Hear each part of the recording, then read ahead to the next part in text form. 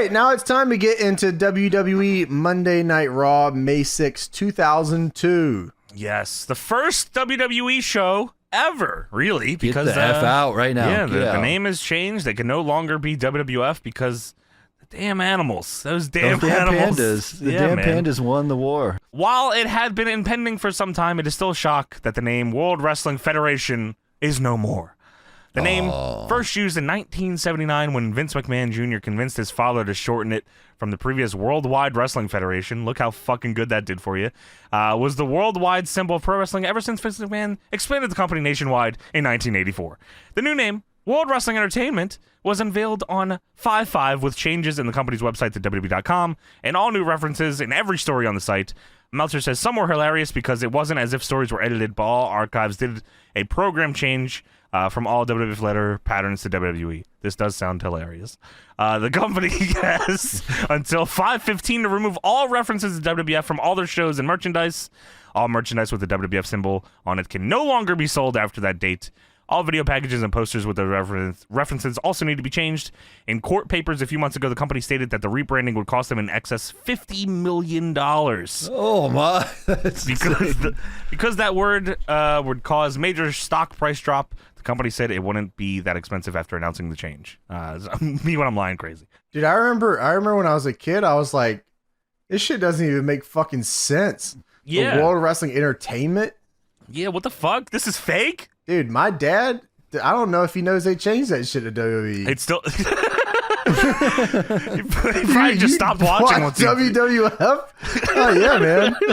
He probably... WWF stopped showing up on the TV guide and I said, I guess it's just not on anymore. Dude, I bet you that shit happened, too. I'm sure. He said WWE was like a ripoff shit. There's fake. He's got like Greg the Hammer in this. So yeah, get the F out, man. What do you guys think about the change? Do you guys think that's gonna work? No, I think it's gonna make me hate wrestling. I think it sucked when it first did. I hated it. Dude, I was mad. I was a mad little kid. I said, "Fuck that!" Dude, fucking yeah. all my figure rings had WWF on it. I can't change the Fed name. You know what pissed me off the most? It wasn't the name. It was the logo that they didn't just add another line to the bottom of the F. They just got rid of the whole F. So it's just WWE on the logo. I was also mad about that, Tony. I think I didn't even think about that. You're right. I said, what the fuck? They couldn't just add one more line? I've never thought about that. That is right. They add another line? Yeah, but then they couldn't say get the F out. Yeah, I guess so. Well, just don't then. Say something else. Add a bottom line is not like... Dude, that's the bottom line. The bottom line. And that's the bottom line. Oh shit! We are cooking. No, hold on. Austin's about to like We all leave. came together. We did this. No, Austin's fine and he's here and there's no problems with Stone Cold and Brock Lesnar's not wrestling. Scott Hall is still employed. If they would have added a line, dude, Plane Ride from Hell wouldn't have fucking happened if they added a line. No, I don't think they need any more lines in the WWE. Add the line. Give Scott Hall some lines. No more lines, please. Oh, okay. But yeah, get the F out. We start the show off, and of course we have the theme song that everyone loves. The drugs. This set the stage, man. I mean, like, this was a cool ass intro. This is fucking awesome. This is this is tremendous. I love how all of this looks. And the show starts. The pyro is like, usually it's a wide shot. They have a camera on top of the Tron, and the pyro just explodes into the stage. I was like, wow, they're trying some new stuff in this WWE era. I think that this Tron, like the stage and everything, is like sideways very cool. John? Yeah, I do like that too. That was very cool. I thought this was cool. And the SmackDown fist, I think these are like legendary. I think most people agree with that. I'll never let that go. That I think stage designs are fucking amazing. Like, listen, I get big screens are, easier, but damn, man, I love a good set. Yeah, no, me too. And I think that they are really. I mean, this kind of like, this is wrestling, right? Like the rock music going into like this crazy looking set with the pyro, and then all the fans going nuts in the crowd and all that. Yeah, like I think that's the coolest shit in the world. Like I think wrestling, it's like with UFC too, where it's like I think UFC is at its most point. Tons of sponsors. When it's fucking Face the Pain, and it's just like that kind of stuff. And like I still think it's good now. It feels raw. But yeah, it did feel raw. Sweet. We're going to get a main event tonight here on Raw. This was a very big staple of Raw at the time too, where a lot of the Raw main events were 6-man tags. Yeah, they loved the fucking tag. If it wasn't a 6-man, it was just a regular tag. Yeah. Yeah, so we get NWO. If you had to guess the 3 members of the NWO that are going to be in this match, you would probably never guess it. You can name one of them, maybe. The Hogan Hall Nash, maybe? Is that what you got? Yeah, one of the 3. Yeah, sure. Well, it's X-Pac, Scott Hall, and Big Show. That's right. And they're facing off against the team of Stone Cold, Steve Austin, Ric Flair, and I'm going to give you 3 seconds to try to figure out who the last person here is. Think about it. Think about it. 1, 2, it's fucking Bradshaw. How is this possible? Can you believe that? They were pushing him? I guess. They were trying kicking somehow. that NWO ass. That's what he likes to do. Yeah, I guess he does. He loves doing that. And JR says, "Oh, World Wrestling Entertainment is live." They had like immediately started that. World Wrestling Entertainment is live on the new TNN. It sounds even like him saying that in full sounds weird. Dude, I swear he says World Wrestling Fed. World Wrestling, is that later? That comes up soon. That's coming up? Okay. Yes. Because I clearly remember him flubbing like immediately when the show was on. And I was like, holy shit. Very early in the first match. JR is still wearing a WWF shirt. Wait, is he? Yeah, it still has the WWF that? logo on it. Yeah. Oh, wow. I noticed it about the last time I saw him on the show. I said, wait a minute. What is this dude wearing right here? Yeah, he was still rocking the... I guess they hadn't got him done up yet, right? Yeah, I guess you're right. He's about to cost them $50 million billion. Jamie Kellner's coming back from Super Hell, and it's over. Set him on fire. Yeah, Lawler says, can you imagine that, JR? We're getting the F out.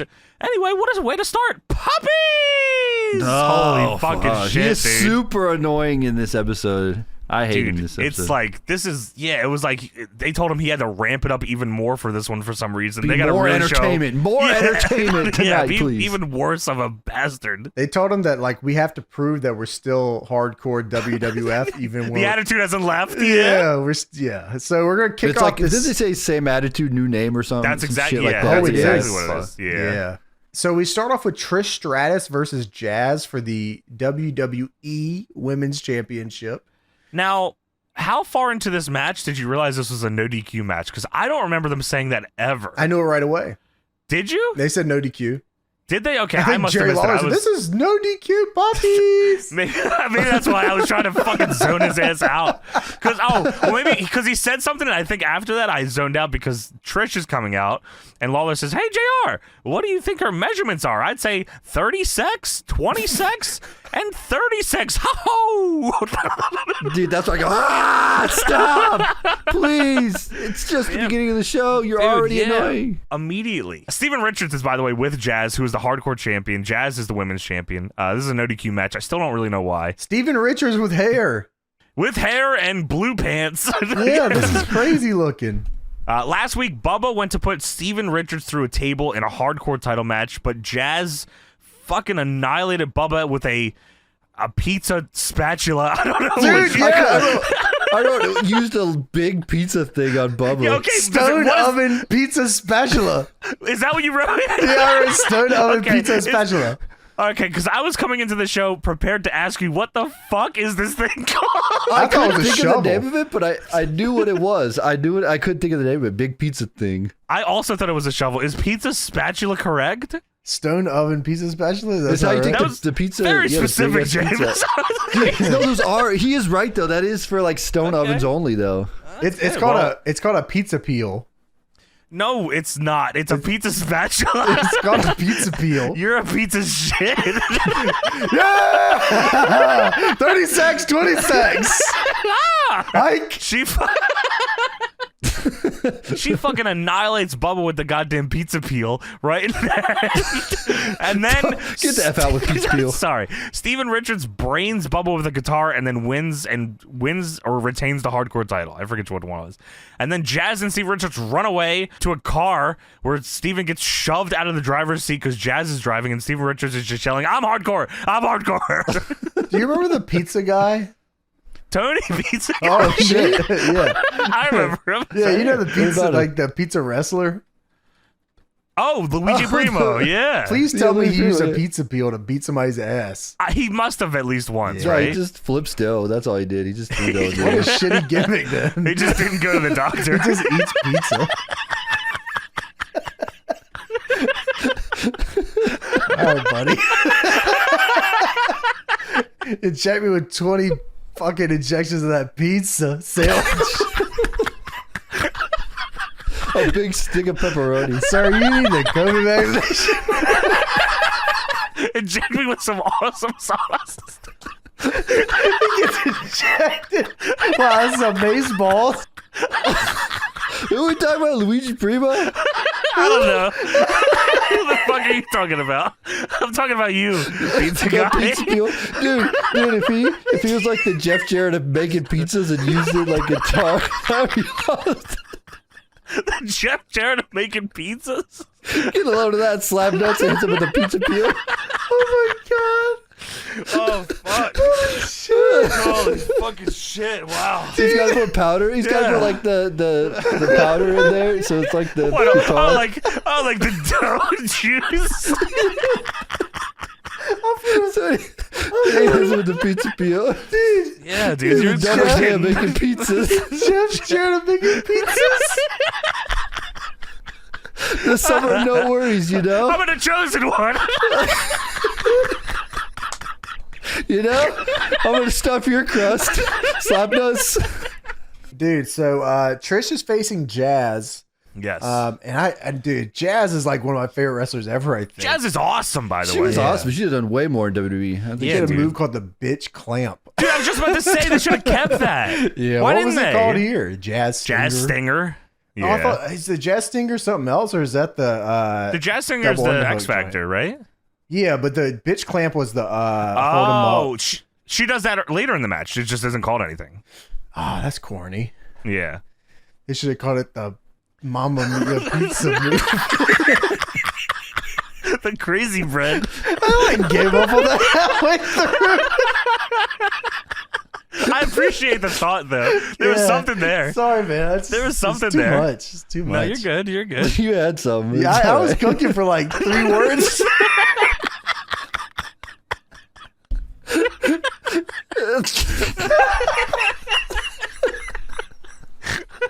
And that is awesome sauce. Oh. Yeah, it's baseball. So Jazz is. So yeah, Trish comes out the gate in this one, running sunset flip. I don't know if I've ever seen something like this. Well, they called that a junior power bomb. That's what I That's meant a to call junior it. power bomb. And the crowd responds with, "We want puppies." This is good for everybody, man. Same attitude, different name. I love Yeah, it. man. Immediately, they do one move. We want puppies. All right, fucking hell. Show me your fucking tiger. Show me your banana. I hear you. I'm with you on the halfway there. Yeah, you were 3 words in, Tony, and it was. Yeah. I I'm with you. Show me your awesome sauce. Yeah. Steven Richards distracts the ref on a roll up, which allows Jazz to cut Trish off here because she's getting a little too annihilates her. Yeah, Jazz is going to get her heat too. Jazz hits 2 double underhook suplexes in a row. Then she does the bitch clamp. The bitch clamp. It's a cool move, man. I think that's a cool move. Of course, a lot of people will later on use it as the glam slam. Glam slam. But she just kind of hook holds and you ladder. up. Yeah, the hook and ladder. Yeah, I think it's cooler like if you hold them up and then submit them that way. You know, like let go of me type shit. Yeah, that is cool. Yeah. Or if you just grab him, slam him on the fucking ground face first, cattle Spike mutilation. him, Just, fucking just go nuts. JML driver, double underhook, just fucking go. Yeah, that's pretty much what she did here. Yeah. Trish has 1 kick out and she goes to it 100 times. Her 1 kick out is arms straight up in the air, Evil Dead style. It's like fencing. Yeah, it doesn't matter if it's the first minute or 10 minutes in, it's going to be 1 stick up her arm. Trish then just fucking gets back up and hits the chick kick out of nowhere in the Stratusfaction to win. Chick kick is different here than what everyone would come to know it as. This is like she does like a bicycle kick kind of, but the side, I don't know how to describe it. She like bicycle kick motion, but she ends up kicking the side of your head instead of in front of you. You know what? It's kind of like a super kick almost, but a little bit different. It's fucking crazy because there's like 4 different people that do a super kick in this one segment. You're right. And they all show up. They all show up. It's like they knew to come here. Yeah. So yeah, chick kick Stratusfaction goes for the pin. Steven Richards with the hair pulls the ref out. Son of a bitch. Steven Richards locks and loads the Steven kick and kicks the dog shit out of Trish Stratus. He sends her to super hell. He fucking annihilates her with the Steven kick. And here's the reason why it's no disqualification, because Jazz then just pins Trish and wins.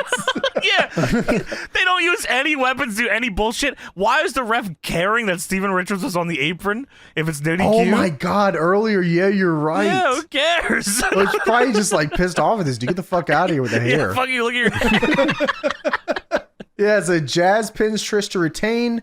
And then all of a sudden you see a trash can get thrown in the ring from off camera. Dude, yeah, Steven is like looking shocked towards the ramp. You can't see anything. You just see a trash can fly at his head. So Bubba comes in because it is still currently the 24/7 hardcore title. Right. And Bubba, of course, wants to win that title. It was nice of him to wait till after this match to do that. Yeah, it was very nice of him. He comes in to win the hardcore title. He hits the Bubba combo on Steven and Jazz. The elbow, yeah. And he grabs the table from the outside. Well, just before he said, Bubba, get the tables, of course, because Devon Dude, I think Jazz says, I think you should have Bubba get the table. Devon is, I guess, preacher gimmick at this point on SmackDown. So Steven goes for the Steven kick, but Bubba stops him and then hits a Bubba bomb in front of the table that he set up to win the hardcore title. I was like, well, that's a little weird. Why would he do that? I was definitely anticipating Bubba doing ass first Bubba bomb Stevie through only through the table, which probably would have ruined his life. For some reason in my head, he like vertically jumps high enough to make it like, I don't know why. Wow. Like the time Billy Gunn did it through the table that one time. He just jumps up straight. Yeah, I don't. Did we watch that episode that he does that on? Yeah, we did. We saw that episode of Okay, Billy Gunn jumping breaks up. his arm doing that. I don't know if we remember that part. I don't think we remember Oh, that. what? No, but Yeah. He does the famous one with Bubba bent over on top of it and breaks his arm. That sucks. Yeah, I it love does Bubba suck. jumping up doing the bubble bomb though. That's awesome. Yeah, I like Yeah. that visual. That's good. So Jazz then goes to hit Bubba with the trash can lid, but Bubba sees her and she stops. Then Bubba goes to grab Jazz, Yes. but Raven comes in and hits Bubba as hard as he can with a trash can lid. Dude, so fucking hard. Then hits, of course, The the Raven effect. whatever, bitch. Hey, I'm They didn't technically even call right. it. They didn't even call it. Yeah, because they're probably, who the hell is this fucking homeless dude in the ring? What the hell is going on here? Oh my God, homeless Jimmy won the title. Holy shit! I just saw him go off the rider truck and turn him into death. It's fucking homeless Jimmy.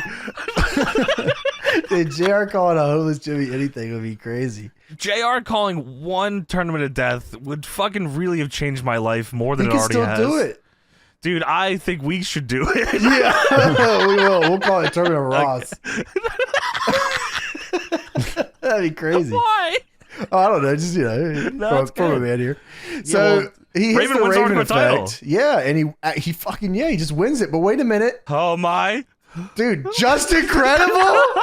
Who the hell is it? A litany of who gives a fuck. All the stars are here. Just incredible. He hits the Justin kick and he wins the title. Justin King. And Crash Holly's here and he hits the top rope crash kick and he wins the title. Dude, when Justin Credible wins the title, Lillian announces him as the winner and is laughing as she does so. That's how absurd this Yeah, is. me too. Yeah, Your new WWE Justin Credible. Crash Holly comes in, missile dropkick off the top, wins the hardcore title. Then him and Bubba Dudley back into each other. They turn around, stare at each other. Crash shoves him on the chest and says, Bubba, get the tables. And then Bubba bashes a trash can Yeah, into who his are you head. talking to, buddy? Crash bumps, and then Trish pins Crash and wins the hardcore title. And then Bubba just fucking grabs Trish. I was like, wow, this is crazy. Went right for it. Please remember this part, that Bubba grips her up by the hair. He's going to annihilate her now. And then Jazz grabs a fire extinguisher and then points it at both of them.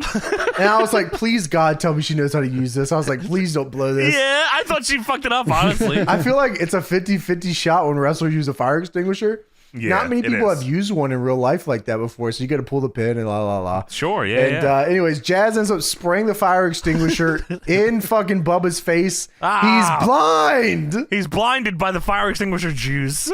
That is crazy, dude. And he is, and he's super blinded. Bubba then grabs Trish, who Because he he's blind. already grabbed. Yes. and then power bombs her ass through the table. Somehow blind able to find the table.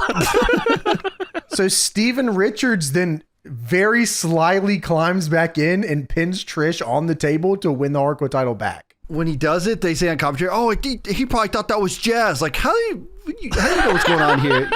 You don't know what he's thinking. He thought that was Jazz the whole time. Of course, he thought it was Jazz because he can finally see because he rubs water in his eyes instead of. You guys ever seen Dude, Where's My Car? Where the blind kids in the park and the people come by. Yeah. He's like, I had to feel your face. Yeah, he feels your titties. What is that, Bubba? I can't see. What a good movie. So Bubba washes his eyes out with water by rubbing it in as hard as he can. Which is not how that's supposed to work. Oh, now I can see. Yeah. So he washes out and he sees Trish through the table. And then Bubba grabs Trish and helps her out. Yeah, he's upset. He's upset when he finds out he put Trish through the table. I just watched you grip her up crazy. You were about to put her through the table anyway. Dude, then JR gets on commentary and lies. Oh, he's just doing the right thing now because he knew he put the wrong lady through the table. Yeah, of course. And then he also says, well, in any event. Steven Richard is once again the hardcore champion. Damn it. That's the right way to call that, too. So X-Pac in cane mask, Scott Hall in a regular shirt, and Big Show with black hair. Dude, he is big just black beard. He is just for men out insanely No, here. that's This is not the true true. NWO right here, man. This is the NWO I grew up on. Shawn Michaels with hat, Booker T with pants. Face paint. Yeah, they're all here. So X-Pac in cane mask, which is very fucking funny, by the way. Did you buy that figure? Because they made one. No, I don't think I did. Yeah, all right. That's you gotta come on. You need that for the shelf. Yeah, you're right. I do need that for the shelf. So Scott Hall is out here, like I mentioned, regular shirt. I think every time I've ever seen him in the NWO shirt, it's cut off sleeves or like the way the Big Show's wearing it currently. So like seeing him with just fucking regular cut shirt. Tucked in. They must have told his ass, look, you're done after this show. Like, You're fucking fired. I smell it. I smell whatever you're doing on you right now. Big Show out here, like you said, crazy dye job.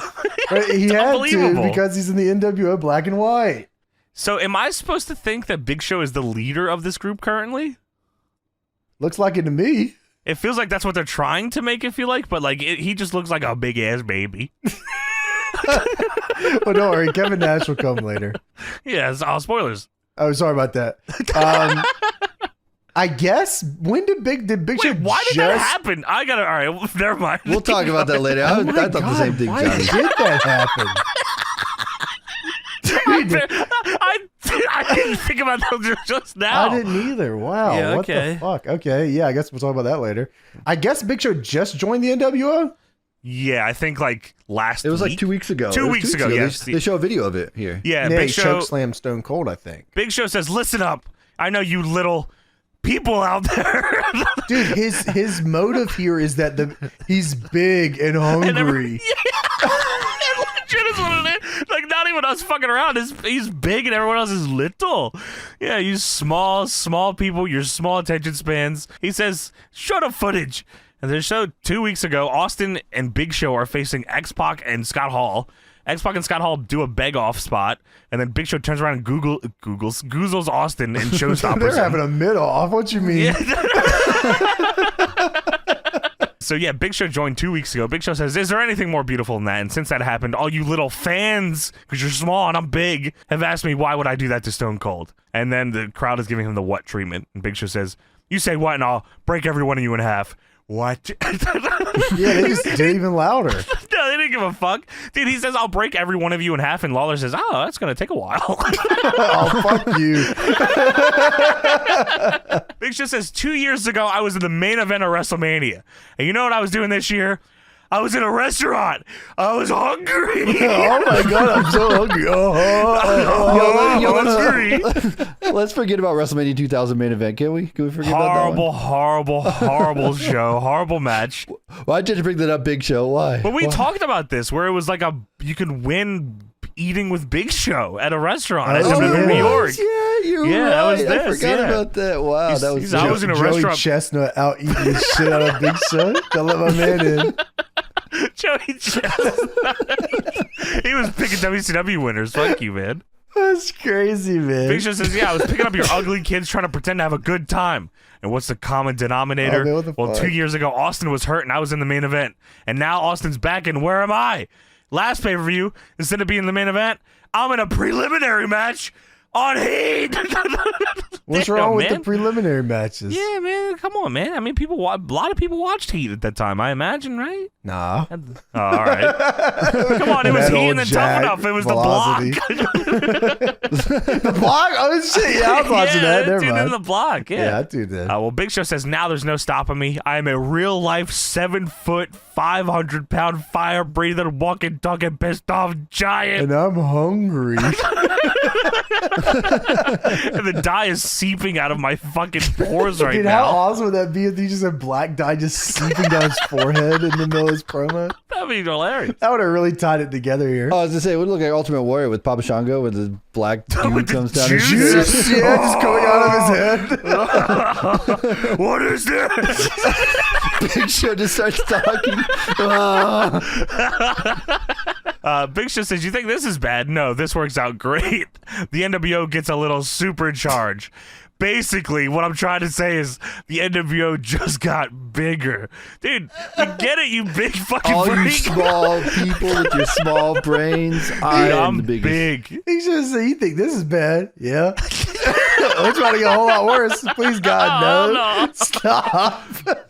Well, Big Show says, like Stone Cold puts it, the bottom line is the bottom line. The bottom line. Oh, Let's the go. bottom line. You're That's right. the bottom line. Get There's the Ian. nothing. Well, there's nothing you or Ric Flair can do about it.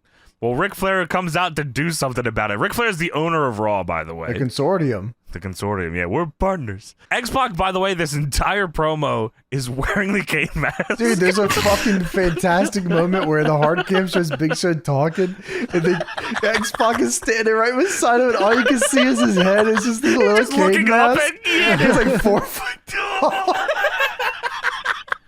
That is so fucking funny, man. It is funny. I love X-Pac. I think Yeah, X-Pac dude. is sweet. Yeah, me too. Well, Ric Flair's out here. There's a big sign that says "Whoo." I don't know why. Forever, people put an H in "Woo." I don't understand. Yeah, me Why neither. Yeah, they Why do the that for a fuck? while. That's a word. Ooh, it's got a Yeah. woo. Well, Ric Flair says, "Is that what this is all about? Is that why you're out here crying because you weren't at WrestleMania?" He says, "If I was as big as you, I wish I was. I wish I was as tall as you. I wish I had the gifts God gave you. But I'm a 16-time world champion. I didn't whine or cry. I went out and worked my ass off. And if you got a problem with your position on Raw, then look in a 7-foot mirror." Damn. That is fucking I funny grabbed as my head. fuck. Fuck you, man. As far as the NWO goes, well, I apologize, guys. Last week, X-Pac, I counted what I saw.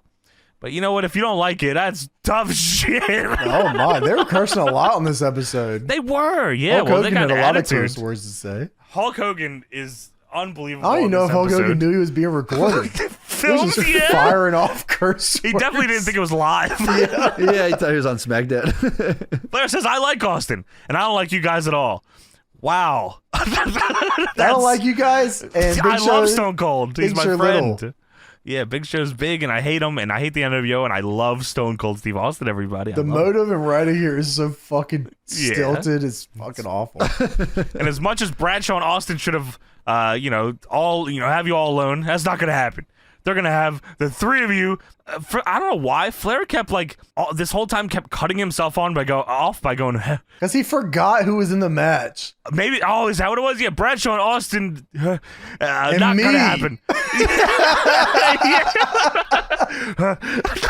Oh, yeah. He goes, and me.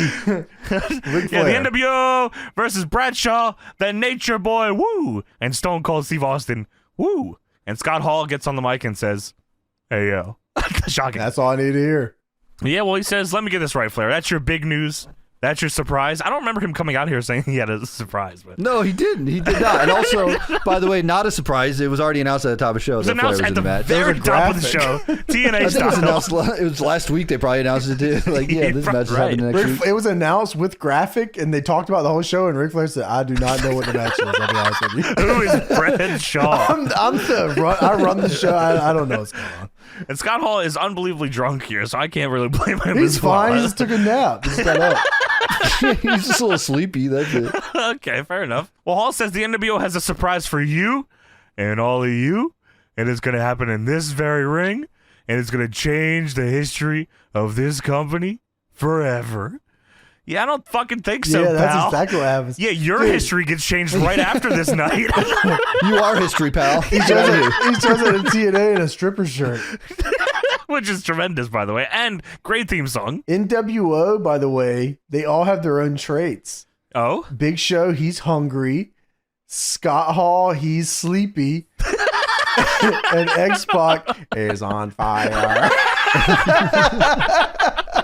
See, they're cooking with this, man. Well, they have to add more, I guess. Well, we have William Regal versus Spike Dudley up next. European title on the line. So Spike retained the European title at Insurrection. Yeah, we had a great time there.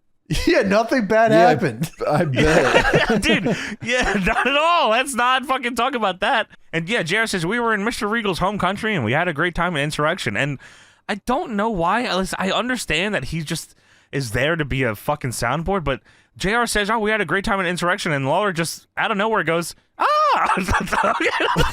All right. This past Saturday, King, on Sky Box Office, there's a Parliament. So Spike tweaked his ankle in the match. That was the match story. Yeah, he went for a Dudley dog and got countered, and he landed on his ankle, and he got fucked up after. Yeah, and Regal attacked him from behind, get some heat. Spike actually ended up rolling Regal up to retain the title at Insurrection. Retain the title in England over Regal. And then Regal used the power of the punch and beat the shit out of him. What a great gimmick. Dude, it's got to be one of the best gimmicks ever. When they did the gimmick where like he would have to like hide it in different spots, like hide it on his knee pad or he hide it like up his ass or whatever. Yeah, that was awesome. The ref would check it before the match and then he'd still have it somehow. He'd have like 40 of them, yeah. He would give one to Kurt when he was dealing with awesome. You old and then take it back. Yeah, dude, that was awesome. I love they were like real brass knucks instead of like the tape they used. They did tape for a while for brass knucks. But he had, like, I forgot about the taped ones. Yeah, he had real knucks. It was awesome. That was a shoot. I love gimmicks like that, especially when it comes to weekly television stuff. Like I think that's like the perfect place for that kind of stuff. So Spike is still hurt from that match. Of course, his ankle still hurts. I'm sure taking the plane ride home didn't make it any better. What are you trying to say? I'm trying to say that plane ride was probably the worst experience of Spike's life. No, it's fine, dude. It was just, fucking Kurt Hennig ankle picking him for an hour. So William Regal cuts a promo and says that he says that Spike signed on for a title match before he was hurt. Okay, how is that possible? So they had already agreed to a title match on Raw before their title match at the pay-per-view? He must have said, like, if either way, we'll just face again. But, like, yeah, it's dumb either way. I need to get this out of my head. If they had opened the door on the airplane, Spike Dudley would have been probably the first guy they threw out of it. Yeah, why would that be Spike? I don't know. That feels right to me. Who else would go? I don't know. Dude, I'd throw Jerry Lawler off right now. He'd be the first one to go. Well, I just think, Jerry. Tony would have commandeered the plane. We gotta take Jerry Lawler out now. But yeah, that doesn't make any sense. I don't know how they fucking did that. Yeah. So yeah, you're right. And no, you're good. No, this shit's dumb anyways. Yeah, I thought that was stupid. You could just not said that. Yeah, why? They should have never said that. But I guess like they had to have a reason for him. Like he's injured, so why is he wrestling? It could have just been he has heart. He has heart, and he wants to defend his title. His title means a lot to him. No, shut up, Johnny. That makes too much sense. Oh, sorry. So Regal then calls this dude like a Nighthawk or something. Okay, I wrote shite dog. Do you understand me, you foul, filthy, disgusting little shite hawk?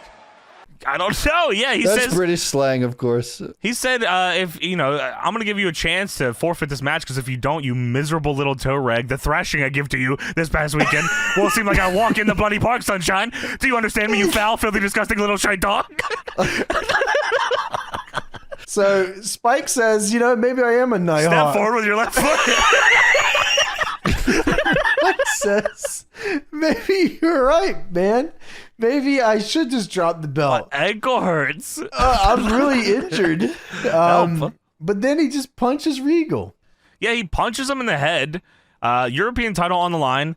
To surprise of none, William Regal immediately attacks his ankle, body slams him legs first into the ropes, and then puts him in a single leg Boston Crab and steps on his fucking head. Single leg Boston Crab the long way. Yeah, dude, this is like Spike Dudley is almost 12-6.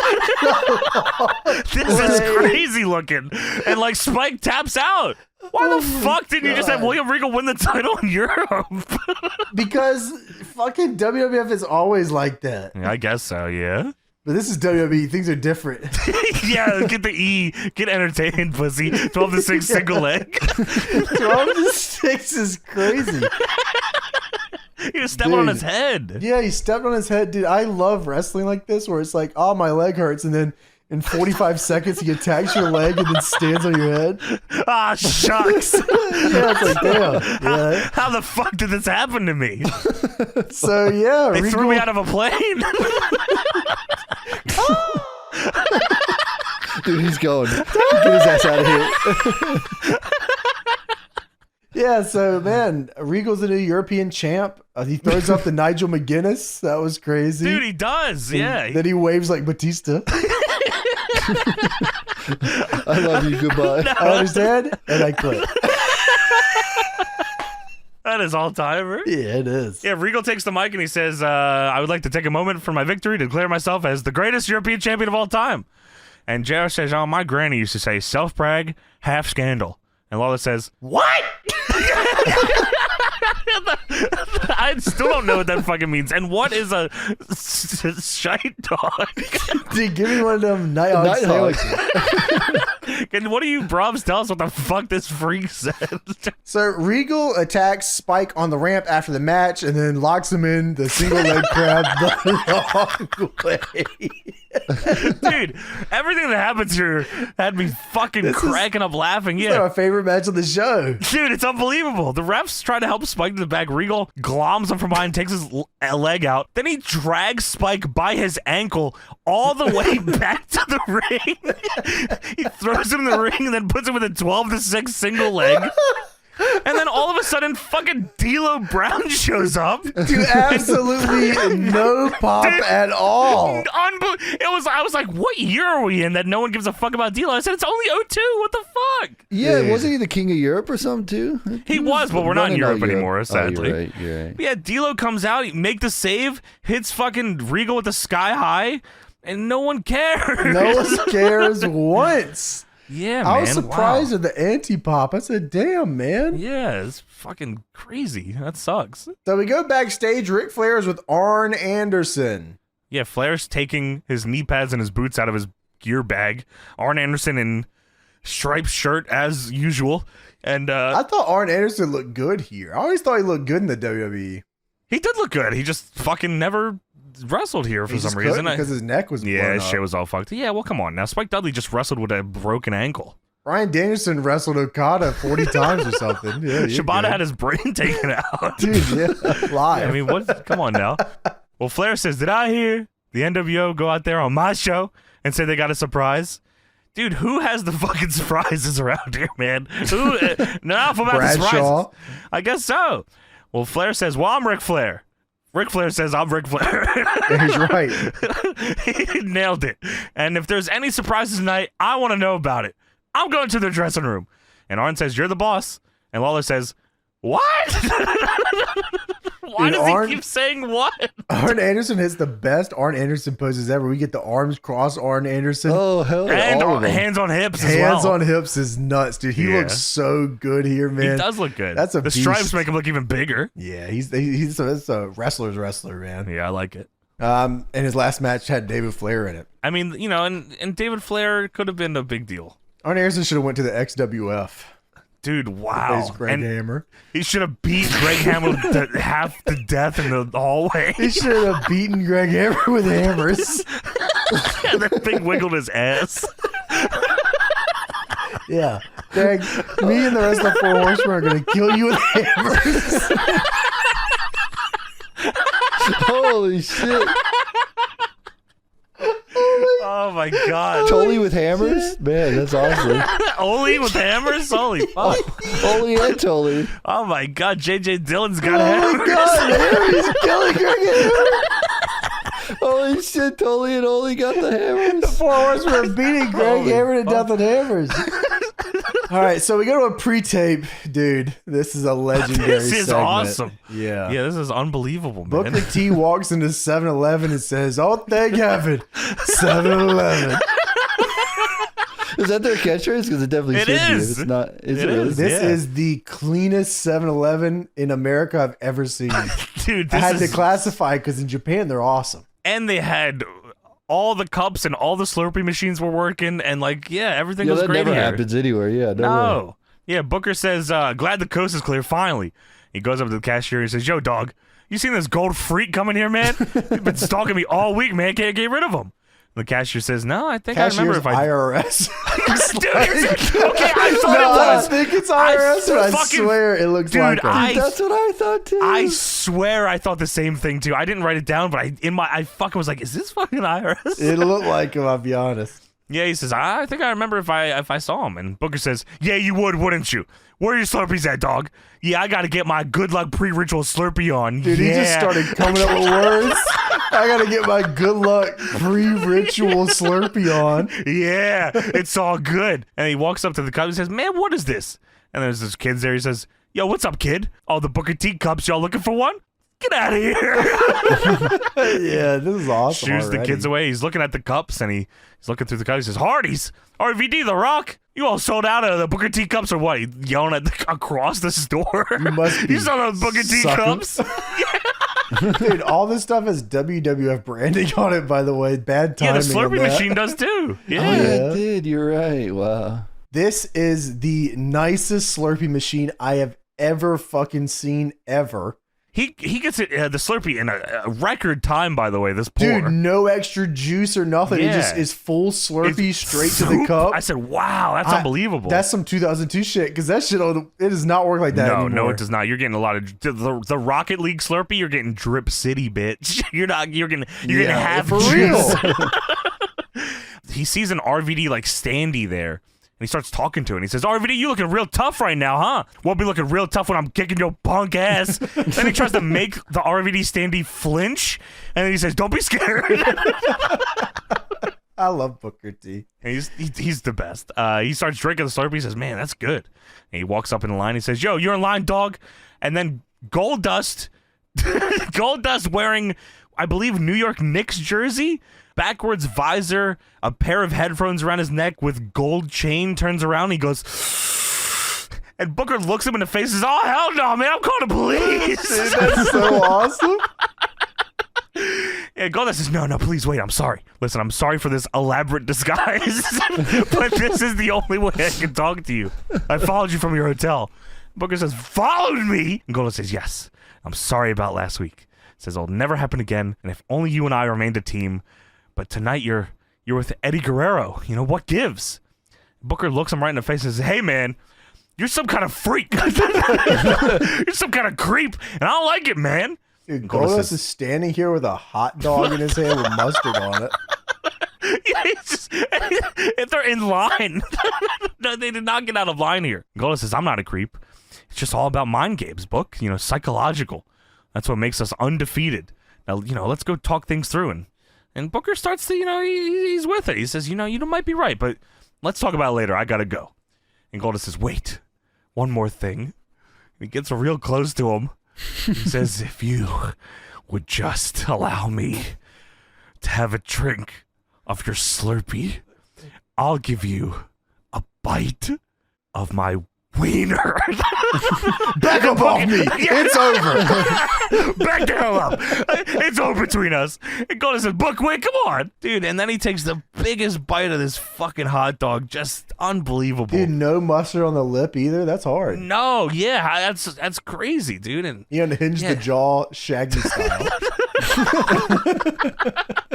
Booker T and Goldust is like one of my favorite teams ever, man. How good is it? I don't give a fuck about the matches, man. I'll be honest with you. Yeah. I remember every backstage seg they ever had. Yeah, me too, man. They're all legendary. Booker T is good at just fucking talking. Like, I'm not even, like, he's not even cutting a promo. Funny. No. Yeah, he's just funny. He just talks, and he's a funny dude. And I don't know how he doesn't, like, break, because these are hilarious. I wonder how many takes this took. Probably for Booker, just one. Honestly, like it seemed nuts. like a one take, yeah. Because I mean, like you had to do a lot. There was no cutting. You had to walk over here and then do this, and then walk back over here. And Goldust is it was all one shot. Hot dog the whole time with gold chain. Yeah, that's crazy. His elaborate disguise. So it shows a pre-tape here. It shows at Insurrection, Brock Lesnar and Sean Stasiak were teaming up. Is that right? Which is fucking crazy. Yes, that's right. That is England's finest team. His name is Planet Stasiak. That's not his fucking name. They just keep calling him his name is Planet Stasiak. No, that's his name. That is his no, name. it's fucking Sean Stasiak. No, it's Planet Stasiak. That's He's his name. from Planet Stasiak. They keep calling him that. They call him No, his name is Planet Stasiak. Dude, He's Planet Stasiak from Planet Stasiak. Paul Heyman was like dedicated to calling that. This is Planet Stasiak. That was his fucking angle, probably. But yeah, at Insurrection, he's meant to team with Brock against the Hardys, and backstage, Heyman is fucking running him down, saying, "Stand on the apron and let Brock do all the work. Stay on the ring and stay on Planet Stasiak." Well, Planet Stasiak ran down to the ring, Royal Rumble style. Got in the match. Yeah, blew by Heyman, got in the match, and then lost the match. And then after the match, Brock spine busted him to hell, and then did a victory lap power bomb to him, which is fucking crazy looking. It's in the games. Oh my god, yeah, dude, like. That's not even like a spinning, dude. Victory lap power running around is such a good way to call that, by the way. Because that's what it was. It wasn't a spin. He fucking ran in circles with this guy and stuffed him. Yeah, Sean. Could you imagine being Sean Stasiak? It's like, all right, so here's what we're gonna do here. You're gonna fly to Europe. Brock Lesnar's gonna beat the dog shit out of you. You're gonna fly back, and Brock Lesnar's gonna beat the dog shit out of you. You cool with that? Yeah, that's fucking fine. I'm about to rat out everybody about their steroids. Yeah, I'm gonna be a little bitch about this. I couldn't imagine being Sean Stasiak, but I could imagine being Planet Stasiak, which is what he is. Who? That's where he's from. That's like his name was Earth. That's his. Whatever. Yeah. So Lesnar is doing pull-ups, and Paul Heyman says it's time to take Planet Stasiak down to Earth. Yeah, he's like doing pull-ups on like an emergency ladder. This is fucked up. I remember Planet Stasiak. I don't know why. Yeah. So Ric Flair finds an APA hat in the NWO locker room. So Ric Flair goes into the NWO locker room and he's just throwing shit around, which is fucking just mean. And then he's saying, "Where the hell is everybody? What's going on around here?" He's just an old senile man. He's crazy. Then he trips over something and finds an APA hat on the floor. And Flair says, "An APA hat in the NWO dressing room? That doesn't work." And he leaves. He's talking to himself. He's a senile old man. This. They must have replayed that in promos like forever, because I remember that APA hat in the NWO locker room. What's going on here? You might be the only guy that remembers that part. Yeah, wow. Dude, it was insane. Well, Undertaker arrives on his motorcycle. Dude, Undertaker looking unbelievable here in trench coat and beanie. Trench coat's beanie beardman. He's on a motorcycle and he stops the motorcycle and he tells security man to watch his bike. And he says, "I won't be long." The security man looks a lot like Doug Basham. I'm not too sure if it was or not, but it looks like him. Oh, maybe. In the background, you can see the NWO talking near the parking lot entrance. Sadly, X-Pac not in Kane mask at this time. Yeah, what the fuck? He should have kept it on, I agree. Well, now it's time for Sean Stasiak versus Brock Lesnar. I watched a different match, I guess, because I watched Planet Stasiak against Brock Lesnar. Oh, yeah, he is from Planet Stasiak. I'll tell you. Yeah, but he also wrestles as the man Planet He Stasiak. is. And whoa, is he's from... like named after the planet? I think he is the planet. That's wow. That's pretty sick. Planet Stasiak is one of the craziest looking people in the entire world. This is why I love this guy. Like, only in wrestling will I ever see this dude. Like, there's nothing else I tune into ever in my life that I see this guy. You know what I mean? No, unless I want to go get a ring dinger. Check him out. There he is. This dude, is the guy. he looks like a lobster, man. He is unbelievable looking. He's so tan. He's got the spiked hair. The hair is crazy. He's got the super cuts lift on the hair. No. Dude, this is what the peak male performance looks like. I mean, like, what is the logo on his tights? Is that like how you get to Planet Stasiak? That's COVID-19. Holy shit. That's the crosshair. Yeah. That's where the planet is. So right there on his dick. That's fair. This up looking dude. That's looks where like you ring ding. This looking guy comes out here. He looks like he just got hit by a bolt of lightning. His hair is touching the ceiling. He is so fucking red. Man. Calm down. No, he is red as. He comes out here, bleep, bleep, bloop, bloop. That's a song. Dude. Bloop, bloop, bleep, bloop. It is a great song, though. It is a banger of a song. It is a banger. This is the best wrestler that ever lived. Look at this guy. Look at this dude, guy. They don't. This and only this guy can be a pro wrestler. Like, he can't. Yeah, like he could be I guess he could. I guess he could be a chiropractor. But I need more motherfuckers that look like this. Look at this guy. He walks out on live television, bloop, bloop, bloop, bloop, looking fucking insane. He's fucking Zoidberg. This shit is Dude, awesome. Wasn't Zoidberg a doctor too? He was. Crazy fucking guy. Yeah, he comes out here. He doesn't get into the ring. He just waits at the apron, like pacing around. And then a jackhammer goes off, which signals for him to get into the ring. Yeah, what was the that? Fuck? What was that? Brock's intro, that's or is the that a part intro of to Brock's theme song? Is it? That's a cartoony Looney Tunes jackhammer sound effect place. Yeah, I go bleep bleep bleep. Dude, I remember for like a month or 2 months straight, they just kept changing the intro to Brock's theme because they didn't like it because it sucked. His song is good. I like his song. Yeah, but they had different intros too. So the jackhammer one was for like 1 week. Like, this is terrible. What the fuck else did he have? God damn. A wrecking ball. What the fuck else do you do with this guy? Oh, there is one. It's called The Enforcer. Dude, it's right here. Dude, is it really? Jackhammer intro. Dude, no wonder why this fucking guy got Goldberg chance in this match, by the way. He comes out with a jackhammer. Oh, shit, you're right. What the fuck does a jackhammer have to do with this guy? In my mind, I thought that was the end of Stasiak's song. But I guess it was the beginning of Brock's. That's like, that's his full entrance. He does bleep, bleep, bleep, bleep, and then the jackhammer goes off, and that's his signal to it's the end of the entrance. Oh, man. That might be the worst intro to. That's like Glass Shatter if Stone Cold came out to. Yeah, dude. Yeah. That's awesome, man.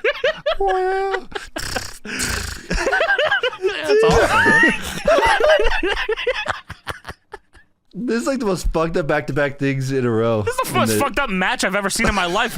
Got fucking Zoidberg out here, and then 23-year-old just mutant human being Brock Lesnar bursting at the seams with a jackhammer. Take place on Planet Stasiak. Oh. Then round Paul Heyman with Skullet. Dude, perfect world. Shawn Stasiak and Brock Lesnar are both from Planet Stasiak. Like he recruits him to live on Planet Stasiak? Yeah, because he needs a construction worker. Yeah, someone's got to build the buildings. And he has the perfect song for it.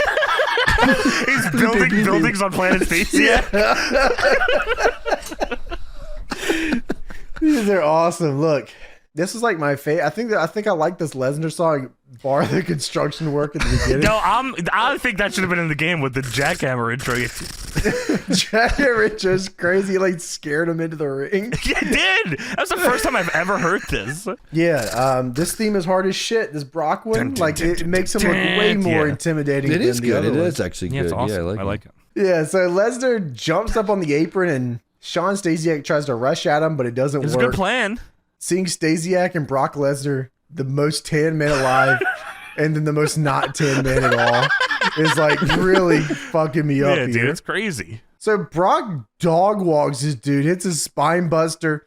Heyman's like begging him not to pin him. He said, hurt this guy. Dude, there was something that Brock did in this that I wish he would have kept in his repertoire. He does a drop toe hold, which I was like, that's fucking weird. But then he back mounts Planet Stasiak and hammer fists him in the back of the head repeatedly. Dude, this guy was a fucking monster. The crowd is chanting Goldberg, by the way, for a good portion of this match. Oh, is that what they were chanting? Yeah. Yeah. I thought they were chanting Zoidberg. Yeah, they could have been. Planet Stasiak. Yeah. And he hits the fucking F5. Which isn't called that yet. It's just, oh my God. Look at this. Yeah, check that out. Holy shit. And he pins him with the foot on the chest. Yes. And then Planet Stasiak got in his face backstage and said, don't you ever fucking do that again. You fucking try to embarrass me out there in front of my fucking... me out there? on my planet. My Stasiak. You know, my dad's watching. My dad was Stan. So we go backstage. Undertaker is walking. Commentary's like, what is Undertaker looking for? He's very obviously walking towards the parking lot where the stagehand is in the scene. They go, what is he looking for? What's he doing here? Yeah. But before he gets to the bike, he's definitely like looking too soon for the bike, like at the wall, where he didn't leave it. I don't know. It was very strange. But he parked it over there. It doesn't make much sense why he just left the bike and now he's walking back to the bike, but yeah, all right. We don't see him. Yeah, it had to be take a big ass shit and look at a Trish Stratus picture, right? Take a shit. Yeah, so yeah, he finds the stage. Yeah, you're right. Yeah, Doug Basham, and he says, come here. And he grips him up and he says, where's my bike? And Taker says, the guy says he took it. And Taker goozles him. He said, who took my motorcycle? And the guy says, Hulk Hogan. Taker says, who? That says Hulk Hogan. Taker says, get out of here. Taker starts to get real pissed off, and he's rubbing his face Ken Anderson style, and he's looking around. Dude, this fucking stagehand, he says, get out of here. The stagehand 0 to 60 starts sprinting at full speed. Yeah, he's out of here, bro. He's gone. Out the left-hand side. It's so funny. The camera gets the whole fucking thing. Gone. Last week, Undertaker took off Hulk Hogan's belt in the ring and then beat the shit out of him with it and left him bleeding and then dropped the undisputed title on him. The fucking like using the buckle as a weapon is awesome. Yeah, what were we talking about recently? Like with using that? Did we? It was it wasn't the belt buckle. It was like putting something. Oh, it was the DPW keychain. Oh my God, the fucking Frank one. Yeah, so there's like a DPW keychain and it's like super sharp because the logo is sharp, and like you could put the top of the P or D in between your knuckles and like fuck you up with it. Yeah, man. Fuck somebody up. I have it. Yeah, I'm gonna try it out. Yeah, you could. You never know on who though. Yeah, dude. Taker like puts his fist inside the belt buckle and uses it to bust Hogan open. It was sweet. Taker, by the way, was attacking Hogan here during Hogan's match with William Regal on Raw. Yeah, you know, I respect that they put Regal in there. Yeah, I mean, like, that's like one of the things I guess I really liked about this era of wrestling and like random shit could happen. Raw and SmackDown is they had the limited rosters and like guys were gonna work each other either way. Like, you know, Matt Hardy was working fucking Lesnar and stuff on SmackDown. That's true. Yeah, you're right. That's true. It actually worked for his character and got him over. It was interesting too, yeah. I mean, not that I ever thought that fucking Regal would beat him, but like, you know, seeing them interact is cool. It makes, you know, everyone seem important. Shit, he could have just hit him with the power of the punch. Dude, that would have rocked Hogan. I'm not selling that though, brother. Dude, that would be nuts. He just stands up. He starts hulking up. Regal repeatedly punching him with brass knucks. Yeah, he fucking does the finger wag in front of him. Regal goes, what the fuck are you doing? He starts hitting him. Yeah, so Undertaker's music hits here, and you see the bike on the stage. Yeah, dude, rolling, which is awesome that on the Peacock it still plays it. Yeah, I agree. And you see the bike on the stage, but that's not Undertaker. Or maybe it is, dude. That's Hulk Hogan. Oh, shit. He stole the bike. Hogan drives out on the stage of Taker's bike. He's doing the ear taunt on the bike. Roland is playing. Hogan drives down around. He just does Taker's full entrance here. He used to ride 100 of these, brother. Parumba! Not only does he do Taker's full bike entrance here, then he gets into the ring. Roland is still playing the whole time, and Hogan does the ear taunt each side. He's posing. He's milking this shit. Hey, ladies. Hey, fellas and the people that don't give a fuck. This is the greatest thing I've ever seen. Theatrics to Limp Bizkit is like, that's crazy Hogan's shit, man. He does it's I'm like, this is fucking crazy what I'm looking at right now. He's milking this unbelievable. Where the fuck is the undisputed belt? Maybe he couldn't bring it. He'd like, oh, you know what? I don't know. Because it's not like he was going to fight Taker. He could have just wore it on the belt, right?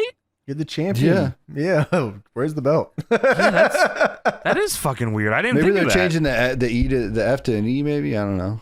Just guessing. Oh, maybe. I don't know. That'd be a good guess. We see the European title, though, don't we? Yeah, I don't remember. I have no idea. Yeah. Well, Hulk Hogan calls out The Undertaker. Not before Hogan bounces his titties and Lawler goes, whoa! He does. A little bounce action. Why does he do that? Because he's the strongest man that's ever lived. Have you... That's what they do in Metallica, brother. That's true, dude. Yeah, that's right. Seek and destroy, dude. Don't say that, brother. You get sued. Fortune, fame. Do you have we ever talked about how Hogan and Mike Tenay have the same lips? Hogan and Mike Tenay have the same lips? They do the same lip thing. Oh, yeah. Hogan does it when he's stroking. When Hogan's stroking his Fu Manchu, he does it a lot. But Mike Tenay does it too. Yeah, Mike Tenay's is crazy though. Legendary Hall of Fame. Mike Tenay's is like he's judging you. Hogan's thinking. Yeah, he's thinking real hard about what he wants to say. That's the thinker or the stinker, whichever one. That's true. Well, Hogan says, you know something, maniacs? Last week, The Undertaker was flapping his gums. And he said, the more things change, the more they stay the same. Well, Taker, how would you like to experience firsthand how I've changed since the last time we were in the ring together, brother? I don't know if was he talking about when he won the title or when Taker broke his neck? When Taker beat the shit out of him, yeah. Drop the belt on him. You know, you hurt me. You hurt my vertebrae on that tombstone, brother. I'm not taking that anymore, dude. Don't forget that shit, brother. No fucking way, dude. I'll take the last ride. Put me down softly, brother. You know, we know you don't care much about anything or anybody, dude. But I have one thing you do care about, bro.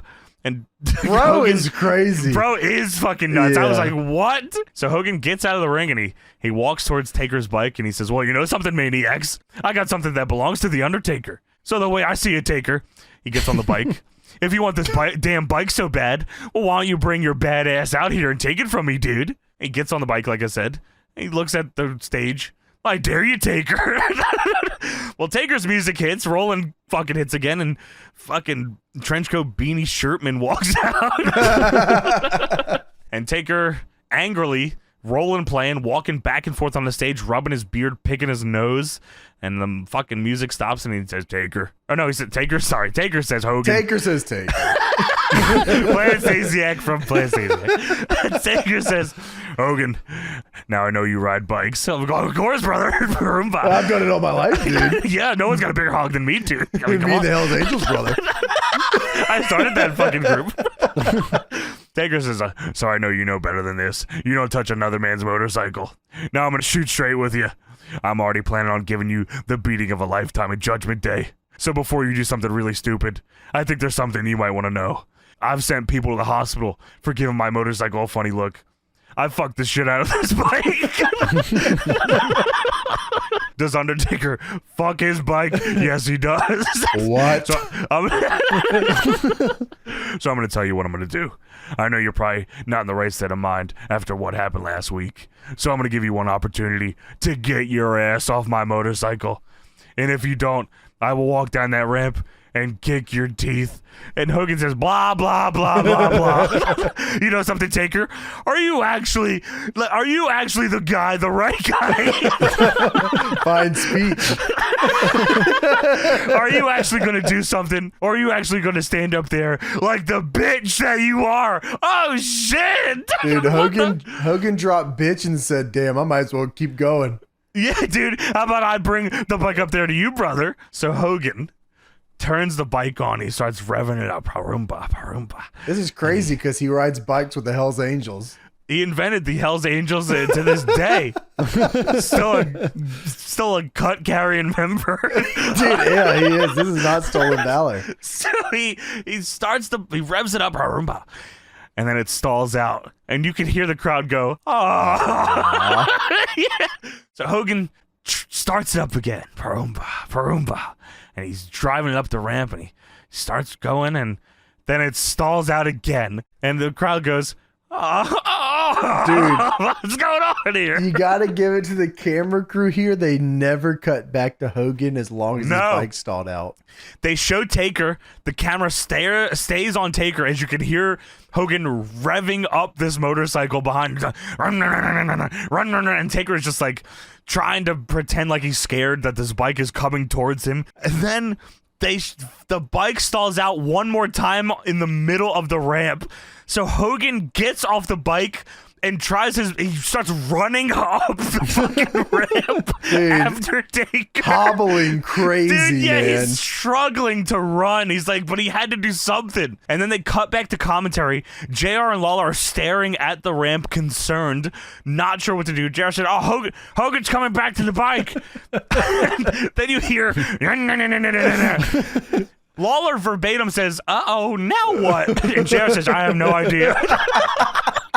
Dude, if this bike didn't work, this whole pre-tape or whatever would have been blown crazy, dude, man. It would have been fucked up. Oh my God. What would they have done? I don't even fucking know. Yeah. They could have cut to Jerry and just said, "Oh, he's leaving on the bike or something," because that's what they would have had. Yeah, exactly. Done. Yeah, right. But you hear the shit revving up still while JR and Lawler are trying to explain what's going on and like, "Oh, well, I guess, fucking Undertaker's running away. That sucks." Yeah, they're revving the shit out of it. And then we finally see Hogan driving it up the ramp finally and driving it to the fucking back. Unbelievable. And then Jerry Lawler says, Can we get a camera back there? Where are they?" We fucking are now backstage. Hogan is driving the motorcycle through the backstage area. Dude, I want Hogan in the little hat, the little helmet. Oh my God! Yeah, the glasses with the jacket. Helmet, that was awesome. That'd be awesome if this is a pre-tape, just a completely different outfit. He's in a full get-up. Yeah, that would have been awesome. The same one that he gets dragged in. Yeah, that's with soon, the hat right? and all that. That's awesome. I forgot we did that one too. Yeah. Hogan driving through the backstage, and he stops the bike. He looks around and he says, "Where are you, you son of a bitch?" Then he drives around a corner, stops, and he's yelling at the top of his lungs, "Taker! Where are you, you piece of shit? Yo, Taker, come on, you piece of crap!"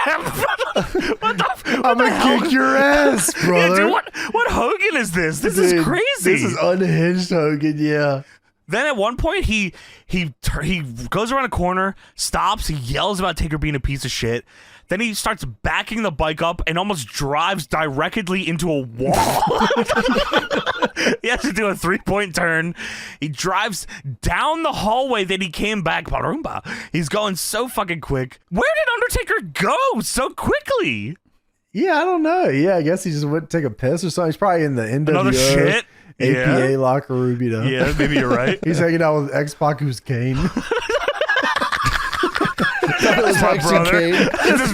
That's my bro, dude. Hey, Kane, what's going on? I'm Steve. Dude, little X-Pac Kane. Dude, that is Steve. That's the prophecy fulfilled. If we ever do universe or something, that's what we gotta do, bro. And that's the Brothers in Destruction. Yeah, that's the Brothers in Destruction. They get the tag. That's awesome. That's I great. like that. Yeah, it goes to commercial because Hogan ends up parking it in the back. He's off his bike. He's eyeing up an 18-wheeler and then looking at the bike. And Hogan says, "Taker, come out here and get your ass kicked, or I'm going to destroy that piece of shit." Talking about the bike, of course. So Hogan climbs up into the seat of the 18-wheeler, which is a sight to be seen on its own because he's just fucking, his legs are fucked. So he's just like trying to climb up into the seat of this 18-wheeler. He turns around and yells, "Taker!" Then he closes the door, turns the 18-wheeler on, then hangs How? out the window. I don't know. The keys were in it, I guess. He just turns all WWE keeps all their 18-wheelers. The keys are in the seat and it's open. Dude, ready to Hogan's got rock. like a skeleton key from when the NWO. Oh, you he know, turns on bikes and 18-wheelers. ambulances. He's got one big skeleton key to turn on all vehicles ever. Taker, this is it, boy. Get your ass kicked, or I'm gonna destroy your bike. So he starts revving up the engine of the 18-wheeler. He's about to drive and go forward and run over this bike. Hogan is still sitting in the 18-wheeler. He has not moved, not ran over the bike, and no one has stopped him. So now Hogan is pissed. He says, I'm gonna kick your motorcycle's ass. That's what he fucking says. He says, I'm gonna kick your motorcycle's ass. That's it, Taker. If this don't piss you off, you have no balls. Dude, Undertaker's like stuck in the bathroom, Johnny fucking. He's got a crazy shit going on. Yeah, Taker looks like shits. the biggest bitch in the world here, like not doing anything, and Hogan's just saying all this to him. Yeah, you little pussy. Because he What got are you doing? lost on the way to the back. He said, Dude. "Where am I?" James, you're right, because He must have not heard the 18-wheeler going. yeah. Or Hogan Hitting a screaming. Hogan screaming, Taker, I'm gonna fucking kick your ass, you bitch. Hogan, that's right. He's the good guy. You piece of shit, bitch. I'll kill your bike. I'm gonna beat your bike up, brother. Yeah, I'm gonna kick your bitch. bike's ass. You don't have any balls if you don't come stop me right now. Barumba. Yeah, wow. And Taker just doesn't do it. He doesn't know any of this is going on. He's taking a shit, like James said. The He's cheese Yeah. shits, yeah. Yeah, he's got to do it. I mean, I hear him. I mean, like, here's the situation at hand. You gotta have another bike. You know what I mean? Like, He's got to, and this You're is a rich, nice bike, too. motherfucker. Yeah, it's true. you know, Hogan could probably get you 4 of them. He's with the Hell's Angels, dude. Dude, he's sponsored by Harley Davidson, dude. Harley's my boy. Mr. It's the Davidson. official bike of the Squared Circle, dude. Of course, bro. We go to RVD and Jeff Hardy versus Booker T and Eddie Guerrero. Yeah, man. Obviously, Booker T is teaming with Eddie. I'm guessing Sorry Eddie about has issue with Eddie has issue with one of the other men in this match because Booker. I'm guessing it's Jeff Hardy because Booker is feuding with RVD. Yeah, and they want to piss off Gold Dust. Of course. So yeah, Eddie's IC champion. JR says they're going to Raleigh, North Carolina here soon, which I thought was cool. I did hear that. I Yeah. heard that. Yeah. Yeah, I didn't go to the Raleigh shows when I was younger. I went to I lived Charlotte? closer to Virginia. Oh, So I'd really? always- Wow. yeah, Okay. I'd go to the Norfolk, Virginia shows. Oh, sure. Okay. Sure. I looked up WWE events in Raleigh, and I guess they're running one this upcoming Monday, whenever this show Oh. releases. Shit. Oh, Like a wow. Monday Okay. night. Oh, Raw. really? Like this day? Yeah, like, it comes out? Oh, yeah, wow. it comes out. Oh, shit. You gonna go? Miz Miz is on that show. Yeah, I can't attend. I hope the Miz does win. Dude, his I could get you match. tickets. I'll ask, for them tickets for No, you. they're just too expensive. No, like I could probably, we'll just get you one. You know what I mean? Yeah, that's a little too expensive for me. But I do hope the Miz wins, and I hope that everyone that attends and watches has a great time. So that's good. RVD and Jeff Hardy is the most base tag team in Hell the world. yeah. I mean, that is like, and their finish in this match is awesome. They're They're the coolest guys ever. In 2002, they're the They are the two best coolest dudes ever. Yeah, they should be undisputed champion together. They should together, lay cool style. Yeah, dude. Yeah, just put the belts back up. Fuck it. So RVD hits a spinning heel kick on Booker here. Jeff gets a cool hot tag. All the ladies go fucking crazy for Dude. Jeff Hardy. Every girl in the building is screaming when Jeff Hardy gets tagged in. That's fucking crazy. So Jeff gets a hot tag and all the ladies go crazy. Doesn't matter because Booker T's still the coolest dude in the match. Booker T hits the axe kick. Yeah. Hits the Spinner-Rooney, dude. That shit was awesome. Spinner-Rooney before the pin, by the way, which is egregious. Isn't that fucking awesome? Yeah, and then he goes to pin him and RVD breaks it up. And when he does, Lawler says, "Van damn it." Of course. Ah. Dude, RVD does a crazy monkey flip to Eddie out of the corner. Yeah, he does. But first, Jeff Hardy hits an Irish whip DDT That's right. to get What a the hot fuck tag. was that? He's just coming up with shut the flies. Oh, He's the shit, I coolest gotta dude get ever. the- Fuck it. Yeah, I whatever. gotta get this hot tag. Yeah. Yeah. Irish whip DDT. Yeah, you could convince anybody at this time that like RVD and Jeff Hardy are next up. Like I They Yeah. probably should have been. genuinely- Yeah, I mean Jeff fucking runs into some problems here soon. RVD, like, okay, he doesn't run into problems until 2006, so I don't That's have no fucking idea. insane, dude. That he doesn't get a belt till then. Elimination Chamber ruined his fucking life. Yeah, well, that's, it probably was ruined before that, too, by the same guy that he The same guy who didn't get it, yeah. Didn't help any. So, Jeff Hardy then runs in and hits a sit-out stroke on Eddie Guerrero. Yo, that was awesome. Yeah, that was insane. And then Goldust runs into the match just randomly. To attack Eddie, I think? And then gets thrown out immediately. Oh, no. Was he attacking Jeff to help Booker? I think that's what it was, right? He tries to attack Jeff, but Jeff sidesteps him and throws him over the top. To me, it looked like he ran in the ring and then immediately got shit canned. I don't even know what he was trying to do. Yeah, that definitely is what happened, but yeah. But then, oh my God. So Eddie's laid out in the ring. Jeff and RVD go to 2 different posts.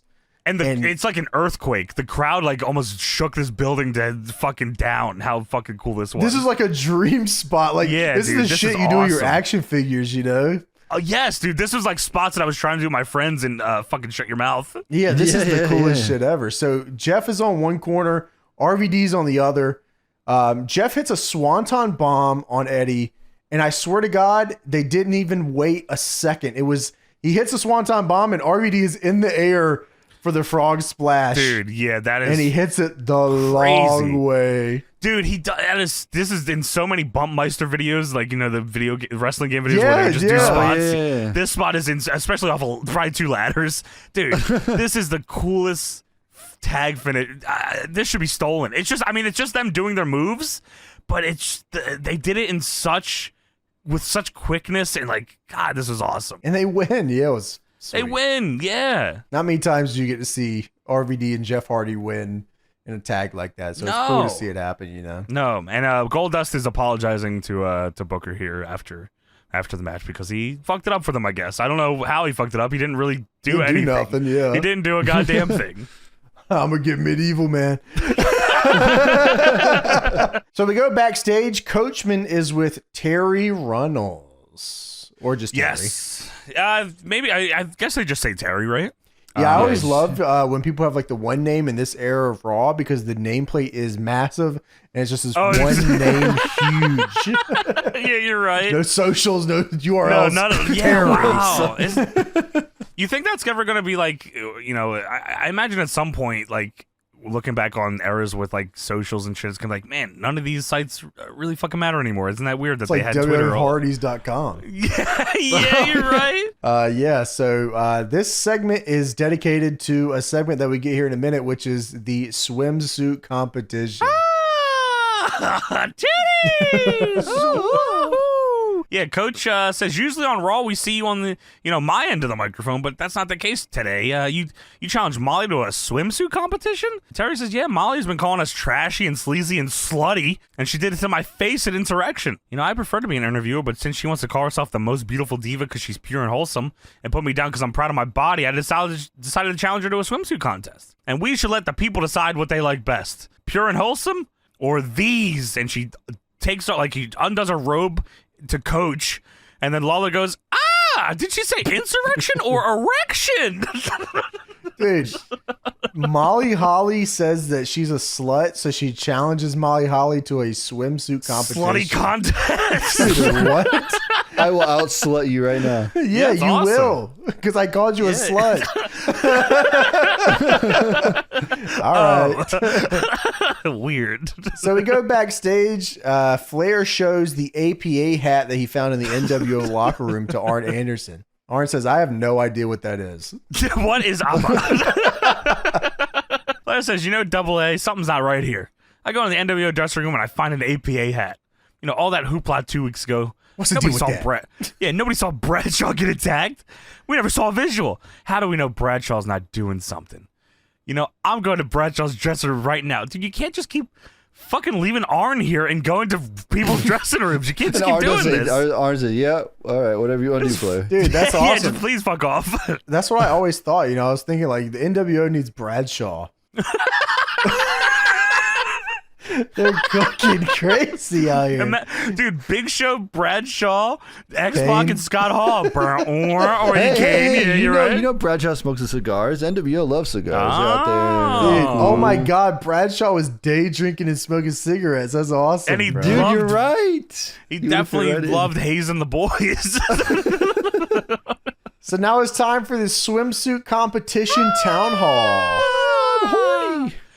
my God, are you ready for this? Are you ready for a swimsuit competition? Can you believe that Jerry Lawler is the judge for this? No, I can't fucking believe it. It's only in every game ever that he is the guy for this bullshit. Dude, it's crazy that it's in the game, yeah. It is. It's in a few of them, actually. Yeah, you're right. The Here Goes the Pain one is like super serious too, which is funny. Yeah, like I get pissed when I fucking don't win that one. Yeah, that's a serious matter. Well, Lawler says, you, my friends, are going to be the judges. You're judge the winner. Let's get the competitors out here. How about a nice Hartford welcome for Terry? Come on, bring out those puppies. All right, damn. Fucking hell, yeah, well, she does.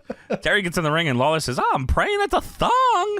Anyway, here comes Molly Holly. Well, Molly comes out in a robe, and she has flippers. Big-ass, flippers. It's a swimsuit competition. Somebody's swimming, right? That's right. It is a swimsuit competition. That's correct. And JR says, well, Molly's kind of like the Hillary Clinton of the WWF. What the fuck does that mean? All right, man, damn. What the fuck does that even mean? Go fuck yourself, JR.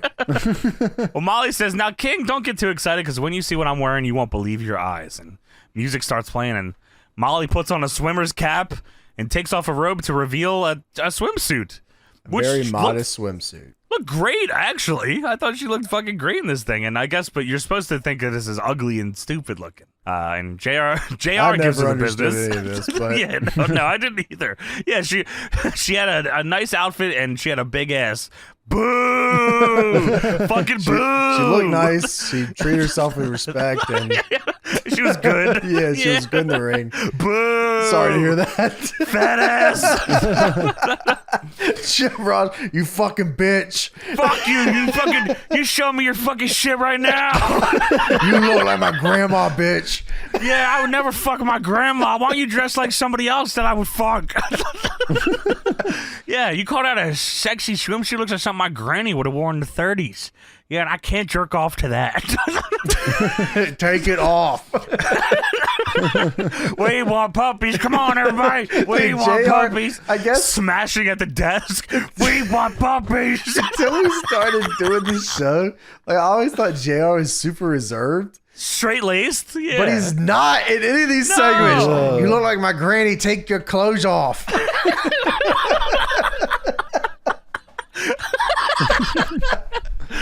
Be a whore, unlike my grandma. All right. She is very beautiful to me. Well, Terry steps up to the plate and she starts to disrobe and she sews off her swimsuit and Lawler says, "Oh, it is a thong! It is a thong!" This thing is fucking so far up Terry's ass. This is unbelievable, man. Yeah, that's cool. Yeah, man, that's crazy.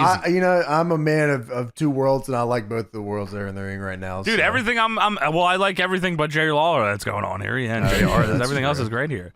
Well, Molly Holly says, "You are disgusting. How do you parade around like that?" And Terry says, "You're just jealous of what God gave me." Naturally, and what he didn't give you. Oh, sorry. Well, Molly says, "I'm in swimwear for a swimsuit competition, and you're dressed, excuse my language, like a stripper. You might as well put a pole in the middle of the ring." And Lawler says, "Oh, well, I can find a pole, all right. How about my cock?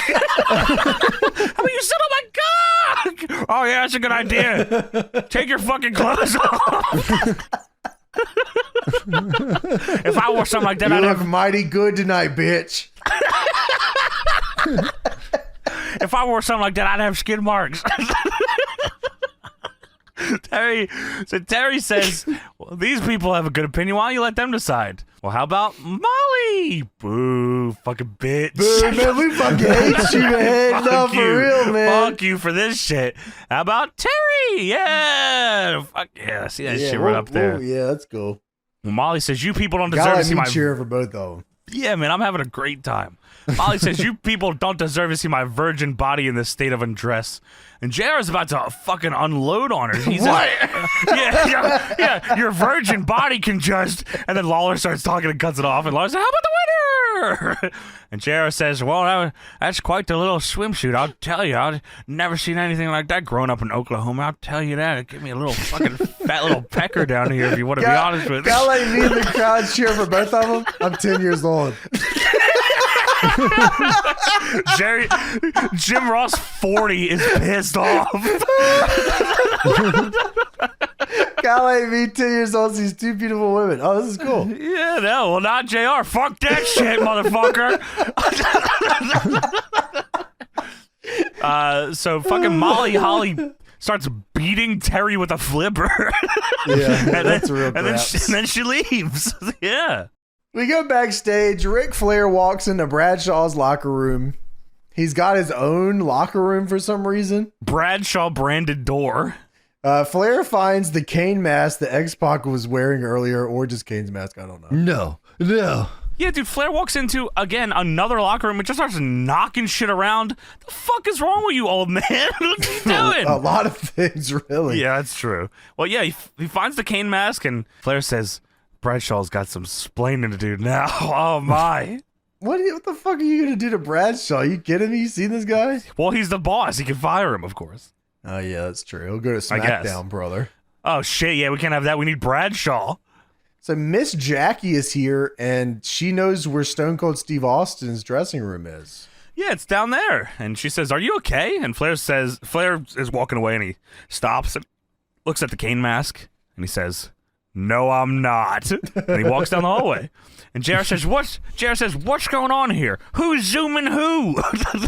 There's 3 locker rooms in this building. There's the NWO, Stone Cold Steve Austin, and Bradshaw. Well, those are the top stars of the show. They're on the main event. See, man. Hell yeah. So we go backstage. Ric Flair goes to Austin's locker room. Yes. Deborah answers the door, and she says he went to go get his knees taped up.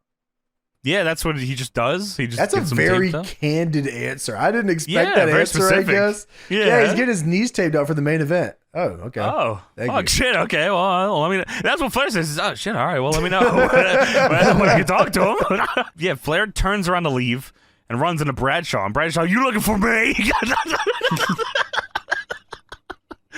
And Flair says, as a matter of fact, I am. You know, I go into the NWO dressing room and I find an APA hat. And I go into your dressing room and I find Kane's mask. You owe me an explanation. Bro says, oh, you a damn thing. Yeah, Stone Cold and I are going to go to a ring, kick some NWO ass. You just decide if you're in or not. You don't get to talk about Stone Cold Steve Austin Bradshaw. He speaks for the Rattlesnake. They drink beer together. Keep the Rattlesnake's name out your fucking mouth. It was a Ric Flair joke. Come on. So yeah, God, we'll just tell jokes here. So we go to X-Pac, Big Show, and Scott Hall. They're walking. Yeah, they're walking. They're this is talking. the NWO. The New World Order. That's what this is, goddammit. Where is Nabisco? Oh, he's doing Morphoplex. Fucking yeah, he's in the XWF. So now it's time for the main event of the evening, which is the NWO consisting of X-Pac, Big Show, and Scott Hall. And they're taking on the team of Ric Flair, Stone Cold Steve Austin, and Bradshaw. Not JBL, Bradshaw. Bradshaw, black hair, hardcore champion, probably sometime around this point, yes. Well, anyway, when did you want order? Why the fucking Big Show always has fucked up tag team songs?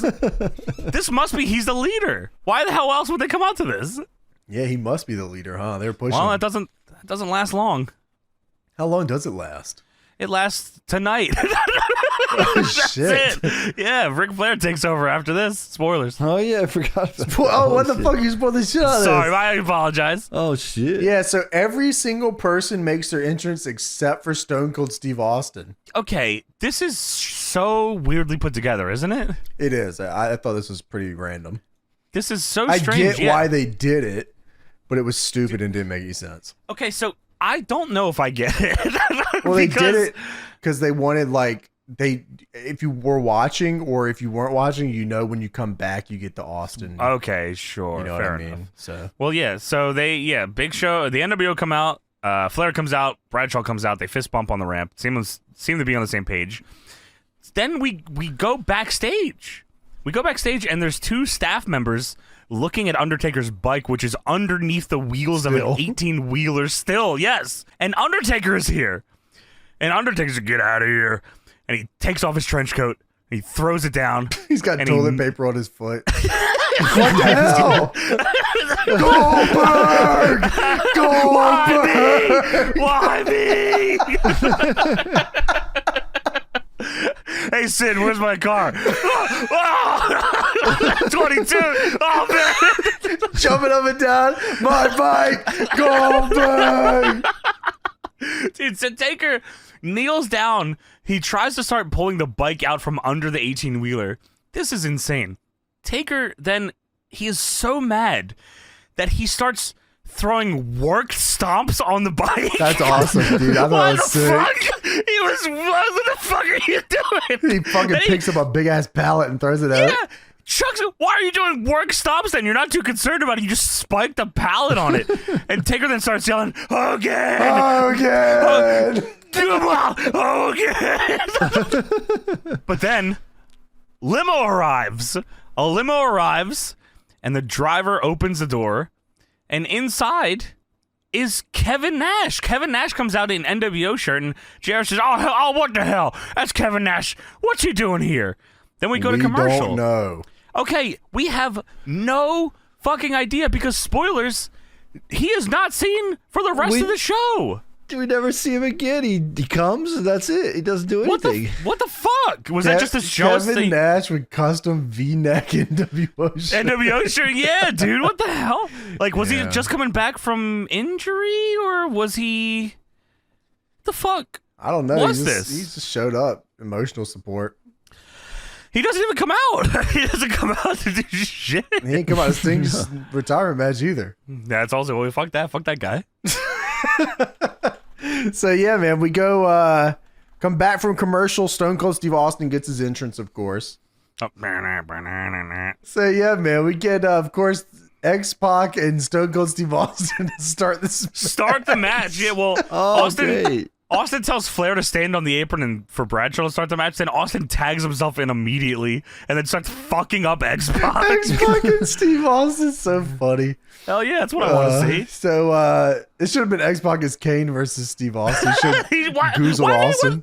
Why didn't he wrestle in the mask? Come on now. Yeah, he would have got the powers he could in the fire thing in the corner. Do the choke slam.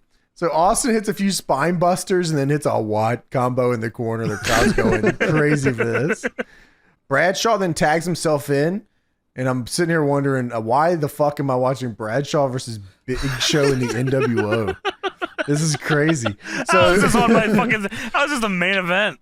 So Big Show ends up busting Bradshaw open. Was it on headbutts? I guess so. They said it was. Yeah, I guess it was definitely hard way, right? I have no idea. Yeah, I don't know. I think it was. Probably was. I mean, it's Bradshaw, so I don't see why not. That's true. Bradshaw is getting fucking blown up heat style by the NWO now. They get heat on him for so long. I +10 fucking crazy through this. Yeah, he just drag him in the corner, starts stomping him out and shit. Austin, them trying to break it up.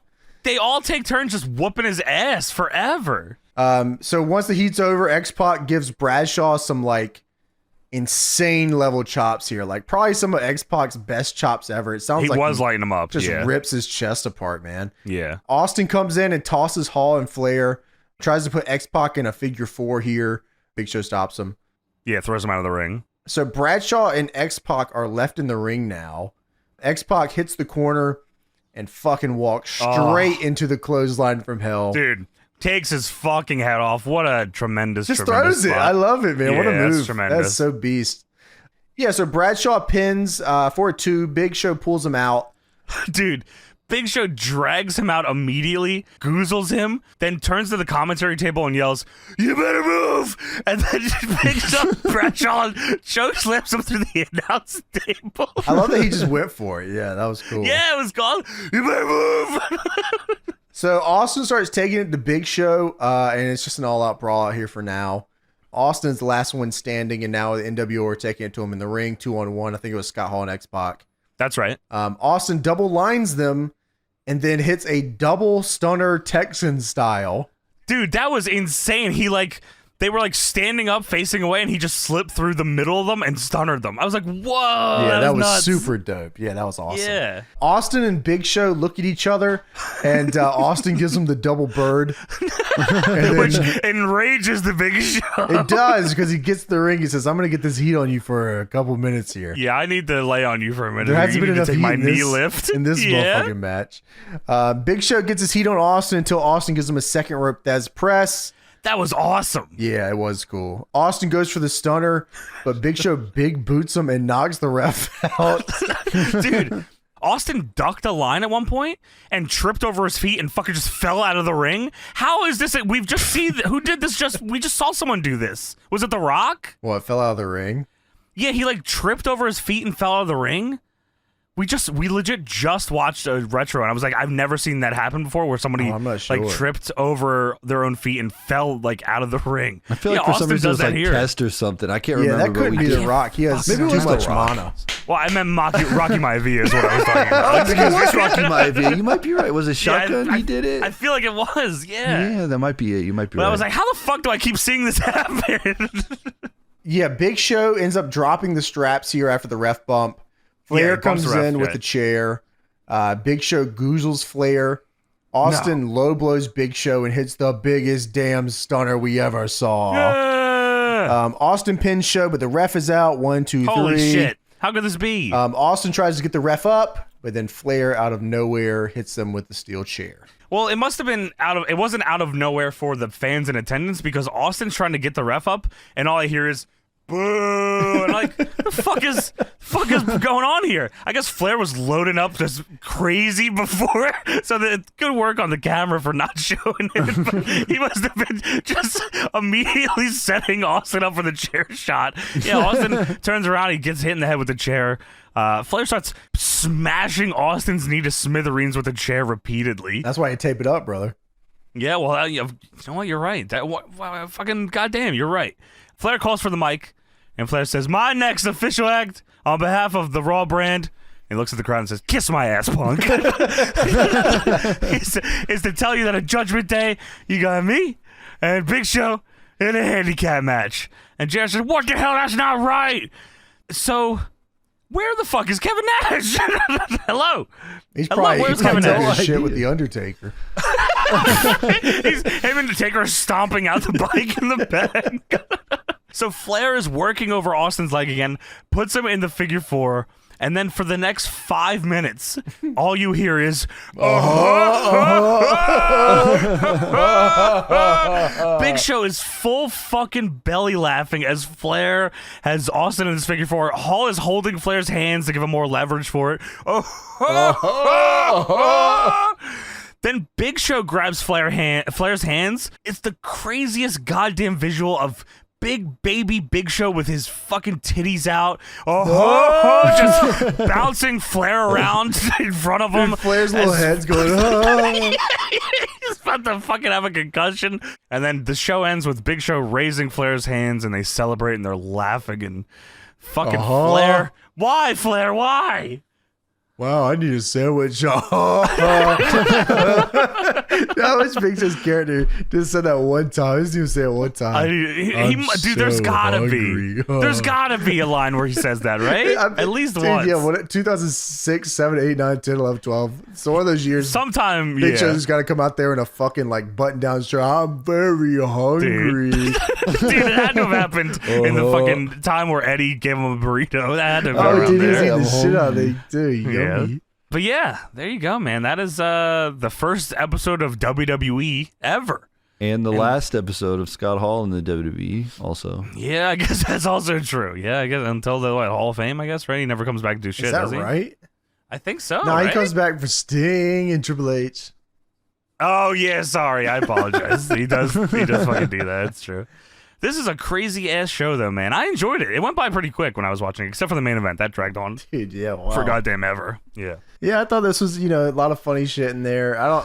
Once again, like, Didn't make me want to watch Judgment Day. Yeah, no way. I think that, like, they could have had one, like, longer work rate match. I always think that. I think the show always needs an anchor match that you can go, that was a good match. As long as you can walk away and say, like, that was a good match. Like, Sure. I really enjoyed the Planet Stasiak stuff. And dude, that was awesome. I did too. I don't necessarily think RVD and Jeff Hardy had a great match, but they had a fun finish and like I had a good time watching that it. was Memorable super finish. Yeah, the Booker T Goldust stuff is tremendous. You know what I The mean? Hogan bike thing we'll never forget. I'll ever. never ever forget this Hogan bike shit, man. Dude, yeah, stall I'm gonna on kick the your ramp. motorcycle's It's ass. crazy, Yeah, that is nuts. That is nuts. Even though from the opening, like the hardcore title shit changing, like they wanted you to stay tuned in. There was no one else to change the channel to, and they still didn't want you to change the channel. Everything had to be quick. Yeah, I guess we weren't too far removed from all that, huh? Yeah, no, it's fucking not even a year, right? Yeah, Oh, they yeah. fucking WCW goes out of business. They change their name. They lose all their fucking viewers. Like just a downward spiral for a Dude, it has while. only been like a year since WCW. Yeah. That's crazy. Yeah, and man, this is that's the tough. roster we have. Planet Stasiak. Yeah. Let's fucking go. Yeah. Bleep, bloop, bleep, bloop. Well, that is it for WWE Monday Night Raw, May 6, 2002, and that is it for our show. Thank you for joining us, everybody. Make sure to check us out on patreon.com/deadlockpw. Thousands of exclusive hours on All Patreon exclusive, of us very exclusive just doing club. some bullshit, man. Go watch it and check out our real wrestling company, Deadlock Pro Wrestling. We're coming back to Durham, North Carolina, April 14th. DPWTIX.com. Check out DPWOnDemand.com. Check out that brand new friggity goddamn fresh 4K upload of DPW Live 5 that is on there right now. Yes, we goddamn put shit up in 4K, true 4K. Get on that motherfucker. And we will see you next week for another edition of the Deadlock Podcast. Tony! Maybe Tony will show up later. Tony!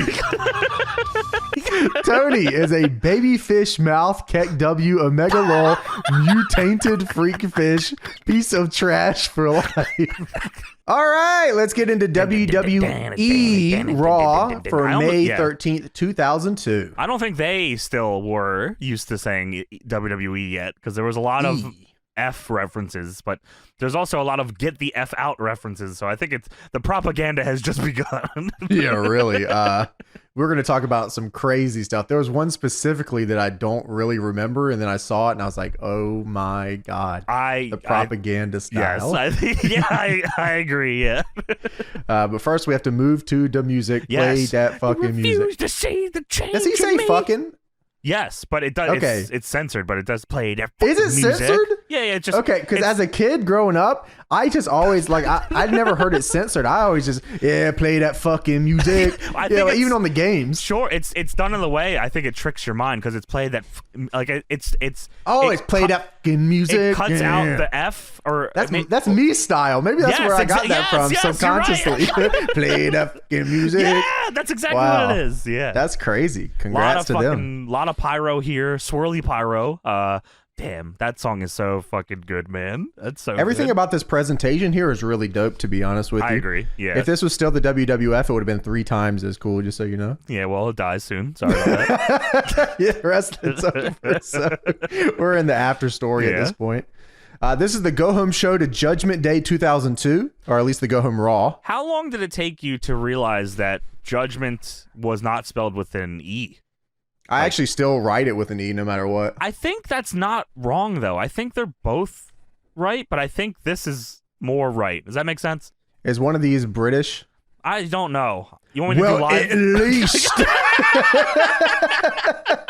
laugh it up. When you search Judgment with an E, it's the noun version is with an E, so I don't really know. Oh wow. Yeah. Very yeah, strange. so I guess you're right either way, but WWF or E, I guess. Get the F out, man. Yeah, sorry, we haven't gotten to that point yet. I haven't you're seen right. that too many times. Right. But get the E out, really. Forever. We kick off the show here. Brock Lesnar comes out. Yes. He's a Day of Reckoning style Brock Lesnar. Because he it's very weird. So they show, the crowd shot and all. Judgment Day is 6 days away, and we're in Toronto. 17,732 fans in attendance, which is a lot of fucking people. They're also when the drop down shows up to show like what city they're in, it just says Toronto, not like Ontario or not Canada. They're in Canada. No, just Toronto. This is a big trip for them usually. Canada was a pretty They always drew a house in Canada. Yeah, I mean, 17,000 people for a Raw sounds like a lost era as well. There's a big sign in the crowd that says, "I am Canadian." That was pretty good. But yeah, Brock. That's nice. They show the Tron. And I guess they hadn't figured it out yet, but Brock's Tron, like, the usual face of Brock just sits on the Tron for a minute before his music starts. So it was kind of awkward. Dude, Brock's song here is so based. This remix is hard as hell, man. It goes perfect with him doing his little jump and stuff. I was like, wow, this is good. I love this. So for those that don't know, Brock I don't know if he just hadn't adopted the regular one yet, or if this is the OG. This must be the OG, right? Paul Heyman's out here in the 2000 NBA draft suit. And he looks like Nathan Fielder when he went to Jimmy Kimmel that one time. Brock's Tron, by the way, he hasn't done enough yet. Even though they show a recap of him fighting the Hardys 700 times, but his Tron is just him hitting moves on Rikishi. Dude, the F5 on Rikishi is brolic, It is awesome, yeah. But I feel like he had hit the John on Mark Henry by this point, and he's beat the Hardys 400 times. Has he smashed the fuck out of them? Have they beat him up with the chair yet? Yes, I think that's happened already. Okay. Is that how this even started? They were like, let's just keep this going after that? I think they just ran that for a while. Wow, this is pretty cool, yeah. Yeah, that's crazy. Huge Batista chance? Is this what was going on? I thought that as well, but I don't want you to pass over Matt Hardy's glow-in-the-dark jacket here. He had the Ultimate Warrior jacket. Matt Hardy was doing glow-in-the-dark before Jeff? I guess so. What the fuck? Yeah, I didn't know that either. Crazy. This is a tag rules handicap match. I think you're right, Batista chance. I think there was also Goldberg chance. Oh, you know what? I don't think it was Batista chance. There was Goldberg chance, and then I thought it was Batista. I think it was Go Leafs Go is what they were chanting. What? Yeah. Go Leafs Go? Yeah. Oh, the playoffs are just... How's your team doing against the... We'll find out later. Yeah. Don't get me started on one of my favorite sports. Dude, Lesnar is a charismatic seller here like crazy. Like, he hasn't dialed in that he is the mega beef stick crazy dude yet. Yeah. So his selling is he's popping up for Jeff Hardy. He's like a cartoon character. Jeff Hardy's kicking him in the gut. He's popped up crazy style. He is. This is, I remember this Lesnar where he's catching on. You know what I mean? Yeah. You could tell something was going on here with this guy. Yeah. When I was growing up, I thought this dude was the shit. I guess maybe I was just so influenced so easily by he's dominating the Hardy Boys. Yeah, he's also gigantic. Later he's a part of another match, but you can see him standing next to anybody out there, and he is a fucking just crazy looking guy. It's insane. His traps are crazy. Yeah, man. This is a once, and you know what, man? This is a once in a lifetime guy. Yeah, Lesnar's one of the greatest ever that's ever wrestled. Easily, right? I mean, he's still. So yes, Heyman is out here with him, screaming, "You are the next big thing!" And JR says, "Heyman is a hemorrhoid on the face of life."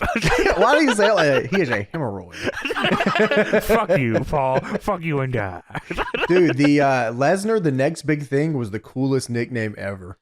I don't know how. I wonder how different things would be if that wasn't his nickname. Because I don't know. I haven't thought about that. That solidified him as that, right? Yeah, I think so. He would have got there. The coolest name ever. It's I usually hate the future of the business. I hate the that chosen shit. One, even though that was cool for Jarrett. I don't know, but it was cool for Jarrett because that was a way different Jarrett scenario. was also 20 years in at that point. Jarrett was 33. He was self-appointed chosen one, but yeah, this is way cooler. Having the next big thing as your name, and I don't even know how old Lesnar. He was in his early 20s here. He was sure, yeah. I can't there's something. This guy being in his early 20s and looking like this doesn't compute to me. That's just he was 24, 25 here. That's crazy. Yeah, shit, man. The Hardys are trying. They are trying against this dude. They get him down for a little bit too. Yeah. They get heat on him for a minute. But when Lesnar comes back, Lesnar comes back. He is beating the dog shit out of these dudes. Jeff goes for his jawbreaker. Brock's not really used to this yet. I've never seen this move. Brock is, Jeff does the sit down on his ass jawbreaker. Well, Brock is dropping to a knee repeatedly, and Jeff is getting frustrated. And finally gets it on the third one, though. he like pops and goes whoop. Yeah, great. I mean, great fucking. I mean, there was nothing this guy wasn't doing that was fucking awesome. Even now, and this is he was like trying really not hard. even a year in. I don't think, right? I guess not. Yeah. Yeah, I guess not. That's weird. That's actually crazy. Yeah. Because he came in, he won King of the Ring. Did he win pretty King quickly? of the Ring? Yeah, he did win King of the Ring very, very quickly. Yeah, there's some. I remember a match with RVD specifically. That was the finals, I think. Yeah, that was good. Yeah, RVD was very good in 2002. Also, he also probably should have been champion way sooner, but you know. Well, you know, when you got this guy, I mean, no, I definitely wasn't having RVD win King of the Ring over Brock. No fucking way. Yeah. The Hardys hit the leg drop splash combo on Brock Lesnar here. Well, Jeff hits it. That's a hard move. Matt kind of. I think Brock popped up on the splash, and Matt didn't really get the leg drop. So it was, you know, whatever. I can't believe Matt was still even doing the leg drop around 2002. For some reason, I remember him quit doing it. Matt's still doing the leg drop today. Okay, well, that was crazy. This is the go home tour for the Hardys, right, so understandable. Right. Paul Lee pulls the ref out, and the ref DQs Lesnar, and the Hardys win. Damn it. This happens a lot, where there's like a DQ or a fuck finish or something. A lot of the referee stuff. There's a big sign that says "Bring back Evil Hogan" in the crowd. Hogan said, "Okay, no, we can do that soon, dude." Lesnar grabs Jeff, gets him back in the ring, goes for the superplex. Yeah, what the fuck? He puts him up top. What are you said, doing? "We're both gonna take this shit. You're going with me." Cool. Matt then hits him with the twist of fate. Yes. And Jeff hits the Swanton Bomb. And they both bail, and the music's playing. Lesnar just gets up. Yeah, Lesnar's holding his Johnson because he got low blowed. Brock, honestly, I guess I never caught on to how you think he's just a big fan of that, like selling the groin, because he always gets low blowed forever. I feel like that was part of his angle for a bit. Was like the only way I can even stop this dude is with the low blow. Like, and it was Undertaker doing it. Kicking him with the balls. Holy fuck! That's definitely one way to do it. Heyman says, "Cut the freaking music! Stop the music!" He says, "As the agent of Brock Lesnar, I challenge you to a rematch, a handicap match at Judgment Day." And the Hardys accept immediately. There is no concerns here. They said, "Oh hell yeah, let's do it. Let's fucking go." Yeah, Matt Hardy said, "Yeah, come on, I'm in the match." yeah, come on now. And Heyman says, "Judgment Day." Well, Heyman looks at him and says, "All right, fine, I got one better." They already said okay. This was already. We are fine with the match. We signed the match. This is good. I like this. Heyman says, "I'm going to negotiate against myself." No, you don't got to do that. No. No Jeff way. Hardy don't say nothing. He says, "I don't even know what's going on." Who are you? He says, "You want to be in a tag? You want to be tag team specialists? Well, I challenge you to a Judgment Day match to fight Brock Lesnar and his tag team partner, me." me. And then it cuts back to Matt, and Matt goes, "Yeah, I'm in." Come on now. I'm You're in. the match. Judgment Day. He was Matt a lot Hardy. cooler when Heyman wasn't in the match for some reason. I'm in. Okay. I'll bring my big jacket. It's glowing. I'm glowing. We go backstage. Big Show and X-Pac are chilling backstage. They're in Flair's office. X-Pac is holding the Kane mask, which is... This is the NWO, by the way. Yes, the NWO is Ric Flair, Big Show, and Hogan, and X-Pac. What the fuck is happening here? This is the NWO. This is... I'm going to... Because I don't remember this at all. So maybe, hopefully someone... Because I'm not looking it up. So hopefully someone can explain this to me. Was Flair in the NWO here, or is he just in charge but also like working with the NWO? Because it feels like the second one. Well, he's the, half owner. He's the consortium. Sure. Because later, spoilers, he adds somebody to the NWO. How does he have this jurisdiction? I don't understand. For the person that he adds the NWO later. Yes. Also confusing. I swear I remember him coming out in NWO gear. Maybe it was in the video game. He does. Oh, he does. Okay. Not here, but like I think after. Right. Okay. Yeah. But yeah, because I looked it up. He's not like in any, how Wikipedia has like, the list of every NWO member ever. Flair is not on that. So I think it's more Flair is just in charge and the NWO are working for or with him. He's like, yeah. It definitely feels like Flair is in the NWO here, though. Yeah, the WWE NWO doesn't have Ric Flair in it from what is listed. So they were just associated then. Right. He was trying to inject a lethal dose. That's right. With his lethal dose was Big Show and X-Pac. And the member he got later. And he fired Crazy. Scott Hall. Yeah. And, you know what? Let's talk about that. Yeah, because it's right here. Yeah. So X-Pac sitting there with Kane's mask. Ric Flair is here. Awesome.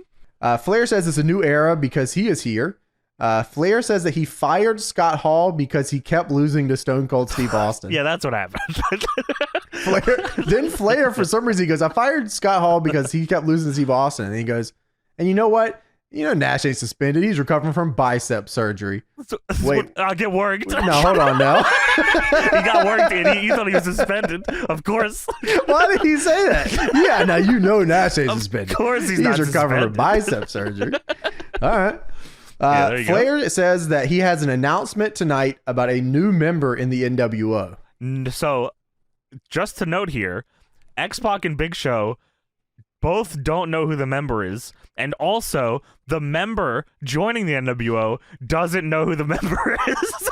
Because he says, he said, I'm announcing who the member is. It's such a big deal. He doesn't even know. Nobody knows except Flair who's joining the NWO, not even the NWO. He doesn't know. X-Pac and Big Show are the only members left in the NWO currently. None of this. I don't really know what the plan was here. This felt like they needed something. Like why couldn't he just have joined? What the fuck?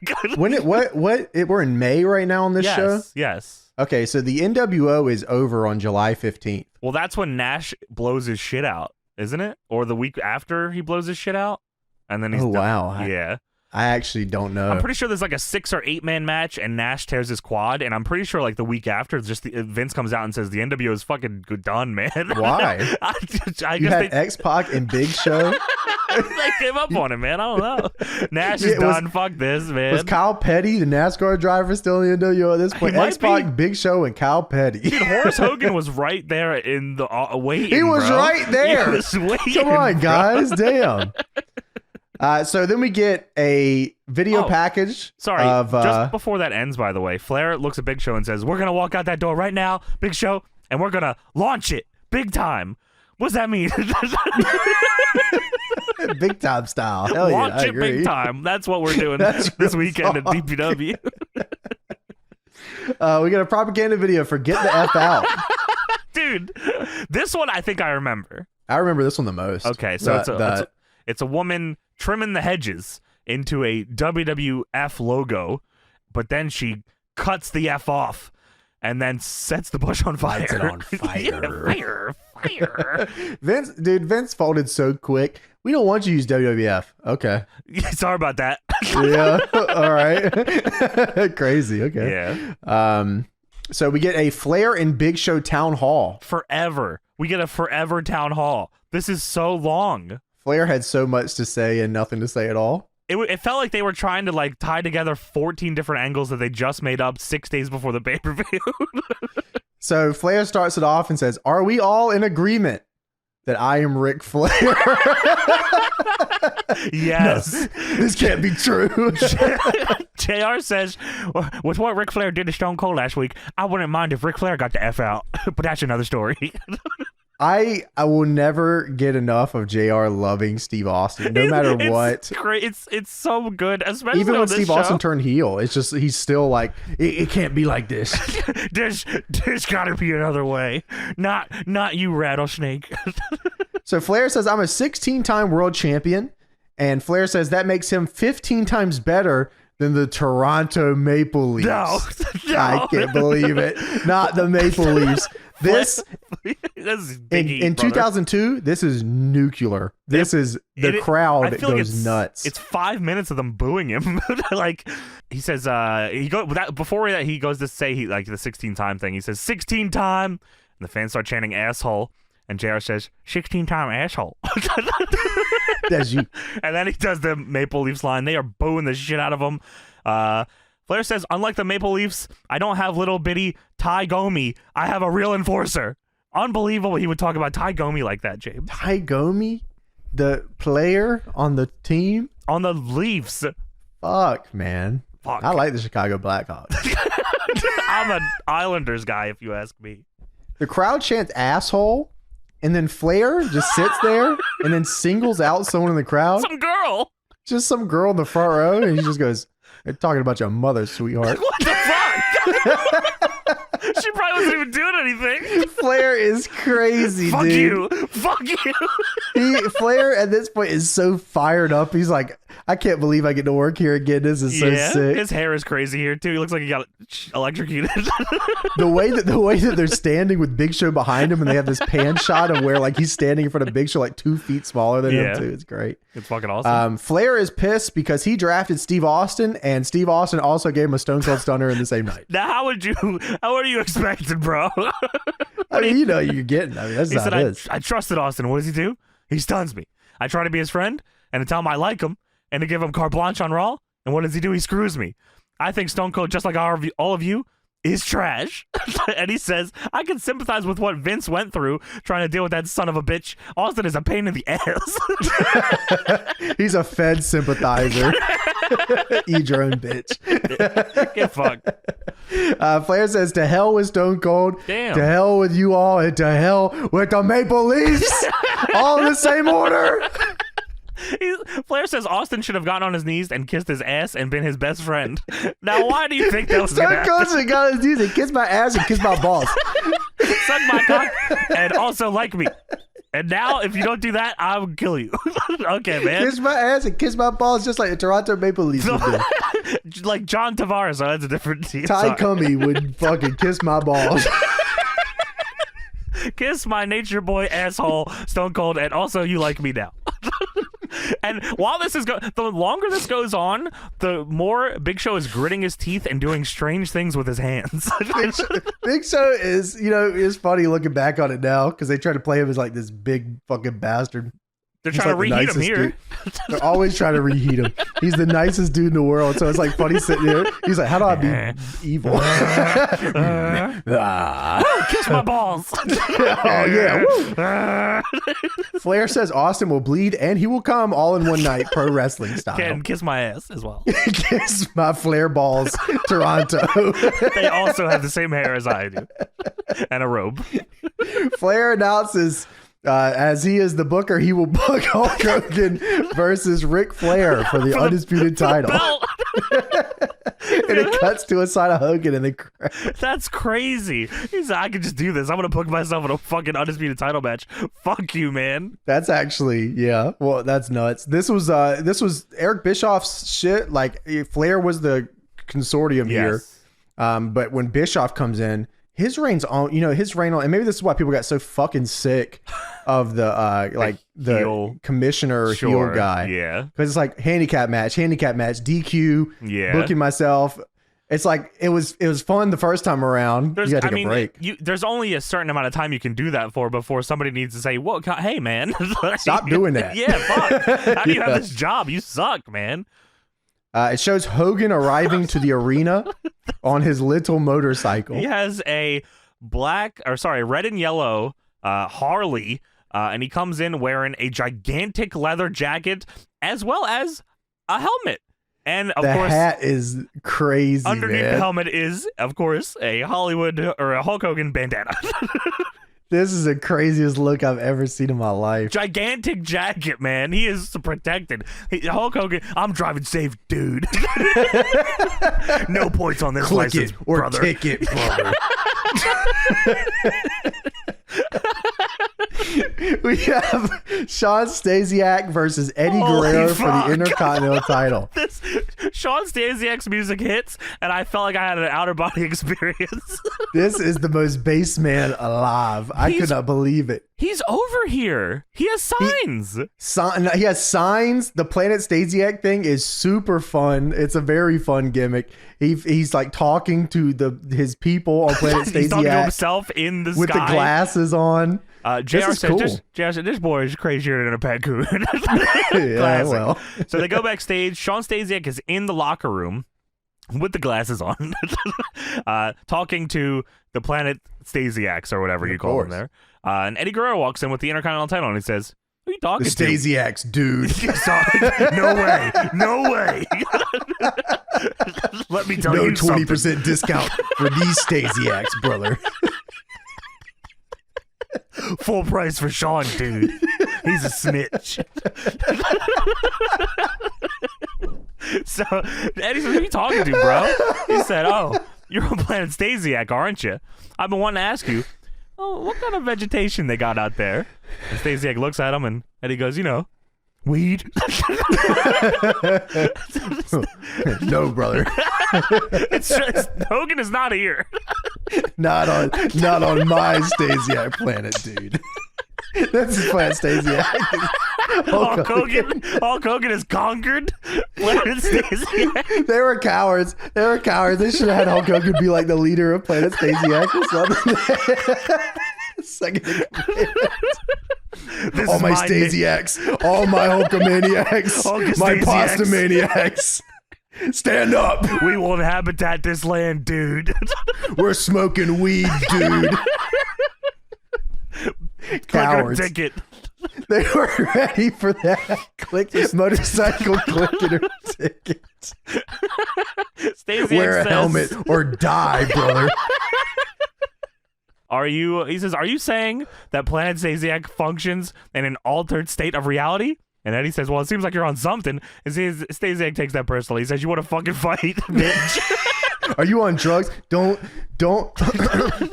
you ever say that, brother. Yeah, that's one of his many Stasiaks tapping in. He says, why don't you fight in the ring tonight? And Stasiak has so many crazy facial expressions during this promo. It's insane, man. I feel like they could have went a lot more with this. They had something very fun here. Yeah. They had something very fun, and especially for somebody like Stasiak, who they could have very easily not. He could have very easily not been over at all. But he's WCW. He might have been WWF before, but he's a WCW guy. He was meat in the WWF, just in case you didn't know. My meaty ass. Meteora, dude. Dude, they could have done a lot of fun stuff. Planet Stasiak opened up like 20 doors. I guess maybe they just weren't. There's other shit. They had RVD and Eddie Guerrero. And you think they wanted to invest anything? They just gave him this stupid ass gimmick and wanted to make fun of him, and then they got over. Yeah, you're right. I'm pretty sure exactly what it was. He just got over with it. Fuck. Make him look like a fucking idiot, talking to himself, and what the fuck? The sunglasses just did it. Yeah, spike your stupid ass hair. Yeah, get an extra tan, look like a hot dog for me. And then he just remembered Hulk Hogan does all of this, so he said, "Oh fuck, that looks familiar." Dude, so Eddie is here, and he is so much swagger, bro. He's crazy. Yeah, this was actually good because Eddie was very, very cool when they were trying to play up at Stasiak's not cool at all. Yeah. So Eddie looked fucking great here. Eddie Latino Heat theme, which is fucking so fucking good. He just has crazy, just dripping, just charisma. This guy's awesome. And he had the oval belt. Yes. Intercontinental champion. Which looked great. Here. Yeah. So Stasiak's the one that challenges Eddie. And he says he's going to smoke his ass. RVD comes out, by the way, and his RVD shirt, which I guess I just forgot about, that the back of it just says, whatever. Good gimmick. Cool. Rob Van Dam comes out here. He does not join commentary. Yeah, that's so crazy. That must have been a direct point. Don't you let him fucking talk. Whatever. I don't want to anyway. Talk to who? So he grabs a chair and then takes it over to the hard cam side and watches the match with no commentary. Just sits on hard cam side, drinking a bottle of water. Yeah. JR says Stasiak is a good athlete. He's just goofier than a pet bug.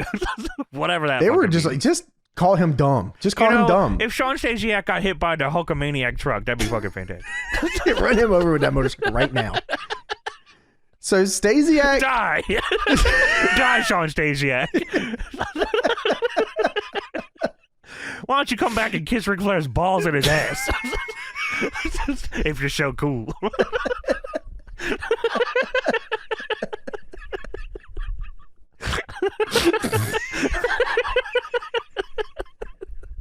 JR is crazy, man. Just as not the Texas Rattlesnake. So I don't care. That was Flair's whole run as the consortium was, you will kiss Flair's balls. Well, Vince already had the kiss my ass thing, probably. He had to step it up. He had the Raw version of kiss my ass. He had to kiss my balls club. Write that down, actually. Raw and SmackDown style. That's crazy. So Rob's here watching the match. Yes. Whoa, this is good. Whoa, Stasiak Planet style. Yeah. Sean Stasiak does a gut wrench throw. He's actually good here, too. And Eddie said, yeah, you're done. Yeah, sorry about One that. suplex. Brainbuster, fucking frog splash. JR calls it the 5-star frog splash because they're, going for the frog splash angle here. And I love where they do the finisher angle. I do too. I feel like that doesn't happen at all anymore, does it? I think they did. Did they do Edge and Reigns? Did they do anything With with the Roman spear? and Goldberg with the spear? Probably, right? I do remember them in some recent history Okay, doing something, sure. but yeah, That is awesome, though. It ain't Eddie Guerrero and Rob Van Dam. No, it is Frog not. Splash No, style. no, you're right. Everyone talked about that when we were growing man. up. Everyone talked about the Eddie and RVD thing. Yeah, that's cool. So Eddie hits the one suplex, hits the frog splash, and that's it. Sorry And about fuck that. you, man. That's where Man, you Sean belong. Stasiak sucks fucking dick. He is bad. We should fire this guy, actually. I'm considering talking to somebody about this. You should fire him and kiss my balls. The JR? Kiss My Balls Club?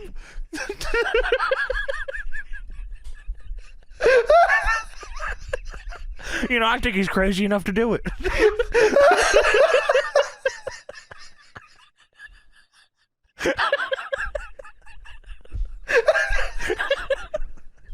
Sean Stasiak is just trying his Move to hardest the to keep this music, job. He's fucking just trying music. so hard.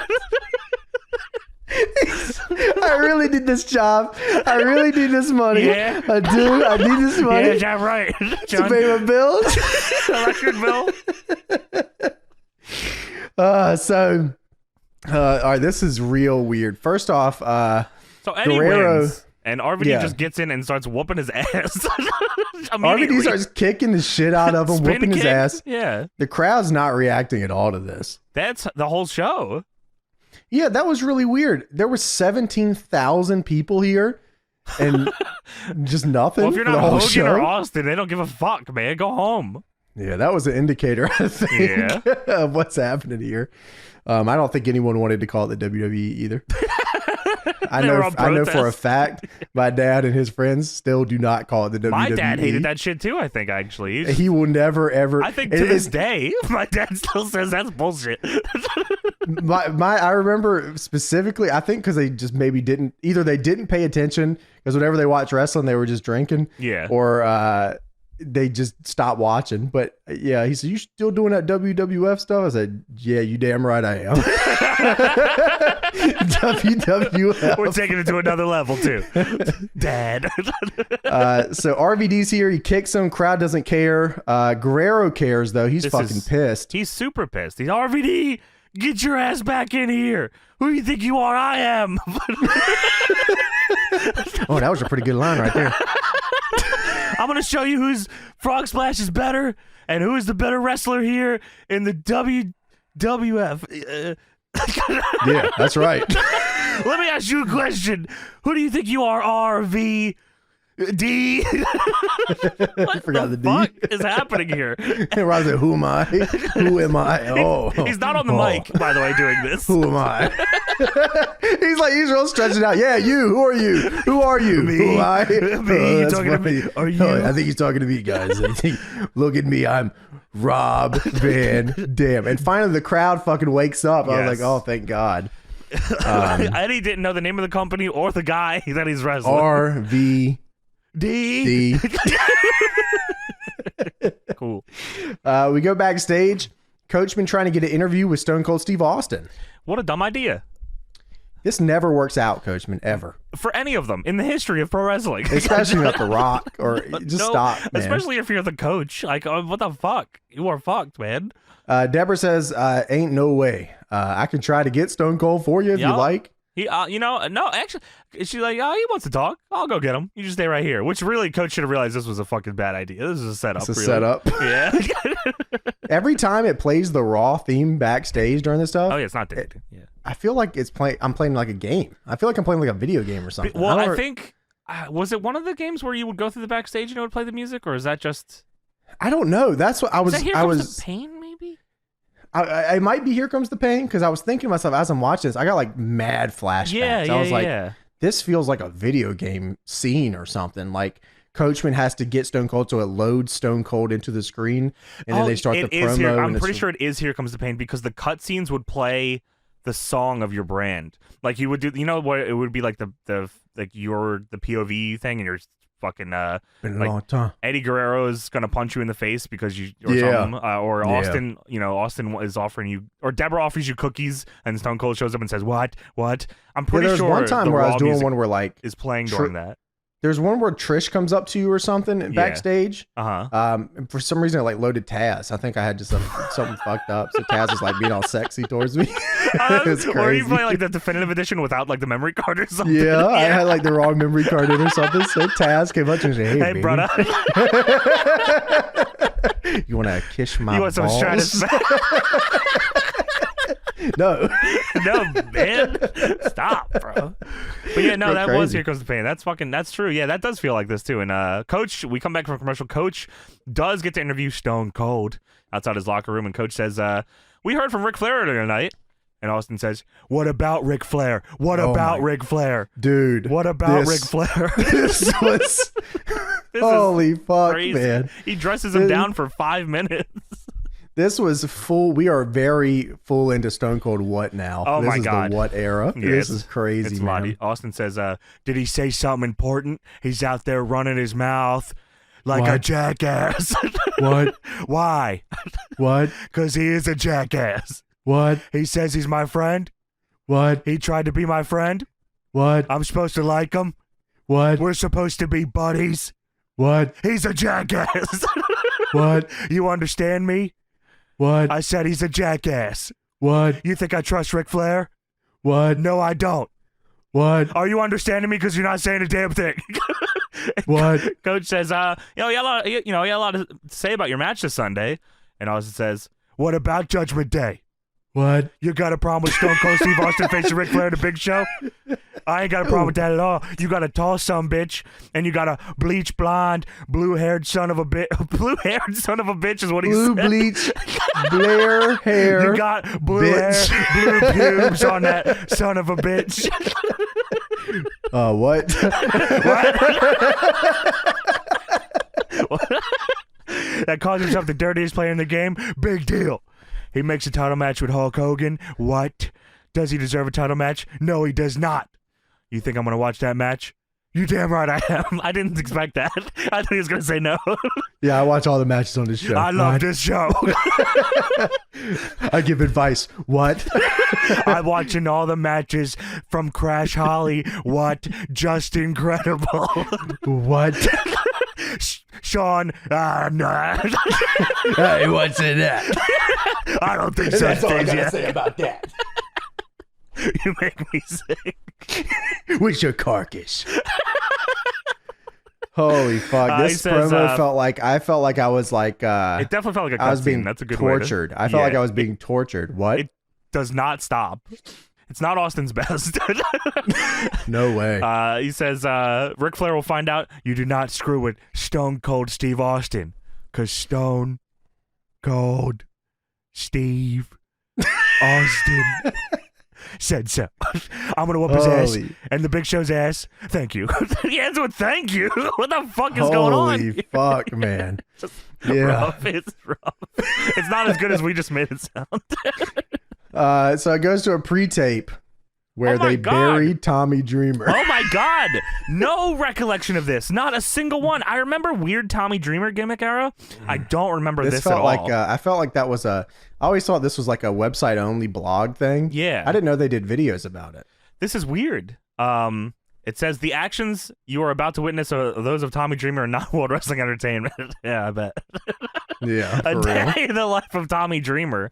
And it's just like candid shots of Dreamer doing weird shit throughout the day, like combing his hair in the bathroom and brushing his dog's teeth and then brushing his teeth with the same toothbrush and like spraying hairspray in his mouth and then pissing next to people And then the 2-time Tommy Dreamer. The one where they, well, the one where they show Dreamer pissing with people, I almost feel like that might have been real because it's like someone's filming it from underneath a stall.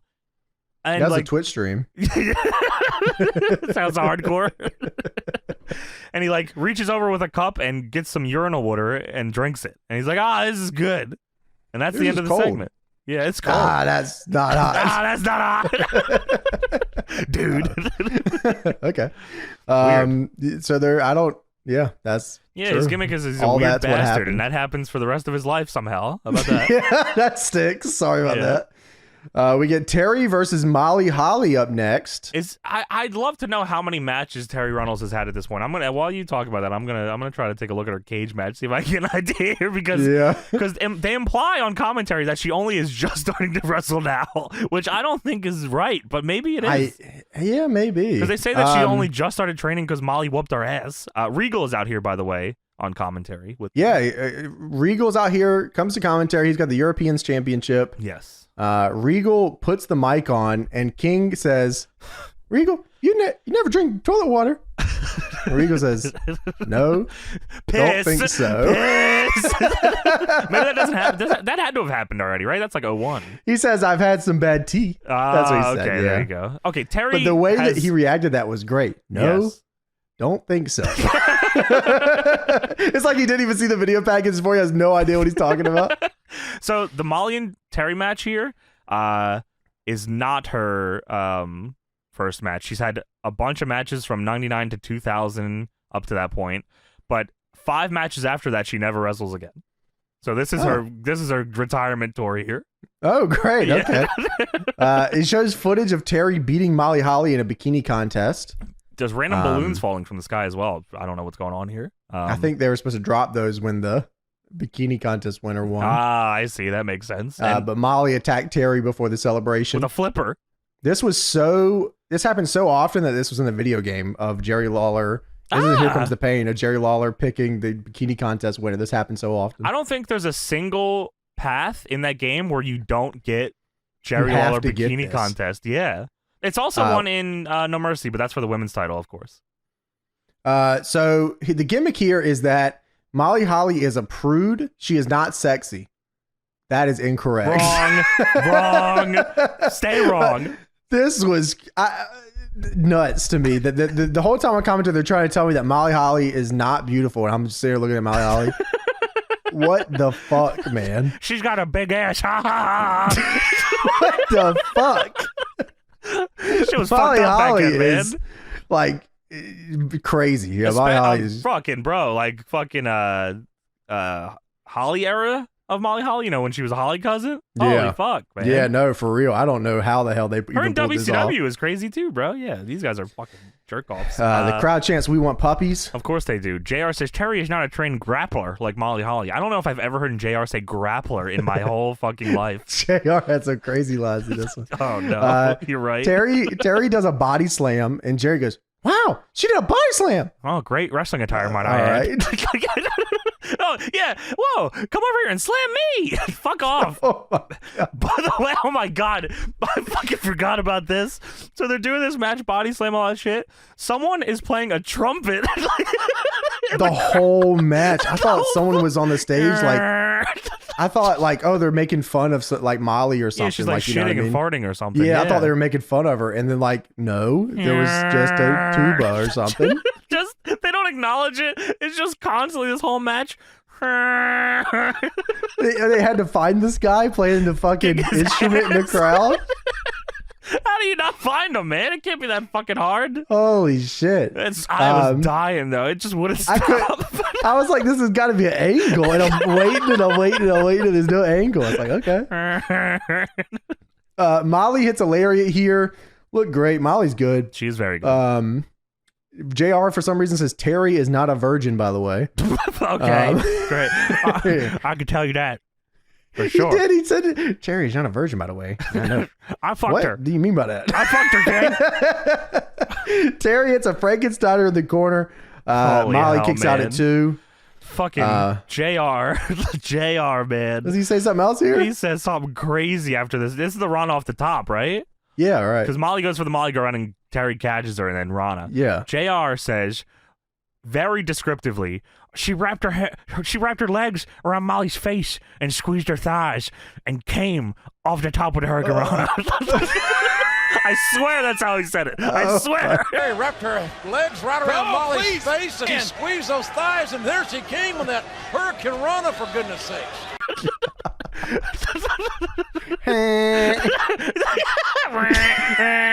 Oh my God!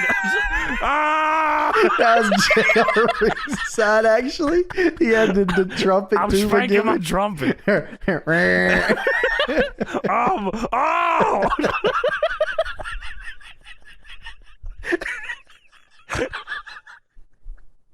What a weird bastard, man. Oh my God. Molly gets a small package and wins. Yeah, Regal gets in the ring and likes Molly Holly because he is British and he likes finally, her. it's good to see a lady who doesn't need to make a name for herself by hitching up her skirt and showing her bosoms. And it would be an honor to escort you up the ramp from these loud, scivious Canadians. And they leave together, and Molly Holly joins the Blackpool Combat Club. Based. That'd be cool as fuck. Ric Flair is walking and talking backstage. Tell me you saw what I saw here. No. Tell me you saw what I see? saw here. What did I not see? SpongeBob plush. Was there a SpongeBob plush backstage? Just set up. It had to be on purpose that the SpongeBob I plush. didn't see Oh that. my God. I'm so glad you caught that. Deb caught that, so I'll give it the credit to her. Oh, shout out Deb. That's Yeah, awesome. Of course you would notice that. Yeah, she's looking out for it set up- specifically. yeah, it's fucking unbelievable. I had to go. She's like, SpongeBob. Was it like I a said, big plush? not like gigantic, but one like. SpongeBob points at Ric Flair. Yeah. I said, yeah, honey. Sure. Yes. Whatever you say. Yeah. But no, it was like one that you would like, kind of like just a stuffed animal kind of version of it, but like blatant as day. I was like, what the fuck? That's so That's funny. 2002 SpongeBob. That's cool. Yeah, OG. Ric Flair versus Hulk Hogan for the undisputed WWE Championship. And I think this is the first time they've ever done this on WWF TV ever. What? This Flair Hogan match. Oh, is it really I the think first time? I think so. I don't. They ran this a lot in WCW. Yeah, no, for sure. Yeah, I think it might be the first WWF match, though. I think. Well, Flair is. This is all Flair. Hogan's just there. Once again, this is all just Flair. Exactly like the Sting match, actually. Yeah, really. It's just Flair doing all of his shit. Hogan comes out to, of course, the classic dubbed song of Jimi Hendrix. You know I gotcha. This is a crazy this is There a he crazy is. ass remix. It's like they fucked up Jimi Hendrix song, My Hog Brother. I ride the cycle right No one's here, got a bigger dude. hog than me, dude. With the helmet. We got safety first. Buckle up, dude. Hogan and Flair face off in the middle. Dude, Again, how fuck? I can't get over Hogan with the undisputed title. I don't remember it that is at all. so weird, man. Yeah, that's weird, man. It's super weird, and like he has it for a minute too. I think spoilers. I believe he does drop it at Judgment Day. Who's he drop it to? Taker. Taker. Okay. I think that's right. That's okay because it's no rules, no DQ match, no disqualification. As JR is saying this, fuck, man. Okay. Yeah. As this is happening, they're on commentary. It's just no DQ. Kelsey keeps saying, "This is no DQ, right?" Yes, this is no DQ. Dude, Hogan at one point does the violence party. Did you fucking see that? Yes, I wrote that down. Holy fuck. Flair chops Hogan in the corner. He no-sells, backs him out of the corner, and violence parties him in the corner. This is crazy. I couldn't believe it. He then does a top rope 10 punches like, whoa, Motorcycle Hogan's a different dude. Dude, the way Flair was working here, Triple H watched this match and said, "I'm going to work exactly like this for the next When 10 I come, years." I'm coming back and this is all I'm doing. This is Triple H worked this exact style for like, I don't know, most of his era, which At is least crazy. for all of the world title reign. Yeah, he came. It's like he came back from that injury and it's like, I'm just going to work like Flair from now on. 'Cause Yeah. I swear he just did this. Like, Why not? Turnbuckle, run away, fucking back out to the corner. Eye Like he would do poke. this a lot. Yeah, Big yeah. Irish whip guy. Like he'd do a lot of Irish he whip would take stuff. he would do the Flair thing, except he would go to the floor. Because he did. Yeah, right. Instead of dropping down into Yeah, the ring, he'd that's he'd push out of the floor. I think that's the thing he tore his shit up in Saudi Arabia with, wasn't it? Is that right? I think that's what it was, wasn't it? I don't know. I don't even know what that is. Yeah. When it was like the fucking Shawn, Triple H, and Kane Taker match. And like, I never actually watched that match. You should watch. We should watch that, actually. I don't want to, actually. Okay. Sorry about that. But I guess we will. Now it's time. Catch it on our Patreon. Hogan throws Flair in the buckle. Flair cannot do the up and over that he usually does and falls right on his head on the fucking canvas. Yeah, that's fucking for true. Flair eye pokes Hogan, but it's okay. There's no disqualification. Hogan is choking Flair blatantly in front of the referee. The referee gets pulled in, I guess, by Flair. Flair low blows him with the referee distracted, so they went out of their way to do a distraction spot for the low blow, but that is okay because there's no disqualification. They say this again on commentary. Is no DQ, by the way. Oh, yeah. Did Flair? It wasn't Flair the one that made the match. Flair, yeah. The ref could have DQ'd him and be like, nah. He could have pinned him. He could have been like, nah. I don't think so. No way. I don't know how Flair didn't come out of this the winner, but whatever. Flair throws himself, and Hogan then does it after. And also, the trumpet is still here. Beast, they haven't found him yet. He's moving. No DQ. Still. Yeah, I mean, Eventually, Hogan is fucking hulking up. Big boot, leg drop. 1, 2. X-Pac gets in the ring and jumps Hogan to stop the count. Thankfully, it is no disqualification. Preparing for the leg drop. JR is losing his mind. They want the leg drop, Hogan. Give it to him, will you? Did he already? Whatever. He already hit it. He did it earlier. Hogan hits the leg drop and gets the win and then drives off with his motorcycle. Hogan, dude, all right, so Flair spins around and there's Stone Cold Stunner. It's so boom, bam. fucking good, yeah. Just what he thinks is the figure four. It was Shawn Michaels style. It was fucked up. You're right. I can't believe that they just had Flair versus Hogan undisputed title on a Raw. That's like before crazy. The pay-per-view. Yeah, they just said, here you go. Yeah, whatever. Nuts. Pre-tape. 2 people having sex in a car. The sexual chocolate. Dude, I was so confused. I was like, is this a hype video to bring back sexual chocolate Mark Henry? And I just wiped this from my memory? No. It is WWE propaganda. This was unbelievable. What? I don't remember this. They are 2 people fucking in the back of a car. And 2 people fucking to sexual chocolate playing in the background. And the windows are fogged up. And somehow one of the fogged up windows says WWF on it. How they do that? I don't know. They were fucking WWF style. The ridge is on the logo and everything. This is fucking nuts. She uses her toes to roll down the window. Close that window. You're letting all the stank out. So who does she look back at? Is that us? We did this? Like we're standing there watching them fucking? Yeah, WWF style. Well, it rolls back up and it's WWE. How'd that happen? The effing is happening, brother. No, you can't take it out. There's no F because they're not there anymore. There's no eating going on. Yeah, that's true. I don't know. This was fucking nuts. I couldn't believe what we looked Just at. Straight up fucking on the commercials. All right, true. We go backstage. Ric Flair is pissed backstage at Big Show and X-Pac. He is fucking flipping out, throwing drinks. He's yelling at them. You can't believe. Big Show says, or maybe one of them says, "I can't believe it." And Flair says, "You can't believe it. What about me? You're a damn giant." Holy fuck! For some reason, He flips a little desk. He flips the desk. X-Pac says, "You should be champ." Flair says, "Austin cost me my 17th world title. Bradshaw, now you got me pissed." They go, what about Austin? Bradshaw? I want him dead or alive. Kill him. Kill Bradshaw. You're going to be a handicap match against Big Show and X-Pac and bring him dead or alive. And Austin, I'll tell you about Austin, the son of a bitch. He'll be a lumberjack match tonight. The ring surrounded by men handpicked by the Nature Boy. And X-Pac says, "Oh, yeah, keep it up." And Flair says, "When you get in the ring, I will introduce the newest member of the NWO, and you son of a bitch, we will have your ass tonight." And then the promo ends with Ric Flair starting to beat the fuck out of the Big Show. He's chopping the shit out of him, grabbing him by the chin. He's going to chop him some more. Like, what the hell's going on? He's just whooping Big Show's ass. Big Show's like, all right. Yeah, woo. Yeah, okay. Keep it up. That's Bradshaw. I'm pissed. We go to Trish Stratus and Bubba Ray Dudley versus Jazz and Steven Richards. A match that is for the WWE Hardcore Championship and the Women's Championship, but it's not double style, but not because whoever gets the pin gets the appropriate title, but the men can't pin the women and vice versa. It's actually our gimmick match that we wanted to do. Yeah, you're right. Jazz blinded Bubbier last week with a fire extinguisher. Bubbier couldn't see, so then he powerbombed Trish through a table by accident, allowing Stevie Richards to win the match. That's such a good... I love that wrestling trope. Just, I'm like blind. I'll grab whoever I get. Whatever. Fuck you.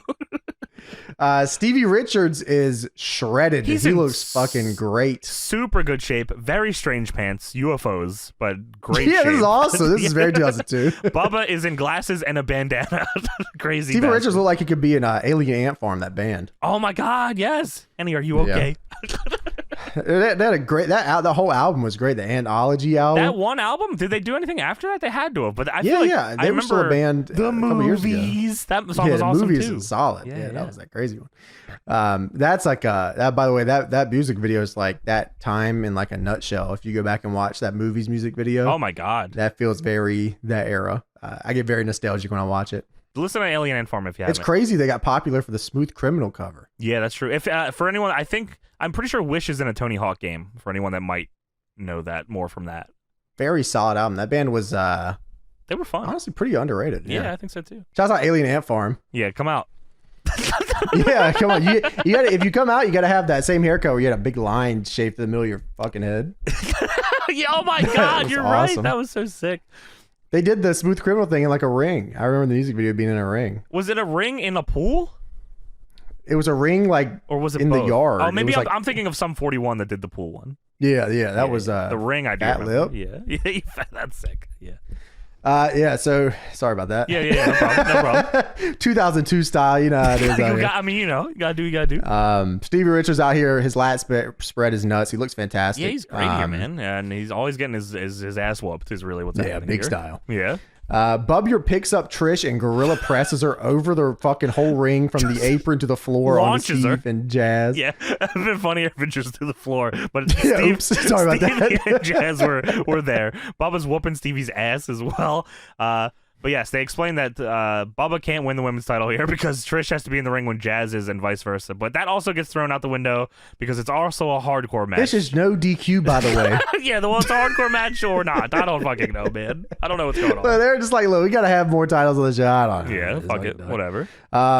Bubbier gives a splash in the corner to Jazz and Stevie Richards. Oh my God. Stevie falls first and then Jazz falls on Steven's balls. Cock as well. Trish then tries to get a trash can over the ropes. A bunch of weapons. She just can't fucking get that trash can over the ropes. She throws like 2 trash cans in and they both bounce off the top rope and almost fucking brain her in the head. She's going to get that in there eventually. Come on, man. Trish hits Jazz in the head with the trash can. That was good. And then hits Steven in the balls with a stop sign. That's awesome. Bubba then uses a hockey stick and slams it onto Steven's balls that had the stop sign on top of it. Well, because he's in Canada. This guy's balls are inert. Yes, his balls. Justin, yeah, no, sure. Kiss him. Justin Credible is now here. Hey, why don't you kiss those things? Justin Credible is now here. Justin Credible in long tights. This is the worst timeline of Justin Credible. He's here now looking like a regular dude. And he hits him with a kendo. He's a horse. Hits him with a kendo stick. I guess the hardcore title at this point is still 24/7. Yes, so it is. Both titles on the line, and hardcore title is still 24/7. By the way, I'm glad that I feel like they never dropped this or lost sight of this, but it was, if you wanted to have your own match, you had to bring your own referee. So Justin Credible comes out, own referee, hitting Bubba with a Singapore cane, super kick Stevie, and then I think he goes to pin him, but Crash comes out with his own referee. There's 3 referees in the ring now. You know what, man? As much as I like the 24/7 rule, I think it would have been cool for them to keep the title around and just drop that. But I guess they kind of dropped the hardcore thing altogether here soon. I think WWF Hardcore is actually like a really underrated match style. You know what I mean? Like, obviously as a big deathmatch head, like I like my shit, but I think WWF Hardcore was simple and like fun. Yeah, I think so too. There was like they had to think, because there was like things in place where you couldn't do X, Y, and Z. Right. It wasn't like hack and slash. They were setting up spots. Right, they had to work around it. I thought that was cool. I did too. But yeah, they did move away from this style as they, especially 2006. They, time to really get that shit out of here. You know about that. Crash Holly is now here. Throws Justin Credible out of the ring. Crash hits Steven and then goes for a pin. But Justin breaks it up with a fire extinguisher. And then taunts. Bubbier then hits Justin with the guitar with a ton of powder. God damn. There's we've talked about it before, but there's few weapons that I enjoy more than guitar loaded with powder.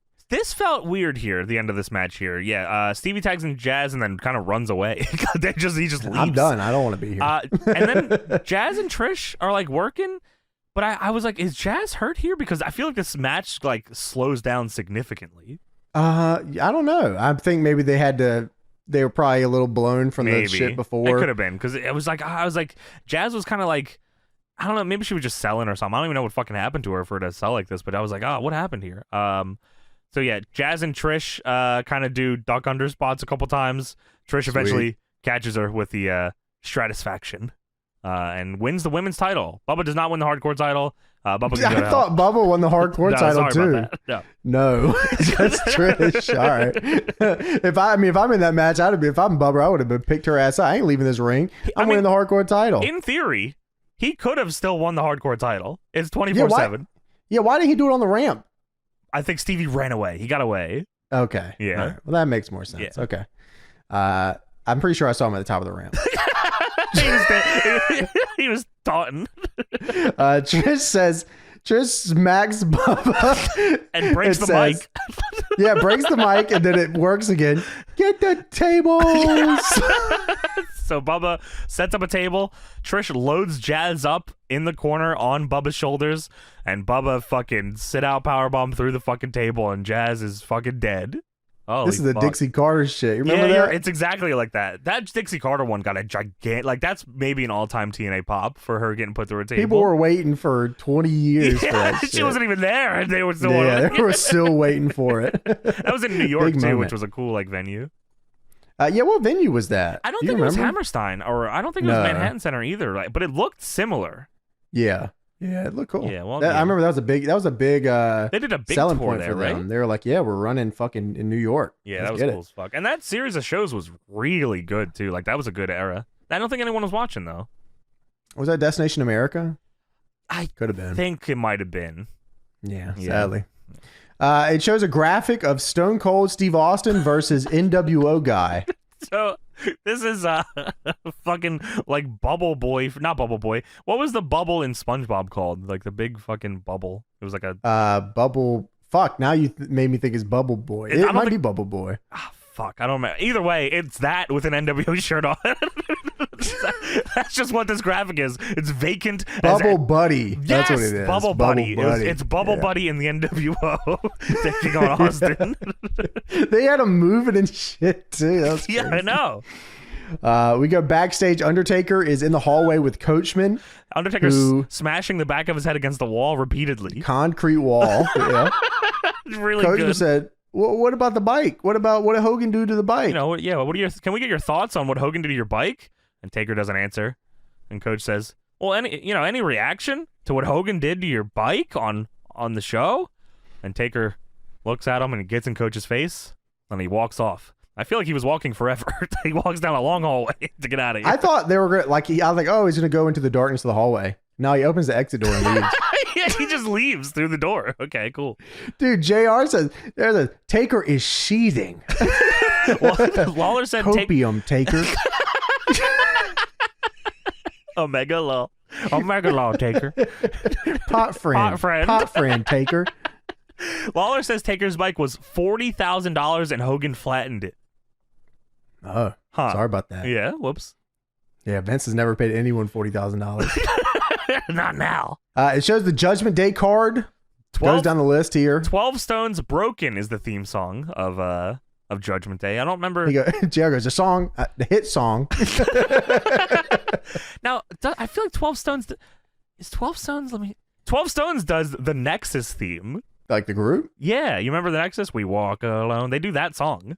Yeah, Tubby Emu had that shirt. Yeah, he had 3 of them. And the armband. It shows Edge versus Angle, hair versus hair. Holy fuck. And then it cuts to them with bald renders of themselves. That is Edge. I mean, the Kurt one is crazy because I feel like the Kurt one looks like one they eventually use for him. Like they figured out the shape of his head perfectly for this, and Edge looks insane. Actually, Edge is crazy with the glasses, bald headed Edge. Why'd they do that? That's man? fucked up, man. That's crazy, man. The Hardys and Brock and Heyman one is a very early Brock render because he still has the goatee and his hair's not the same. He does have the goatee. Yeah. I'm glad he does that too. It's crazy. So we go backstage. Goldust is backstage, and he starts singing some fucking lumberjack song. Goldust says, "I'm so excited. Flair has given us the opportunity to be amongst the other lumberjacks, and you look ravishing. We should sing that lumberjack song." I'm a lumberjack and I'm okay. I sleep all night and I work all day. I don't care song he sings, and he says, "Take it away." And it cuts to Booker T in full lumberjack outfit with beard. And Booker's pissed. Dude, the way they cut to this was fucking perfect. Booker's comedic timing is just so good. His eyes are bulging out of his head. This is so Booker. Oh my god, I can't believe they never wanted to like give this guy the world at that point. That's like crazy. It's even crazier that this happens on this episode of all the fucking episodes. Yeah, I mean, really, because in like 10 minutes, everything changes. So Booker said, "Man, I feel like a fool with this on. Where's your lumberjack outfit?" And Goldust says, "Well, you don't have to wear. You don't wear that." Yeah. And Booker says, "What?" Like real high pitched. What? He says, "Are you idiot?" And Booker goes to hit him with an axe. He says, "Since you like this outfit so much, you wear it out there." And he leaves. Does Goldust actually wear it out there? He does not wear it out there. He just wears. You bitch. Yeah, he should have worn it. That would have been awesome. Judgment Day is presented by 1-800-CALL-ATT. Ah, it's free for you and cheap for them. Yo, you remember that? That's crazy. Yeah. Shit, Big Show and X-Pac versus Bradshaw. Yes, X-Pac in NWO tights and cane mask is one of my favorite. Like, this was never in a game, was it? With the mask, cane mask with NWO theatrics. That's so fucking. I love this. There's a figure of this, by the way. Got the cane mask X-Pac? Yeah, and the NWO gear. Sweet. Yeah. It's like a. They should come out with a theatrics version where it's black and white. Yeah, like theatric NWO stuff. Oh, that'd be cool. That's a good idea. Yeah, bring that check up. But yeah, this is who makes these figures? Mattel got that. Galoob, hit my line. Cella Toys, Zombie Sailor. Get on that. Yeah. I love this X-Pac look. He's fucking cool here. So Bradshaw's out here, handicap match. Bradshaw throws X-Pac into the corner and says, "Tag his ass," to tag in the Big Show. I love that. I thought that was where baller. He was just beating the shit out of X-Pac and he goes, "Tag Big Show." Yeah, just tag his ass in here. And Big Show tags in and Bradshaw just starts throwing fucking bombs at him. He tries to shoulder tackle Big Show down. Doesn't work. He goes for it again.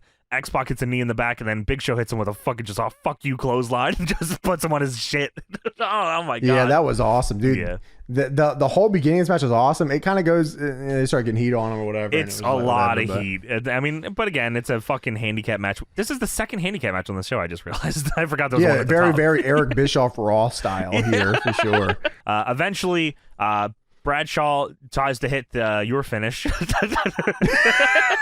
Good call on that. Yeah, X-Pac hits the buckle, Bradshaw hits the ropes, but Big Show fucking hits him with maybe one of the loudest chair shots. It's so loud. I don't know how he got it that loud. Right to the fucking back, Just annihilates him with his chair, and then gets in the ring.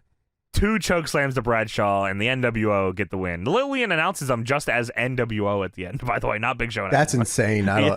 Big Show and X-Pac NWO style. This is nuts. They're the only members. This is like the craziest NWO ever. Like, they were like, this was the biggest middle finger to WCW ever, actually. This right here. I'm gonna kill it. This is nuts.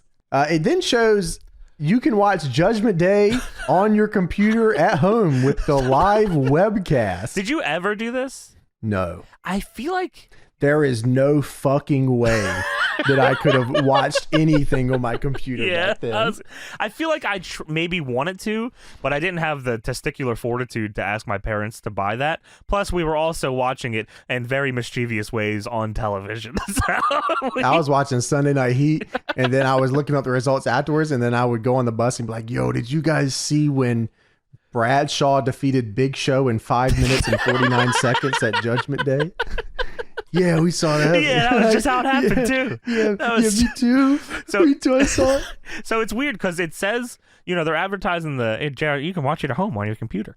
But the graphic at the top says WWF.com, like on the bar, but it shows WWE.com on the logo. But Jerry Lawler says you can watch it on WWF.com, and then JR says you can watch it on your computer at WWE.com. So no one knows. Just go to WWFHardys.com right now. WWF, no. And you can watch my balls being kissed. You can definitely watch. There's surely something on WWFHardys.com right now called Judgment Day. Absolutely. Yeah, there's something there. Like, I'm going to check that out. See what's popping this week on WWFHardys.com. I got to take a peek and see what's popping. You think it's updated constantly? Like a weekly update? No, we still got Julia Ann and Gina Valentina doing that thing. I mean, this week we do got Tiffany Watson up here. That's pretty interesting. She's ranked top. Angela White. Is that the WWF top 25 ranking? Yeah, right here at the bottom. It's flashing. It's blinding me, actually, which is crazy. It's propaganda. Good website. Thank you, Jeff Hardy and Matt Hardy. Yeah, keep it up, Lita. Yeah, thanks so much. Thank you. So we go backstage. Hulk Hogan with hat. Coach is catching up with Hogan as Hogan is set to leave here. His motorcycle is parked exactly where he left it when he arrived, and Hogan has his big helmet on and his big leather jacket. And Coach says, congrats on your win, but, you got to focus on the Undertaker at Judgment Day. And Hogan says, you know something, Coach. Me and my pasta mania. I'm glad you wrote this down. Did you write this down like legit, what he said? This has to be the most fucked up thing I've ever heard in my life. I couldn't believe what I was listening to. If I missed anything, let me know, but I'm pretty sure I got it here. He said, you know something, Coach. Me and all my Hulkamaniacs will take care of Taker at Judgment Day. I got to say, thank God for the rattlesnake. Because he made my day. I was gonna ride around Toronto tonight, take the leathers off, flex these 24-inch pythons, and spook some of the creeps out there. What? What are you? What? He's gonna rip the leather off and spook some of the creeps out there tonight, Toronto. You know what he's saying, dude. You know what he's saying? Yes, sir. I'm gonna take the leathers off, flex the pythons. Where?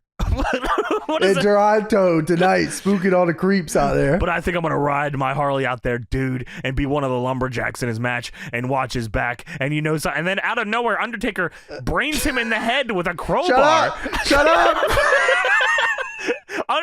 Hulk Hogan couldn't be more safely padded here. How did this crowbar affect him in the least? He was wearing like 3 jackets, man. He had a full 2 helmet hats, on. bandana. Taker comes and watcha. Taker has a baller-ass line here. He says, you should be watching your own back. Don't you know Dead Man Inc.'s in the house? I was like, oh, fuck, that's so sick. House. That's so sick. But yeah, Hogan's dead. He's dying here. Got crowbarred to hell. Taker. So no pythons. No, dude. I didn't get this creep. I should have exposed myself to this creep here, dude. Yeah, you should have. Flex these 24 balls.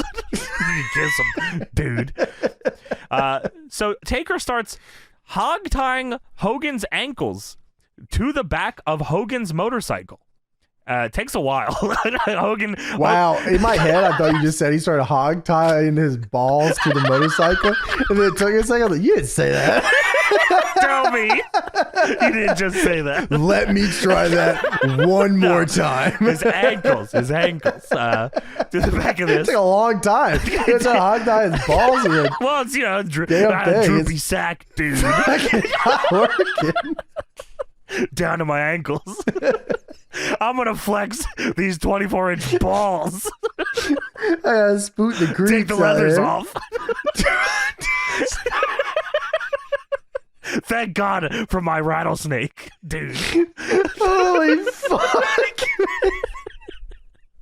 So Taker takes forever here to hog tie Hogan to this fucking motorcycle. Hogan is, you know, just writhing in pain on the floor, moaning, dude. Taker's like trying to talk. She said, fuck you. This is hard. Fuck. How do you do this? He has to go back and punch him in the head a couple times. I'll figure this out, I promise. Very awkward amount of fucking just time here. Eventually, Taker ties him up. He says, "This is right. I got this shit, motherfucker." Taker says, "Since I don't have a bike anymore, I'll be damn glad to ride on yours." So Taker gets on Hogan's bike, starts it up. I'm gonna ride your bike, Hogan. Get off my hog, dude. Let me try that one more time. Nobody rides my hog and gets away with it, dude.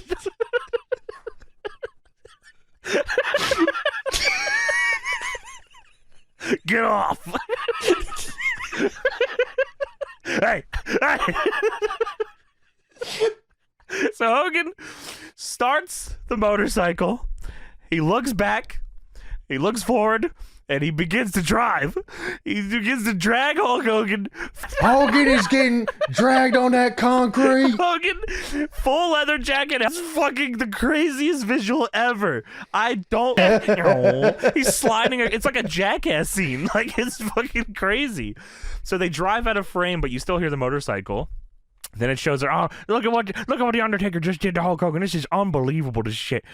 It comes back. I like to think here, they got like a stunt Hogan to get in the back. Get Sean Stasiak out here.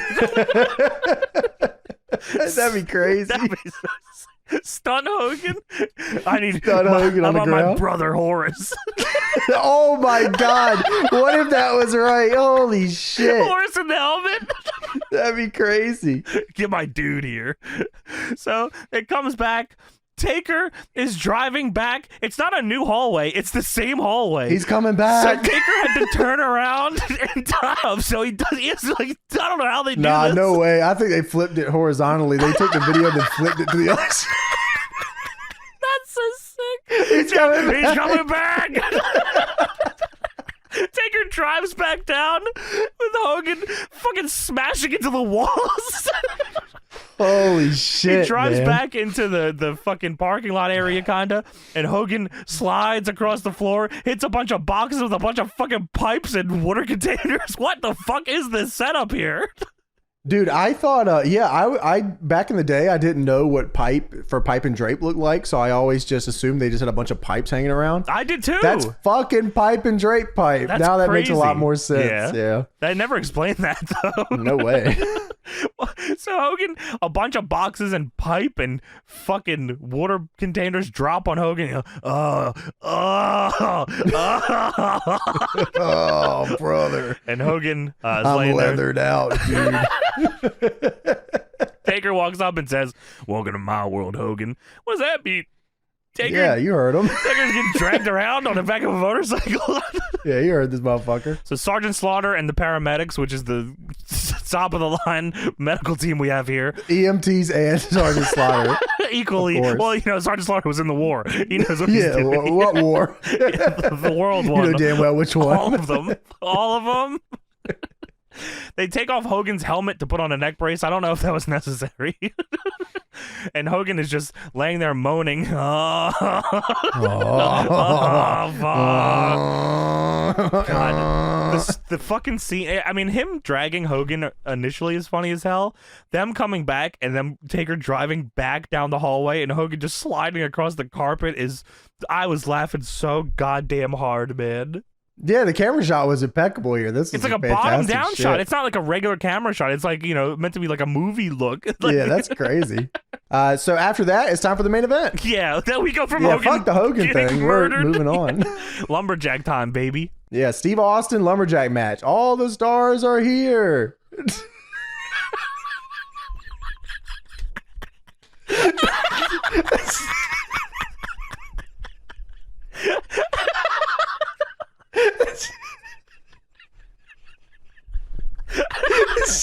Handpicked. Handpicked by Rick. I would love to see Ric Flair tried to name anybody around this ring. Handpicked. You don't think Ric Flair was going out of his way to find Crash Holly, Just Incredible, Big Boss Man, Goldust, Booker T, Raven, Eddie Guerrero, William Regal, Brock Lesnar, X-Pac, and Big Show? You don't think he was looking for all these guys? Holy shit, man. Oh. How did Goldust even end up out here? Like, they just had like 2 faces and a bunch of heels? Booker. They weren't even dressed up, man. Fuck you. So Flair's music is playing. Flair, just to make sure you don't think he's in the NWO, is wearing a WWF or WWE Get the F Out shirt. The worst shirt. I thought he was wearing it backwards. He had the big WWE logo on the back. That's how Get the F Out on the front, brother. Yeah, but like that shirt's just crazy. I wish they made one that had like the WWF logo on the front or WWE logo, like titty style. Yeah. And then Get the F Out on the back. You're right. That would have been way cooler, but they didn't. The titty design wasn't invented yet. Yeah, we only have the one that starts below your titty. Shawn Michaels style. So Austin comes out here, immediately starts fighting with the Lumberjacks. Flair and Big Show start whooping his ass. They throw him in the ring. Flair gets on the mic and says, "And now, Austin, you son of a bitch, you got Booker T. Come on, Booker. You're the newest member of the NWO." And Booker gets in the ring, confused, looking at his hand, and then starts beating up Austin. What? Yeah. Booker is okay with this. He was fine. Yeah, he just joins the NWO. Why? Yeah. Why? Yeah, it's awesome. Hell yeah. JR says, "Oh, that's news to Booker T and also news to us." Okay, great. NWO style. Booker gets in looking at his hand like, what do I do? Talk to the hand. I got to figure it out. Why'd I get so evil? He does not have NWO gear, so obviously he was not prepared for this. Did he ever have NWO gear? I swear he did. I got to. Okay, for some reason, I feel like he had NWO hat. For some reason, I remember Booker T with NWO. No, he has here. He has it like Scott Hall style. Oh yeah, he just took Scott Hall's attire. It's legit just Scott Hall's fucking gear. Yeah. Okay, you know what? It was Shawn with the hat. It was Shawn had the hat and the NWO shirt. Yes, I don't. So Shawn didn't wrestle when he was in NWO. Is that right? I'm not sure. He probably just went home again. Yeah. All right. Nothing to say, Tony. Owned. I'm with you, James. This time. Got him. Brock starts whooping Austin's ass, by the way, and Brock like double Austin's weight here. It looks like it's crazy. Yeah, I can't believe they even had him out there. So Brock is putting the fucking shoulder tackling him into the ring post, into the barricade, into the apron. He throws him back in, and Booker starts yelling at him, saying, "I got it! I got this!" Austin goes for the stunner. Booker blocks it, spins Austin around, goes for a line. Austin ducks that and punches the shit out of Booker. Kills Booker with a spine buster as well. I always liked that spine buster. They kind of had a similar spine buster, actually, now that I think about it. Or he just throws them? It's kind of like, yeah, you just kind of get them up, and then you don't hold on to them. You just swing your arms through and take their legs. You know what I mean? Yeah, no, I get what you're saying. Yeah, I like that one a lot. Yeah, it's like very impactful. Booker's would always, he'd go down to his knees. It'd be like, bring you up, slam down. Kind of like an Alabama slam to the knees, I guess. Stone Cold's was he would get you up and then just toss you like a sack of fucking bricks. Fuck you. Yeah, I'm not taking that bump, son. That was sweet. You say I got 2 knee braces. You think I'm dropping to a knee? Yeah, at this point, no way, bro. Just take your bump and let's move on. Booker hits Austin right in the face with a super kick that I think kind of rattled Austin, because I think the end of this match is a little wonky. I don't know. You don't see him taking too many kicks like that. He probably shouldn't.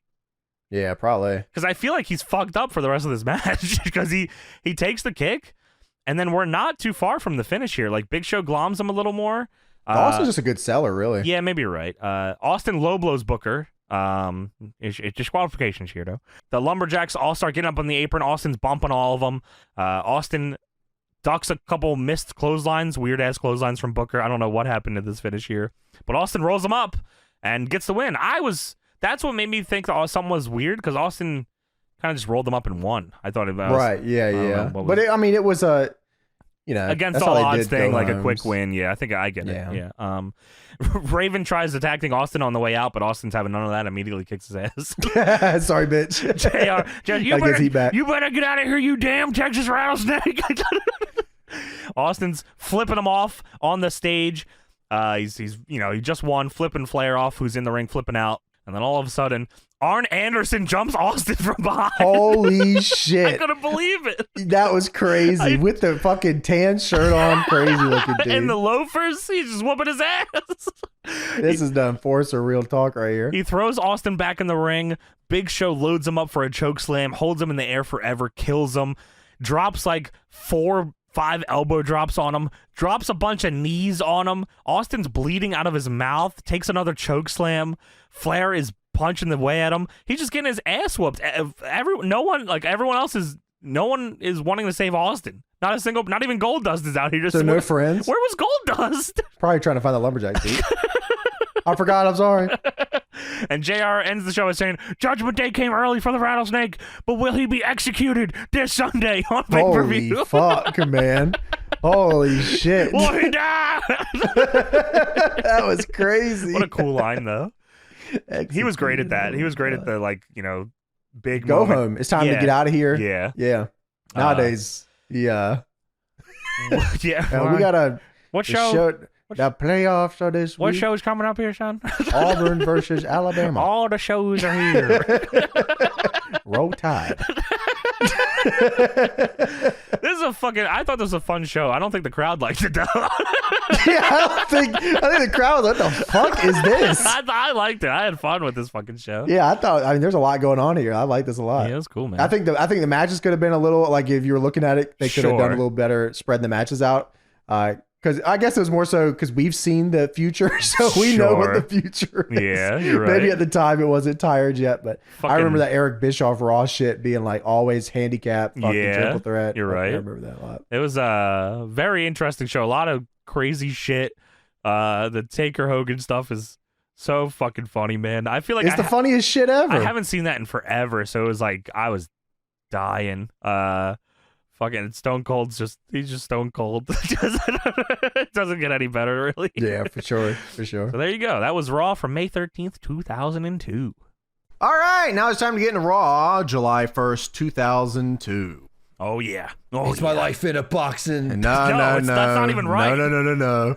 Look cold at the open. drugs. No. Cold open. Sure. Cold All open. right, fair enough. Bring it back a little bit. I'm Vince is looking for someone with ruthless aggression. Aggression. Yes. You'll hear this 4,000 times tonight. Brock Lesnar has ruthless aggression. Oh. And he just beat Rob Van Dam to win the King of the Ring. Oh, yes, of course. Oh, yeah. Well, Rob Van Dam attacks Brock Lesnar, and we get a singles match out of it on Raw last week. And JR has a tremendous line here that they include in this cold open. He said, "Our video's urinating all over this coronation." That is crazy. It's peeing. RVD has Lesnar beat, but Paul Heyman interferes, and the match is thrown out. Fucking asshole. Oh, Dude, damn you. They recapped the whole match to ominous music. It was like it wasn't like the music you would think. Yeah, it was like super horror movie music. Yeah. Well, Lesnar then pulls Rob Van Dam to the outside, throws him into the apron, and then throws him through the table. Bastard. You fucking piece of shit. Yeah, spinebusters in the hell, powerbomb through a table. Look cool. And this is super early Brock. It's pretty crazy. Now get the drugs, the drugs. Get some more drugs. Move to the fucking music. Yeah, fucking, NWO Shawn Michaels music. and Goldust and Shadowboxing Undertaker. The drugs. Come on. Well, now it's time for the Brock Lesnar and Paul Heyman Town Hall. Yeah, are you ready for some fucking ruthless aggression, you piece of shit? Jerry Lawler is ringside in a t-shirt that says Diva Talent Scout. Dude, what the fuck? He is a 10 years running weirdest bastard alive. Well, Tony, of course, we had the Golden Thong Award that was awarded here recently, so Jerry Lawler was part of that. Yes. The prestigious, I think they do say prestigious Golden Thong Award.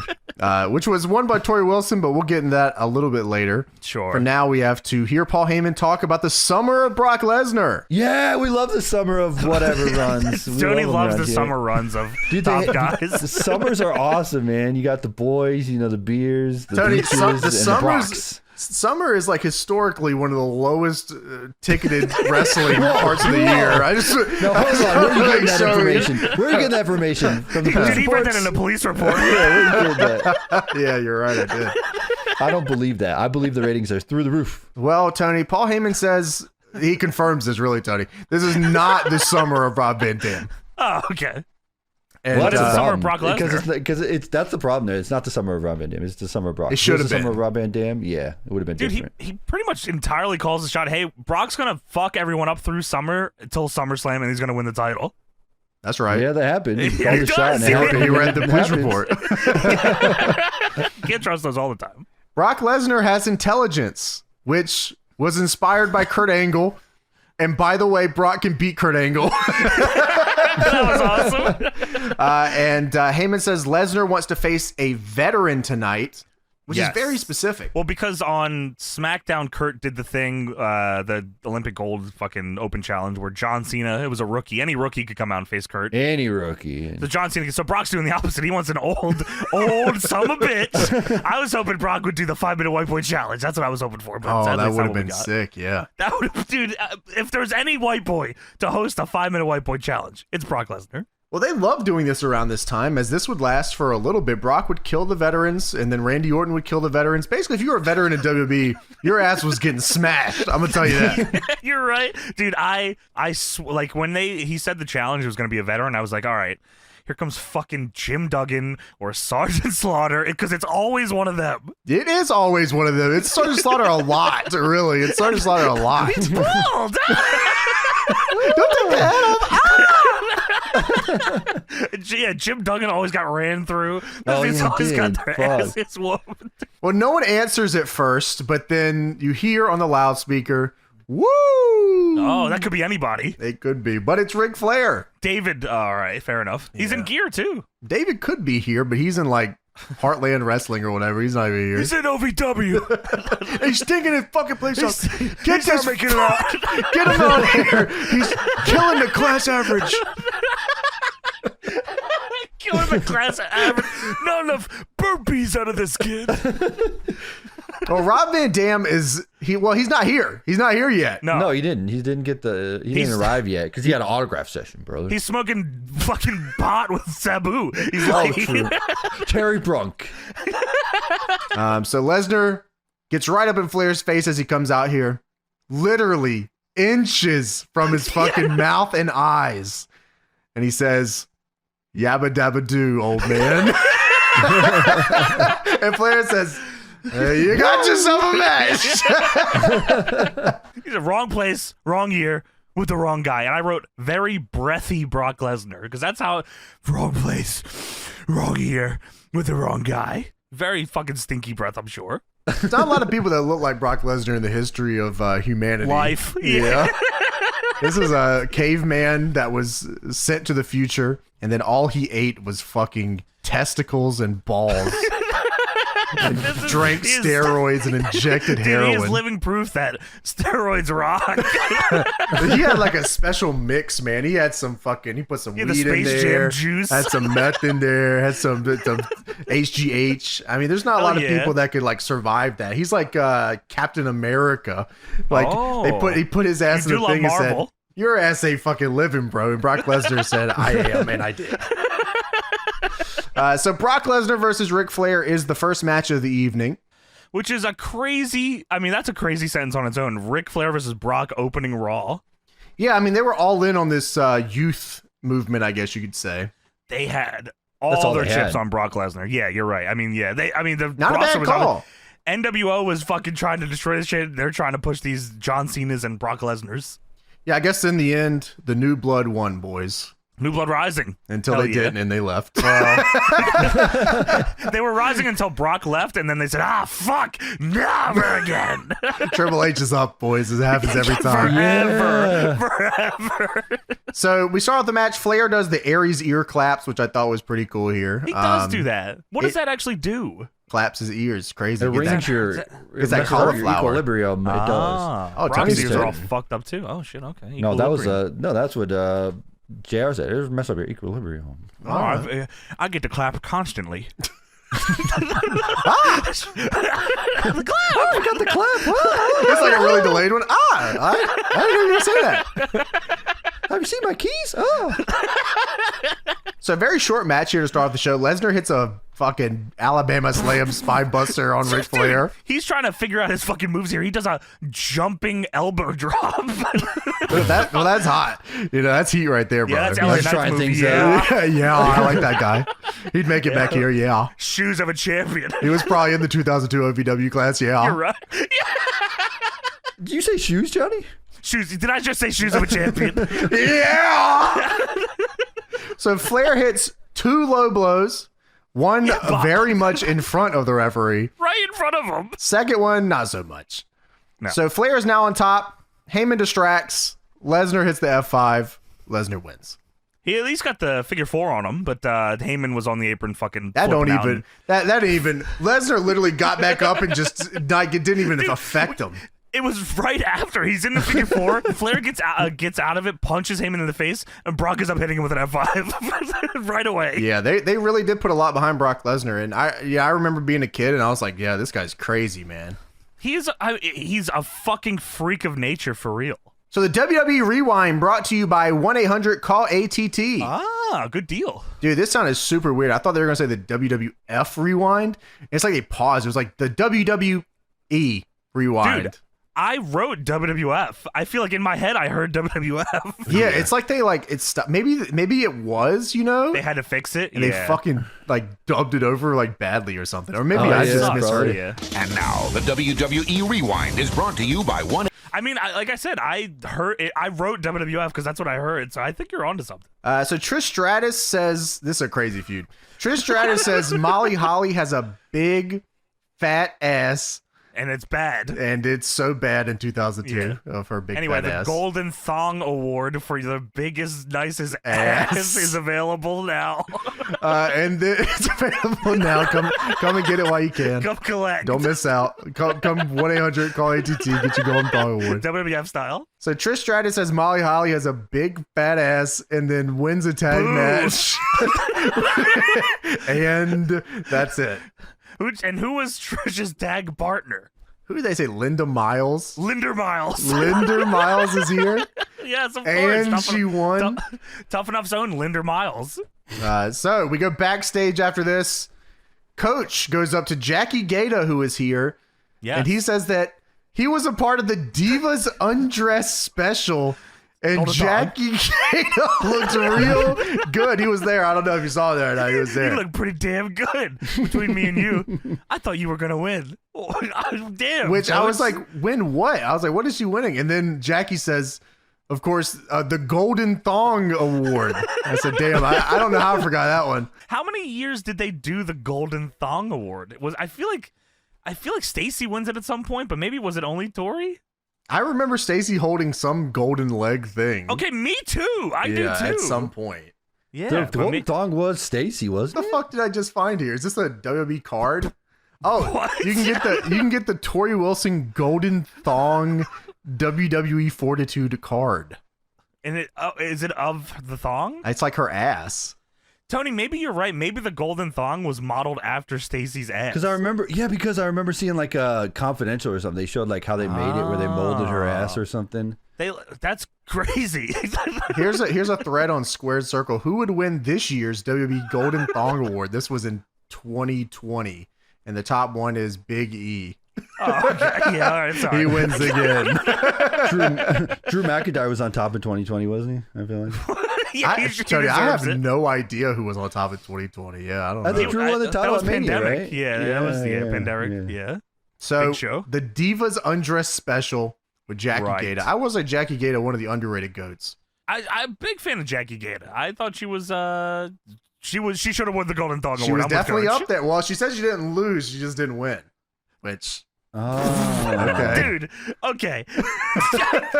I thought I was fucking going crazy when she said that. That was her explanation. She said, Tori walked away with the Golden Thong Award, but I didn't lose the competition. I just didn't win. What? That's how it's done. That's how it's done. You know what I mean? Chalk it up. Chalk it up. That is a James definition if I've ever heard. Dude, I wrote down chalk it up. Chalk it up to the game. That's right. That's how it goes. I mean, that's real. No, that's how it is.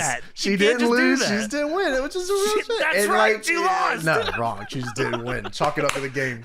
You know, that's it. So Coach says, all right, well, you did lose to Trish and Linda Miles. You know her? Linda Miles, you know her? Seen this? You heard about this? Have you seen her? Linda Miles. Yes. Jackie says, well, no, that was Molly Holly that lost that, not me. And I didn't lose. And you'll never guess where Molly Holly was. She was right there. She watching the whole time. That's very strange. So Molly comes up with the title belt, and she says, well, maybe if you didn't parade around in your undergarments, you would be a better competitor. Well, she didn't lose, supposedly, so maybe she should spend more time doing it. Yeah, that's fair. Well, Jackie Gata says, well, at least I look good in my underwear. Now, again, Molly and your big, fat ass. I just want to make sure we all know, Molly Holly is a beautiful woman. She's unbelievably. This age like milk. I have no idea what I'm like. I'm looking at this, I'm like, damn, Molly Holly is like very beautiful. And then I'm like, she looks great, and her ass is fucking sweet too. And everything I've heard about her, she's like the nicest person ever. Yeah. Like any wrestler says, she's like the sweetest, nicest girl. Yeah. This is like a crazy segment. It's like, okay, you didn't win the Golden Thong Award. And also Molly Holly with your big fat ass, you beautiful woman. No, you thong word, fatty. Yeah, they made her sound like she was insanely crazy looking. It's like crazy. It's like she walks onto the screen and like you're like, I don't understand what's going on anymore. Like you can convince me. It's like okay, it's got to be like the craziest shit ever. You know what I mean? But then Molly Holly walks on the screen. You're like, what the fuck? Regular is this? ass. Girl next door, Molly Holly. So Jackie Gata says she looks good in her underwear, and then Molly, of course, slaps Jackie Gata. Yeah, fuck you. And then throws her into a roadie box and runs her ass out into the ring. They go through the drape. They just go right out there. Yeah, which is, one of my favorite wrestling tropes is where you go through the drape and then you can be wherever. After you go through the drape, you can be anywhere you want to be after that. You're right. Like, you can be in a whole different fucking city state as long as you go through a drape. If they were like Times Square, I'd be like, you know what, that makes sense. They went through the drape, so I would believe that. Yeah, I believe that. Yeah, exactly. So I also, once again, Molly Holly attacking Jackie Gata, and I'm confused on what they're fighting about here. I don't know exactly. Jackie was mean, so Molly is defending herself. Boo, fat ass. Well, Molly rips a fucking pipe off the barricade. Apparently, this really hurt Molly's feelings here. You build guardrails with pipes. What the fuck? Molly rips a fucking pipe off the barricade, swings at her fucking head. She was gonna kill Jackie Gata. And Jackie Gata tries to kill her by trying to throw her through the side of the stage. Dude, that was gnarly. It made the loudest noise ever, and that was awesome. It was loud. She bounced right off of it too. Yeah, it was gnarly. They even showed a little replay of it and everything. I thought that was because crazy. Of her fat ass. Oh, you're right. Yeah, Damn. that shit's awesome. So sweet. Molly then chokes Jackie Gata with a pipe all the way to the ring. She is really going to kill Jackie Gata. This is crazy. This is not a match. Well, you know what? It might be a match now. I started double guessing. I was like, is this a match now? Because they get into the ring, and then she hits a backbreaker and a top rope drop kick. I said, what the fuck is going on? Well, that's how I fight all my fights. Shoot top rope drop kick. Yeah. I legit wrote that down. I said, this is a real fight. I thought she was going for the Molly go round at least. I was like, okay, lay her out with your finish. She goes up top and does a missile drop kick.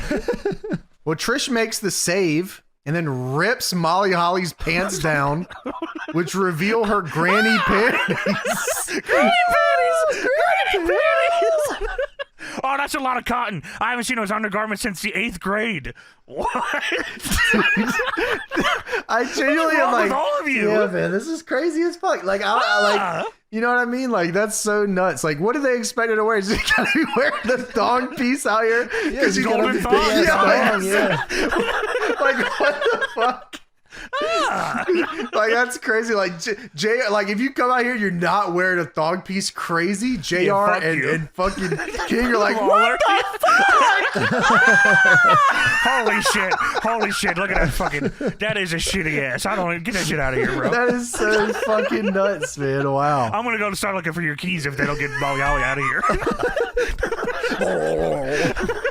So, dude, even before that, Lawler says, if she didn't have a well-padded backside, that would have hurt her. And Jarrett says, well, that remains to be seen.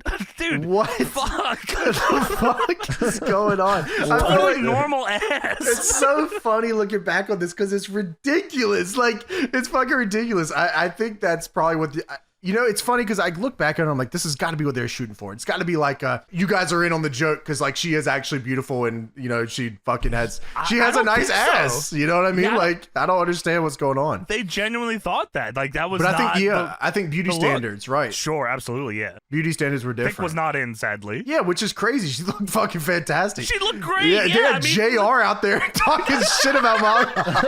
We just watched him with his shitty ass stink face. They're treating her like she's fucking Ḥrkīši's fucking ass out here. So Trish then goes to the ramp after all this is said and done, and she pantomimes that Molly Holly has a big fat ass. Trish Stratus. Pantomimes Molly Holly's big fat Trish ass. Stratus does this. Okay, got it. Yeah. All right. So backstage segment. Chris Nowinski is with Terry Runnels. He's on his 4th concussion of the month. Dude, he looks like he's been to the ringer, man. Dude, black eye. His storyline right now is to get a concussion every match. So Nowinski says, I actually, facing Bradshaw, I don't want the hardcore title. I just don't want it. Why would I want it? Why not? 24/7 fucking rules. Fuck this. I'm not defending the title 24/7. It's stupid. It's pretty smart, actually. Yeah. It is smart, yeah. So he does not want to swing a pipe at Bradshaw.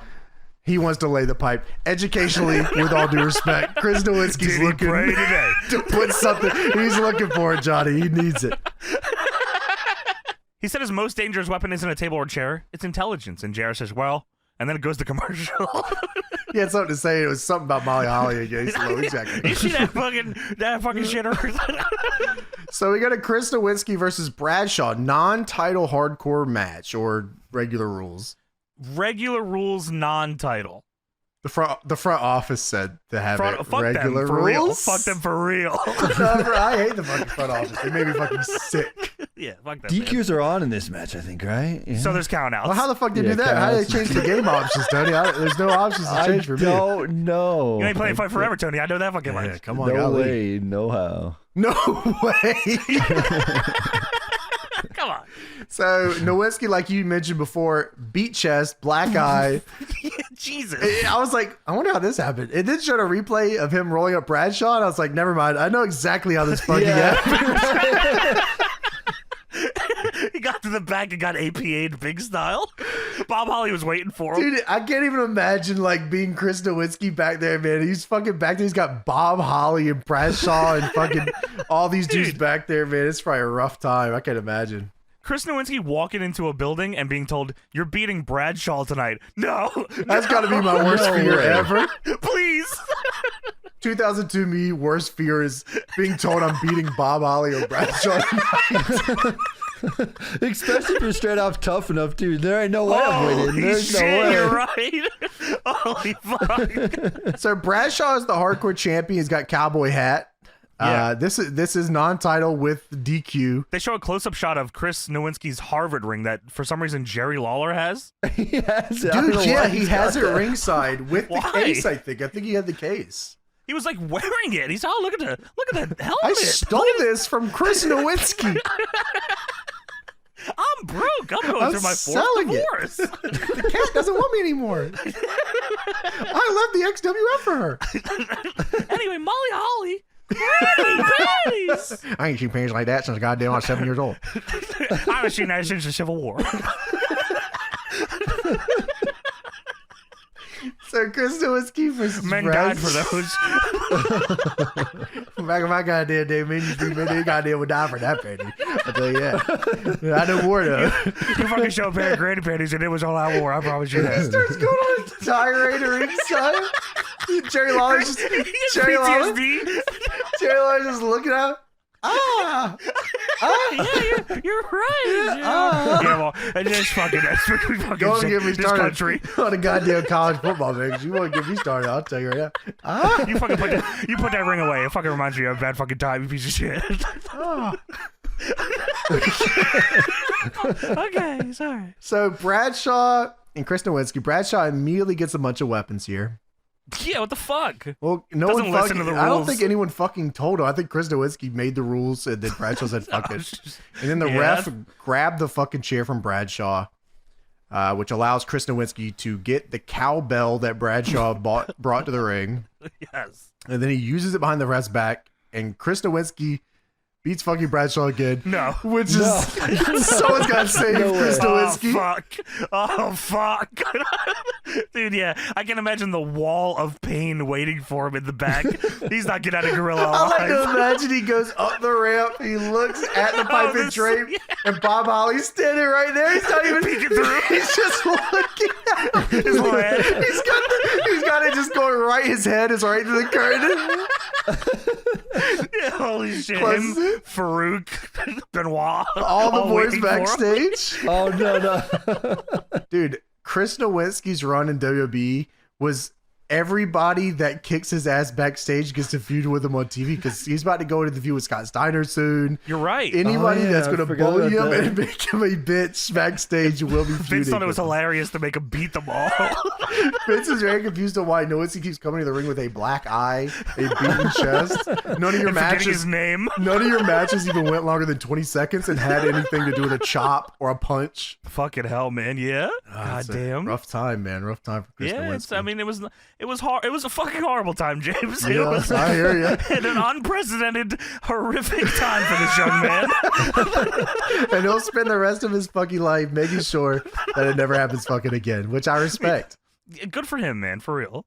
So we go backstage after that. William Regal is watching the match in the locker room, and he's fucking enjoying it. Wonderful. RVD comes in and says, Brock Lesnar. Oh, sorry, I'm lying. It's fucking William Regal. RVD is annoyed. He's annoyed that Brock. Well, you have to remember, RVD didn't show up at call time, so he has no idea what the format is tonight.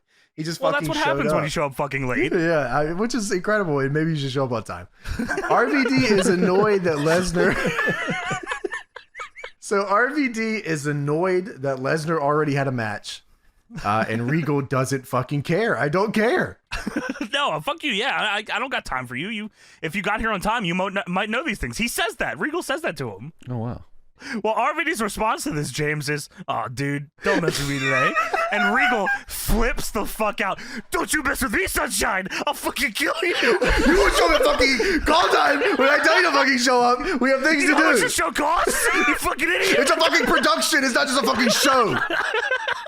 I'm not the one barging into locker rooms in a tizzy looking for a fight. You should apologize. Regal is right. History looks back on this, and Regal is correct here. Regal was right. Well, RVD says I still want to fight, and he challenges. Match, please. He challenges William Regal to a fight. Challenge! How wonderful! I'll go get changed. So we go backstage. Terry Runnels is with Jeff Hardy in a hat. crazy drawing on his arm. It's not a tattoo. It's just like he was making a painting for Shannon Moore, and he just did it on his arm. Dude, not the painting.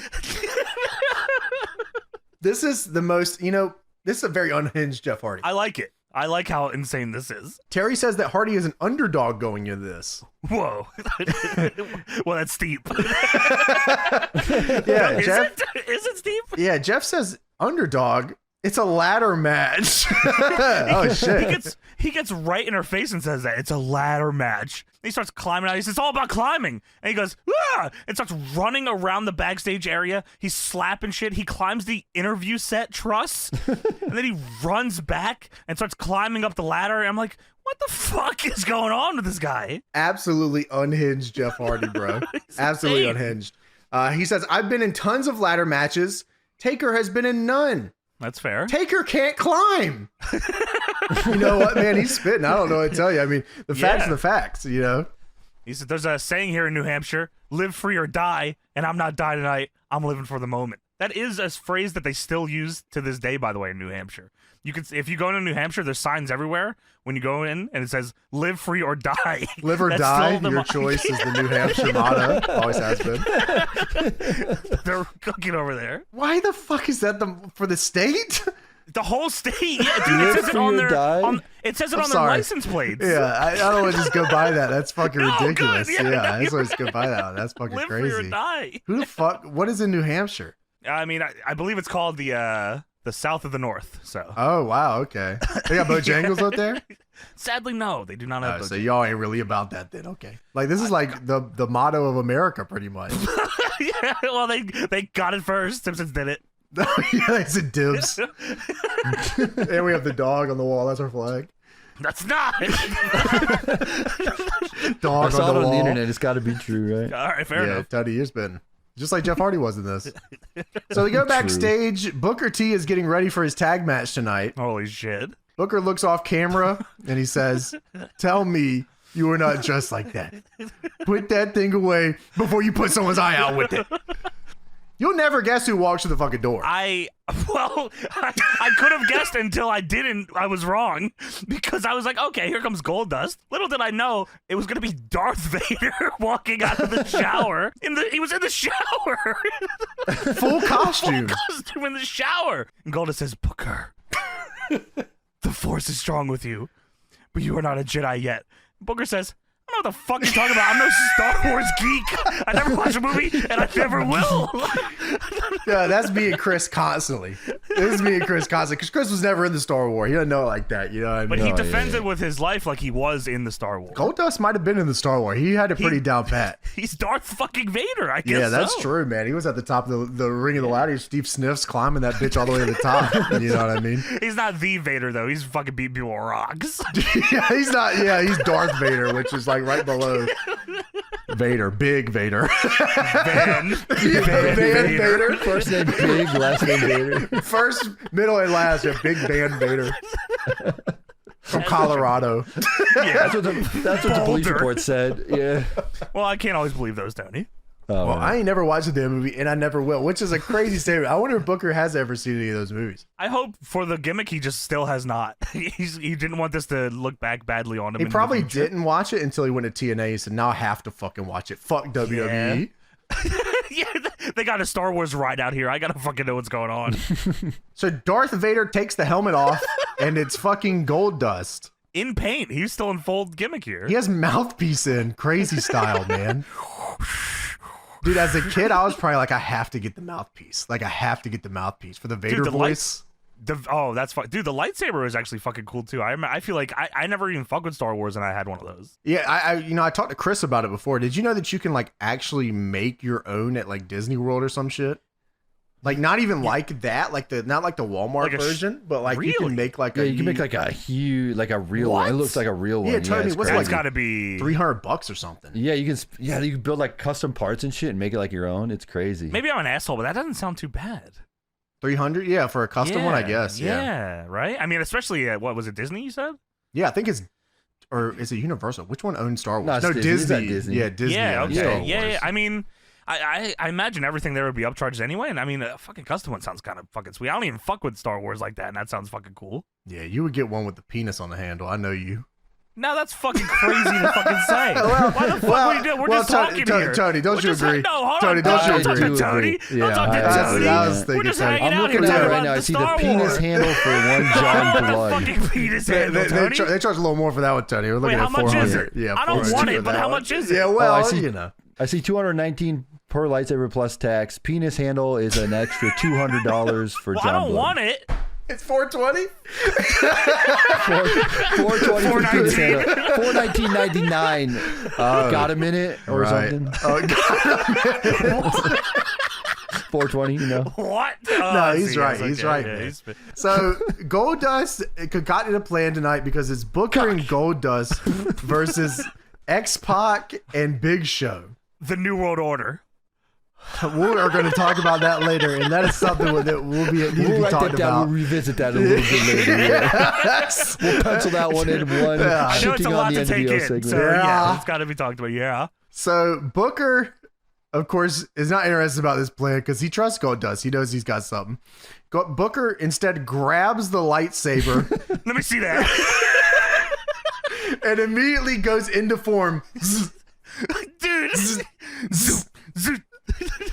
I'm about to get medieval, man. This has got to be the single greatest line in WWE history ever. That's awesome. I'm about to get medieval, man. Obi-Wan-Kenobi. Dude, and it's Obi-Wan-Kenobi says, but I had the captions on, and for some reason the caption said Obi-Butt-Kenobi. That's not right. That's fucked up. It don't matter whether you're a stormtrooper or the NWO. You're about to get your ass waxed by the 5-time Master Jedi champion. Now, can you dig that, Suckers? Get your ass waxed. He's gonna wax your ass? That's crazy. Booker puts a lightsaber down. And he says, "Take care of your business, man." And then he leaves, and Goldust looks at his hands 5-time style. This shouldn't have been good. This shouldn't have been good, but I remember this so much. This is like a legendary segment.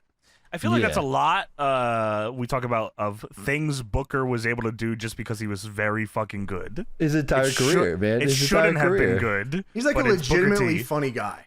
Like he's unbelievable. Like, he's just like a funny ass dude, and like he gets it, and he knows comedic timing, and yes, and that's super important in wrestling. I feel like a lot of people miss out on, and like he understands like what the joke is. A lot of times in wrestling, people they hear it and they know what they're supposed to do, but they don't understand the joke or get why it's funny. Delivery is so important. Yeah, and he is awesome. Like grabbing the lightsaber and going, zzz, zzz.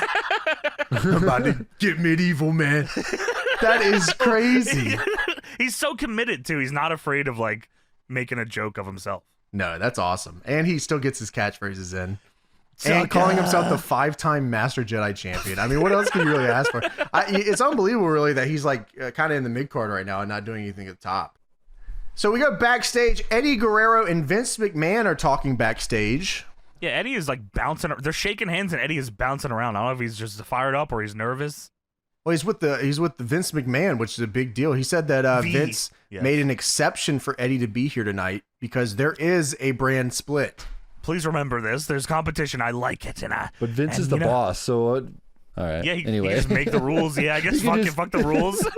I'm like, he's the boss. He can do whatever he wants. So he's got to make an exception. Anyway. Oh, because he's 100% owner by this point, right? Like Flair already. Yeah, because Flair wrestled. Remember, because he's not owner anymore. He already wrestled earlier. Yeah, so yeah.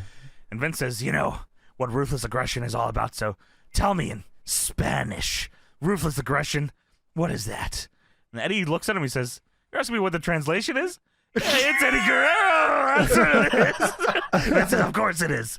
And he turns his sides and he says, "And it's Chris Benoit." Yeah. So what the fuck? He's here. Chris Benoit walks in and Vince says, "You've been out of the ring for over a year, Chris Benoit, and I'm glad I'm not going to be one of your opponents tonight. It's, I wish it was Chris Nowinski, but it's not. But if you wanted to be, just let me know. I'll call him. He's still here in his gear."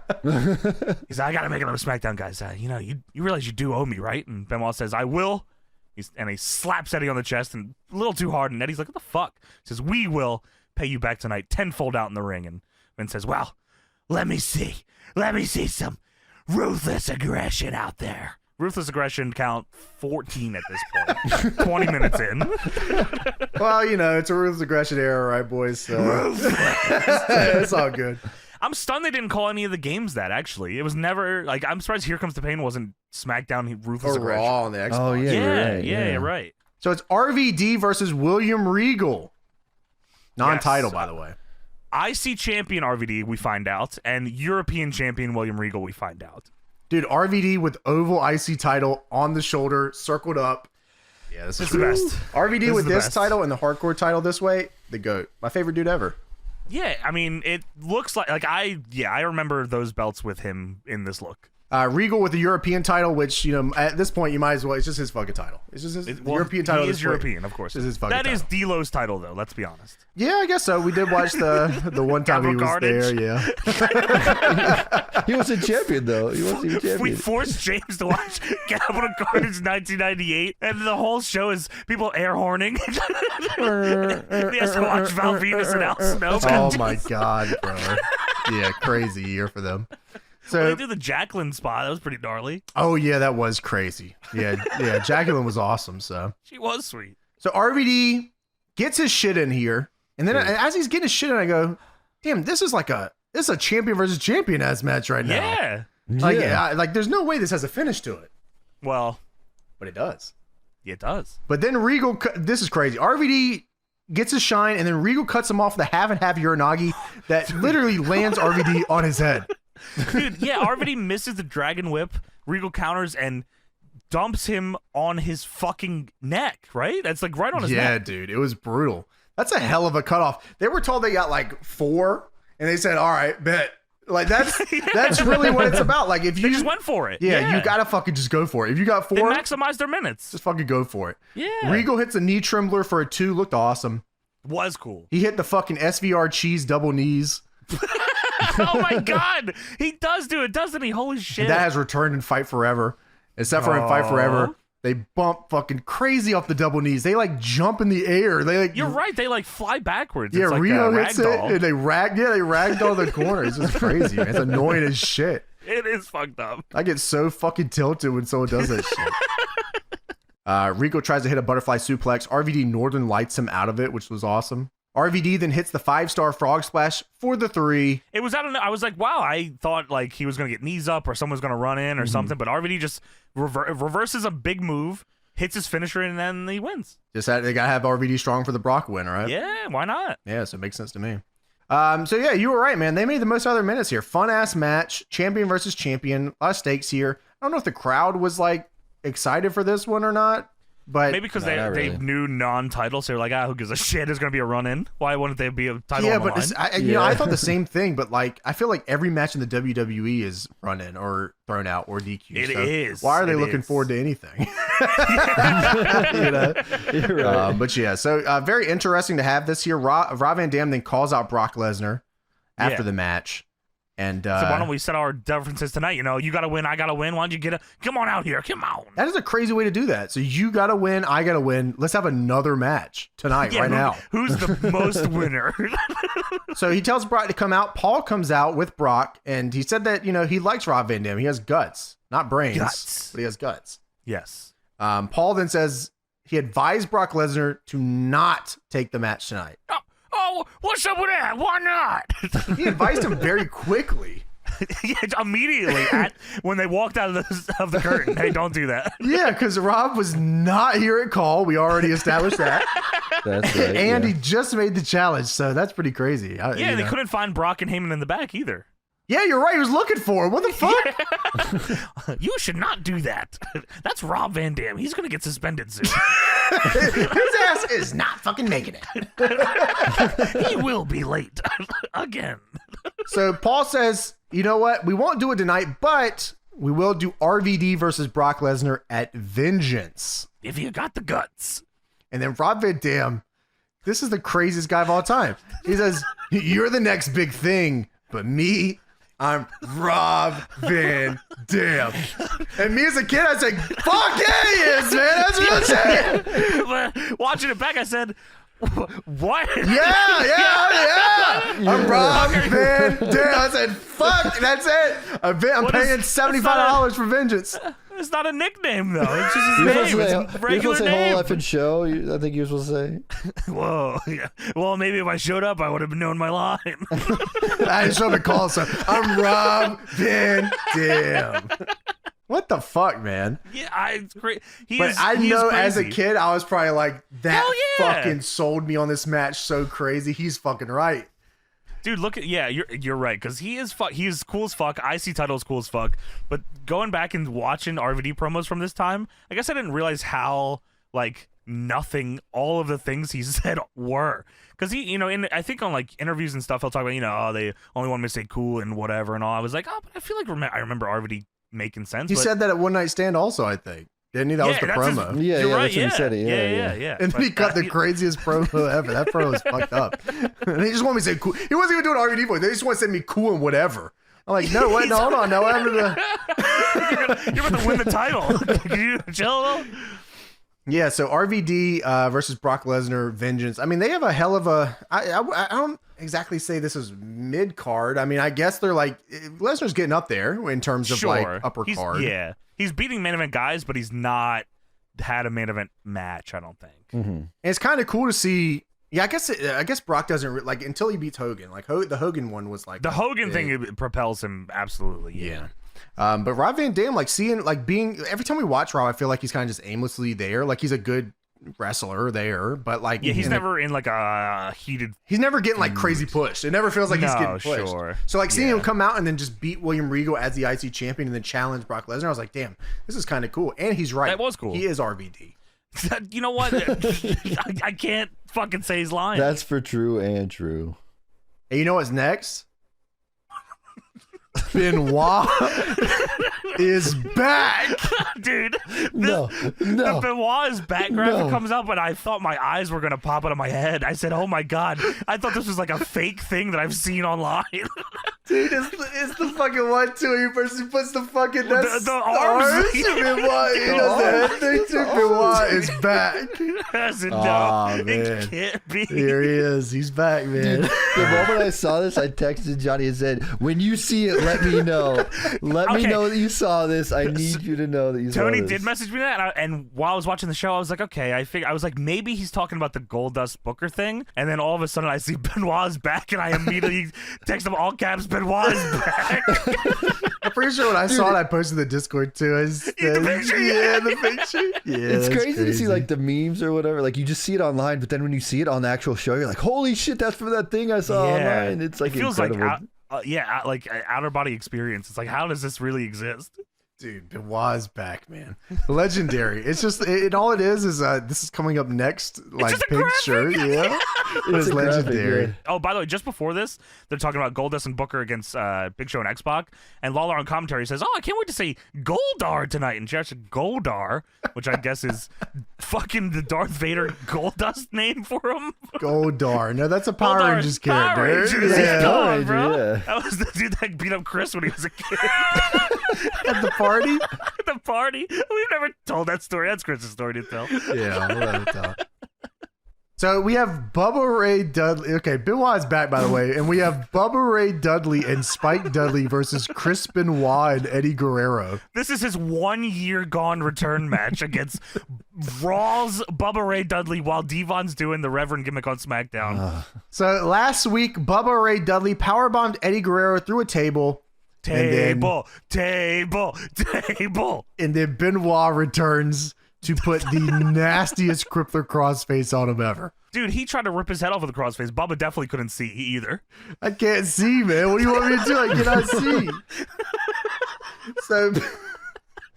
So Benoit and Eddie, they get their heat here. They always were, and it's always good. A lot of heat. Yeah, and it's fun heat because it's very physical. And I promise you, any of you out there, you're becoming a wrestler, you are a wrestler, you're trying to understand wrestling. I promise you that people will buy anything in this fucking match for as long as you want to give it or take it, as long as it's a fucking physical segment. Tight and snug. They will believe anything you do. This is the fucking... I just hated you the key to wrestling for the rest of your life. Unlocked. As long as this shit you do is physical, you will be a threat. And that's just every time. Every fucking time. Every match you ever have. So there you go. There's some information for you. Courtesy of Chris Benoit and Eddie Guerrero.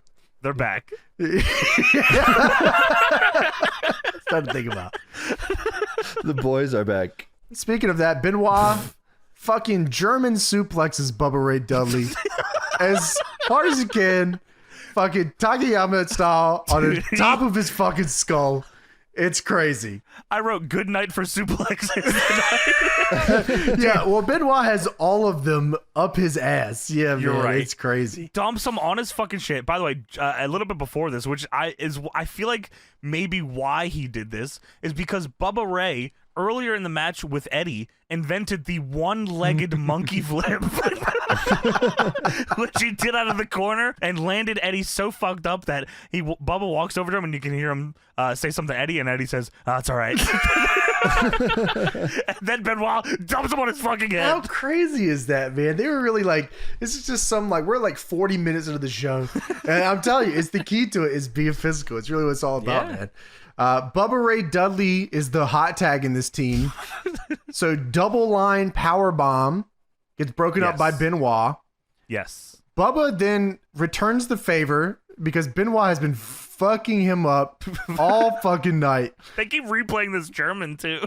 And Bubba returns the favor by grabbing Benoit by his fucking cock and balls and giving him the craziest belly to back suplex that he could possibly give him. He got deep in there too. Oil checked him at all. Dude, hand just all up in this shit. He said, "You're going down tonight."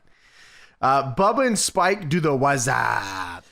They don't show Spike doing it though. Yeah, you're right. It's just Bubba. And also the ref turned around, which, you know, they used to not. They just said, "Fuck it, what's up?" Yeah, sometimes it's illegal and sometimes it's not. I'm not sure. So he then says, "Spike, get the table. Oh, shit. Which is crazy to me because I always in my head is like, get the tables. He says, get the table. Oh, did he say? He only said one. Yeah, I think he just said, get the table. Yeah, you. Unless I heard it wrong, but no, you might be right. Table. All right. Spike only is allowed to get one. Devon has multiple at his Maybe disposal. Spike forgot the spot. He's just reminding him, get the table. Put it outside. The table, dumbass. Fucking table, idiot. Yeah, come on. He does set up the table on the outside, though.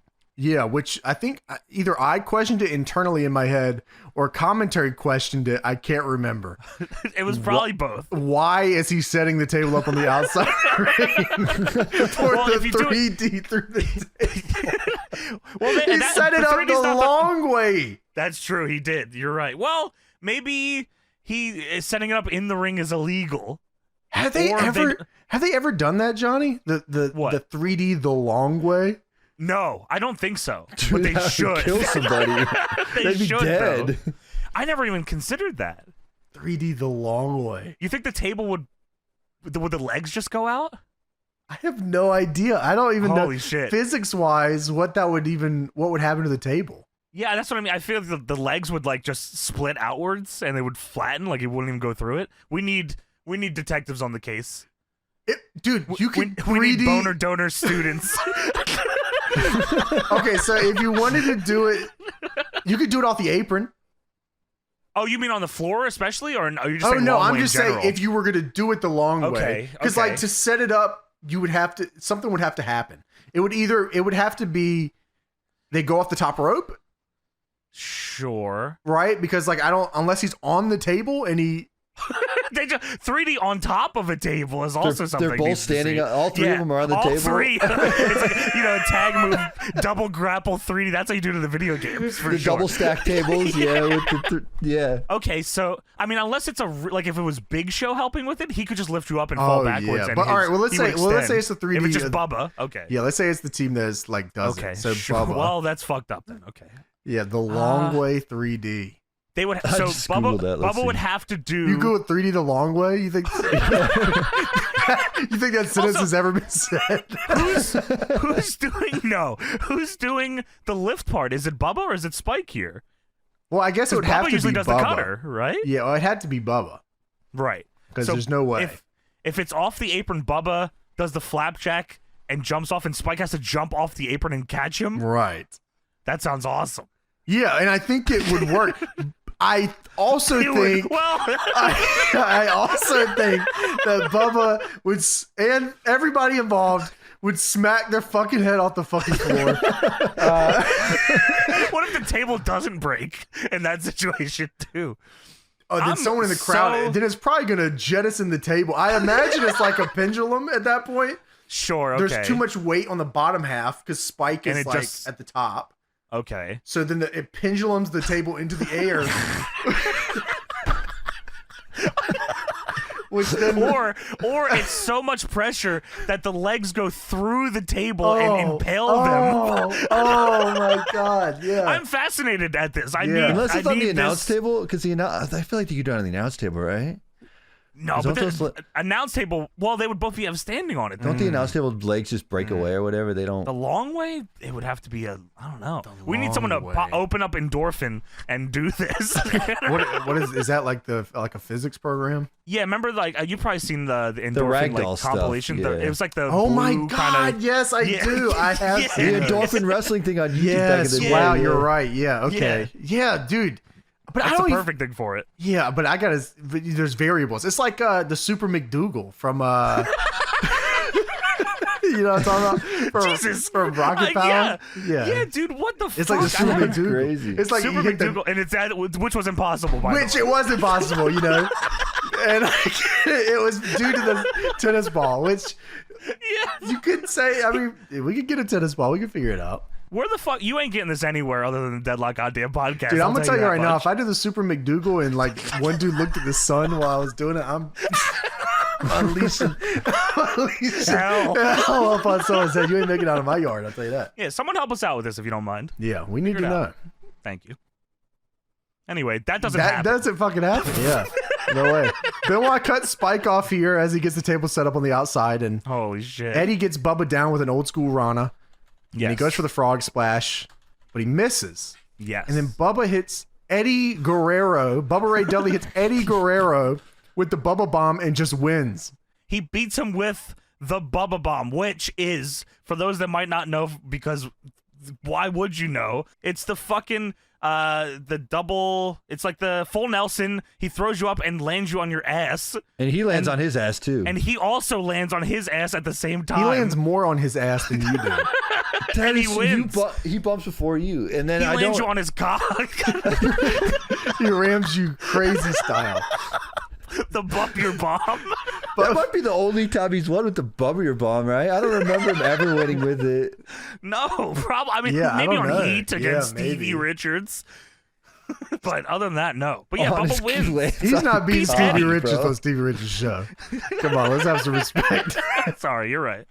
Maybe he can break it down on YouTube and tell us what the Bubba Bomb's all about. Dude, I can't stop watching those videos. I watch all of them. Yeah, maybe Stevie Richards can break down the long way 3D and let us know what happens. Please, Stevie, if there's anybody that would know how this would work, Stevie Richards needs to explain the long way table 3D. Please. We need Chris Hero can fucking tell us about this. Stevie Richards, Maven. Trickle in. All wrestlers trickle in. So Bubba hits the Bubba Bomb and he wins.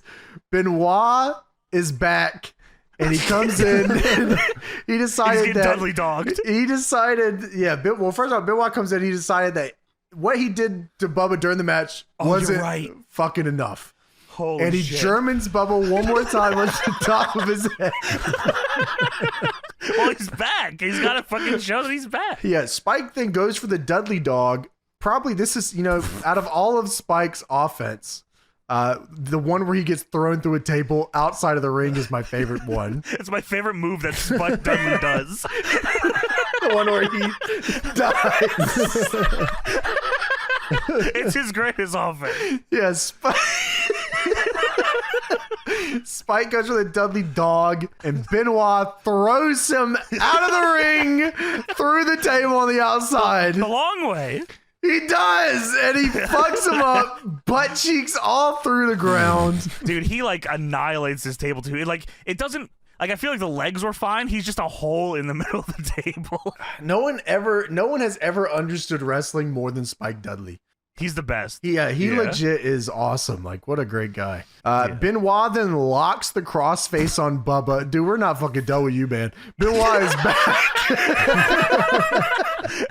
Yeah, what the Bubba gets an ass beating here, man. Yeah, this is probably what Chris Nowinski saw every day coming into the locker room. They did this to him in the locker room. Benoit has Nowinski the crossface on the floor. And referee's trying to break it up. Eddie's on the bench, frog splashing him repeatedly. Oh man, this is crazy.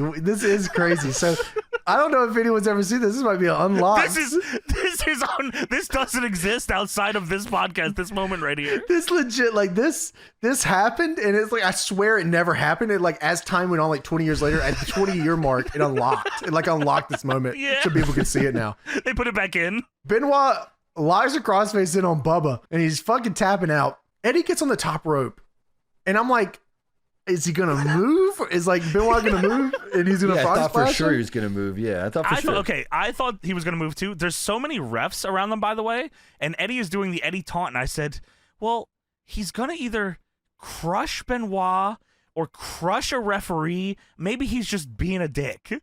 Nah, man, he jumps, and and in my head I'm like, what the fuck is gonna happen? Stop! He fucking frog splashes Bubba Ray Dudley's back while the crossface is still in. He keeps it in. He hits it, and Benoit still doesn't let go, and then he turns it into a choke. How did this happen?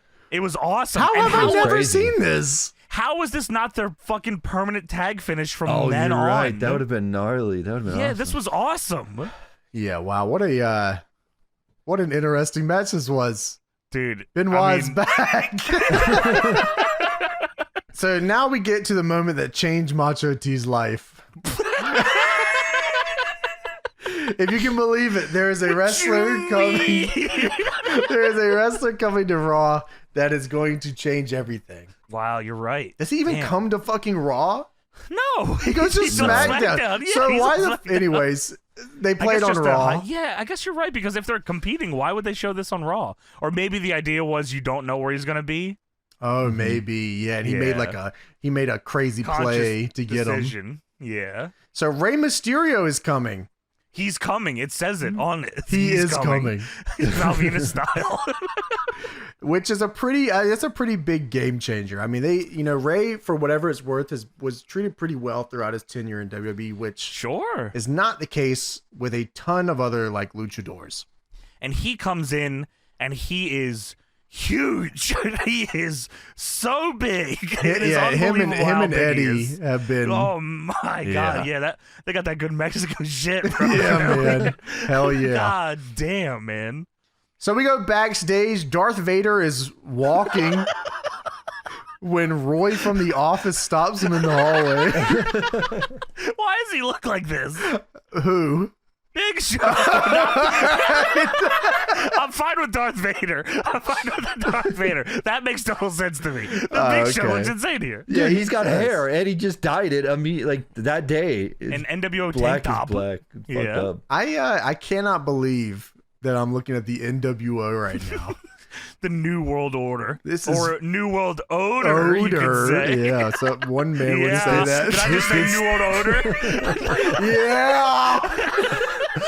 This did stink like shit, though. There was an odor. Dude, Tony, the segment that actually happens fucking later is got to be the worst. Now, we've watched a lot of shitty NWO shit in our time. We have. This has got to be the worst one I ever seen. It's how they fuck up this NWO shit. The rebirth of the NWO too. You have a fresh canvas. You could just fucking fix it. You could just make it the best NWO ever. Yeah. Or maybe we can't. Maybe we hate the NWO. Maybe we want people to remember it sucked and it always did. Yeah, the documentaries will show that. I promise. I bet they don't even show footage of the old NWO. They just show like the NWO always sucked. It's just Big Show losing all his matches. And X-Pac with Kane's mask. X-Pac laid out backstage. Sleeping. So, all right. Big Show is backstage. He meets up with Darth Vader. Big Show is pissed that Darth Vader said he smells like shit. I can't believe what's going on. That's what their angle is. You're right. He said, why you say I smell like shit last week? Big Show approaches Darth Vader in the hallway and says that. That is fucking crazy. Why you say I smell like shit last week? Why did you say I smell? He also says, there's the freak. Let me ask you a question, freak. He's talking to Darth Vader in the hallway. He said, what was that crap last week about me being a ḥopopotamus? What? About me smelling like a kangaroo crotch sack. You saying I smell? He's talking to Darth Vader. Holy man. Yeah. Darth Vader answers him, of course. Oh, wait. Darth Vader says, oh, the NWO never told you, did they? What happened to your father? Big Show says, you know my father's dead? And Goldust takes off the helmet. It's Goldust under there. And he says, Big Show. Ah! Sorry, that's a late one.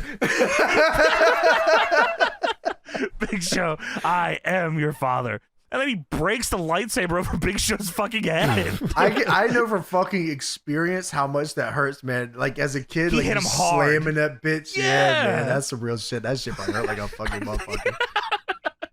Yeah, dude, hell. he hits him over there with a fucking lightsaber, and then Stinky Goldust turns around into Kevin Nash, and Nash ad-libs, so he goes, "Yeah, I'm your daddy." Punches Goldust. So then they start fucking Goldust up back here. Goldar. What? Yeah, Nash then turns around after they fucked up Goldar and he says, that's one down. And Big Show, you have to go kick the other one's ass or we're going to kick your ass. Get the job done or we're kicking your ass. Yeah, you got it. And then Show looks at him and he's, X-Pac! And he leaves. Well, they'll find X-Pac a little bit later, and I'm sure things will work out well for the Big Show. Surprisingly, they always do, right? Well, things, James, work out tremendously for the entire NWO. Yeah, it's one of the more legendary runs, really. So, I don't know if you guys knew this statistic or not. Jeff Hardy has jumped off a ladder more than any man. Here's a video of him doing it all the times he did it. Yeah, Tony, anytime ever. It's a whole video package of him just jumping off of ladders and all that. I was like, holy shit. They might be right, though.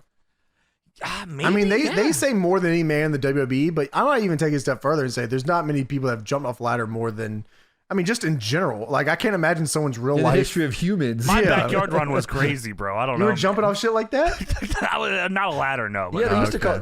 Oh, I thought they used to call you Ladder Johnny. That's what I remember. You know, Ladder Tony, Jones. Thankfully, you cut my tapes, Tony. It was You fucked them all up. Yeah, that's awesome. I was in the backyard with ☞. No, there is no fucking way. Nicky In Chance, Canada? come on, you know, yeah, of course. The Canadian? They used to call. Wow. No, it was in Philadelphia, though. You know. Canada? Oh, you're right. Oh. They worked us. That's right. Philly, Canada. Yeah. Yeah, they used to call me Rob Banks. Don't you know? Have you seen my You matches? were Rob Banks. You definitely weren't the CHW whatever interstate fucking champion. Interstate.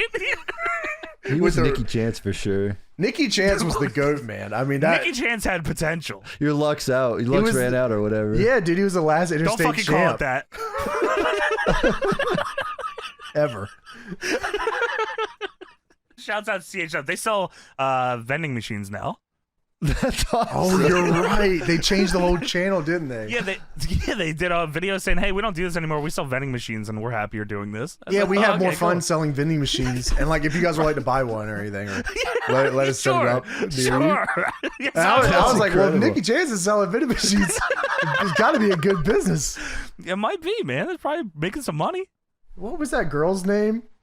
Miniac? Is that the one? Miniac. Dude, Miniac was a crazy Hogan run for She was- Miniac, man. Dude, she was a beast for the promotion, She was, bro. dude, her and Eliza Raven, legendary feud. Miniac definitely had ruthless aggression. I tell you that. Tony, Miniac was. I remember learning that Miniac and Sweet Savard were together. I was like, dude, this just changed the business forever, man. This just changed the fucking business forever. K5, brother. Don't let me Yeah, know come that, on, bro. brother. Damn. No, they're selling vending machines. Yeah, that's true. Yeah, it's all good. Up in Canada, Philadelphia. Yeah, one of my favorite places. That's where I'm from, Manitoba. So backstage, Terry Runnels is with Undertaker. Oh no. Taker wants to talk about Kurt real quick. He's not really interested in Jeff Hardy right now. Yeah, I'll get to Jeff Hardy in a minute. Anyway, Dude, there are two things that I was thinking like before this segment started. Is Okay. Undertaker actually Hulk Hogan? And does Undertaker tap out usually? Taker confirms he is not Hulk Hogan. He is not tapped out. that was the crux of the show. Why do I have to keep watching? So Terry says, There's two more questions. Is he Jarrett or is he The Rock? That's what I need and to the know. answer is also no to both those things. Fuck. Well, So there you go. Terry Runnels says, all right. So anyways, about Jeff Hardy. More questions. And he says, you never been in a ladder match before, Undertaker. And Taker says, fuck you, man. For real. Fuck Yeah, you. you don't fucking talk to me like that. He's got a lot of history with ladders. His fucking mom was a ladder. Paul Bear fucked a ladder. Why are you telling me that? He had sex with a ladder.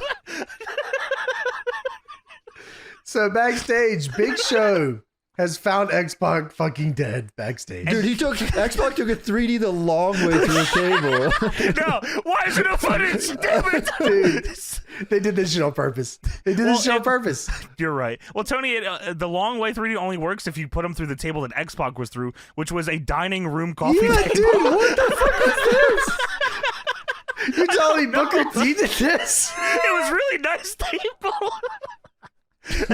Big Show, X-Pac is dead on this coffee table, and Big Show gets down and says, X-Pac, are you okay? Yeah, he's fucking fine. He's He just doesn't laying here. respond. He's fucking dead.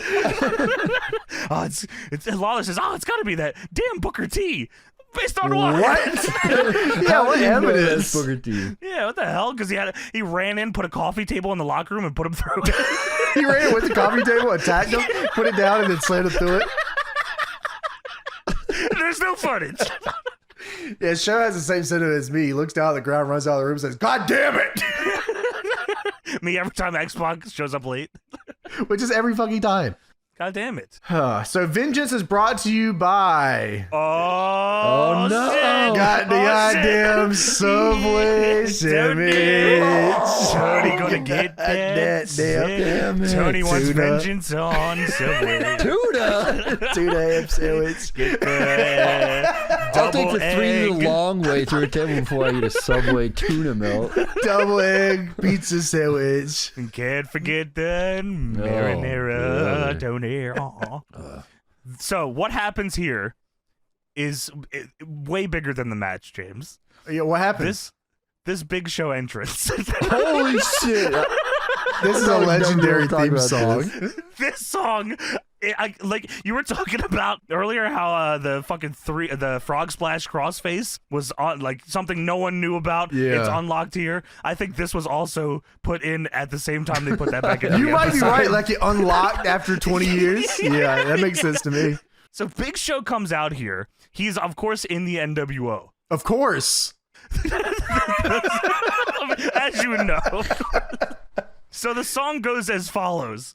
New world order. Well, it's the Big Show. Brown now. It's got like a weird like effect. And then here comes Big Stinky Big fucking sweaty and hairy. Where and is his Pam? haircut. Where is Pam? Dude, this is fucked up, man. Like, we've talked about, Big Show's runs and what ones were the worst. This has got to be up there, Come on, right? man. This is fucked This has up, got bro. to be up Dude, there.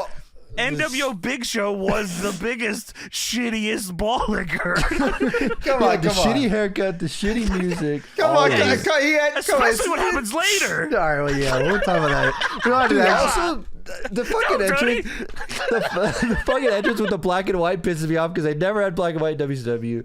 It's just fucking bullshit. Yeah, also. well, this is new world order. Wait. Tony, you know, a lot of people think that like the NWO always were like it would gray out the entrance. No, and then in the video games they always put that shit in, and it's not in. Yeah, they never did that.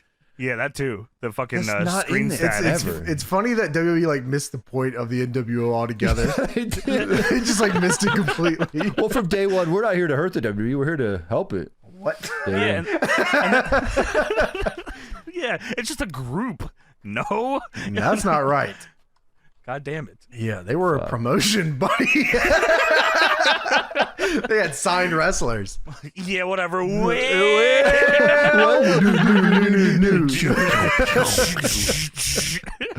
For life, for life. So Booker T versus Big Show. It was supposed to be Goldust and Booker versus A tag, yeah. Yeah, Big Show and X-Pac. X-Pac died earlier, as we saw. No one's checking on him, has checked on him, knows what's wrong with him, if he's all right. We don't actually ever get an update on that. Same with Darth Vader. Yeah, Goldar is done. We start out the match, very quick match here. Big Show beals Booker. Yeah. Big Show grabs the steps on the outside, puts it over his fucking head like a helmet, and then Booker pushes it over on him. And Booker wins by count out because Big Show can't get back up. He's dead. He got crushed by the open side of the stairs. This is a fucking Video game style. Yeah, dude, Yeah. it's a fucking cartoon. This is crazy, man. Yeah. Big Show does do a vertical suplex in the match that looked pretty Oh, he crazy. does. Dude, that's It was awesome. so high in That's the so air. sick. It was awesome. That's so great that the highlight of the match is the vertical That could have been suplex his of the Big Show. finish. Bro, wait. When those steps went over his head, the Wait, ref goes wait, 1, wait. 2, 3, 4, 5, 6, 7, 8, 9, Fastest count of 10. all time. Which one of you fuckers said it could be his finish? What? What did you guys say that could have been his No, finish? Johnny said that. The Yeah, vertical Oh, suplex. yeah. Hell yeah. The standing vertical. Go on, look at the height he got on that, bro. He's already losing by cartoon finish Dude, to Booker NWO T. Big Show's finish is the standing NWO Big vertical Show suplex. lost to Booker T and Goldust's teeth, and then Booker beats him by cartoon finish and spinneroonies on him. Well, yeah, vertical suplex. That's what he gets. This NWO group was the group that was supposed to kill the WWF. Dude, he killed wrestling. Yeah, yeah. Well, yeah, you know what? In hindsight, took it to that next level. By having shitty matches and shitty storylines. Yeah, the they seventh killed layer of the hell is where it took it to. Took it to that next level. Killed the entirety of wrestling is a good way to put it. Big Show with the vertical suplex finisher. Yeah, I don't. It was a you. You trying to slide awesome. by with the finish comment. That was me. I'll You're take it. crazy. That was you. I mean, it's true. But yeah, I mean, like, dude, the NWO, like, was the top thing when wrestling was at its best, and now every week you get to see it suck. Yeah, you're right. You get and this is like the first time a lot of people have seen it and will see it and have ever seen it. And will ever see they remember. it. Yeah. They remember NWO as Sean with fucking Triple H hat on. So Booker beats Big Show by count out and then does a Spinaroonie. Spinaroonie! That was awesome. I love that. Tony, you remember the Booker T Spinaroonie cheese on WWE like 12 online? Yeah. We would just use, all of us would use Booker T, and we just do Spinaroonie on Tuesday Elimination Chamber. Whee! We sit on the mic every time we do Spinaroonie. Could they not like attack you either? I don't think you could do anything. You could like kick, but like it was because the Apex Predator tech, right? So you had to like make contact, and the Spinaroonie is like crazy too on the animation. It was like super fast too. Awesome. And we all had mics on in the chamber. It was fucking 6 guys going. It'd be like I think it'd be like 5 of us and then one guy that and wasn't. one rando. Yeah. That is beautiful. That's what wrestling games were meant to be played like. You're right. Well, Booker goes through the crowd after the match to avoid the NWO. Smart. Sure. Smartest guy on the Big show. Show's the dumbest man alive. Correct. Well. So Nash and Shawn are backstage walking to the ring because they're going to kick the Big Show's ass. As they should. As you would. Shawn says just because he didn't live up to his end of the bargain doesn't mean we won't. And Nash says, yeah, knocking him out. It's like stoner bashing time. It was just like that. So NWO Town Hall is up next. Holy shit, man. This is a crazy segment. This also unlocks another hidden gem memory that I've Tony, never seen this is before not in my real. life. This is a not real portion of the show. This is a hidden gem for you. Do you remember this? And I'm excited to hear why it's a hidden gem for Tony. I imagine it's because of what's announced. Okay. All right. Well, Yeah. Nash. because what's announced. Yeah. Oh, okay. Okay. Sure. Yeah. Nash, I thought there was something like in here. I was No. what the fuck could be in here? Nash and Michaels are looking at the Big Show in the ring, who is now taking down the straps because he knows he is about to get his ass fucking kicked, big style. I wrote he is very sweaty and sad. He's also scared. Big Show smelly. is shaking like he's scared. Yeah, he is. Nash then gives the craziest work punch to Big Show ever. Always big hand. Big hand work punch. Always. If you see Kevin Nash's punch, always big hand over forehead, punch his own hand. What Big Sex is going to do is protect you, brother. All right. Yeah, he takes care of the boys. So, yeah, someone has to. So Nash punches Big Show, and then Big Show says, you motherfucker. Shawn Punches him back. Yeah, Shawn then breaks it up.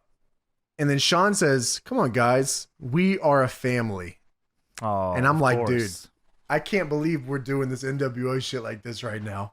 This is what this is, bro. Yeah, you know, sometimes brothers fight, James. It's fine. Shawn says, and you know what, man? We are actually missing a family member. I had no clue who the fuck he was talking about. In my head, there was only a couple people who could have been.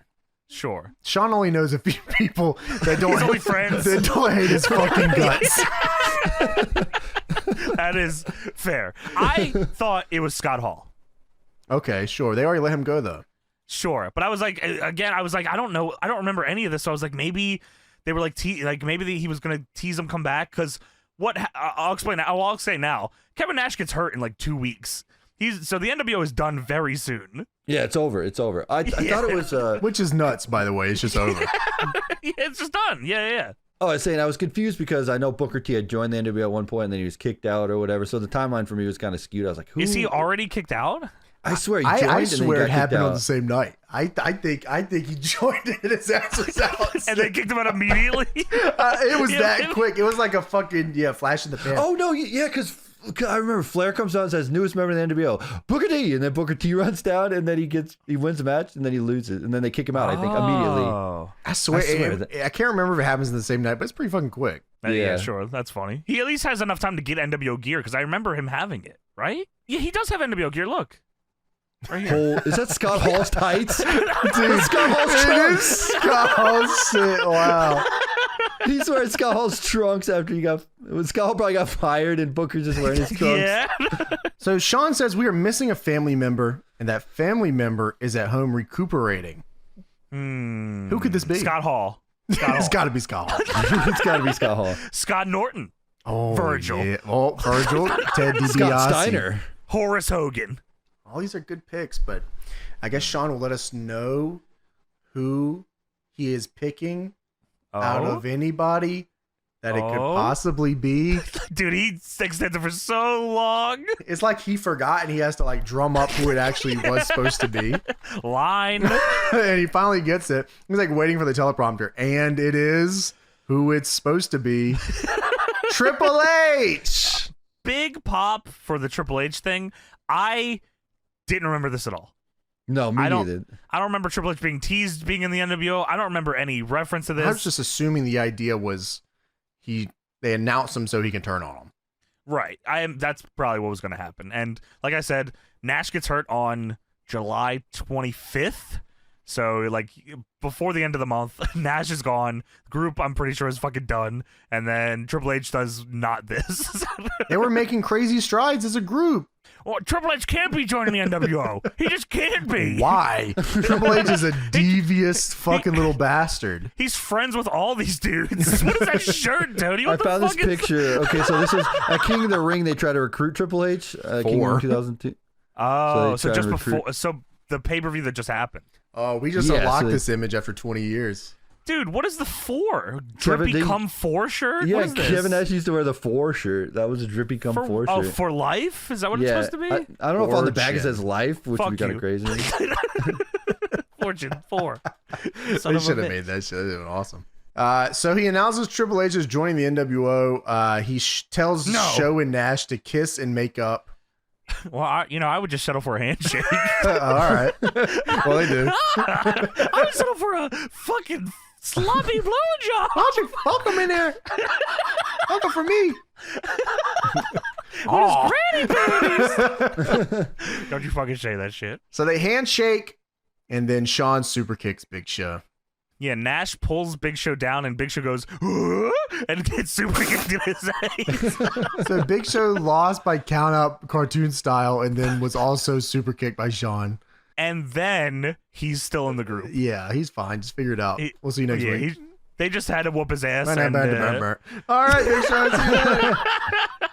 Yeah, HBK and Nash make fun of him after super kicking, leave the ring, and then they turn around and say, come on, Big Show, come on.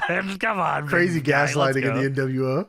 And he stays in the group. That's the only thing they took from the original NWO was the gaslighting. Gaslighting. Yeah. For 2 more weeks he stays in until Vince comes out and says, this is done. This sucks. He comes out and says, fuck this. Jesus Christ. He does. We know when to end the group.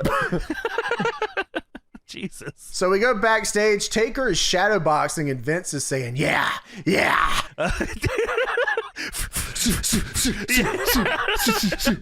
That's it. Yeah. That is fucking crazy. Yeah, that is crazy. They're insinuating that this just happens. Like Taker's backstage, like showing Vince's we just caught this happening. Yeah, that's right, Sean. Oh yeah, he's got a. Well, they make the match for Vengeance, which ends up being Taker versus Rock. I'm proud of you, Undertaker. You've been showing 10 years of ruthless aggression. That's like 20 at this point. 27 yeah, you're right. At least 27 references. Yeah. I'll give you what you want of Vengeance. You got the Rock. And whether you're champ or not, you got the Rock. Taker stops shadowboxing. He does not like that. He says, "What the hell is that supposed to mean? Whether I'm champ or not, what's that supposed to mean?" And Vince says, "Listen, I got every confidence in you." What? Every confidence in you? I will say this much. I love Taker where he feels like he's disrespected all the time. Constantly. Yeah, that is very good. This is like one of my favorite Taker eras. Yeah. Well, Taker says, you got any self-doubt about beating that punk Jeff Hardy tonight? Not only am I going to beat him tonight, he ain't going to be able to stand up. Yeah. Svelte. So I looked it up because I didn't remember Rock versus Taker singles Undisputed title. Okay. It wasn't. So it ended up being a triple threat. With who? Rock, Kurt? Taker, and Kurt, yeah. And does Taker tap out there? Rock ends up winning. Undertaker performed a choke slam on Angle. The Rock performed a rock bottom on Taker. Angle performed an Angle slam on the Undertaker. The Rock performed a rock bottom on Angle. Jesus Christ. And he pins Angle to win the title. Taker should have done the standing vertical suplex. Fuck you. Oh, sorry.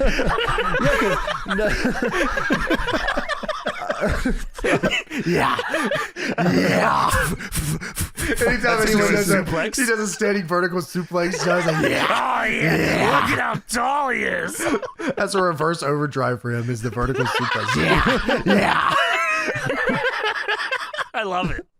So we go backstage. Matt Hardy tells Jeff Hardy there's someone that wants to wish him good luck tonight. Scott Hall. Triple H. Oh, if you can believe it, it's Lita with her neck broken. Is that after the suicide dive? Oh, and is Trish? that one, or does that happen later? No, I think it was off a vertical suplex, probably.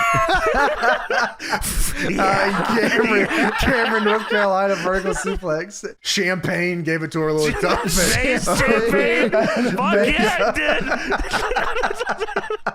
Or maybe, didn't she get like injured on like a TV show or something?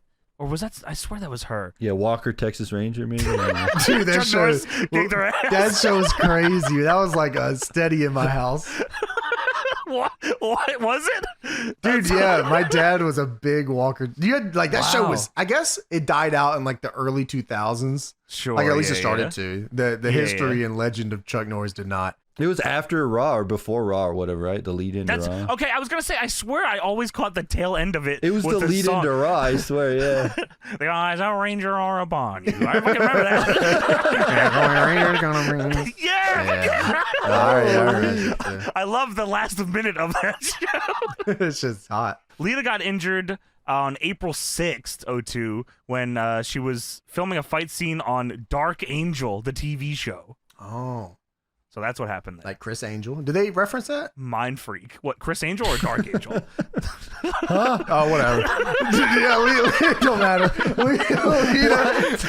I was asking if they reference what Lita. About Chris Angel? Where did this come from? I was on Lita. So I was on Lita peeking her head through the door. Yeah, why did they reference like she broke her neck on fucking Dark Angel? Chris Angel. I imagine they do eventually. Not here though. All right. Well, I'm sure me watching TV by those right. What the fuck? All right. Well, Jeff then attacks the fucking door and freaks out. They do the Goldberg knuckle style. gimmick, and then Jeff goes to leave, and he opens the door and he stares at the door, and he goes, starts attacking the door and runs away. What the fuck is wrong with you, man? This is how Alec Price starts every match. Just everybody Dude, knows. he is insane fucking guy. Yeah. But that's why he's the best. Yeah, that's fucking true. Real shit. Undertaker versus Jeff Hardy main event. WWE Undisputed Championship on the line. Ladder match. Yeah, match. So, is that the week before, Tony, that Jeff I feel like does that's that? the week before. He goes, I want you in a ladder match. He like challenges Taker. We have a lot of Jeff voice in this one. Oh my God, at the end. Yeah, there's a ton of Jeff voice. Jeff is super glow stick painted out here. He has been huffing it all He's drinking night the glow long. stick juice. Dude, he is doused in that shit. And Taker goes to the floor to stop him, and Jeff runs in the ring and baseball slides the ladder right on top of Taker, and it falls onto his cock. He dies under it. Yeah, that was awesome. I like that. That was fucking sweet, yeah. He was trying, dude, you're right. He was trying to dirt bike style it, dude. He was like standing on the wheel. Jeff with the fucking chair to his head. I said, yeah, we're going to get some heat tonight. Right in the face. Yeah, holy shit. Then Taker spends the next 10 minutes just Whooping his breaking ass. this man down slow style. He says, we're gonna work tonight, boy. You're gonna learn. You want some sympathy, don't you, boy? You're gonna learn tonight. Yeah. Get the heat, yeah. Do it with a vertical suplex. That's the shoes of a champion. Yeah. So it's like how long it takes before Jeff does the Jeff shit in this match. Cool guy. Taker was a cool guy here for him. He didn't do shit this match and let everything cool be Jeff Hardy. So like, yeah, you want to talk about making somebody? That's how you fucking do it, man. Like for real. And they gave him time. What is this? 15? You think? It's long. Yeah. I feel like it started with like half an hour left on the show. Like they got their whole entrances, everything, fucking everything. Sure. Taker gets his heat. We get back into it. Jeff puts the lag drops that shit crazy. Whoopee cushion style. Yeah, man. He went full deep on that. That was gnarly. That was cool. Taker then Joey Mercury's Jeff with the fucking ladder. That was crazy. I didn't expect that at all. Knocks him off the apron with the ladder into the announce table. JR is pissed. Fucking get away from the table. Away from the fucking table. You're breaking that kid in half. Come on. Leave that kid alone, you son of a bitch. So Taker is climbing the ladder, and honestly, he could have just won the match right there. Jeff was dead. Yeah, he could have just won the match. But under it's coming. That's my finish, boy. As it should be. So Taker beats Jeff up on the outside, get a little more heat. Walks again until he's broken. Right. Because they talk about that at the end of the match. Apron. And what happens here? Well, he fucking hits him with the guillotine leg drop. How fucking gnarly is that? That is fucking awesome. Yeah, I would like classic Taker move.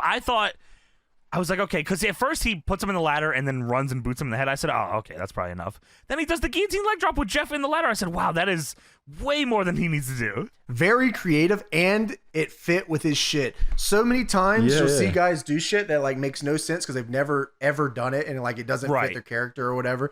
But it's like a Taker move. Yeah, it's a fucking Taker move just with the ladder in it. Awesome, very cool shit. Taker tries to railroad Hardy in the corner on the ladder.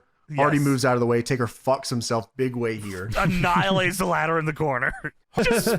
Just soccer kicks him in the balls on the floor, and then he springboards off a ladder onto Taker on the floor. Explain to me how this fucking works. I don't know. How did this successfully work?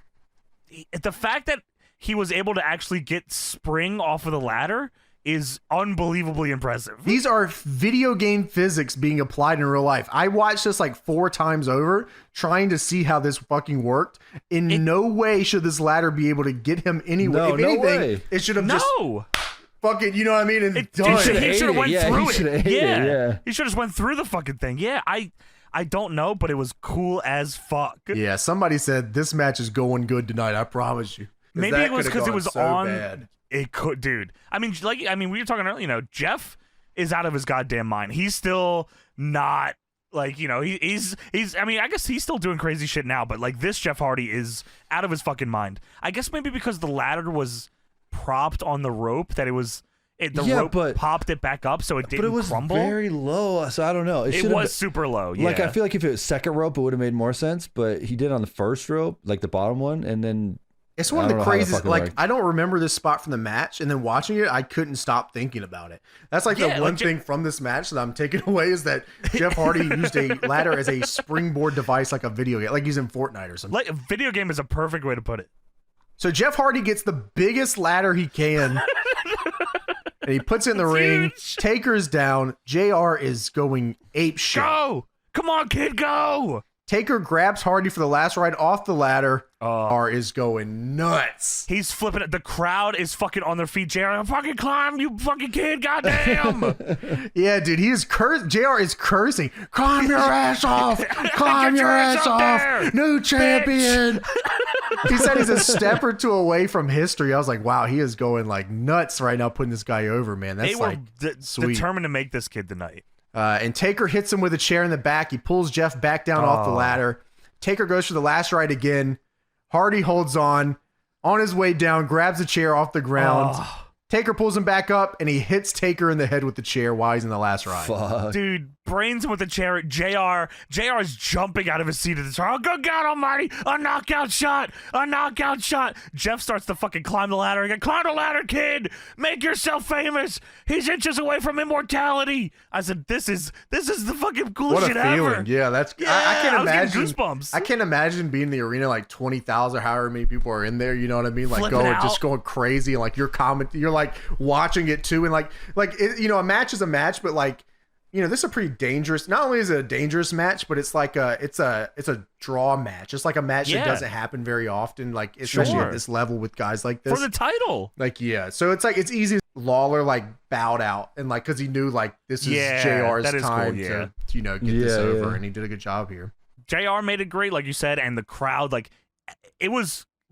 I think everyone believed. Oh fuck. Jeff is going to win this fucking belt. Like everything they did in this match like made sense. Like everything made enough sense where the crowd knew exactly what to react to. Like they bit on everything because everything made sense. Like him going, why wouldn't he go for the last right off the ladder? Right? It's like fucking right there. Like why wouldn't he grab him and hit him with the chair? You know what I mean? Yeah, man. And like it being so believable, it makes it so easy to like get into the match. And they just every fucking for the last 8 minutes or so, they have them on every single spot. I can't imagine being a performer and like we got them for 8 straight minutes like that, right? Like everything we do from this point to the finish is like we have like this is perfect. It's so cool. So Jeff Hardy has his hand on the title.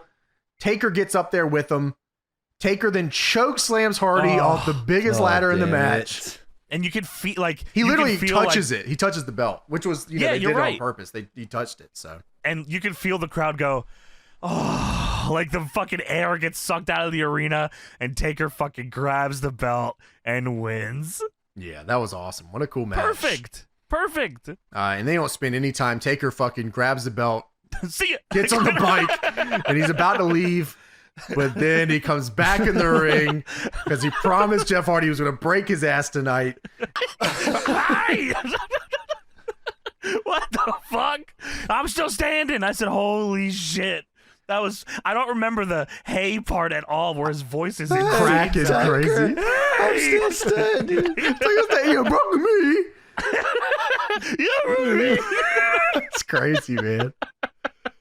That's not the part of this moment that people remember. No, I don't think anyone remembers him saying that. Yeah. Hey, you ain't broken me. I'm still standing. So Taker goes, what the fuck? All right. Let me get back in there before this motherfucker starts talking some more. So Taker doesn't even ride the bike back. He fucking sprints back the ring. He fucking says, you gotta stop talking now. Stop fucking talking now. No. Taker gets off the bike. He walks to the ring while Jeff Hardy is trying to hold himself. Like, I'm on the ropes. I'm standing. And he goes in the ring and he fucking grabs him and he goes to fucking punch his lights out. And he stops. He pats him on the head and he raises his hand. And Jeff Hardy earns the Undertaker's respect. This is like picture perfect making somebody. Yeah, you couldn't. This is like a book. You fucking wrote a book on this shit. Like, I don't know who Asian this shit or who fucking put this together or what the fuck, but like, this is a storybook match. He raises his arm. Jeff falls down after, and you can see Taker mouthing like, "You were one tough son of a bitch." That was awesome. And he leaves, but like the shot of Jeff, like he's finally spent. He got the respect. He was this close to winning the belt. Everyone believed it. Fucking JR believed it. It says modest to the top. Come on with it. Modest at the top, and that's how it ends. And it goes out in the black. Yeah, it goes on a black screen, and Rob Van Dam comes out and he does his taunt. He's late. I'm Rob Van Dam. Whoa. Cool moment there to end the show. But yeah, I mean, good on Taker. This was a fucking fun match. Great moment. Everyone remembers this. Some stuff I didn't remember from it, like the springboard or the hey! I'm broken. 2002 Raw might have to be studied because there's a lot of what the fuck is happening here. Half of this, like most of the show, I don't even know what they're building to. They really relied on the guys that were already over, right? Sure. Like having Taker. If you didn't have Taker on this show, oh my god, you're struggling. Yeah, you're struggling. God. Yeah, what do you do? Because a lot of guys don't have any fucking cred. They don't have any cred because they can't book it worth of shit. They can't, you know what I mean? Like, they got no cred because ain't nobody doing nothing. Well, how can you book? You got Vince Russo in 1 week, you got him out the next week. I mean, who's booking? How do you do this? Yeah. Can anybody tell me who's booking who? Well, Triple H is coming back, brother, and he's gonna run this. Or maybe not, dude. Don't put him in my group, dude. But Scott Hall in there, though. Yeah, that's fine. Yeah, man. What a show. That was Raw for July 1st, 2002. And that was our show. Thank you for joining us for another edition of the Deadlock Podcast. Join us on Patreon, patreon.com/DeadlockPW. Check out Deadlock Pro Wrestling. That's our goddamn company, DPWOnDemand.com. And there's free stuff on Deadlock Pro YouTube. Whoa, free, all the time. All the time. Has it always been all the time? Or? Unbelievable, All right, James. cool. I can't believe it here. And we'll see you next week for another edition of the show. All right, let's get into WWE Raw for July 15th, 2002. The episode where Eric Bischoff becomes the general manager of Raw. Yes, Eric Bischoff's WWE debut. He shows up here. Time to shake things up again. We usually go into the Observer portion of the show here, but oddly enough, we've done all of them. Like, we've covered this section of 2002 unbelievably. I think, like, there's a lot of shit that goes on here, so if you want to see or hear what was going on at the time, check out the previous 2002 episodes. I'm sure there's an abundance of them. I think we did the one just 2 weeks before this show here in particular. So let's get into Monday Night Raw, July 15th, 2002. We start with a cold open here. Undertaker and Paul Heyman are in the locker room, and Heyman is still reeling after being hit by a van Terminator last week. Getting hit by a van. Whoa, I can't drive. So yeah, it's Undertaker and Heyman. They're talking together. The undisputed title is in the shot because the Undertaker is the undisputed champion. We are still in draft time, so who is on what show is still important here. And I think we're still in the era of undisputed champion gets to go on whatever show. Seems like it. Yeah, I think that's true. So the main event is going to be Undertaker teaming very first time with Brock Lesnar against Ric Flair and RVD. This is crazy. Like dude, yeah, like that's a shut your mouth season mode match. Yeah, for real. They're just teaming you up with whatever the rivalry's going into the pay-per-view. Yeah, I mean, like, I was very intrigued, I gotta say. So RVD right now, by the way, is getting the biggest pops out of anyone on the show. Dude, he's so fucking over. Yeah, he's like unbelievably over, which means like he shouldn't win the belt for another like 5 to 6 years. That means we're on the road to Elimination Chamber. Oh my, that's right. That is this year. Mm-hmm. Wow, we're RVD. Whoa, I don't know how to drive. So the NWO music hits at the top of the show, but instead of the NWO, it's Vince McMahon. Vince walking out to the NWO theme is cursed, by the way. It is, yeah. I didn't understand what was going on at first. Also, what's messed up is what happens here. Again, I know it's WWE NWO, but I still have somewhere in my heart that feels like this should be like respected a little more, even if WCW's NWO didn't really respect the NWO at the end. Hello, everybody. The NWO sucks. What a bad fucking idea. Let's go over all the eras that are better than the NWO era. I mean, that's what he does. Like, Vince gets on the mic and says, well, I bet you're wondering why did Vince McMahon come out here to NWO music? Well, yes. So he says the reason he walked out here to NWO music is because he thought people might want to hear it one more time. One last time. And Vince says, and you just did that. You heard the NWO music for the very last time because there is no more NWO. The NWO is now history. The NWO era is now history. And then, as you said, he goes on to list a bunch of other eras that he liked more. The NWO, I thought maybe he was setting them up to come out, like Big Show and everybody would come out. Yeah, or like something. I know Kevin Nash was just injured last week. He tore his quad last week. So that's why they're pivoting here. Right. Is because Kevin Nash tore his quad last week, which leaves the Big Show, Booker T, and Goldust. Oh, they just kicked Booker T out as well. Booker T got kicked out of the group by Shawn. So, like, that also just happened. I like to imagine that all the eras he listed, they were going to bring all these guys in and make them join the NWO. But sadly, they had to pivot and say the NWO died instead. So he says the NWO era is now history. No different than the many other eras preceding that here in the WWE that had to come to an end. Which, again, this is not true. This NWO thing was not an era. God damn it. I remember it. No, you don't. The Buddy Rogers era. And the Bruno Sammartino era. And the Pedro Morales era. And the Superstar Billy Graham era. And then we went into something called the Hulk Hogan era. Dude, he goes on forever. Ultimate Warrior, Bret Hart, he says most recently Stone Cold Steve Austin, which is like, okay. And all these eras made their mark, but each and every one of these eras, we changed with the times. so we must change now. So The NWO sucks. I think the idea here was who gets the biggest pop because they're gonna run the NWO. But I mean, yes, that's sadly, what it should have fucking been. That's not what happened because all these guys would have teamed with Goldust. It would have been awesome. Dude, I mean, they could have come up with a new leader of the NWO, right? Like, Triple H is right there. Buddy Rogers with Goldust. So Vince says this program, Raw, was born 10 years ago, right across the Hudson River in downtown New York City, and soon we will celebrate our 500th episode of Raw. Hey, we're celebrating our 300th episode here soon, brother. I mean, dude, 500 episodes is nuts. They're on like 2,000. I know. We're old. Yeah, I actually wrote down here. Oh my god. 500. Yeah. Wow. Well, it's time for Raw to be reborn again, like Goldust was, and it's time to shake up Raw. Time to shake up SmackDown and the entire WWE brand. And that begins tonight. He's hired 2 general managers, one for Raw, one for SmackDown, and those 2 will have his unqualified support in their endeavors. And tonight, within the next hour, he will name the new general manager of Raw that will take Raw to higher ground. And the crowd chants, "Asshole." Vince says that he has these GMs and he will give these people what they truly deserve. And then it shows the locker room watching in a big group. Interesting setup here. It's front of it's where you would think the interview area would be at this time with the screen, and they're all watching it. And what's Justin Credible watching for, you think? Oh my god, dude! I'm not fucking joking. I wrote down here: Booker taps Justin Credible on the shoulder and asks him, "What do you fucking work here?" Yeah, dude. What are you watching for? Oh, I just read I could watch Raw for free here.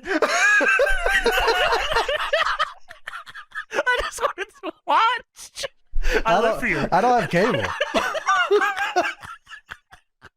Get your ass out of here. Dude, and Justin Credible was wearing a Deadlock jersey.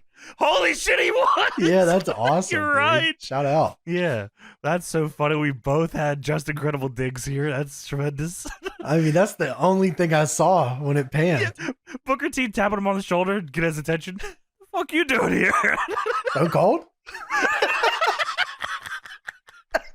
Oh, shit, no. No, I'm Justin. Get the fuck out of here. Tell me you didn't just say that. Also, I enjoy seeing the abundance of Vengeance pay-per-view shirts. I always enjoy that. And one guy that always wears them is fucking Ric Flair. Ric Flair's always repping the brand merch. Well, yeah, he wants to keep his job. So we go backstage. Terry is with Ric Flair, who is now in full robe, and asks him about the new general manager tonight. Yeah, she says, there's rumors running rampant already. It could be Stone Cold. That's just Justin. Ric Flair, did you see Justin Credible back there? Who the fuck?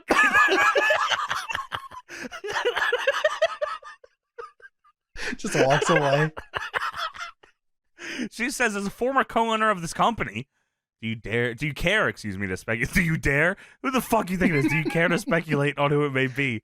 And Flair says, Bobby Lashley. Who is it? Flair hears that somehow from JR and commentary. What the fuck? He stops and looks up.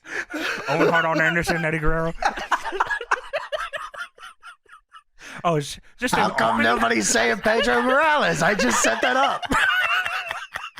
So now it's time for the Jeff Hardy, Bubba Ray, and Spike Dudley versus William Regal, Eddie Guerrero, and Chris Benoit 6-man elimination opening match tag. Dude, when they said it was a 6-man elimination tag, I thought they fucked it up. I thought Lillian just was kind of going rogue here and making rules for herself because she thought it'd be a better match. Which she had some awesome ideas.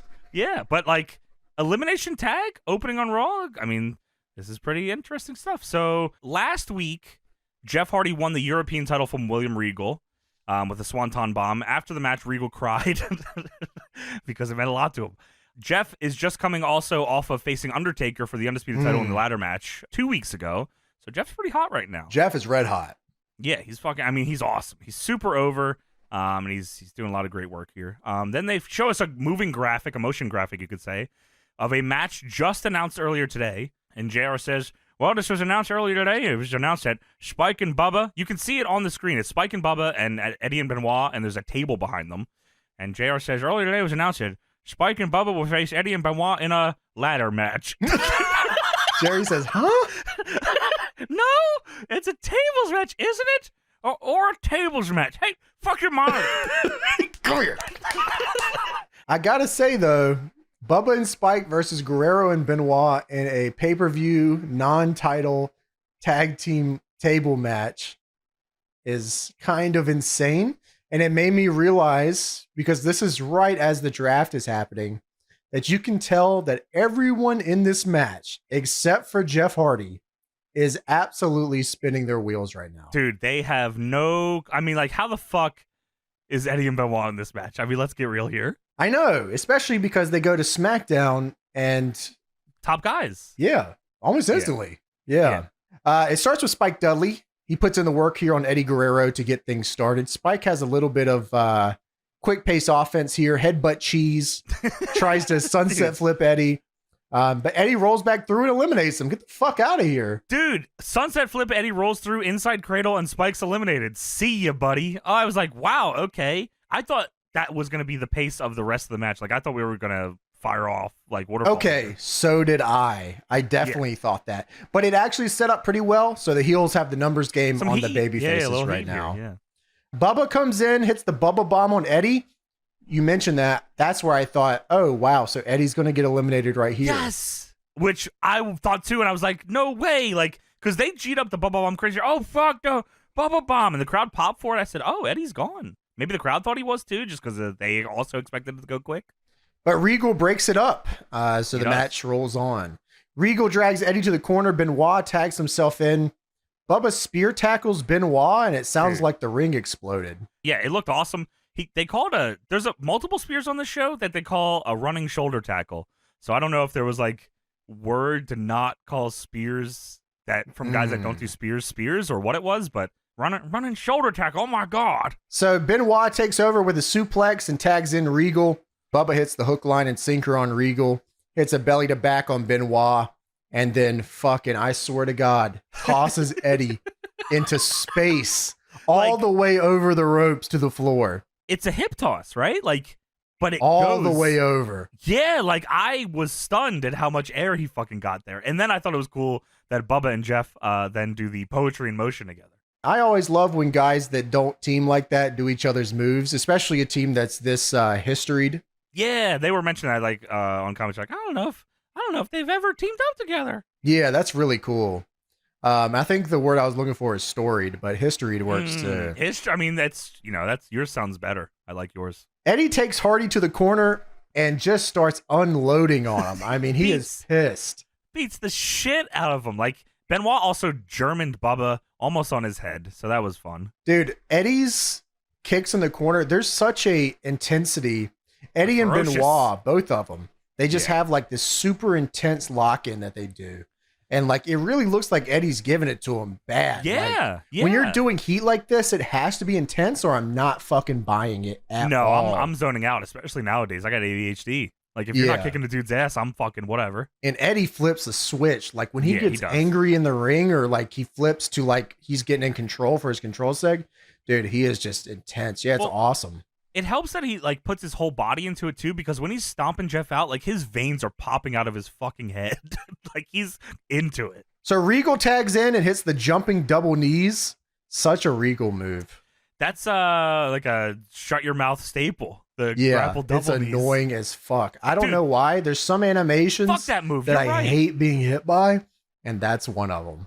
I felt like that about it's that one and the weird choke slam that's in No Mercy. It's like a light grapple choke slam with the back of the head. Yes, I fucking hate that one. Regal grabs the European title here. He goes to use it on Jeff, but Bubba Ray stops him and hits Regal with the belt instead. Sadly, Earl Hebner sees it and says, "Get the fuck out of here, you fat son of a bitch. You're DQ'd." So donuts. Yeah, Earl was distracted until he wasn't, and then he blatantly saw him hit it with the title, which I thought was funny. And then he DQs him and throws him out. My favorite part about this is in the beginning of the match, Regal is trying to wrestle. In the last part of the match, Regal is only trying to cheat. Only. He's done wrestling, just cheating. He found out that the boys are going to beat him here soon, and the only recourse is by hitting you with the European Championship. So Bubba's been DQ'd. Bubba goes to knock down Eddie and Benoit on his way out of the match, and Jeff hits a swanton bomb on Regal and pins him. That was awesome. Yeah, quick elimination there because he was fucked from the title shot. And that's his guy. So him eliminating the guy he beat last week here and then leaving him to the Sharks, Benoit and Guerrero. So Jeff does the split leg pin on Eddie almost immediately here after some heat and steals a pin. He eliminates Eddie Guerrero. Yes. Also in the crowd when this was going on, I saw two dudes in the crowd and one of them gave his boy a stunner, which I mean, that's like awesome. Yeah, that's like real shit. Did he give him the stunner and take his pants down? I've been roaming around, always looking down. Holy fuck. I'm going to retweet that just so people know what we're talking about.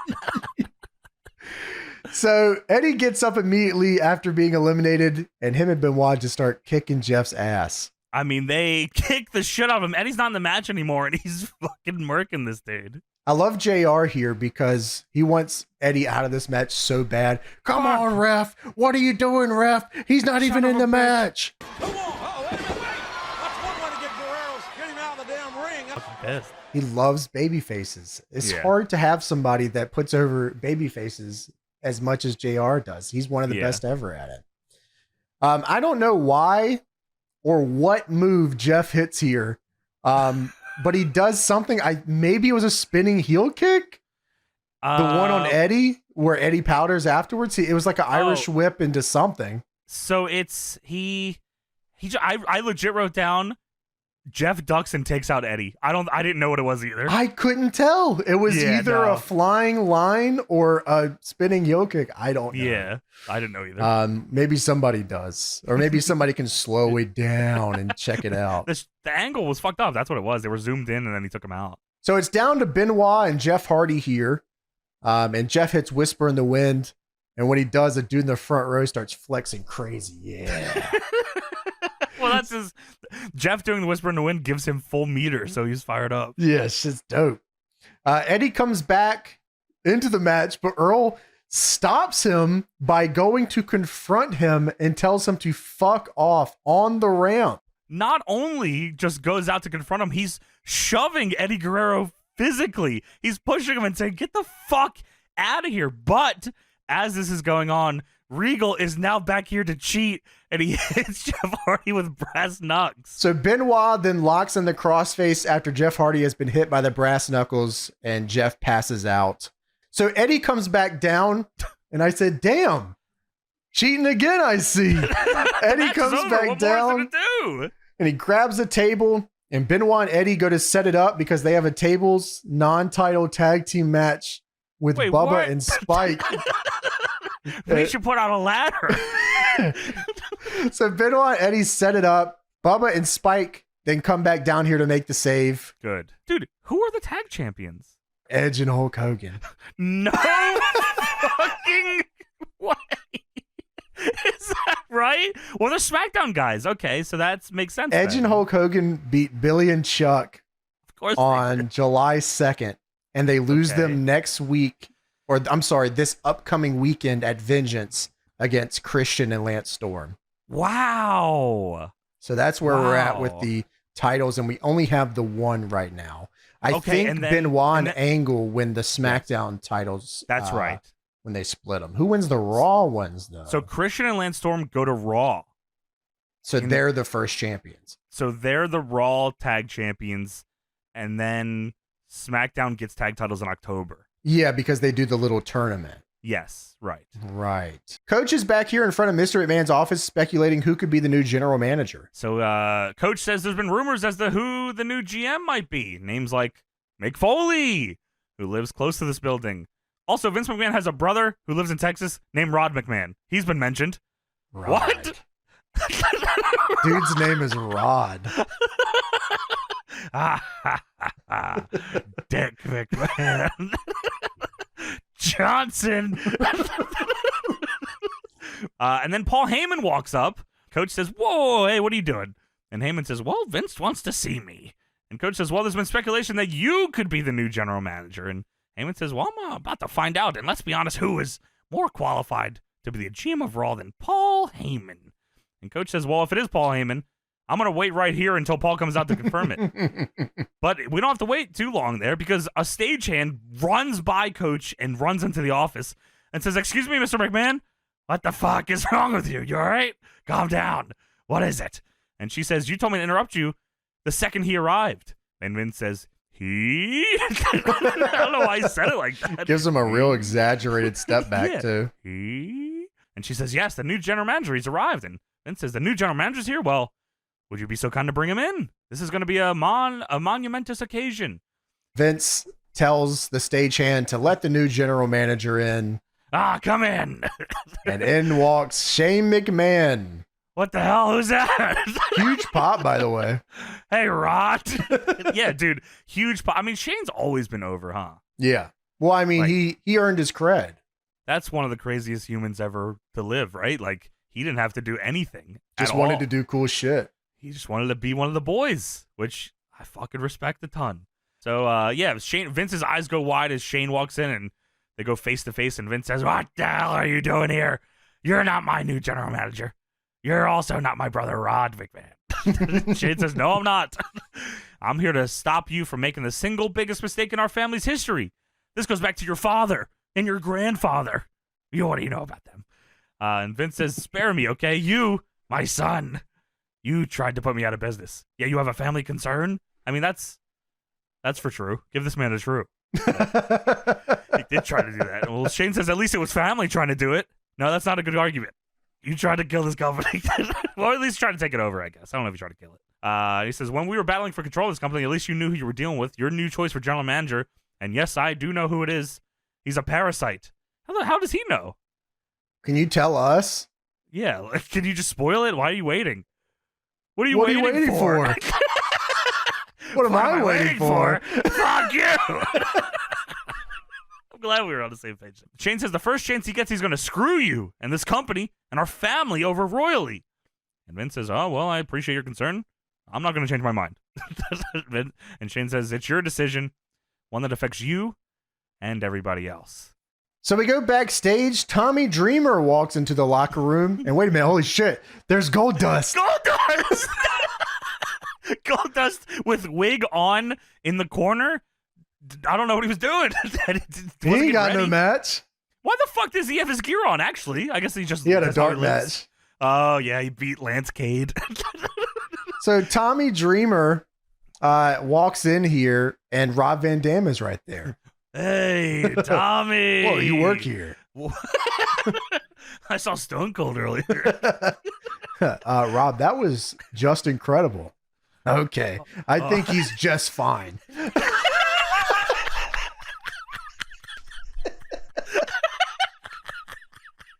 So Tommy says, what do you think of this GM stuff? And RVD says, I know, huge news, right? I don't know who it is, but I'm glad it's not Paul Heyman. He made my career. Remember when Paul Lee made me walk out of the pay-per-view and ask why I didn't have a match? Remember when he fired Sabu? I love Sabu. Cool. Whoa. And he made some guy champion. Yeah, that was just incredible. No. No, I don't think he was that good. That kid. Rob, his name is just incredible. Whose name? Sabu is a cool name. So Tommy says, yeah, me too. Speaking of Heyman, how did it feel when you hit him with that Van Terminator last week? Whoa, that is my move. What if I hit him with a Van Assassinator? So Dreamer hangs his bag up and Steven Richards walks in. Steven Richards. And Steven Richards says, well, isn't it the guardian of all things ECW, Tommy Dreamer? And Tommy says, what do you want, Stevie? Stevie says he wants to congratulate him for standing up to Paul Heyman and Lesnar and defending all the ECW guys, but deep down inside, he knows it was a load of crap. He did it for himself. And since there's a new GM tonight, why don't we make our match a little more noticeable? You seemed to be real handy with a Singapore Cane last week. So why don't we make our match a Singapore Cane match? They could just do that. You whip out your stick, and I whip out mine, which is funny in its own until... Sounds like an offer. Too good to be true. And dude, okay, I don't know if they wanted it to go this way, but he walks away and Dreamer and Stevie genuinely laugh. Like, that's a real laugh that they do. It absolutely is a real laugh, but they save it and it's even funnier that way. They do. So they fucking bust out laughing, and Stevie looks at Dreamer and says, well, and Dreamer says, you got it, bro. Stevie then throws a cane, because he's holding 2 canes. He throws one to Dreamer, who catches in the air, and then Stevie winds back with another cane and fucking hits Dreamer in the stomach with it and lays him out, and he takes Dreamer's cane away and says, I'll show you. Oh, yeah, that's his thing. If you didn't know I'll show you is his thing, you will be thoroughly introduced it in this match. So Stevie Richards and Tommy Dreamer, a match that overachieved in droves. God. Yeah, here. Good Lord. Like, they went for it here. I mean, the promo backstage before this had them corpsing after Goldust said that he would like them to whip out their sticks.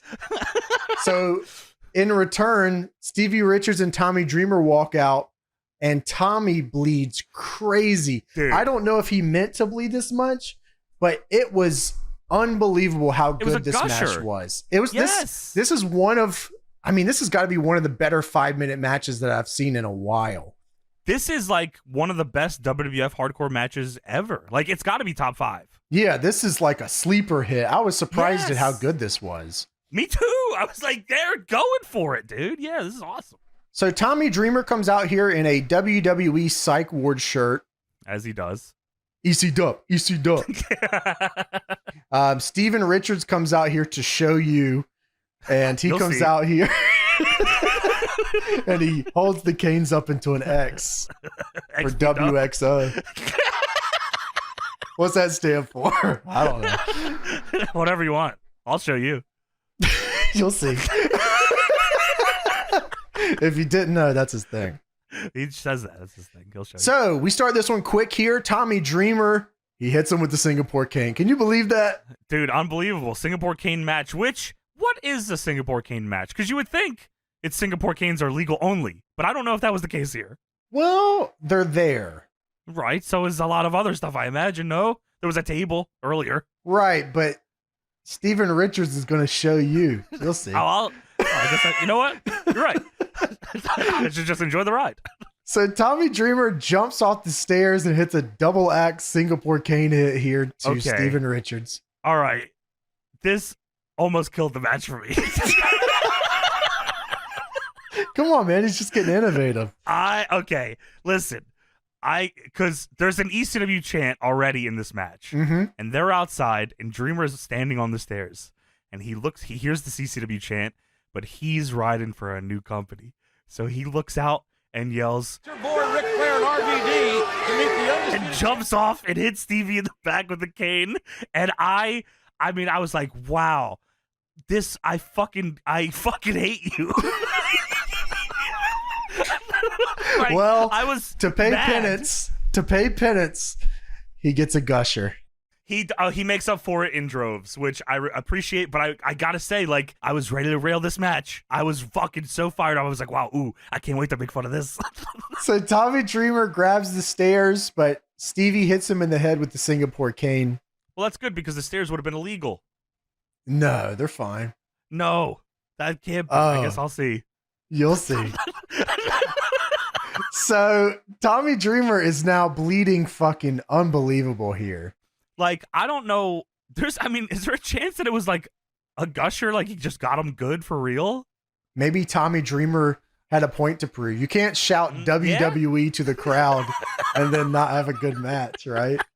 Like, if you scream WWE at the crowd and then had a shitty match, fuck you. Yeah, fuck you. Die. So Stevie brains him with this shit. And then Stevie starts cutting a promo on the Singapore cane that he hit Dreamer with, which ends with, I showed him. Which. Yes, he did. And then, I don't know I'm sure you must have caught this. Somebody in the crowd yells, BWO! BWO! Yes. Hell yeah. God, Time Machine made it to the show. Yeah, he went forward in time. Even better. So Steven Richards, he hits the suplexer Dreamer on the ramp. He'll show you. This is where I see Dreamer is fucking gushing blood. I mean, they are not going easy on these cane shots, whatsoever. I guess you can't. Like, they're lacing each other with this shit. Well, these guys don't get matches, especially singles matches, and they won't in the future either. So they have to do something here, right? They have, but they're on the flagship show. That's true. That's true. They got something to prove. Right. So like, yeah, they went out here and Tommy Dreamer said, dude, I'll fucking die tonight. I don't care. Like, it's all I got. So yeah, Richards hits the suplex on the ramp. Dreamer is now really, really bleeding here. So Dreamer, this is actually very well placed and worked out very well here. Richards is really giving it to him. He's showing him. Dreamer is like standing up, getting a second win, fighting through the shots. And the crowd is like coming up with him. It was awesome. He's bleeding a ton. Stevie's lighting him up with these cane shots, and Dreamer gets up and says, "Come on, you son of a bitch!" And the crowd goes nuts. Yeah, they thought that was awesome. So like, really well done here. I think it works especially well in a match that is this short and has this much blood in it. Like, very well placed here. I don't think this works all the time, but very well placed here. Yeah, they figured it out.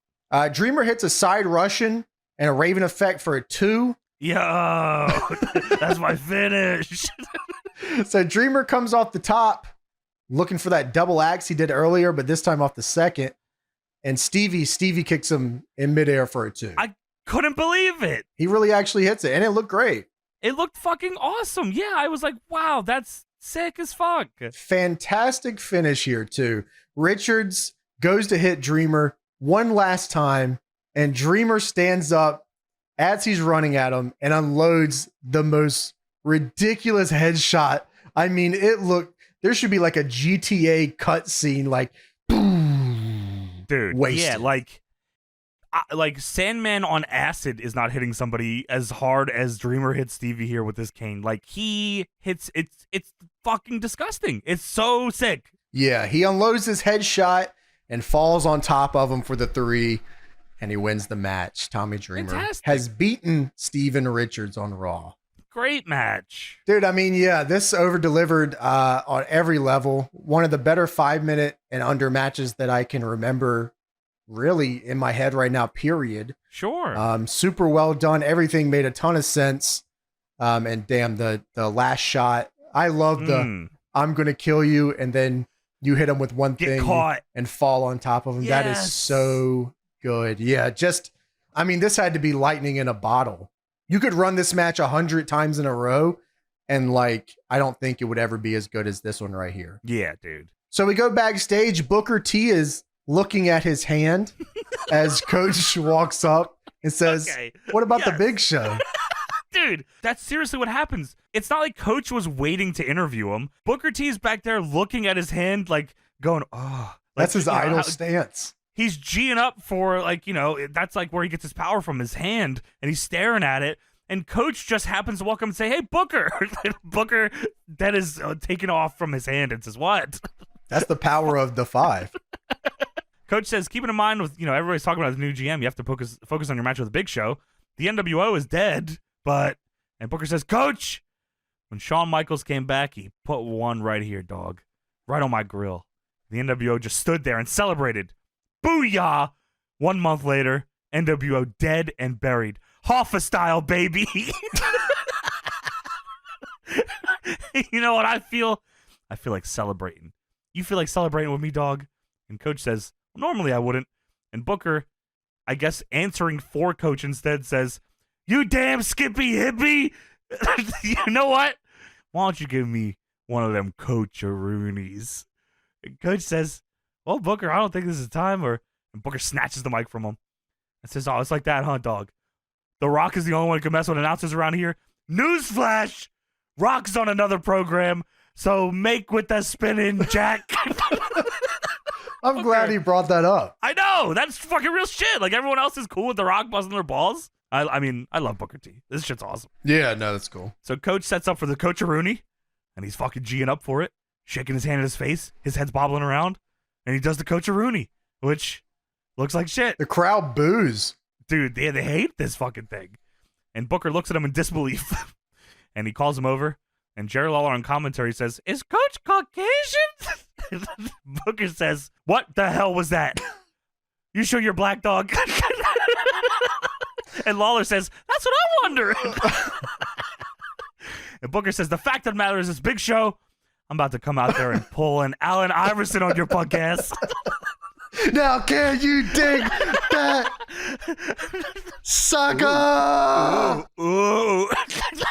He fucking confused Booker face, legendary gif. Like, dude, yes. So someone walks up on the interview here after Booker ends it with Coach, and Booker gives this look off camera, and the camera's zooming in and shit with them, and it is the gif you've all seen. If you look up Booker T on Discord gifs, it's probably one of the top 2 that you'll see. Dude, it's legit number 2. And it's the famous gif, and I couldn't believe it. I couldn't believe how many things were in this episode that I was like, oh, I know where this is. I've seen this before. Yes. Yeah, no, that's awesome. And yeah, it's Eric Bischoff who walks up.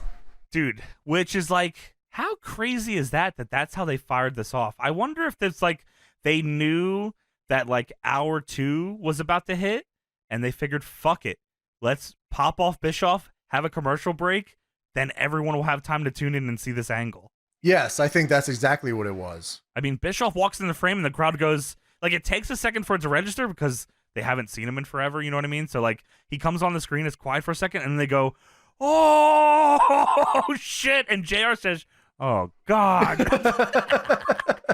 And Bischoff extends his hand to Booker and says, "Booker, so good to see you, my friend." And he walks away, and Booker stares him down and says, "Tell me I didn't just see that." Did you watch this live? Like, do you remember this happening? I don't remember it live, no. I remember it live, and I remember the fucking WWF chat fucking going crazy. Oh, yeah? Like, that's cool. Yeah, the IRC chat was going nuts. Like, this was fucking gnarly. Yeah, this was going on. Like, I was a dirt sheet head, and I don't even think I caught that one. You know what I mean? Yeah, no, like, that's cool. So, like, yeah. So then we go to commercial after that. Vince walks out on the stage, no music. Gets on the mic and says, "You know, you don't realize this, but it takes a real son of a bitch to get successful in this business. So from one son of a bitch to another." This is crazy that's the introduction for fucking Eric Bischoff. It is, from one yeah. son of a bitch to another. Allow me to introduce you to the new general manager of Raw. His name is Eric Bischoff. And the version that I imagine a majority of people have heard and seen, because I think they only one time do this and have edited it to shit for years to come. But Bischoff comes out to Back in Black by AC/DC here. Yeah, that's cool. Which is, yeah, that's like nuts. I imagine they like must have got the bill after that and said, whoa, whoa, whoa, whoa, whoa, whoa. Yeah, sure. Fuck all that. Yeah, especially in 2002. But Eric Bischoff's theme song is awesome. Dude. I'm back. Yeah, dude, like legendary theme. I actually don't know. I like it more than Back in Black, and that's a great fucking song. Bischoff walking out with that song and like slapping his chest with his hand Dude, is yes! like how I remember him the most, I think. So Bischoff comes out, as you said, patting his chest, Bischoff style, and him and Vince hug. Big fucking hug. And JR says, I can't even begin to tell our viewers what this is going to mean. And Lawler says, I used to sit in the same broadcast booth every week with Vince, and he would wish death upon Eric Bischoff.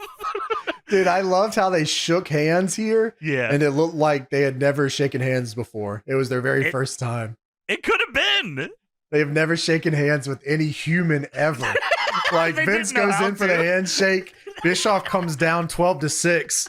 And then they kind of bring it back around vertical style. I said, wow, what is happening? Yeah, they invented a new handshake. Like Bischoff is doing a thumbs up with his other hand while he's lost in this handshake too. Yeah, I think it's funny that I think what they wanted is they didn't want to turn away from the camera, right? So they're trying to like get this handshake in with turning to each other. Both facing? Yeah, it's funny. Look at the camera, bitch. Well, there's our new boss. Bischoff's walking down the ring. You know, I got 25 years in this business, and it comes down to where Eric Bischoff is my new boss. By God, am I a lucky fat Oklahoman? That's funny as shit. So Bischoff is on the mic, in the ring, in a WWE ring, and he says, for those of you that may not know me, my name is Eric Bischoff, and I used to run WCW. Not that watered-down version that invaded this company. I mean, that sucks. Hey, everybody. My name is Eric Bischoff. I wasn't aware that we just break kayfabe here all the time. I saw Vince do it earlier. I'm going to rock a couple off real quick. You guys let me know when I should stop. I mean, that's his whole thing, is like, this is like a shoot promo. Yeah. Like, he said, when I ran WCW, I became famous, and I was the only person to ever be able to take it right to Vince McMahon. In fact, when Vince was out here a couple weeks ago talking about ruthless aggression, who do you think he was talking about? It was just incredible. When Vince needed star power, I was ruthless. I signed everybody he had: Hulk Hogan, Randy Savage, Kevin Nash, Scott Hall, Roddy Piper. I signed Bobby Heenan and Mean Gene just for the hell of it because I could. And Jared got my, hey, those are real people. Those are people's lives. People's lives. Bischoff says, I took this little family business, this McMahon monopoly. I gave it one big swift kick in the crotch. And the crowd is now chanting, shut the fuck up. Well, don't worry. He has like 5 more minutes of promo here. He says, there's one thing I really wanted to do when I ran WCW. One job I couldn't get done. One piece of talent I couldn't sign away. And I'm convinced that if I signed him, that right now, Nitro would be on the air. And Vince McMahon, my new best friend, would be working for me. It's not going to be the NWO that signs Triple H. Well, because I fucking killed him. That would be me. So he wants to sign Triple H from SmackDown to come over to Raw, and that will begin the downfall of Raw. For the rest of you in the back, some of you I had the chance to work with, some meet for the first time, you'll agree. One thing you'll agree on is people generally like working for me, and it's not about the money. The WWE needs me. You people deserve me. And there's one thing I want to promise. I'm here to put the E in WWE. And he blows a kiss. And then the Raw theme plays. I guess they Raw remix. Dude, they must have immediately realized, wow, AC/DC is charging us a fucking arm and a leg. Fuck that. So yeah, Bischoff is now here. He is officially the Raw general manager. The NWO is dead. He wants to sign Triple H. Things are looking up. And Sean Stasiak is watching backstage. Dude, okay. The roster is backstage watching, same spot they were in, packed house at the monitor. And RVD is talking to Sean Stasiak. You can see it. And I can only imagine he says, hey, you should go, you should spoil a bunch of shit and get fired. Oh, Rob, that's a great fucking idea.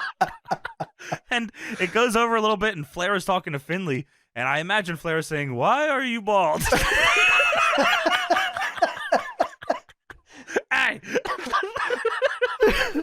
I mean, I've never seen Finley bald. He's not bald when he comes through. They're like, what the fuck? I mean, crazy look. Are you stone cold too?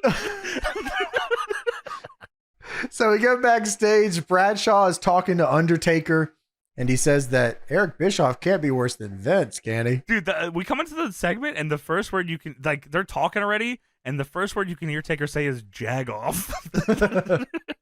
Bischoff walks up and says, Undertaker! Dying to meet you, man. I've been following your career for so long. I probably fired you. Weren't you mean Mark Ellis? You're the one guy I was really hoping would come to WCW, but I guess loyalty meant more to you than money. And if there's anything you ever need, anything at all. And then Bradshaw moves in the way and gets in Bischoff says, hey, Bradshaw, you're a hardcore champion. And Bischoff says, yeah, fucking all right. That's good. Fucking, yeah, that's fucking nice to meet you. Anyway, Undertaker, anything you need at all, you call me. I'm there for you. Hey, don't fuck with me. I got a reputation. Hey, I'm Bradshaw. I'm the hardcore champion. Oh, that's cool. I mean, we had Norman Smiley as the hardcore champion. Shit was way better than this. That shit was cool as fuck. So now we have Trish Stratus versus Molly Holly for the women's championship. Yes, Trish, super over as always. Molly is, of course, a heel here with the hair. And one thing I noticed is they show a shot of Lawler and JR here, and behind them is the Green Lantern fan. Oh, I didn't even notice that. That's cool. Yes. Fucking ROH legend, the Green Lantern fan. I hope he was timing the matches. Yeah, had to be. Trish does a kip-up arm drag here that looks nice. It does look fucking cool. Molly always has good heat here. She just ragdolls Trish. Trish hits the Frankensteiner out of the corner and starts unloading some forearms. I can't see. I can't see anything right now. Give me the monitor. Dude, I don't know what happened, but Lawler complains about his monitor for the rest of the night, it feels like. He says, I I can't see Trish. Move over so I can see Trish. And JR says, don't put your hand on my leg. Look, she's in the purple tights. So Trish hits the chick kick, but Molly kicks out at 2. Can someone fix my monitor, please? Could you please? It's a championship match. Just shut up for 3 Can seconds. someone fix my monitor, you idiots? Hey. Just drops the accent. Hey, chill out. I'll get real fucking mad. And then somebody, dude, at one point, I guess somebody comes in to fix it, and Lawler, like, middle of the match, completely calls him out. Hey, where are you going with my monitor? So Trish hits the chick kick here. Molly kicks out at 2. That must be nice. Molly slaps Trish and hits a back body drop. Molly goes for the razzle dazzle, but Trish reverses it into a victory roll out of the corner for a 2. That was awesome. I thought that was the finish. Yeah, that was awesome. Really well done here. Molly hits a backbreaker for a 2. Trish goes for Stratisfaction, but Molly drops her with a belly to back and then uses the ropes in a pin for the 3. Oh, what the fuck? Solid TV match here. I actually enjoyed this. I thought it was cool.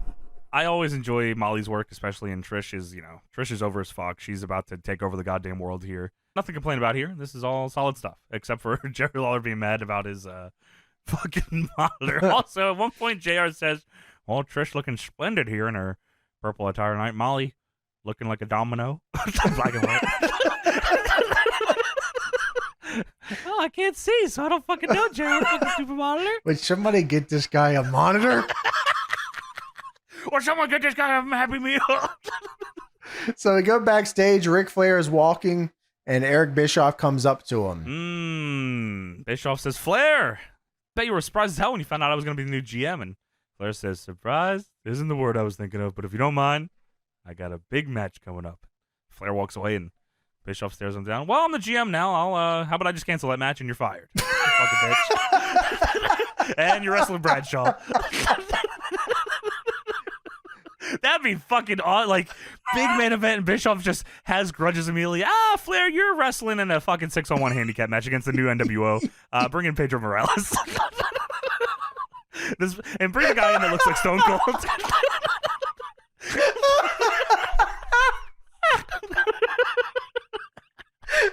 Pedro Morales NWO. Yeah, that's on Diggs. Back in black, Dan. Yes, I'm back in black. Pedro Morales NWO. Yes. Would have been hot. Oh, would man. have saved Raw, I think. Dude, I mean, shit would have been awesome. Hell yeah. So we have Booker T versus Big Show up next. This is a hot feud. The last match they had was a count out.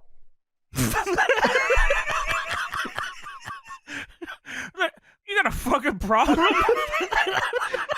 So Big Show comes down here and hot starts on Booker. Big Show, the deepest V singlet ever. Yeah, I mean, his hot start was him coming to the apron, stepping over the top rope, and then running at Booker T. And then missing his attack. I don't know if I've seen a over the top rope hot start before, but I enjoyed that. I appreciate. I mean, I guess it would have taken him an unbelievable amount of time to go underneath the bottom rope. It would have been awesome if he slid in like Edge, humped the mat. I was thinking the opposite. He tries to go in. What? I was thinking the opposite. I just realized what you said. I thought he like him getting stuck under the bottom rope and ruining this angle would have been even better. Yeah. He's fucking fat, you know? Right. So Big Show hot starts on Booker. Booker fights back, but Big Show gets him in the corner with his size and chops him down. While this is going on, JR on commentary is firing off updates about the NWO members after it has died. Well, you know, the NWO is no NWO members are here. You know, Shawn gets the night off. Nash is out with a torn quad for at least 6 months, and X-Pac's on a leave of absence. And I mean, we had to fucking fire Scott Hall. He was pissing me off. And who the hell knows where Pedro Morales is? He no-showed. Hulk Hogan's fucking SmackDown Tag Team Champions right now. How the fuck are we supposed to do this angle? So Big Show beals Booker, which is nuts to see because Booker is huge. Yes, I mean, he is, and they say that on commentary, like, Booker's a big son of a bitch, but Big Show is obviously bigger. So Booker unloads on Big Show, but Big Show hits a sidewalk slam for a 2. Booker gets Big Show down with a Harlem sidekick, and then Cactus lines him over the top rope. Wow, I'm so glad you wrote it like that. I legit wrote all caps, Booker's fired the fuck up, clothesline to show over the top cactus style. Dude, yeah, that was awesome. I mean, they really went. I don't know if he meant to. Yeah, it was dope though. He just had he had to, but it was sweet. So Big Show runs his knee into the steps by accident. Oh! And Booker grabs a chair to hit Big Show, but misses and hits the post. I mean, he doesn't care about this fucking match. He cares about killing the Big Show because they kicked him out of the group that he loved, the NWO. Because there was a count out. So Big Show throws the chair in, but Booker grabs it. Booker goes to use it, but Big Show straight up punches it. Holy shit. Like, what a crazy sound that made. Yeah, I mean, he punched it as hard as he could. It was awesome. Then Show lines him, and Booker Rikishi bumps. Big Show then throws the ref out of the ring and hits Booker twice with the chair. Then the bell rings, DQ, and Big Show looks around, surprised by this. He cannot believe he got DQ'd here. Nick Patrick crawled over to the timekeeper and said, "Ring it, ring the bell. Come on, DQ. Any one of them. Match sucked." Big Show then choke slams Booker T through the announce table. Dude, they're on the outside, and Booker is he's trying to fight back, but Big Show goozles him. And Big Show has him goozled. He turns to the side, looks at the announce table, and he looks at JR and says, "Better move your barbecue sauce," and picks Booker up and choke slams him through the table. No, not on my monitor. I've had enough. I've absolutely had fucking enough. Dude, yeah, now no monitors and his barbecue sauce is fucking just everywhere, I guess. So we go backstage. Brock Lesnar is back here curling a truss. This is awesome. Awesome visual, but not as awesome as before I knew how light trusses were. I mean, that looks like the heaviest thing I've ever seen. I know. I mean, to be fair, it probably is kind of heavy, but yeah. I mean, that one is probably gnarly. You're right. That's true. So yeah, he's fucking curling this gigantic truss piece. And Heyman says, they say anything can happen in WWE. Eric Bischoff, you're going to be the Intercontinental Champion of Vengeance. You're going to be the undisputed champion at SummerSlam. I couldn't have manipulated us into a better negotiating position than this. And Brock says, "That's what I pay you for, Paul." And he turns to the side and just throws this gigantic truss piece like into the wild. And I can only imagine it hit 3 stagehands and they all fell over like bowling ball pins. So JR and Lawler are sitting here ringside with the table broke. It sucks. And they pay tribute to Jimmy Miranda, who has passed away here recently. Yeah, he was the head of arena merchandise sales. I don't know how old he was, but like I think he was 40. That's pretty fucking cool that they did this. Yeah. And like I thought this was very nice. Like they had an on-screen graphic and they talked about how cool he was and how everyone loved him, and it was a nice little touching thing there. I like that. Yeah, me too. So yeah, last week on Raw, the straw that broke the camel's back, some say it was Kevin Nash getting injured. Some say it was Bradshaw and Trish Stratus versus Christopher Nowinski and Jackie Gaeta. Man, I mean, like, I think it's regarded as one of the worst matches ever, right? I mean, if you look the matchup, the only thing you will see is people saying this has got to be one of the worst matches of all time. I'm not going to believe it's one of the worst matches of all time until I see it with my eyes. So Christopher Nowinski versus Bradshaw. Billy Kidman and Tori Wilson are going to be at Ozfest 2002 in Boston. Dude, I saw that. What the fuck are they going to do there? Chill out, hang out, do the thing. It's like go on stage with Mudvayne? Eat a bat. Dude, Mudvayne's awesome. Dude, yeah, Mudvayne is awesome. I've been listening to them a lot recently. Dude, I mean, like, they're fucking great. Like, they're a sweet new metal band. Yeah, we saw a Mudvayne sign on Watch This during Big Show versus Aki Bono. And I said, wow, I haven't listened to Mudvayne in a while. So I've been listening to him like the past week. He's been sending me songs. Yeah, I'm like, listen to this. This is dope, man. Yeah, you remember this one? Yeah. Oh, my God. So Bradshaw has the custom Texas hardcore title. I like that. Yeah, and he comes down here with the cowbell. Of course. Nowinski grabs a mic and says, yeah, I don't want to do a hardcore match. Hey, I don't like this situation. I don't want to be a wrestler. Yeah, can I like quit? Like, is it too late to quit? Can I do that?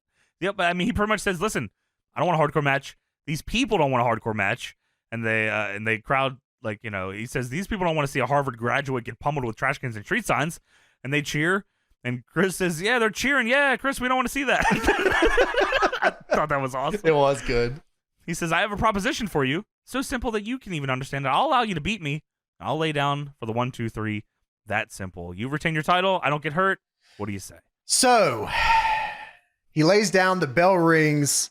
Bradshaw goes to grab him. Nowinski goes for the roll up. I mean, that's classic. It's classic. I mean, this guy's a beast. What a heel.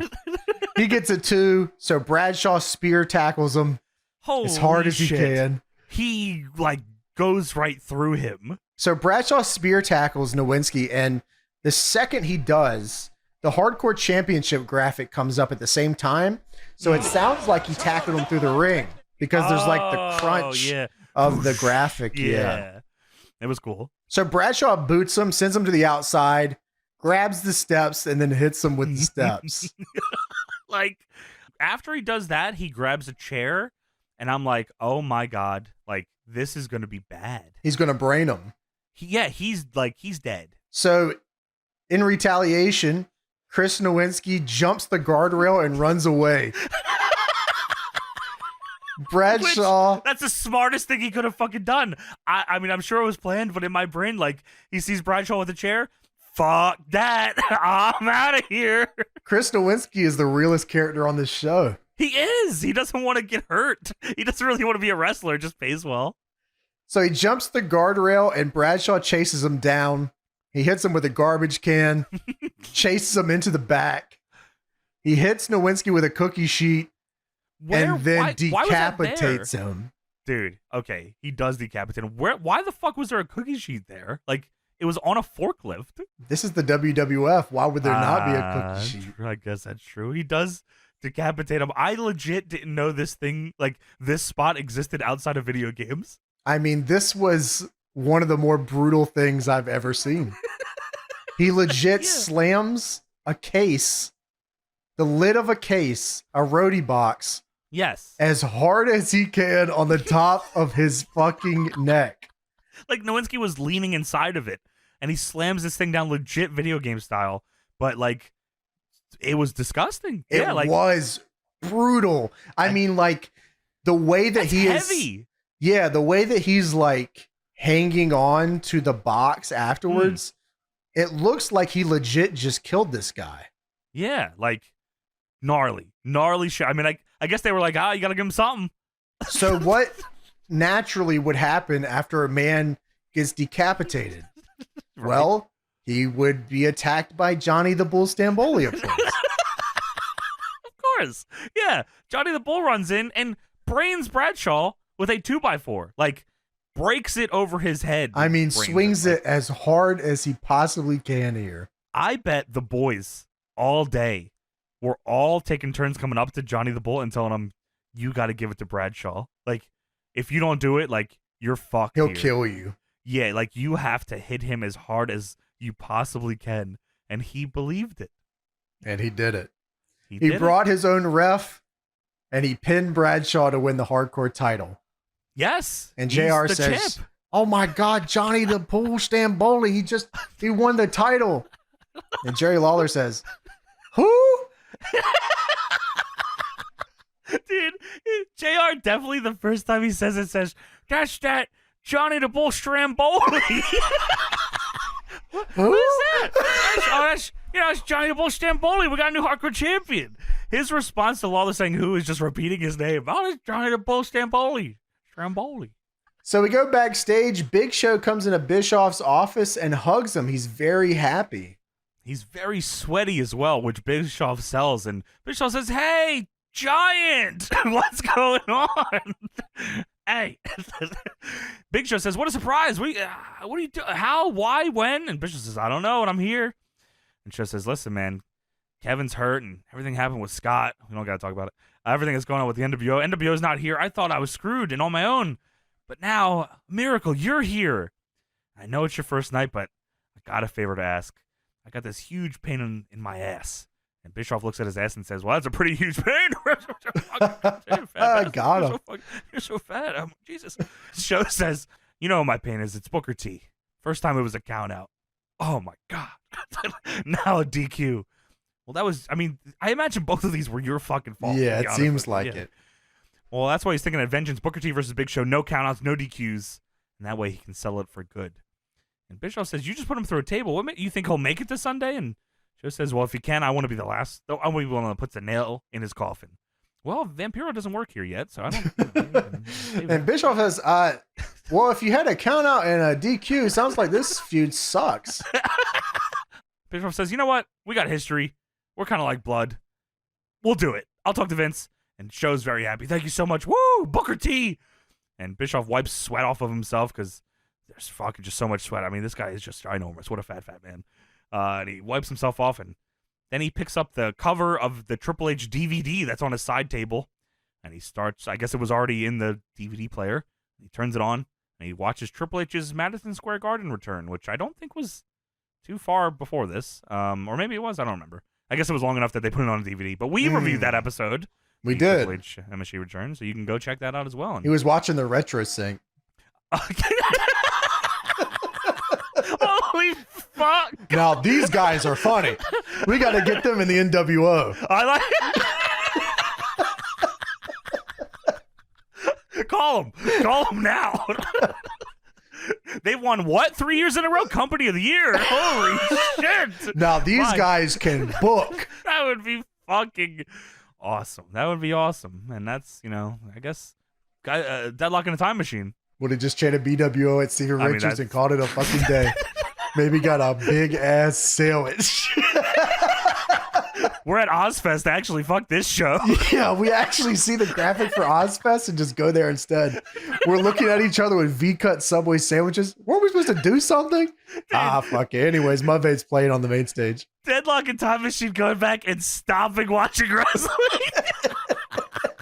Fuck that. So we go backstage. Johnny the Bull Stramboli. Yes. Yes. You know, fucking motherfucker. That's motherfucking Johnny the Bull. He drops the voice. How cool is this guy? He's got the hat. Look at his chain. This is the new Triple H.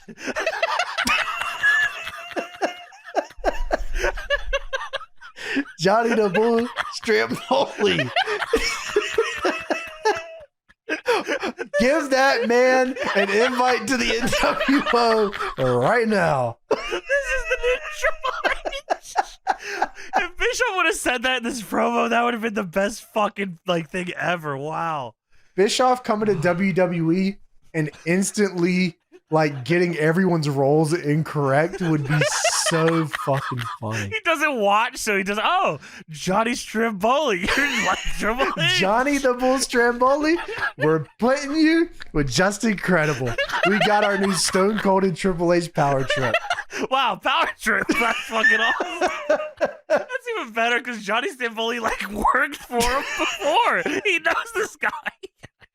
That could be anybody. Yeah, I guess it's true. And I was Triple H. So Bischoff says, "Hey man, how you doing?" Dude, yeah, Johnny the Bull's here saying I whacked Bradshaw with that 2x4. Forget about it. And I want to thank you for letting me compete here on Raw. And Bischoff pretty much says, I didn't do that shit. I ain't done nothing but watch Deadlock the whole time I've been here. Yeah, he's just, the boys are back in town. You see this? Come over here. Well, he says, I'll give the same opportunity to any young superstar. I'll eat the soup. Fumbles is crazy. Here on Raw. He says, Johnny, welcome to Raw. Then out of nowhere, no clips, Bradshaw, who runs in House of Fire and it kills Johnny Stramboli with a clothesline from hell and pins him and wins the hardcore title back. This is legendary. The Bradshaw no clip on Johnny Stramboli is one of the best Bradshaw moments in WWF history. I mean, he winds it up and gives it to him. Imagine being Johnny Stramboli having to do this promo, and off screen you see Bradshaw just fucking revving up to kill you. I like to imagine he ran all the way to the parking lot. He got a bunch of momentum. He got a ton of momentum and just happened to get there at the right time and blow Johnny Stramboli's head off. Wow. That'd be fuck, that's okay. I like that better. So he fucking kills him with this thing, wins the hardcore title. He looks down at Johnny Stramboli and says, "Welcome to Raw, you punk ass." He holds the title up to Bischoff's face and says, "That's Bradshaw, hardcore champion." So backstage, Brock Lesnar is here with Heyman. Heyman's hyping him up for his match tonight as Taker comes into the scene and goes face to face with Brock. Yeah, he says 6 days from coming Intercontinental champion and SummerSlam, you become the undisputed champion. And Taker walks up behind Brock because Heyman's been obviously talking shit all night, and then Heyman, of course, trying to be a like a conniving bastard, gets between and says, "Once again, Undertaker, on behalf of my client, it's an honor." And Brock says, "Paul," and he says, "After you, Taker," and Taker says, "No, I insist. After you, and watch out. Bradshaw's running around. He's got unbelievable momentum. He might fucking come take your head off." Oh fuck! Here he comes. Run! I like to think that Bradshaw just runs around the arena just looking for people that are standing there waiting to get clotheslined. Dude, you know when you're fucking going to the backstage area and shut your mouth and you can run the corridor? Yes. Like, just do that, Bradshaw. Dude, imagine if that was online and you just see Bradshaw come around the corner. Oh, fuck. Holy shit, run! So now it's time for the featured bout of the evening. Yes. Undertaker and Brock Lesnar versus Ric Flair and Rob Van Dam. Main event match here. Brock, as we mentioned, already won King of the Ring. He has a shot against RVD for the Intercontinental title at the pay-per-view. Last Monday on Raw, RVD was chasing Shawn Michaels up the ramp because Shawn Michaels is, I guess, fucking with him. NWO is probably fucking with him. That's dead now. But he was set up because Brock Lesnar comes out and clotheslines RVD on the stage and F5s him on the stage. That was last week. Also, by the way, James, WWE Vengeance brought to you by Subway. Get those V-cut sandwiches. We've watched an unbelievable amount of Raws and SmackDowns and shows in general where there's a tag main event with top guys, and it's always like all right, we can plus 10 this because there's usually nothing going on. This match is like great. This is a great match. It is actually really good. I enjoyed it myself. Like, the work they do here is all super solid. The story they tell here is great. Flair is the get heat on guy for RVD's hot tag, and Flair is taking everything. Yeah, Flair looks great. All his hopes are fantastic. The crowd's buying all of them. This is awesome. Sticks to his character. Everyone sticks to their character. Ric Flair waits on the ramp for the moreover Rob Van Dam. Crazy. That's nuts, man. What a moment in time. I know. Like, again, you had him. You had him right there. Right there. I mean, all you had to do, just win the Elimination Chamber. Just maybe keep Hunter on SmackDown. Yeah. But I don't know. Maybe SmackDown couldn't have been the SmackDown Paul Heyman said, get him off SmackDown now. Well, I'm pretty sure Triple H had the same feelings. Get him off SmackDown now. We have Johnny the Bull Stramboli. Dude, they do get him. They do. And he fucking mother effing bombs Rikishi.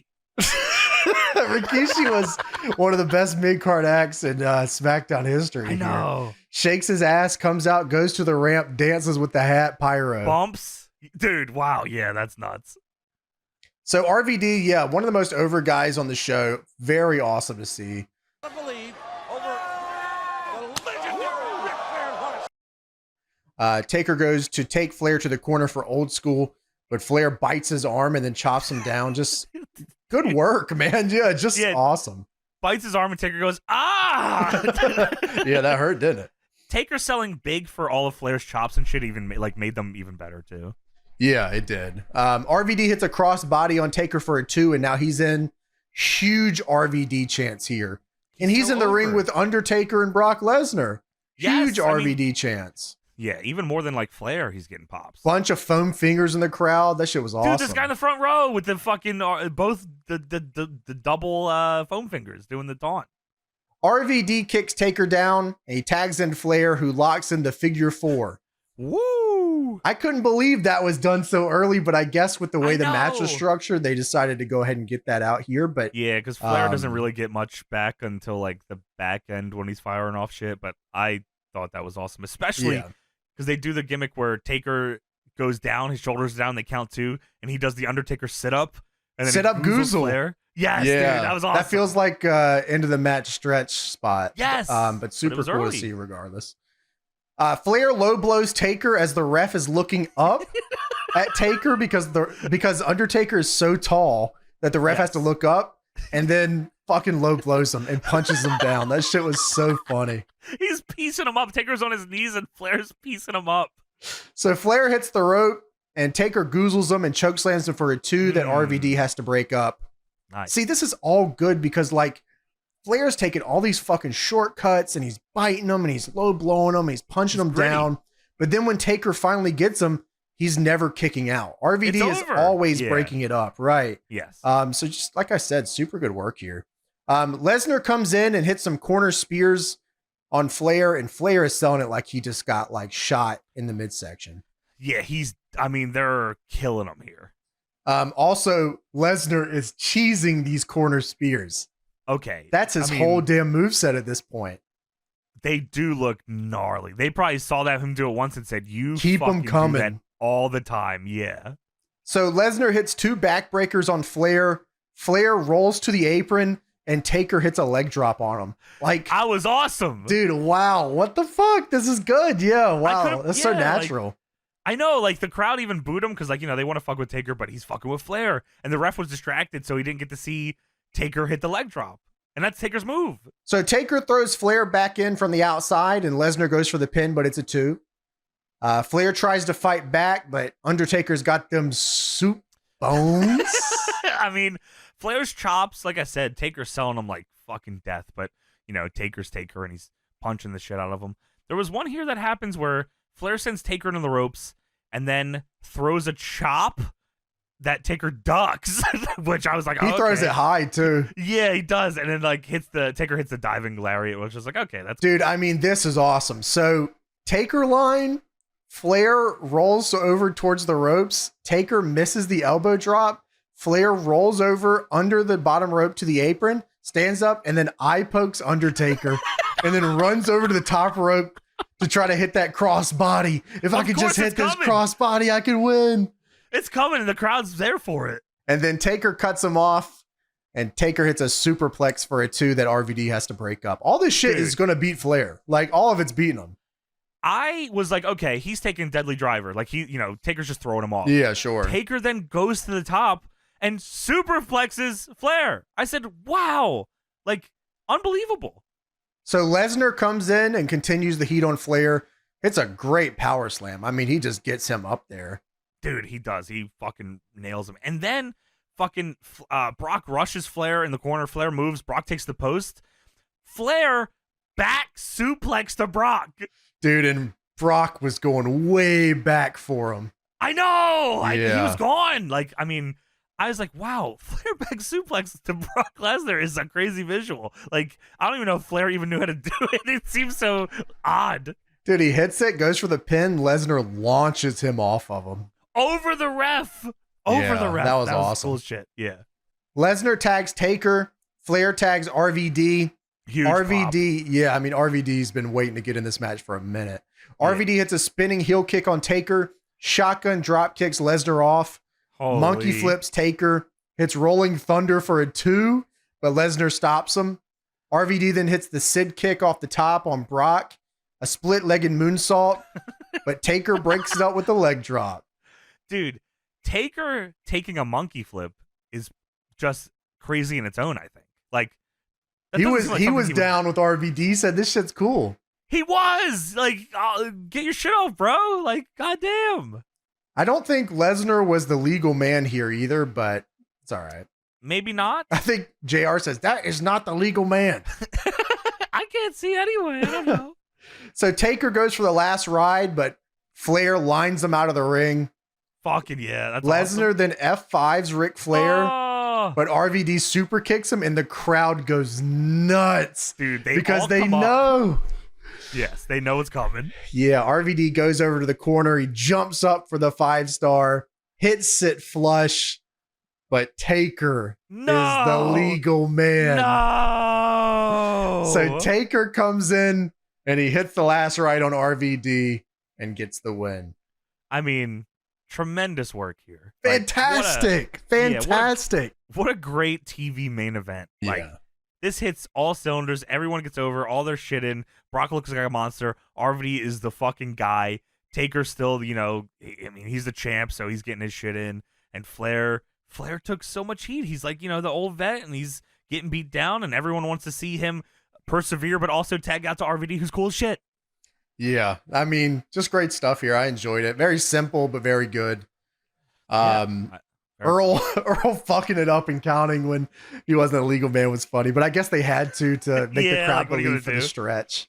So Taker holds up the title here, but Brock Lesnar assaults him from behind. No, Brock jumps him because, of course, that was the plan all along, and he hits the F5 on Taker, which looks nuts because Taker's gigantic. Yeah, he spins with it too. He does. And even say on commentary, holy fuck, that's your big jump. That was crazy as hell. Brock picks up the undisputed title. He stares at it, and he drapes it over Taker's back. Little sign there for things to come. That's not over yet because Bischoff, we go backstage. Bischoff is in his office still, and Bischoff says, "Nicely done," I guess to himself, or he's watching Deadlock. Nicely done, boys. Enjoyed it this week. Good episode. I'm gonna call my friends and tell them about it. So he gets on his phone. He dials a number that he has written down on a piece of paper, and he says, "Hello, is this Chase? Chase Richards' son?" No, that's not what he fucking says. In fact, he says it's Dick the Johnson. Well, Bischoff says, "Hey, this is Eric Bischoff calling. I'd rather have this conversation in person, but unfortunately, I have to leave a message. Listen, Rock, I don't know if you were watching Raw. Hopefully not. It show's bad. No, this is a good episode, actually. But Vince has been to me the general manager for Raw. I want you to know right off the bat, Rock, I'm a huge fan. And I really believe that Raw needs The Rock. And maybe you can be Stone Cold on this show. I hate leaving a message, so I'm looking forward to talking to you Thursday at SmackDown. See you then." And he hangs up and he laughs, and JR is mad. He's had enough. He's, what the hell is that all about? Can he do that? I guess we'll see. On SmackDown. And that's how the show ends. You know what, man? I'm going to be completely honest. I thought this show was going to have, nothing. But I had a good time. I like this episode. Yeah, I actually enjoyed it quite a bit. Yeah, had some fun matches. The Bischoff stuff's all fun. Had some fun segments. Main event was sweet. We got a good Undertaker main event. How often does that fucking happen? Yeah, right. That's awesome. Johnny Stramboli's here. Just Incredible was here. What? Stevie and Tommy Dreamer fucking knocked it out of the park. Unbelievable. Yeah, this is a fun show. I enjoyed it. Well, that is it for WWE Monday Night Raw, July 15th, 2002, and that is it for our show. Thank you so much for joining us, everybody. Make sure to check us out on Patreon, patreon.com/deadlockpw. We have hundreds of hours of exclusive content there waiting for you. So much coming in the month of April and every month after that. Sign up now and find out why 6,000 people are on this son of a bitch, because, that's a big number. Also, if you like pro wrestling, you like Deadlock, well, fuck, you'll love Deadlock Pro Wrestling. We have so many shows coming up. We got shows in North Carolina. We got shows in Las Vegas. We got shows in Japan. We got shows in Los Angeles. All these shows coming up and many, many more to be announced. DPWTIX.com. If you're in any of those areas or you can get to any of those areas anytime soon, we got a ton of dates for you, and we are kicking your ass. DPWTIX.com. And if you want to fucking feel what it's like to watch a Deadlock Pro show, and if you've missed out somehow, DPWOnDemand.com is in your face. Everything we've ever done is on there. All of our great shows in high quality waiting for you. And who knows, maybe you'll be able to watch them on other devices here very, very soon. Hopefully some info about that shortly. And we will be back next week for another edition of the Deadlock Podcast.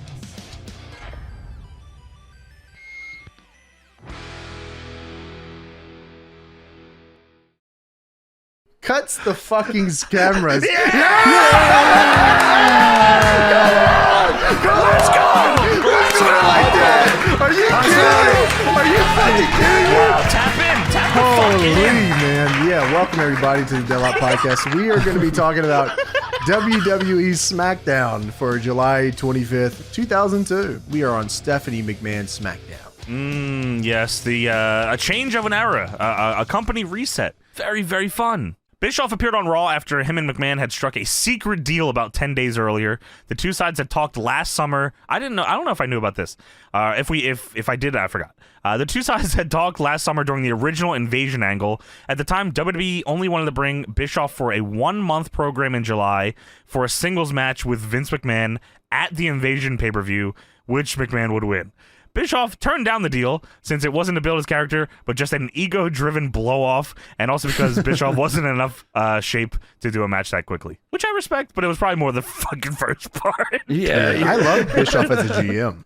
I did too. Good spot for him. Yeah, I mean, he is a fucker. Yeah, he's a fucking fucker, man. And he looks like one, too. At the end of the show when he comes out the limo. Oh, he's such a prick. Yeah, what an asshole. You know who he reminds me of? Who? Fucking Hoffman from Saw.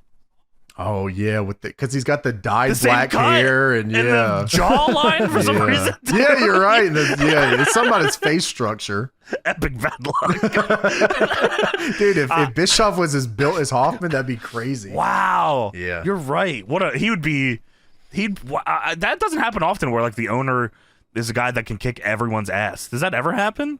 I don't know. We did see that one where ᴇᴄᴅʟᴄᴜ started getting beat up by the ref. I thought that's kind of close.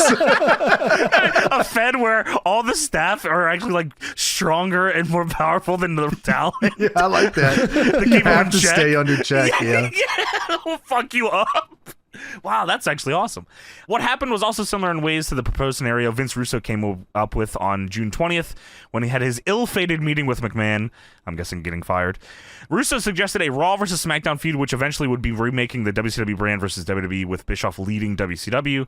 His suggestion for SmackDown's leader was Mick Foley, although his idea was talked about deeply enough on that day that he was aware it would be Bischoff and Stephanie, should they do the angle. Russo's idea to turn things around, was basically a combination of the 2001 Alliance angle and the unsuccessful 2000 angle where Bischoff and Russo returned to WCW to restart everything. The new blood.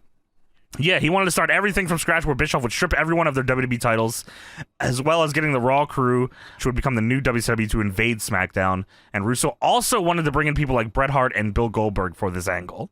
Yeah, why don't you sounds a lot tell your story different than how it turns out. Tell your story walking, bitch. Yeah, go to TNA and just fuck that up for fuck a it up, bit. man. And make sure you fuck it up 10, 15 years from now, too, buddy. After that, yeah. Just keep fucking it up. Make sure to just keep blowing it every single time. Anytime that you think that they're going to make it, just fucking fuck it up, man. Last thing here, there was a pep talk on 7/15 before Raw, largely given by agents John Laurinaitis, Arn Anderson, Dave Finlay, as well as Triple H.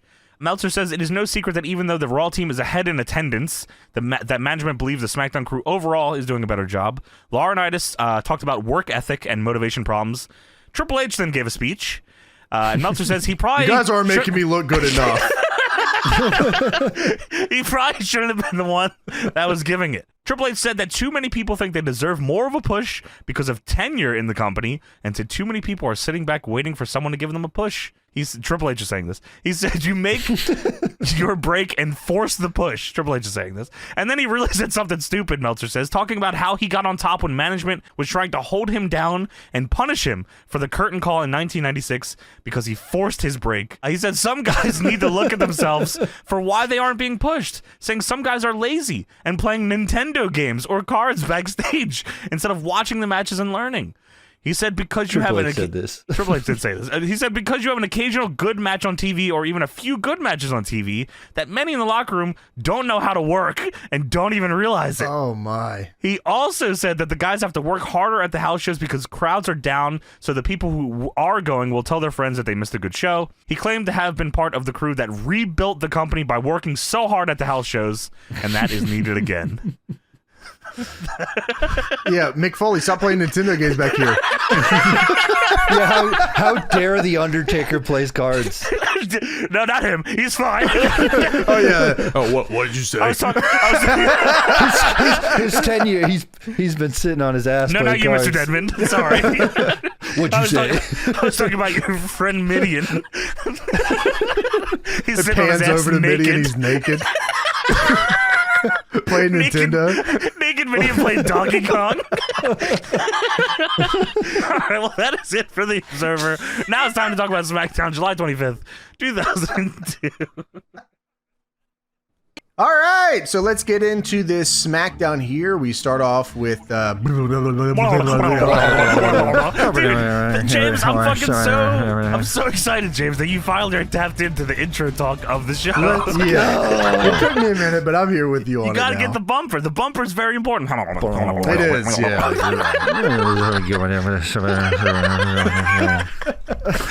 Well, after that, Whopper. what's Whopper doing?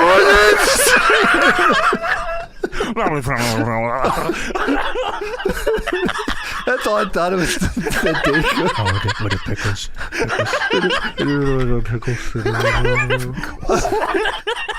Sweet and sour sauce with my pussy.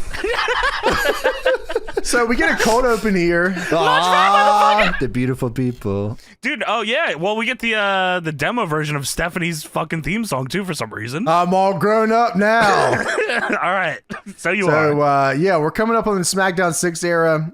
For whatever reason, I usually signify that era coming up with this actual video here where Stephanie's in the production truck. So we have watched another SmackDown that has, I don't know if they did this intro every week, but she's done this at least a couple times.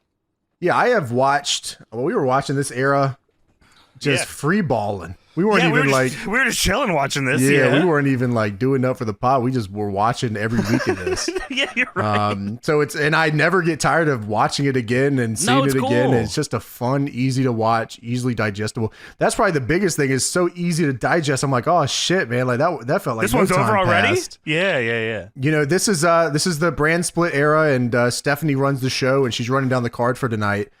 So we have Edge versus Chris Jericho in a steel cage match. Steel cage. Steel. Yeah, I can't help but laugh at these intros though, because it's a shot of, she's in the production truck and it's different angles of her, and they have her repeat the words and they use it in the thing. So she says, "A new era of WWE begins. I'm Stephanie McMahon. Stephanie McMahon." Dude, and the camera's going like crazy. It's like this weird like tilted camera angle and all like crazy. They keep this branding pretty much the entire time that they do SmackDown 6. This is just a big part of the show. Yeah, no, you're right. Yeah, Edge will finally get his one-on-one match with Chris Jericho in a steel cage. And also the official debut of Rey Mysterio. That is fucking funny as fuck. Dude, yeah, there's one where she says something about Hulk Hogan. Dude, that one, okay. Dude, that is fucking... So yeah, the new WWE champion, The Rock, the People's Champion, The Rock, will be competing against tag team champions Lance Storm and Christian. They don't get one. Yeah, fuck those guys. Yeah, fuck you. And The Rock's partner, Hollywood, Hulk Hogan.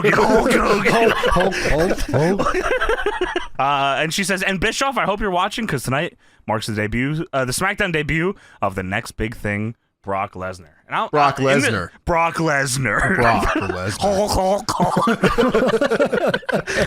Dude, I was like, wow, there is a lot on this show.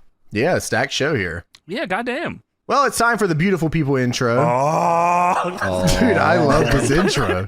Dude, this intro is tremendous, but I do have to take issue with one thing, and I might have to take blame here for this because they may have put this in after I wrote this down. Oh my. So I wrote, how is Val Venus in this intro? I don't remember him on SmackDown at all. Yeah, they actually superimposed him in the intro and then superimposed a match here in this show. They should superimpose him out of a helicopter. Dude, my recollection of Val Venus is that he disappeared after RTC and then came back as Sean. Dude, this is not Val Venus, thankfully. Yeah, that's it. I do remember. Sean Morley's not even happened yet, Tony. Chief Morley. That's all. I think that's what I think is RTC happened, there's no in between. and then Chief Morley, and that was it. That's all I remember.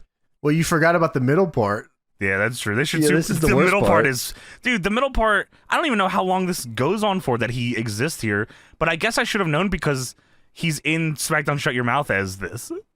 The Big Valboski? That's right.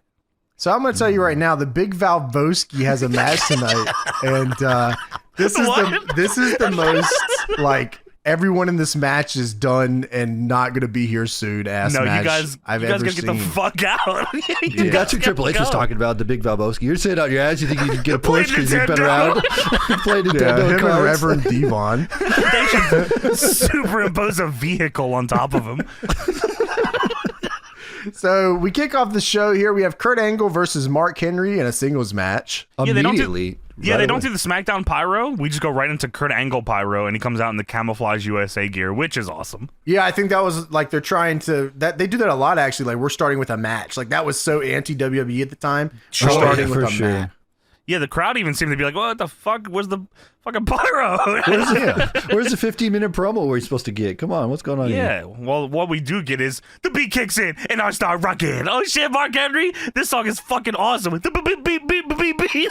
always love the way that Mark Henry comes out here. He always comes out like running sideways. Like it's super Mark Henry. happy. Yeah, he's super happy. He's like, I'm the strongest man in the world. Look at me. He's fired up. Yeah, Jet Set Radio ass theme song. That's why I think I like it so much. Yeah, no, I like it too. Like I'd definitely be skating around as Corn listening to this type of shit. Mark Henry has a singlet, Korn? and one of them is a world, and then there's arms attached to it. He's the strongest man in the world. He's picking the world up. Hell yeah, that makes sense. No, he's not. The world has arms. Oh, Yeah. that's weird. So actually, the world's picking him up.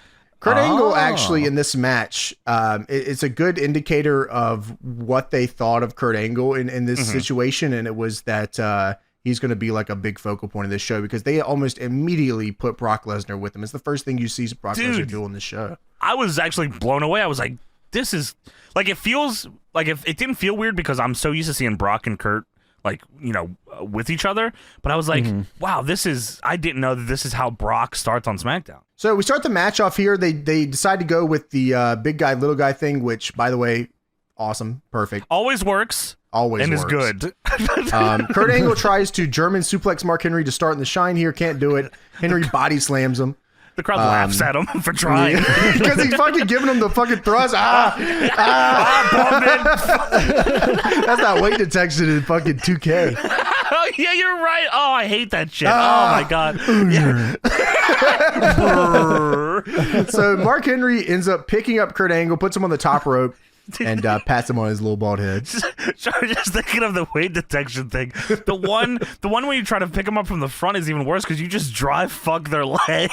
Yeah, you really get in there. Yeah, you're right. Sorry, I had that in my head. Henry is really taking an angle early here. Hits a delayed military press. Mother effing awesome. bomb, thank you. Yeah, that was cool. So, okay, I was going to ask you, what is the difference between a military press slam and a gorilla press slam? Gorilla, I think, is behind. You right? land them behind you? Is that you? right? Or is it the actually military don't press know. that's behind? I guess the way they called it here, it would be the gorilla press is behind. Yeah. Because the Ultimate Warrior would do the gorilla press slam, and he would just let you go behind him. He would recklessly drop you behind him as well. Well, yes, if they're in the Army or the Navy, and that's I see. Well, thankfully, Mark Henry and Kurt Angle are in both, so you can take it away. So Mark Henry rushes the corner, and Kurt Angle moves. Henry runs straight to the buckle, and then Angle hits a belly to back, finally being able to take him off his feet for a 2 That was here. awesome. Yeah, just super simple storytelling. I think it works good. It feels like they're kind of making a statement here with this match. Like, we start off with the show with Kurt Angle coming out. This is a match that makes complete sense, and they're making sure that everything that they do in this match makes sense in the sense of kayfabe and the continuity of Kurt Angle trying to get him off his feet and like da-da-da. And like, we're very to get Henry focused. over as, look how big this fucker is. Yeah, it's very focused on the in-ring storytelling itself instead of like how WWE was for the last couple of years where it was like, you know, someone's gonna fucking hit him with a chair in the head. You know what I mean? Yeah, and the match would have already ended 2 minutes ago. Yeah, right. I think it's very simple and direct. But then, of course, Brock Lesnar interferes in the match, and he fucking just destroys Mark Henry. Brock runs in and just punches him in the back of the head, and then he glomps the shit out of him, and then hits him with the F5, which is nuts. Yeah, spins him with ease too. Yeah, dude, just drops him very easily. Kurt is confused as hell, and Heyman is there with Brock, and they're laughing and celebrating. Kurt is pissed, and he's walking after them up the ramp, and he's saying, "What are you doing, Brock?" He's actually confused. Yeah, and they end up going backstage, and Kurt walks up to Brock, and he just asks him, like, "What the hell was that?" Yeah, dude. Yeah, hey, Brock, what the hell are you doing? What the hell was that? And Heyman goes to talk, but Brock says, "I'll handle this," which is also different, I think, because I don't know if Brock really talked on Raw. Yeah, he actually told Paul, "Shut up." Yeah. And Brock says, "Kurt, relax. You know, it looked like you were in trouble, so I figured I'd help you out." And Kurt says, You help me out. Who the hell do you think you are?" And Brock says, "I'm the guy going to SummerSlam to face The Rock for the WWE title. And I was hoping I'd face you, but you blew it! So maybe the pressure of being number one is getting to you, but not anymore. Because being the number one guy for you, it's over. Kurt looks at him. They stare at each other down, and Kurt leaves, and he says, "Son of a bitch." And he walks away. But yeah, immediately, because this is coming off of Vengeance, where Kurt obviously did not win the WWE title. It was a triple threat with him, Rock, and Taker, I think it was.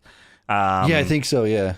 And Rock is champion. So yeah, just immediately throwing Brock right into the upper echelon. It's kind of crazy because, like, you think of this SmackDown era, it's like always Brock and Kurt, and they just like planted the seed right here. Away. The very first Stephanie episode. It's like crazy that it went on forever. It's fucked up.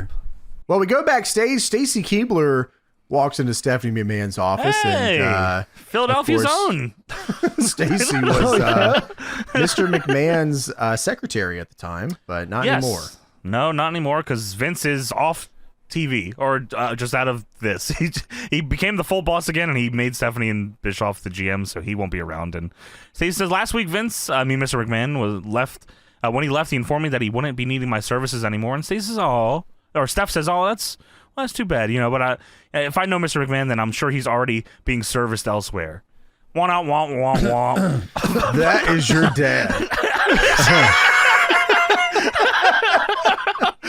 That's Vince McMahon. That didn't age well. No, that is your father. That's your dad. Yeah, it didn't age well then either, Tony. It's weird as fuck. No matter what time, sadly. That's all right. Well, Stacy says, well, if you need anything, just ask. And there's a knock at the door, and Steph says, well, why don't you start by getting the door? And Taz says, oh, I don't know why why did he do that? Well, Stacy comes back and says, oh, Steph, somebody sent you some beautiful flowers. And Steph reads the card that's in them, and she is not happy. Her face goes blank. And Stacy says, oh, who sent them? And Stephanie doesn't answer. She finally says, why don't you fucking read it yourself? And Stacy reads it, and the card says, SmackDown's loss is Raw's gain. See you tonight. Love, Eric.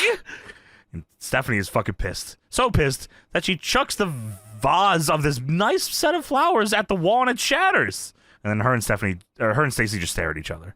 It wasn't the flowers' fucking fault. There's so much staring at the end of segments in this era. It's crazy. Every Stephanie segment ends with her staring either in the distance or at somebody. Dude, the last one on the show is insane. That's like the most cliffhangeriest of cliffhanger endings of a show ever. Well, thankfully, next up, we have none other than Reverend Devon with Batista. He's not even the deacon here. He's just Batista.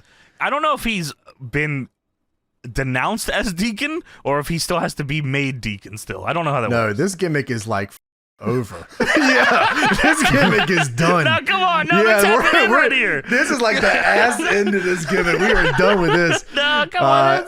And of course, we're going back to the Dudley Boys. You better go back to Raw. Oh, yeah, dude. Well, he's Reverend Devon until November at least. Yeah, but in terms of doing anything with this dude, it's over. So Reverend Devon with Batista, and he's facing off against everyone's favorite tag team, the Big Val-Bosky, and Hardcore Holly, his tag team partner, is here with him. Dude, everything about this just hurt my brain. So Batista and fucking Devon come out here. Batista has a crazy taunt on the ramp where he like makes a cross in the air and then punches through it. It's absolutely nuts. But he's fired up. Devon has a little dance that he does repeatedly. Ad nauseum, he does this dance through the whole match, whole show. That's kind of heat though. He's kind of getting it. He's getting it. Yeah, that's just. And then I hear Big Val-Bosky's music hit, and I wrote, this is all caps, no fucking way, this is my fault, why did I type that shit? Like a Big Val-Bosky, which is Val Venus, comes out, and he stops at the ramp, and he starts signaling for somebody to come out from the back, and I'm like, oh, what are they doing, the Godfather gimmick here? Because, like, Reverend Devon is, pure, and he doesn't want to with having sex or anything, so he's going to bring out the ladies. Much to my surprise, out comes Hardcore Bob Holly on a SmackDown shirt. It says put a little SmackDown on it. I said, holy shit, what is happening here? We taked it Raw and then we SmackDown. Yeah, this sucks.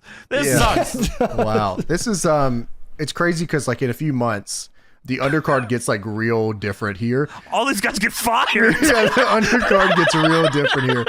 But they have Reverend Devon and the Big Val-Bosky in a singles match. This is nasty work. Fuck you for this. Yeah, this is unreal.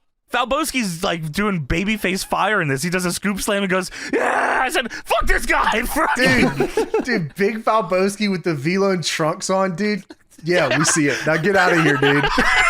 This guy stinks like asshole. Take Bob Holly with you, man. What's going on here? D pants, man. What's wrong with dude? you? Big Reverend Devon with the big D pants. But he's doing the dance. He's getting that shit, too. Oh, yeah, he is. He has a lot of dances to be done. He takes it to Devon to start. Gives him some chops, lines in the corner. I'm saying come on, baby. Vitriol here because I cannot believe I watched this and wrote this shit down. Chops, everyone's favorite Val Venus moves. Chops, lines in the corner, running knee drop. What else can you ask for from the most generic asshole of all time? So Val Venus gives a boot to Devon, and you can hear in the very back, there's one fucking guy. Boring! No, come on. That was Batista at ringside. So Batista puts Devon back in the ring. They crossbody to the floor. Yeah, everyone's favorite move. And Hardcore Holly and Batista meet eyes on the outside, and I'm thinking, wow, that's like rockin' Austin. Yeah, that's like, this is crazy. Hardcore Holly and Batista. The SummerSlam build has begun. I can't wait. They cooked here. I can't wait for Hardcore Holly to pummel him relentlessly in his head and give him many concussions. So Devon is on top now. Devon hits a spinning uppercut, and then he gets up immediately and puts his hands in the air and says, "Who's the man?" He does a little dance. Things are looking up. Why'd this gimmick not work, man? He's Reverend Devon, and he doesn't fuck with you like that. Yeah, he does the dance, man. Yeah, he's going to church. Devon, no, I don't even know if he's going to church anymore. Batista just hit the cross. He punched right through that shit, man. He said we're done with church. That was the official resignation of the church. Holy. So, yeah, Devon hits a John Cena neckbreaker for a 2. Devon then goes for, of course, the second rope elbow drop and cuts himself off. He jumps so ridiculously high off of this. I was actually impressed. So Venus, of course, hits the double line back body drop comeback. 2K comeback, yeah. You're done here.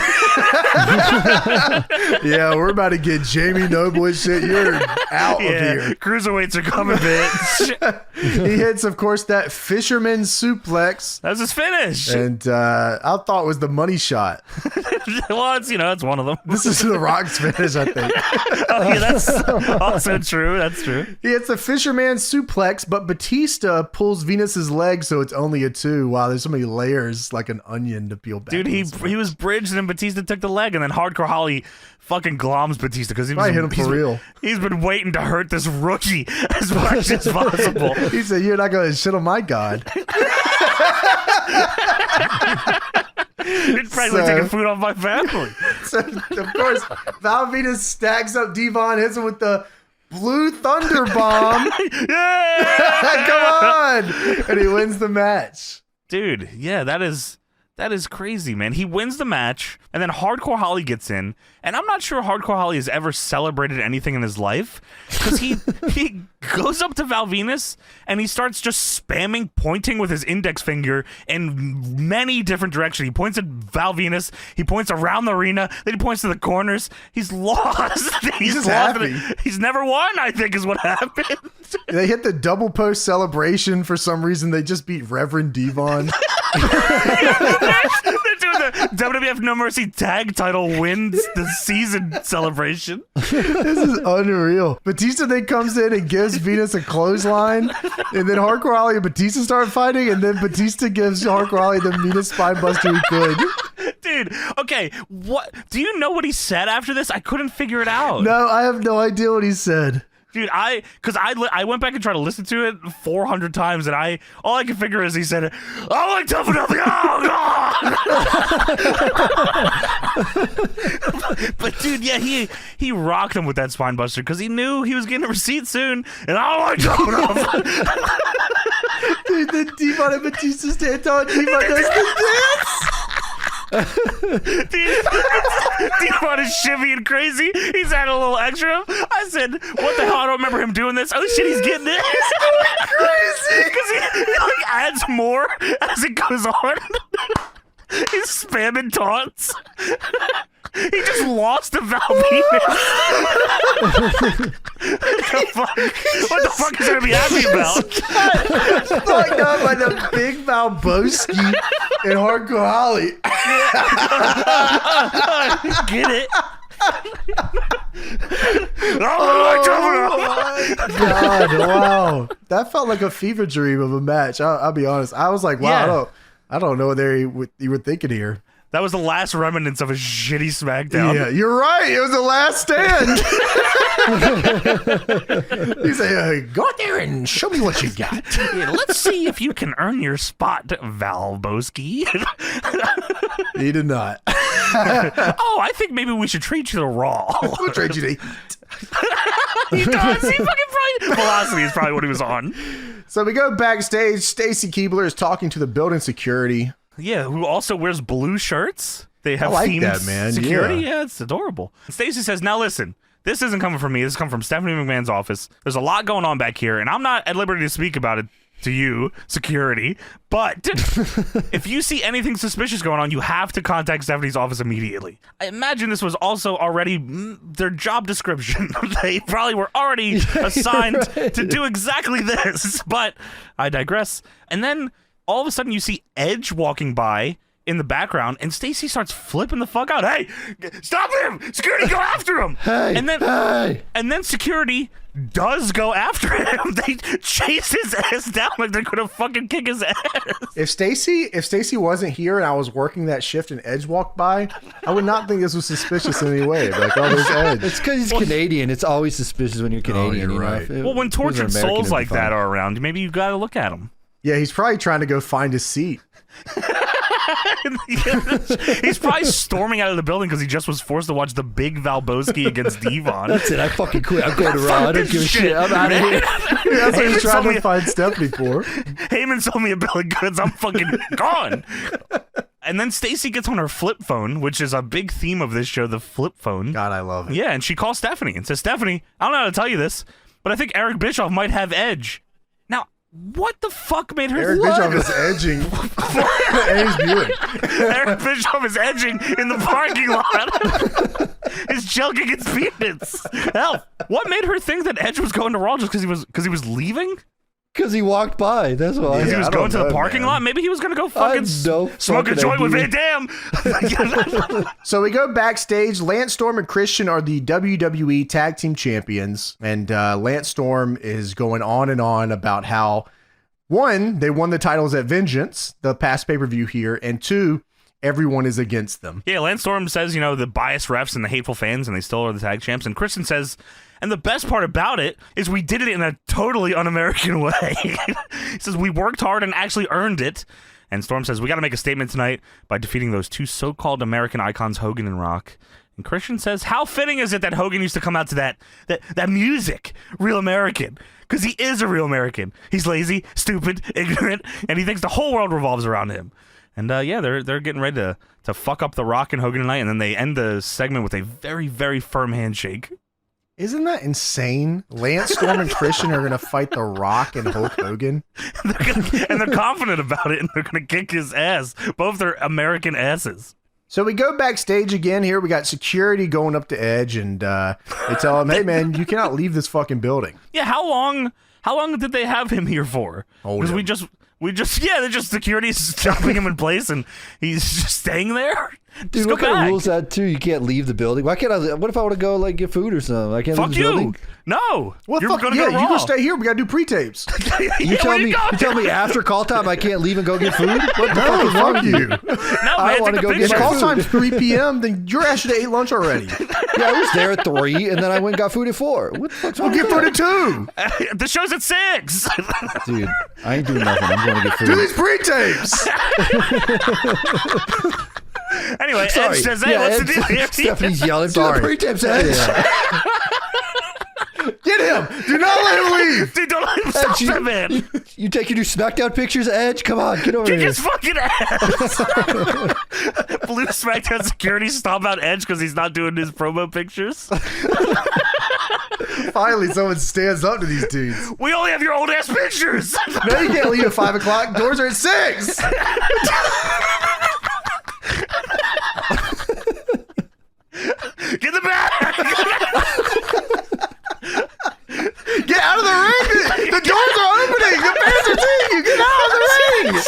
I gotta, there's things I gotta do, okay? Get your socks off the apron! Somebody's gear is left in the reserve. Get his gear. Whose phone is this? Anyone see my vape pen? I gotta find it. You seen it? Kiss my ass! Security! Stop him out!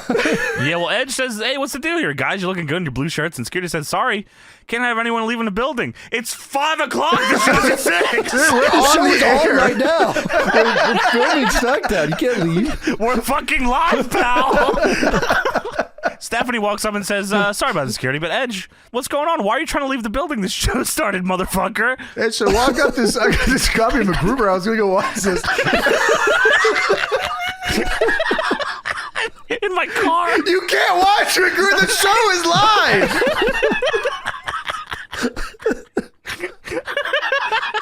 So yeah, she says, if you're leaving to go sign with Bischoff Raw, you haven't listened to me yet. And Edge says, the fuck are you talking about? I'm SmackDown through and through. And then there's a very piped in big cheer as he says, I'm SmackDown through. I'm SmackDown. Hair dryer crazy, yeah, man. This is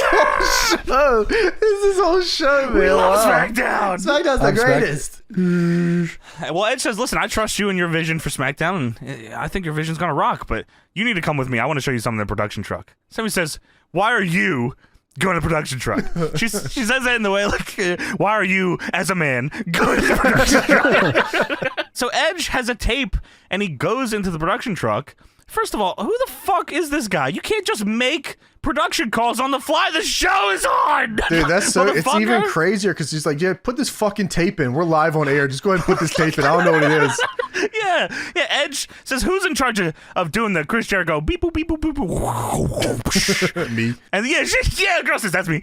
And Edge says, all right, put this in. I want to see it. So a clock shows up on the screen, which I don't know why this had to be appointed to the girl that does the Jericho Tron. It's not like it stays on the screen the whole life, but fucking I Edge also doesn't don't know how they timed this perfectly. Edge is the mastermind of this shit. On a VHS tape. Yeah, dude, that's crazy.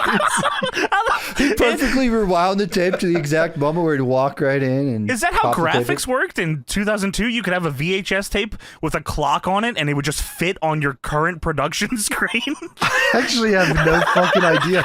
Transparent VHS. Yeah, what? I have no idea. Yeah. Well, he knows how to use After Effects or whatever. You know, he put it. Well, this is awesome. Yeah, well, there's a clock on screen, and 70 says it's a clock. How about that? And Edge says, you want to know what it signifies? Uh-huh. Well, it's a countdown until now and the end of the show, because in that time, I'm going to get Chris Jericho inside a steel cage, and I'm going to beat Chris Jericho's ass. And you know what the best part of it is? I get to do it on SmackDown. And he pats her shoulder and leaves. And then Steph turns around and says, hey, Ann, who is, I guess, the Chris Jericho beep, boop, beep, boop, whoosh girl, and says, it's cool, you can just have that run in the rest of the show. So none of this fucking makes any sense. How is this possible? In the world of wrestling, anything is possible. And not that I didn't like it. Edge has a VHS that allows him to put a transparent image on the screen that is timed perfectly. for not only the countdown right before the cage match. He knew what the match times were and everything. He already understood. But he's dialed in. He's not leaving to go to Chili's. You know literally what I mean? dialed in. Yeah, this is awesome. Yeah, but I mean, I like that. It made the main event feel important. Like, oh shit, that like was cool. I gotta fucking stay here for another hour and a half because I gotta see this cage match. So we have a SummerSlam ice cream truck commercial. An old ice cream truck is coming down the street. How dare you? This is a brand new WWE branded SummerSlam ice cream piece of truck. Shit ice cream truck. It's coming down the street. On it. Fuck you. And it shows everyone rushing to the truck. I mean, there's a all kid. Guys. Yeah, all dudes, all of them. A kid points to the truck and his dad sprays him in the fucking face with a water hose. And the dude's helping his wife bring in the groceries and just slams the groceries into her hands and starts running towards the truck. Ice cream trucks are a big fucking deal, man. I love this commercial. A dude fucking barrel rolls his screen indoor. I'm sure the family loves seeing that. Yeah, and because he wanted that ice cream bad. They didn't even know Trish Stratus was in the truck. They just knew it was an ice cream truck. No, they had to have known. That's why they were so fired up. They knew. They knew, yeah, that's why they ran. You think they were fired up because they wanted the ice cream? Hell yeah! How you gonna know Trish Stratus? They should be coming around the neighborhood often. Yeah, it's their truck. Dude, you see that job? This is Trish's route. She's not even on this show. This is her route for the ice cream truck. They know. Trish's route. Yeah, dude. She's been doing this for years.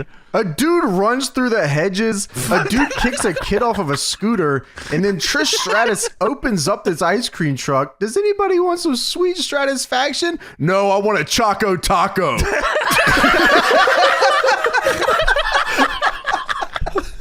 on, man. The sweet Stratisfaction is her #1 seller because she's been on this route for years. No. I like the idea they don't fucking care about Trish. They just want ice cream. Give me the SpongeBob with the fucked up eyes. I need 6 popsicles. Give me the shittiest piece of gum possible and stick it in this popsicle, please. How many chip wedges can a man get right now? She said, no, I mean, you guys want 1 scoop or 2? I said, I want a chip wedge. I'll take a dilly bar. Let me get 6 Choco Tacos, 3 chip wedges, and 2 popsicles. But how about the Stratisfaction, sir? I don't give a shit about that. We actually think wrestling sucks. Get out of here. Holy Where's shit. Bob? I like his sales better. Dude, barrel on the screen and door for a chip wedge. That's what it's all about, man.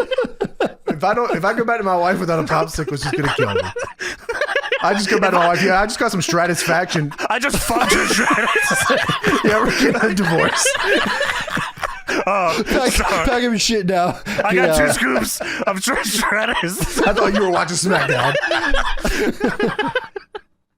So, yeah, we go to an absolute fucking banger up next. We got Rikishi versus Albert. So we get to the match. It's got Rikishi and Albert in there. Albert, crazy man. He has... Albert is so wet. Dude, Albert's chest and back is tan and hairy, and then the rest of his body is not at all. They dipped him upside down into grease, and he looks like this now. Dude, he's got the necklace on, like the choker necklace. Yes. And it separates his tan body and his white head. His legs are also... There's 3 parts of his body. This is like they put 3... Like, this is a bootleg action figure. They just put a bunch of different parts on each other here. Super tan and hairy man, only Wet, on front and bald. back of chest. Wow, yeah. I'm rooting for him, I think. Yeah, well, he comes in the ring and immediately annihilates Rikishi with a bicycle kick. Yeah, and then he backs him in the corner. He's putting the hammers on him. Yo, Rikishi, you better start fighting back. Dude, he fucking starts... Yeah, he's whooping Rikishi's ass, which is, like, again, like, they, like, had some plans here for Albert. I don't know how soon after that he becomes the A-Train, but, like, they fucking put him over here a little bit before, Yeah, I mean, he's got, like, a unique look. I mean, yeah. Yeah, he does. Right? Yeah, I mean, this guy. that is not the wrong way to put it. That is, by definition, accurate. So Albert hits a Vader bomb on Rikishi. Rikishi kicks out at 2. Wet and bald. Dude, I can't get over I how this know. dude looks. It's an absurd hairy, look here. Fucking. I used to pick this guy on the games all the time because I thought, like, wow, this guy's crazy. His moveset was awesome. He had the Baldo bomb, the derailer, Derailer. the fucking torture rack, the spin out torture rack. He had a bicycle kick was so sick. I'm spamming this shit out of that. Yeah, he had the choke slam, the sit out choke slam he would do too in the games, which was awesome. And he was just fucking obscene looking. I thought that was bald so cool to me. I was like, wet. wow, this is a wrestler to me. Dude, me too. Yeah. Dude, him going to Japan was probably like a culture shock. They said, what? Whoa, look at this guy. Wow. That's fucked up looking guy right there. Albert runs into the buckle, and then Rikishi hits a DDT and a Samoan drop. Yeah, even flow like DDT, you could say. Ass flow. Effect. So Rikishi then starts just slapping his butt. Dude, oh yeah, man. This is fucking. He backs in the corner and just absolutely just starts annihilating his ass. He's doing the Rock, slap his wrist against his ass. Yeah, mono. Yeah. And that shit, they got the camera right up there. That shit is jiggling nuts, man. Then he fucking rushes Albert in the corner, hits him on his ass. Then Albert, of course, stumbles out a little, sits down in the corner, and the crowd comes alive. This is the best thing they've ever seen. And then Rikishi does the look back. ass on commentary. Dude, this is funny as fuck. It's gonna smell. Oh my! Yeah, Cole says it could be time. And Taz says it's gonna smell. It's gonna smell. What? I love Shitty ass Rikishi. In kayfabe, Rikishi's ass is just full of shit 24/7. This dude never washes his ass, and that's why this is so bad. I thought it was bad just because he had a gigantic ass, and you didn't want some dude's ass in your face. I didn't know I guess Stink Face is the name though. It's gonna smell. But then it's like it didn't smell before, but now it's gonna smell. Yeah. He charges it up. He does the look back and shits When he smacks it, that's when it starts getting all smelly.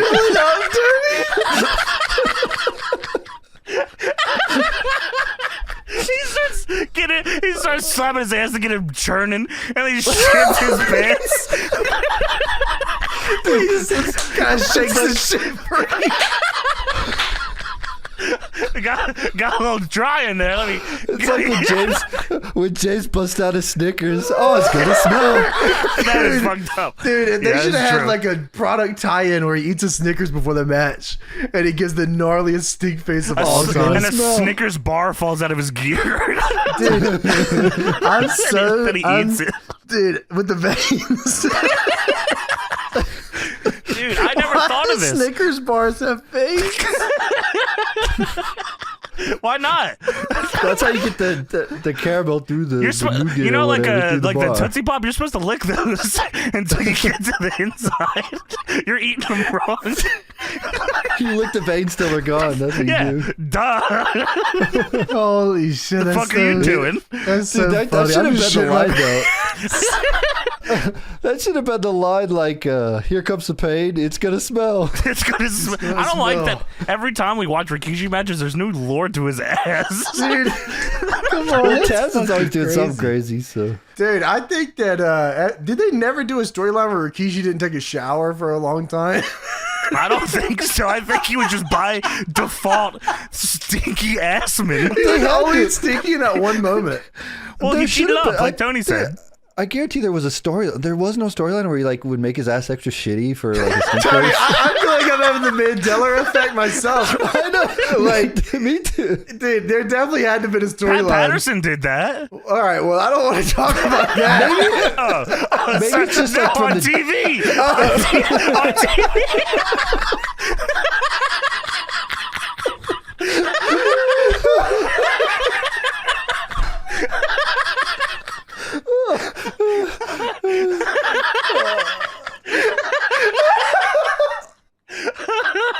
Oh my god! Dude, yeah, that's you're telling me Vince never once said you should shit your pants for real. Well, that's what he did every time. He did the look back and shit his He said it to the pants. Big Show like every You 5 should years. shit your pants, you little baby.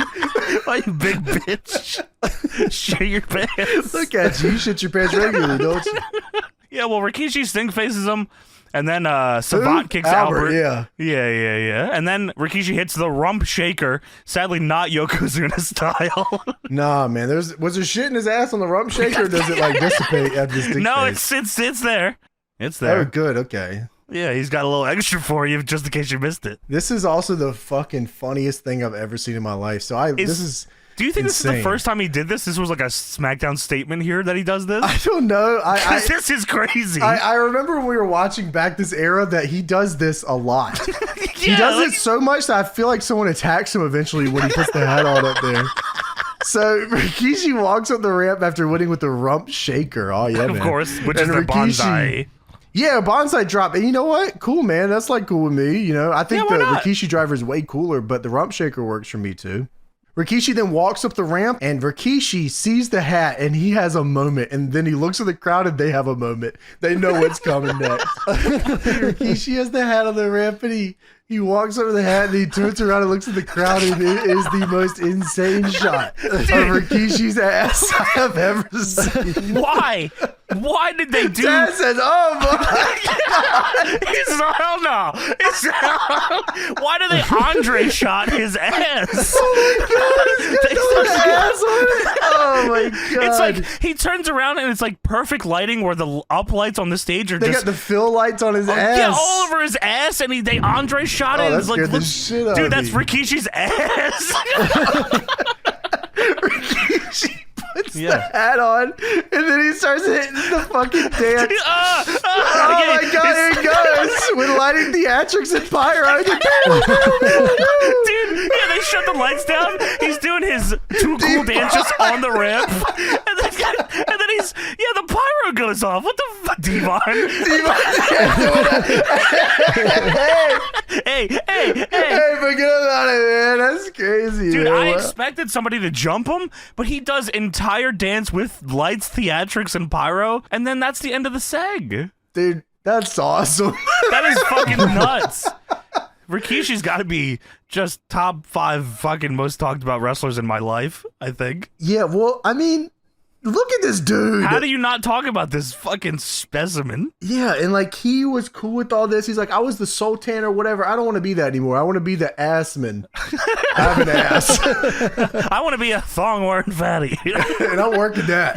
Yeah, and I will make a lot of money doing this. Paul, especially during this era, Paul Heyman loved the guys like this. Like, he loved Rikishi and Albert. Yeah, he's like, look at these guys. Like, how do you not use these guys? It's not like he gave him like crazy pushes, but like Rikishi you gotta feature them. Yeah, Rikishi would lose a match and then when he'd be 50-50, but it's all right because it kept him like relevant enough to be like, so when it's time for Rikishi to get F5'd, it's like, oh shit. Sure, it matters. Yeah, or if we need a guy, okay, he's getting a fucking tag title shot this week because he's won these matches or whatever, Like, I loved that about this era was that like they'd be like, okay, John Cena and fucking John Cena and Rikishi or whatever the case may be, they're challenging for the tag titles this week. I loved that. I thought that was cool as these shit. guys are looking for, they want to go for titles and they decide together that they're going to go for tag titles together. Why wouldn't you want gold?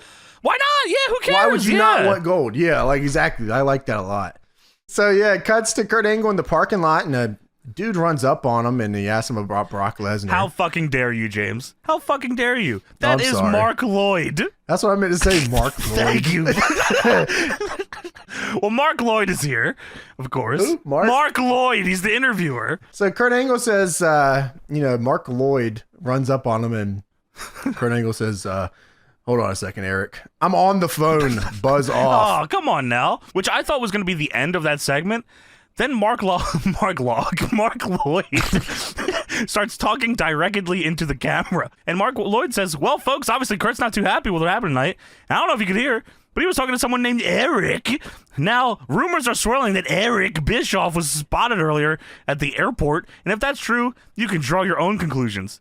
Will you fuck off, Mark Lloyd? Get the fuck off my TV. Yeah, get this dude out of here. Yeah, man. Get some satisfaction in your life, will you?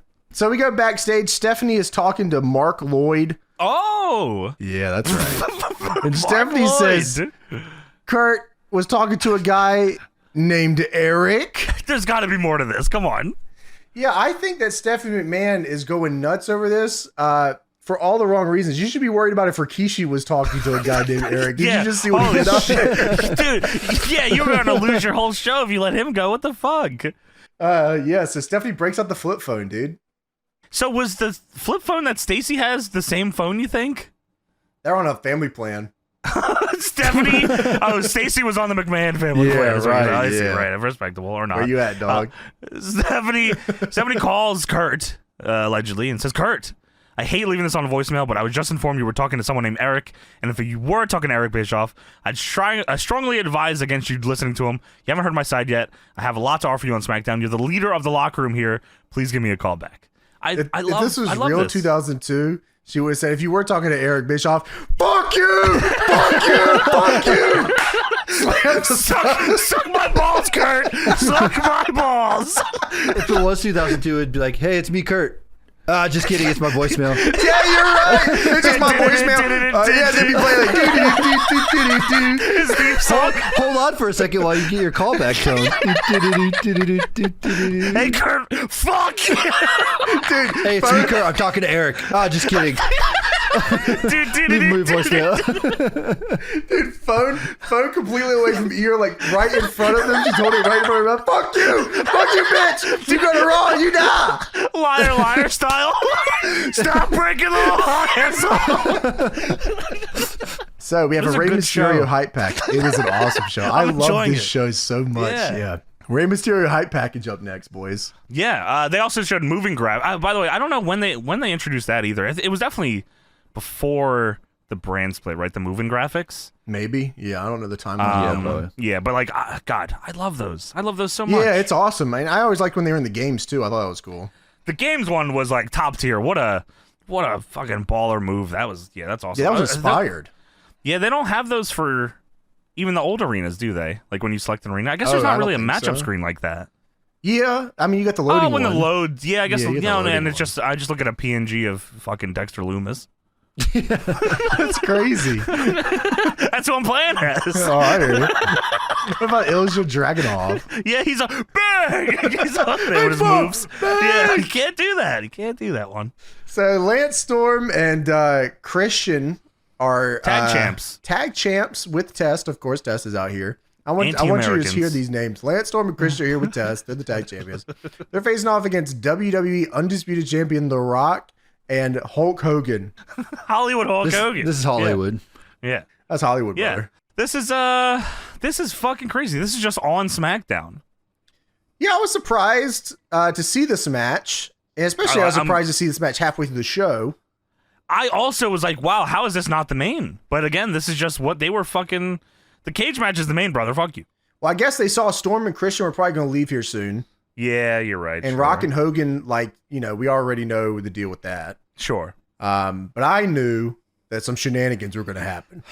I definitely was like, I don't remember Rock and Hogan winning the tag titles, but I was convinced that they were. They could have. Yeah, I think that's the simplicity of the booking here is like, wow, how could they not win the titles? Yeah. I don't give a shit if Test is ringside. How the fuck do they not win the titles? They give a shit out of Test too. Yeah, you're right. I didn't even think shit of the match, but I was like tapped in because I was like, do they win? So the match is actually good.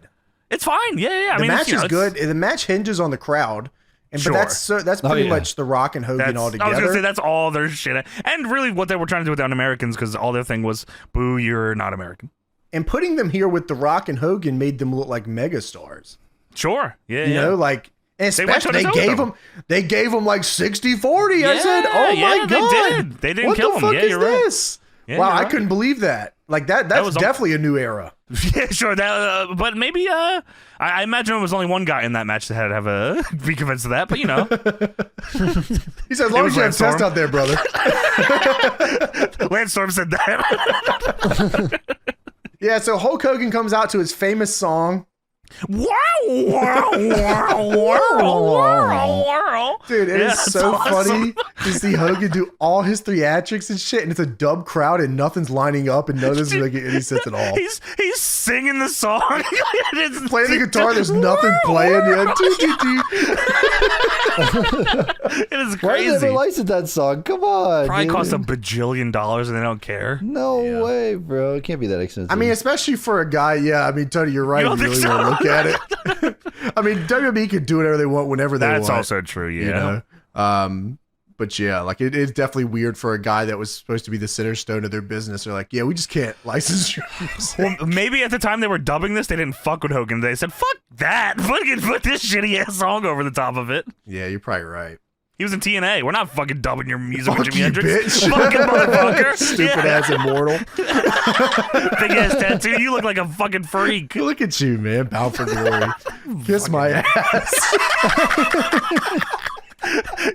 You're wrestling on No Sacrifice. I don't give a fuck. I hate that shit. Eric Bischoff said that he paid $100,000 for that Jimi Hendrix song. He could only use 2 minutes of the song. Oh, wow. Is that Hogan right? was definitely not just doing 2-minute entrances, was he? No, but they had to loop the song, I guess, right? Oh, okay. And he said the NWO music was free, but this was $100,000. Well, yeah, we used it for everybody on every show for every entrance. Which was fucking awesome. Everybody on the show NWO song. They at least had the intro, yeah. If you smell... Oh, shit. Dude, I think The Rock is cool as fuck. Like, he He's came out here, I was awesome. like, wow, he has such an With the aura. belt? Yeah. That belt's huge. Okay, I was going to ask you that. Did they have different undisputed titles? Because this looks gigantic on The Rock. Well, yeah, the first one, they had the Scratch logo on it, right? Oh, Like the Scratch WWF logo. yes, Let me make yes, sure make yes, that yes. clear. Sure, they should have just, put the little line under there, and that's the bottom line, of course. That's the bottom line, brother. Yeah, well, Steve Austin left. They said, fuck you. Oh, yeah, fuck. Yeah, you're right. Shit. Yeah, but The Rock The Rock with the undisputed title, period, is crazy. Hogan with the undisputed title, even crazier. Undertaker. I mean, like, there's just so many guys that have this title here for a minute where it's like, that's weird. Triple H had it at one point. That doesn't feel right. No, that's weird as fuck. Yeah, none of this feels like it's supposed to be in this era. Like, I'm looking at this match as it is. I said, wow, this feels not of this era at all. Yeah, how's that possible? The Rock and Hulk Hogan are teaming on SmackDown. Jamie Noble's on the show. Yeah, I was like, none of this seems right. But it's just because we're transitioning. We're in that transition period, right, between these two eras. But I mean, it's still very cool to see. Yeah, I think so. I think it's definitely cool that they were able to do this before they transitioned into that new era. Because I don't even know how much longer The Rock is here. After SummerSlam ended, The Rock was visibly angry at the crowd reaction. When he tried to do a post-show speech for the crowd, the fans booed him. Then The Rock took time off to kickstart his acting career and doesn't come back until January 2003 to set up a match with Hogan at No Way Out. Hollywood Rock time? Is that right? I believe, yeah. Because of the negative fan reaction during the previous matches, as a result, The Rock turned heel for the first time since '99 and started a new persona that has been called Hollywood Rock. Yeah. How long does that last? It's not that long either. And then he's gone in 2004. Wow. Yeah. He's gone in 2004 because at Backlash 2003, Goldberg beats The Rock. Oh, Rock leaves again in April. So he's back in January, leaves in April after Goldberg beats him to film Walking Tall. And then he would make occasional appearances, and then he came back in 2004 to help Foley against Evolution.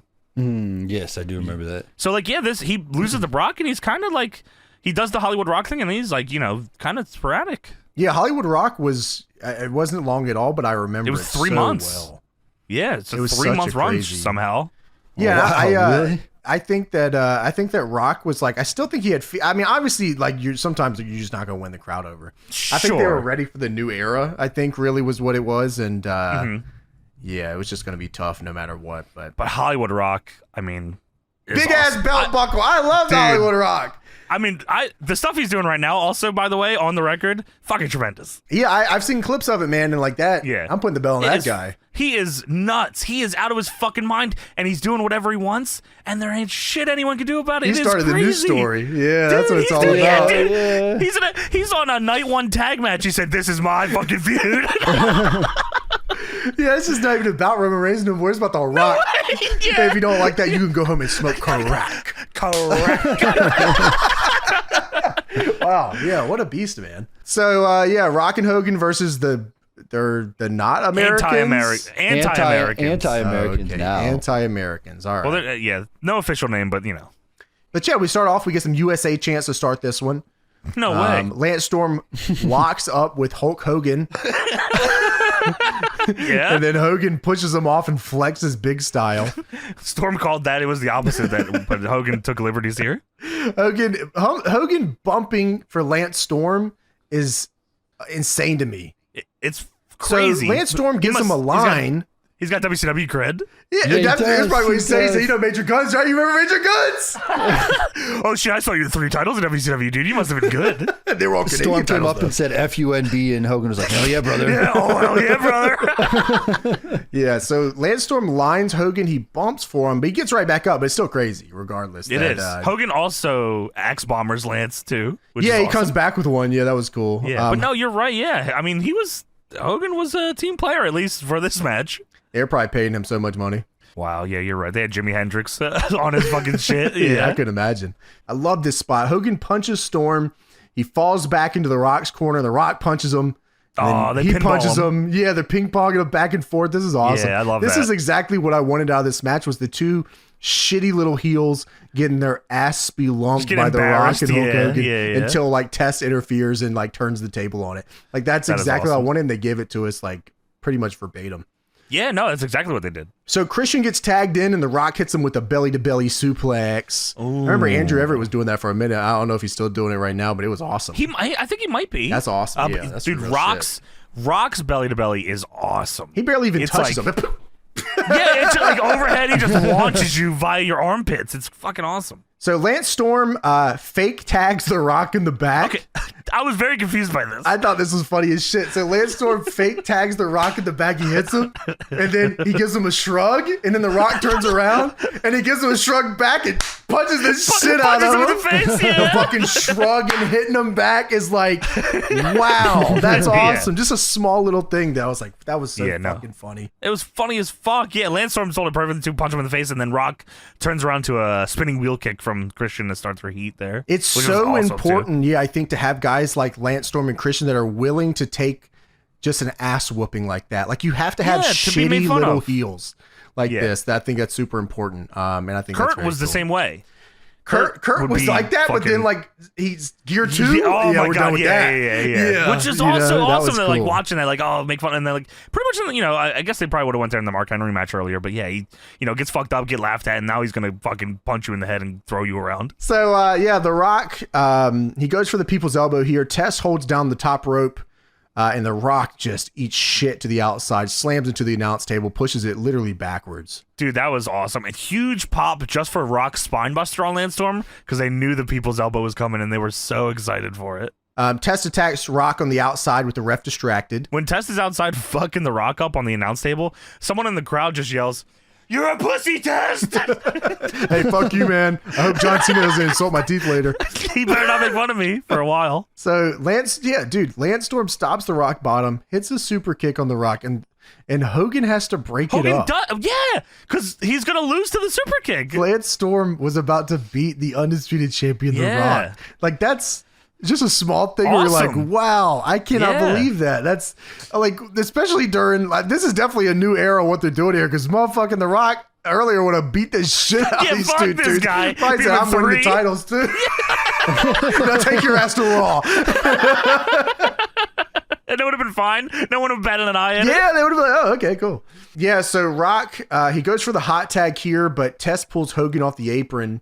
I thought Hogan was going to tear his fucking meniscus or some shit here, I'll be honest. I can't believe he jumped off the apron like that or got pulled down like that. And then, he drags Hogan off the apron. Hogan points at him and follows him around the ring. And Rock finally jumps at the corner for the tag. But Hogan isn't there. And when Hogan is there, Lance Storm drags him away. This is fucking awesome. They're kind of cooking here. I said, oh shit. It's super basic, but it's like, it's the most basic match I've ever seen, but I love it. I'm really digging it. It's because the crowd. If the crowd wasn't here for this, I'd be like, they're just doing whatever. But the crowd, fuck you guys. Every beat, I said, wow, it must be awesome to be over like this. Like, you could just oh my do god, whatever. it must be. Yeah, I'm leaving. I got a movie to make. I got a couple movies to make. Yeah, I got all the movies to make. So, Rock hits a DDT on Lance Storm. Once Hogan gets back on the apron, he gets a hot tag. Hogan goes for the boot. Christian and Storm then get around him and hit a double belly to back suplex on Hogan. Yeah, Christian ducks the big boot and they hit a double team move. I said, that was awesome. That was sweet as shit. The way they got into it was very cool. Yeah. And then The Rock gives a rock bottom to Lance Storm. just cold. Yeah, just out of nowhere. Dude, Tess goes to the ring and The Rock turns around and beats his shit out of you, motherfucker. Sends him over. The top rope fucks him up. And then Hogan starts firing up. He points at Chris. Dude, this is funny as hell. Hogan starts hulking up. He hulks up. He's with the mustache out. He's getting fired up. He goes to point at Christian. He gets flustered. Tries to rip off his bandana, fucks it up, then rips it off, and then goes, dude, training bandana comes off, power levels through the roof, the match is over. He's bald. You're fucked. You're bald. You're fucked. Big boot to Christian, leg drop, and then Brock Lesnar is here to kick Hulk Hogan's ass.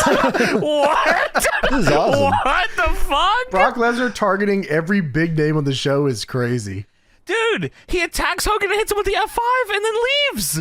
And this is all, and Rock gets in, he's checking on Hogan, and Rock's like, what the fuck just happened? He turns and looks to the stage, and he gets bug-eyed because he spots Brock and Heyman on the ramp, and Brock's doing the, I'm getting the title taunt. which more people need to do, by the way. That is the best taunt ever. This is the ultimate stare down. The Rock, so Brock's doing the I'm getting the title taunt, and then The Rock's like, you can come take it from me. I'm like, oh my goodness. Yeah, this is... You just sold 60,000 pay-per-views on this fucking just one stare down. Oh my God. Tremendous piece of business here. Yeah, they cooked crazy with this. I don't even know how dialed in I was here. I was like, I wow. was blown away by Brock coming out. I said, no way, he's this involved already. Yeah. They had big plans. Yeah, they said, look at this guy, man. It worked. So it shows the cage. We have the cage match tonight, of course. Look at the timer, by the way. Yeah, 1 hour away, 1 hour and 1 minute. I don't know how Edge is so dialed in here with the VHS. Whatever. So we go backstage. Brock Lesnar is going to a limousine backstage to leave. Yeah, Brock walks up to there's a limo driver at the door, the back door of the limo, and Brock walks up to him and he says, "Why aren't you going to open the door?" The driver says, "Oh, I'm sorry, this is for someone else." And Heyman says, "Oh no, Stephanie said this is okay." And Stephanie says, "This is okay." Same person. Yeah, odd. The driver says, "Oh, well, this is Hulk Hogan's car tonight." And Brock gets in his face and he says, "You got it all wrong. This is the next big thing's car. So if you don't open this door and drive for me, I'm going to beat your ass. No, open the door." Open the door. He definitely does say open the door. Open the door. So the driver opens the door. And He's so good at that, he is really good at it. Dude. Yeah, the driver opens the door and him and Heyman get it. Brock and Heyman get it, not the driver. The driver has to drive, of course. Sprints around GTA style. That's a tremendous way to put it. Wow. Yeah, he gets in, throws the door open the same way, and they drive away. Dude, and Taz has the most video game line of all time that was dubbed over for sure. He says, "How come my agent ain't get me no limos?" Brother? Tony, Taz has so many fucking cold lines here. There's at the end of this Rey Mysterio match, they glazed this shit crazy. I can't wait to talk about that. That was like nuts. It sounded like a video game. But yeah, speaking of Taz and Cole, they're both here and they talk about the possibility of Kurt Angle leaving and going to Raw. Taz says if we lose Kurt Angle, it'll be a big blow for our show. And Cole says, well, anyway, speaking of big blows, the rookie John Cena, he doesn't say that. He says the rookie John Cena no, you're right, will be facing the anti-American test. John Cena joins us in the backstage area. John, as an American, what's it going to be like facing Test? Dude, let me say something real quick before you talk about this. Sure. This is the worst promo ever. This is like all the stories of them saying that like Cena was on the chopping block. I completely believe. I very much believe it too, especially with the match we get later with Test. I very, very much believe it. But this promo was like, that motherfucker was reading a teleprompter word for word type shit. I was like, wow. It definitely is none of it. It's like, if these were his words, he should have been fucking fired. Would have fired him on the way back. Thankfully for us, boys, I have this whole thing written down. Thank you. Appreciate that. John Cena says, instead of John 230. Might as well fucking said 230. Yeah, you're back. Cena's going to the moon. Cena says there's no doubt Test is going to be tough, and he talks a lot of trash about America. Well, maybe he should talk trash about America. I mean, everyone knows Canadians get free health care, but if you look at Test, it's obvious they don't get dental care. Instead of going around saying America sucks, this is a Canadian you got accent. That real down there too. This sounds just like him. It's of course a Canadian accent. America sucks. They should be going around saying, "Please fix my teeth. Please fix my teeth." Fuck you, man. Hey, that should beat your ass. That should smack the absolute dog shit out of you. And Cena says, well, it reminds me of some crazy Canadian woodchuck. So I guess the obstacle I have to conquer tonight is, how much wood could a woodchuck chuck if Test could chuck wood? Fuck you, you're fired. Fuck you, you're fired, bitch. Stephanie yelling into a cell phone. She should have brought security in now. Get him out. You're not even having a match tonight. Get him out of here. Cena's ass. That's gotta be like, if you really want to rate bad John Cena promos, that's gotta be one of the worst ones I've ever heard. It is fucking brutal. America sucks. America sucks. Test isn't even known for having like big teeth. I don't even think Test had big teeth. I feel like that was them trying to start something here. Like someone must have said Test had fucked up teeth in the back, and the boys popped for this, and we gotta get that on TV. Yeah, man, wow. Yeah, Canadians are the bad teeth dental plan guys, by the way. What are you even talking about? Yeah, maybe thing? Canada's awesome. They got free healthcare. But Yeah, I this guess sounds sick. but I guess his teeth are fucked up or something. So Yeah, well, America whatever. sucks. America sucks. Buddy, you suck. Yeah, you suck balls. And I hate you, man. Test walks in and says, "Kiss my ass." Why don't you suck these big Canadian balls? Tess walks in and said, "These big Canadian balls in your face." Yeah. I think we're cooking. Yeah, I mean, like, that's really what would happen. He would have wanted to. What the fuck did you just say, you bitch? I'll kill you and you'll suck these balls. Holy shit, what's wrong with you? Test walks in and says, you're a pretty funny guy, Cena. Maybe what they say is true.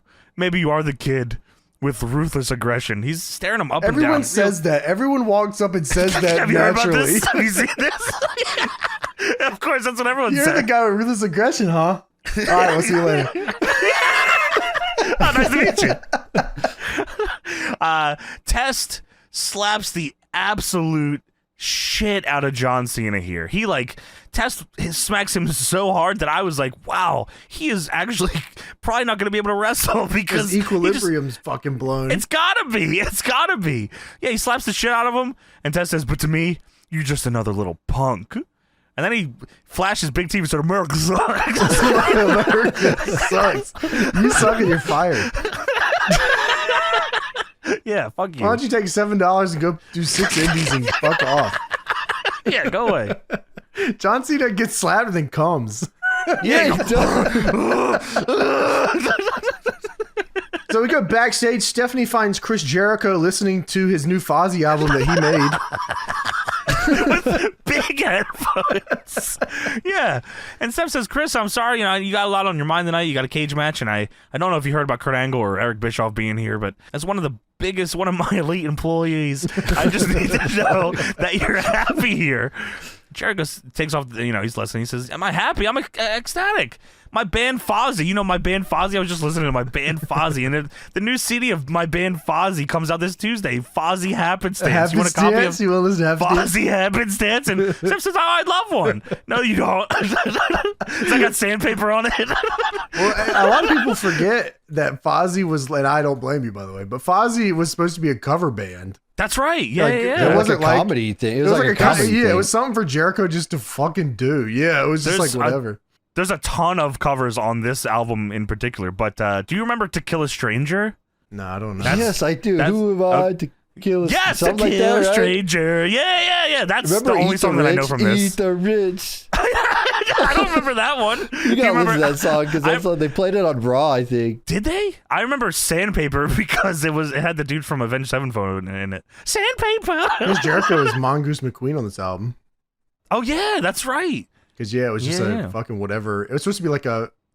It was just a thing for him to do, right? Cover band thing. Then he started taking it serious. Yeah, it says here that for the album, the band continued with their spoof that they had spent the last 20 years in Japan being megastars. And once they returned to America, they realized that many famous artists have ripped off their songs. The album therefore features covers of songs by Iron Maiden, Judas Priest, Black Sabbath, Wasp, Scorpions, and Accept. Wow. Well, Rey Mysterio is putting on the mask and he looks very quickly into a mirror. Dude, that scared the shit out of me. I was like, whoa, two Rey Mysterio. With the eye. He's got cane eye. It was. He got 2 cane eyes. What you mean? Oh, sorry about that. It was a Spider-Man spot, and he had a Spider-Man mask. Yeah. Macho T's trying to steal that. We have Chavo Guerrero versus Rey Mysterio up next. This is Rey's debut on SmackDown. Yes, Chavo comes out to the LWO theme, or Eddie's WCW theme, whatever you know it is, but that's awesome, because I was looking up, I was like, I wonder if he uses... Viva la raza. Holy fucking shit. He's back. Yeah! Finally. Where have you been? Rey Mysterio comes out to Who's That Jumping Out the Sky? Oh, that is... Dude, wow, what a great song. He gets a huge presentation here, and it is so cool, man. And he looks great. He does, and he actually comes out jumping. That's awesome. He jumps out the sky. Yeah, hell yeah, man. And I'm glad that he came in during like Paul Heyman's time around SmackDown. Oh yeah, sure. I mean, what a blessing in disguise that is, Holy right? shit. Like Ray could have came in and just got beaten up by Rosie on Raw. Oh my god, dude. Oh my god, he could have been Rikishi's little friend. he came in. They I swear they did the whole cruiserweight division because of this guy. I believe it. I truly believe that. Yeah, why the fuck like not? this is, I mean, because Heyman already worked with him before. Right. He knows how good this guy is, and like he's Hell only yeah. gotten better. And Sure. his knees are And still bigger. rocking. Yeah. Oh, he got bigger. Yeah, he did. But Mysterio getting a huge presentation here, and yeah, man, wow. And I'll be honest with you too, man. Chavo was really good during this run, especially with Eddie when they're tagging. But Yes, like, I agree. I feel like as time goes on, Chavo kind of loses the edge he had here, but during this very specific era, Chavo was like locked the fuck in. He looked good. This match is sweet.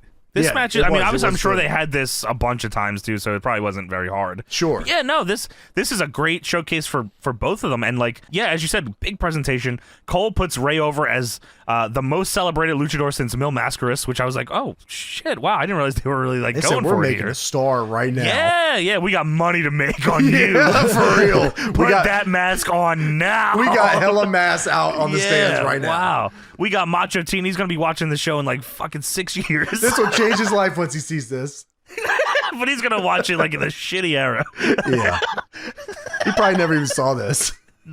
Hey, I'll tell you did.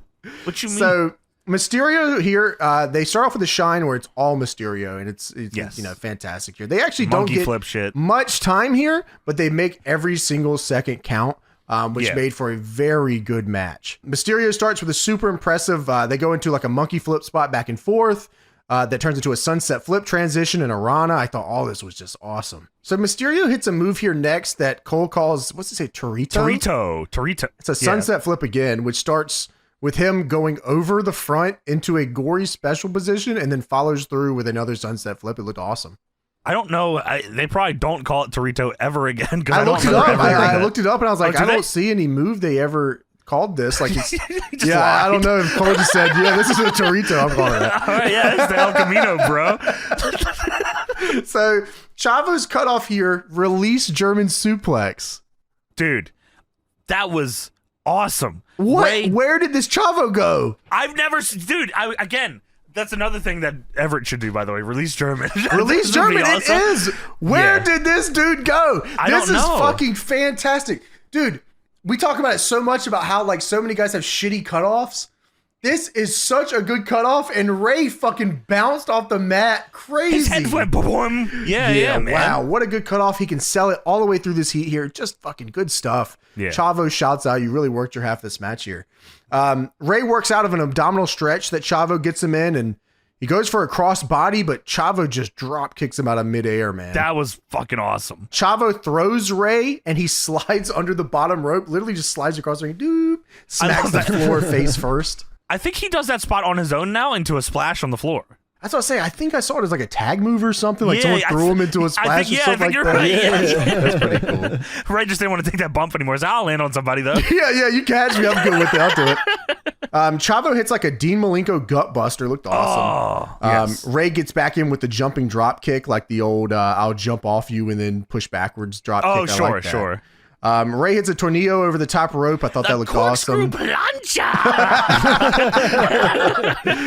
Ray does a double pump handle flip into a bridging neck pin. I was like, wow. He said, look what I got. I got it all. That was like crazy. That too. I was like, I would have if that was the finish, I would have not been like upset. I thought it was going to be. He was real close on that too, man. And yeah, good bridge. Oh, that was awesome. Chavo hits the gory bomb that Taz ends up putting over huge here. He does, yeah. They tell the story of it being the gory special, and he turned it into the gory bomb. This was the gory bomb out of Ray going for a Yoshi tonic, by the way. Yeah, he like pulls him back up Yeah, and then gory bomb. Yeah, that was you're sick. working, dude. I said, wow, this is cool Yeah. as shit. I'm liking this, man. I'm like, wow, this is a good show tonight. That's all I'm thinking during this match is, Yeah, I'm this has having a been good really time. good. Yeah, I was like, wow, this is awesome. So Ray then drop toe holds Chavo into the ropes near the corner. Yes. And he shouts, da da da da! And Ray hits the 619. Oh, that's the area code, 619. And then he hits the West Coast pop, and he gets the win, man. I don't think they were calling it that yet, but I wrote that down too. Yeah, definitely. Yeah, West it Coast, definitely you know was. He what said, whoa! Yeah. What was that, brother? Yeah, he wins with the West Coast pop. This match was under 6 minutes, by the way. Fantastic 6, yeah. I mean, like, really, nothing was wasted. Like, they didn't, like, there wasn't any long selling on any limbs or, like, telling anything in that sense, but it was, like, all perfectly told from beginning to end with Ray getting the West Coast pop. I mean, what a sweet move that is. I was always so sad when he started dropping the dime instead of West Coast pop. I get it, and I understand why, but, like, damn, the West Coast pop was awesome. That was like a finisher to me, man. Yeah, that was like, I believed everything Ray did on the West Coast pop. I was like, this will beat anybody. That's the fucking coolest move ever, man. This is a shit right here. Yeah, like, good Lord. Fantastic debut here. Ray looked like a master of the ring here. Chavo had a real edge to him that I wish he would have kept this edge. Cause like, yeah, no, I agree. Man, this was like the best version of Chavo, like him and Eddie together here, especially after WCW made him to a complete fucking joke. Sure. Yeah. Oh my God. Yeah. You know, it was cool that he had like a real edge. Looking at it, I was just curious about, because I was looking for the time of that match, and I guess Ray was working house shows for a month before this with Chavo, it looks like. Oh, okay. In singles and tags. So it was like Chavo and Ray. Ray would beat him. Then Billy Kidman and Ray would team up to face Chavo and Tajiri for a loop. And then like he would go back to, it would be like Ray and Hurricane against Chavo and Tajiri. So he was married to Chavo for a minute here. And then they do the match on SmackDown. Yeah, probably just figuring out what's the best version of this match we can put together, right? Yeah, and well, they found it because that was awesome. Yeah, they did. It was fucking sweet. Cole and Taz hit some crazy one-liners here at the end, man. What is like they I guess they're using these like they probably put these in post like use these for later video packages, but it's like in sports entertainment there is only one Rey Mysterio. And Taz like, it's pretty obvious, Cole, that Rey Mysterio will be the human highlight reel of SmackDown. Dude, these are SVR lines. I was like, wow, they're really reaming that one in there. Good Lord. I was like, yeah, the match was already good. You don't have to tell me any more on it. It's so funny watching these back, like because like I guess, you know, when listening to it on my shitty big ass brick of a 4.3 TV with the quality it was, the dub commentary probably like sounded awesome. Like I probably didn't even never notice it. But watching it back now, it's like, dude, I can tell Sennheiser joints. I can hear everything. Dude, yeah. I can tell every single time when it's dubbed, and it fucking pisses me off that I can. So we go to Edge and Jericho cage match later tonight graphic. Yeah, slow moving graphic. Test is on the way to the ring, and as he runs into Rey Mysterio. Literally runs into him. Yeah, they bump into each other in the hallway, and they stare each other down, and Ray goes to walk away until Test with his big ass teeth. You guys see his big fucking teeth? You guys see that shit, right? Test grabs him and fucking throws Ray into the bay door and says, "Go back to kindergarten, kid," and leaves him there. I'm 36. Yeah, dude. Cole's pissed, by the way. Cole says, "What the hell's wrong with him? He's a damn bully." And Test says, "Oh, well, that's what happens when you're in the WWF, brother." So Test, yeah, I like this. The way that they set this up with graphic of Edge and Jericho, right? Yes. And then it cuts back, and it gives you enough time to think, oh, well, Ray probably did just walk to the back. Yeah, he was just finished his match. The way that they like set this up with the times was very cool. They do this later tonight with the Stephanie thing where they go back to the ring, and then they talk about the match a little more so they can go back, and it makes all logical sense that Stephanie would be able to walk to the parking lot at that time. Dude, like you said earlier, this show is so easy to digest. Yeah, everything is like super laid out very well and stuff. It's like you're watching an event real time happening. Yeah. Right, and I think that's cool. SmackDown is brought to you by Maximum Hair Color for Guys. Oh, you can play I Want to Go to win a dinner date with the Diva. Oh my goodness, that sounds fun. Holy shit. Me just sitting there eating my dinner. Thanks for the spaghetti. Thank you, Trish Stratus. I'm eating chicken tendies. Yummy. Can I get a chipwich? It's a dinner date, but you still have to pay. You gotta pay for it. That'd be fucking awful. Shit. I'm leaving. Yeah, man. I only got fries and tendies with a Coke. What do you want from Trish me? didn't even bring ice cream either. What the fuck? Yeah, what the hell? You're my ice cream woman. So it's also brought to you by Austin Powers Gold Member. And there's tomorrow. no fucking way this movie isn't out by this point. Austin Powers Gold Member to me is like 50 years old. I've been watching that for 40 years. I guess that's not. crazy, man. Yeah, just good movie back. Though. It is a good movie. Fat bastard, are you kidding me? Look at this dude. Go. That's the real shit. They were cooking with those movies. They were like powerhouses. Awesome. Yeah, they were. Where the fuck did all the comedy movies in theaters go? I don't know. Where are the Adam Sandler movies? Dude, you gotta thank Marvel for that one. They blew up the whole cinema. They got the Marvel Cinematic. Then we ain't got no more comedies. What happened to laughing, Tony? What happened to laughing? Why can't we laugh anymore? Funny doesn't equal money, brother. I tell you. Dude, I heard it was like something to do. I think Matt Damon said it somewhere. Matt Damon. I think Matt Damon said somewhere that like the not being able to sell DVDs or something like killed the business. Oh wow. Killed it all too, Matt Damon. it did. That was killed Dragon fault. Gate USA. That was Evolve's fault, though, brother. So Taco Bell's also sponsoring SmackDown. Dude, you just had Taco Bell. I did. What'd Cheesy you have? gordita crunches. Yeah, nacho Doritos things with the. Can you give us the review of the slow roasted chicken? Oh yeah, I got that last pod. It was the Cantina chicken burrito with how was that? Cabbage and all that shit. And I thought it was pretty like it was pretty good. Like it was pretty refreshing in that sense that I ate into it. And I said, wow, this actually tastes like food. This is awesome. James put fucking Diablo sauce on his shit right before the pod. Dude, yeah, we were like, all right, we gotta start the pod. I was like, all right, let me eat these real quick. I'm putting Diablo sauce all over these fucking things. Oh yeah, that's a great idea. It sounds good. Yeah, you're not getting fucked up He's in an crying. Yeah, no, that shit was fucking good though, man. You can never go wrong with the cheesy gordita crunches, man. That's a classic. So now it's time for Test versus John Cena. Yes, and I was curious how this match would go because obviously this is rookie John Cena.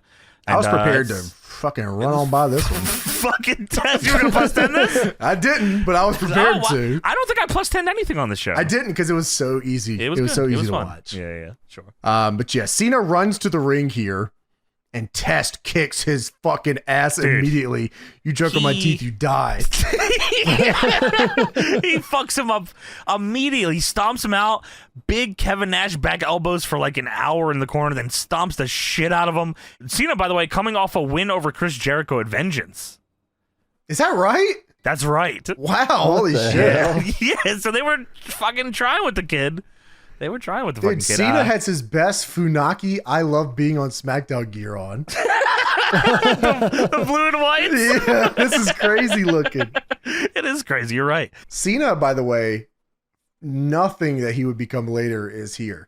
There's no way you watch this and go, this will be the GOAT in 2 years. No, I don't know if any of it. He's just a creator wrestler right here. Yeah, he's just doing, like, he's legit just following Test's lead here. Isn't that crazy also? Because WWE loves, like, they love the blank slate guys, but for here they said, no, you can just go be a blank slate. Yeah. And then we're going to fire you. Yeah, you're get out of here, too. You joked on Test's teeth. We can't let you do that. Yeah, no fucking way. The crowd chants something. I don't know. Are they chanting Lucha?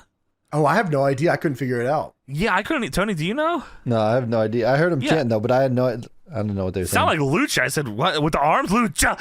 Oh, man, no. They're saying you love that. Come on. No, Woodchuck. Oh, what? Dude.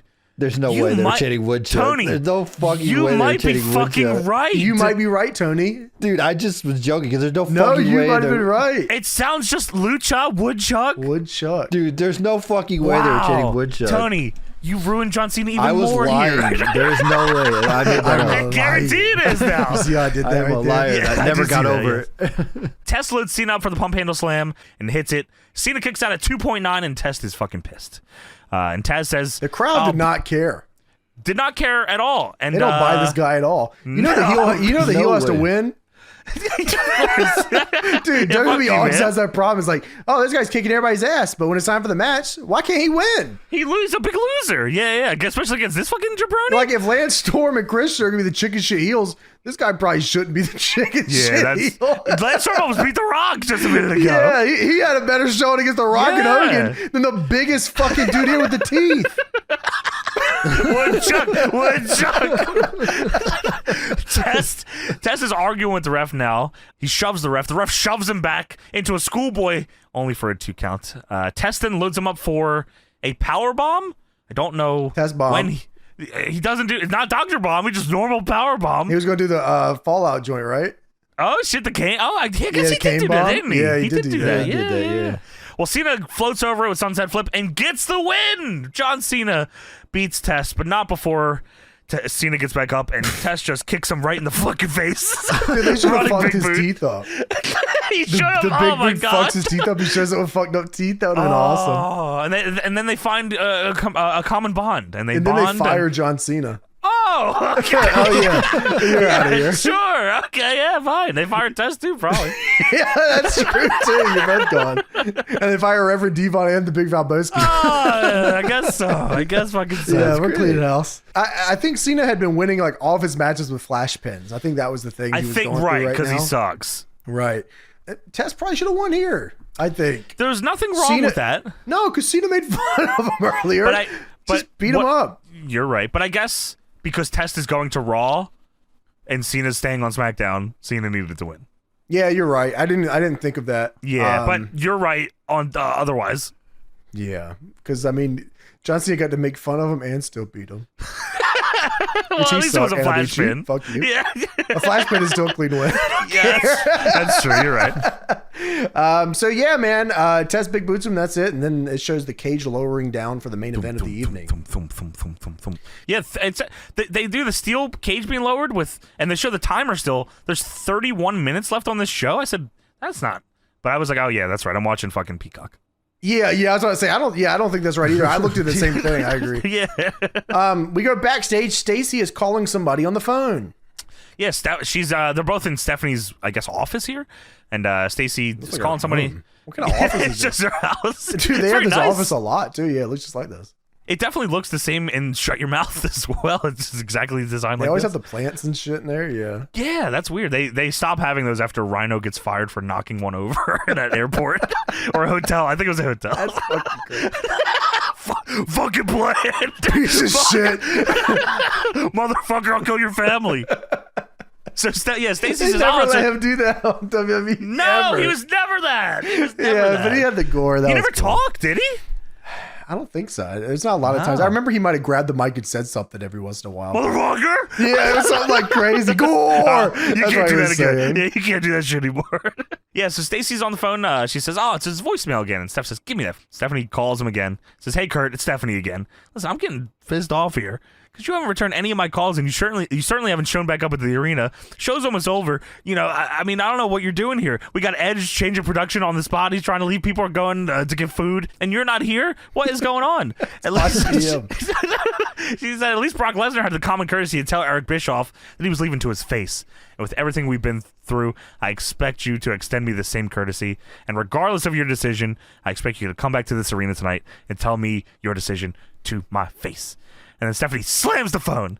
She cuts it and says, damn it, and then stares off in the distance as every Stephanie promo ends with for some reason. Just looking out there. I just lost one of my elite employees. Looks over at Test. You have been promoted. Hey, Test, can you pick up that trash while you're at it?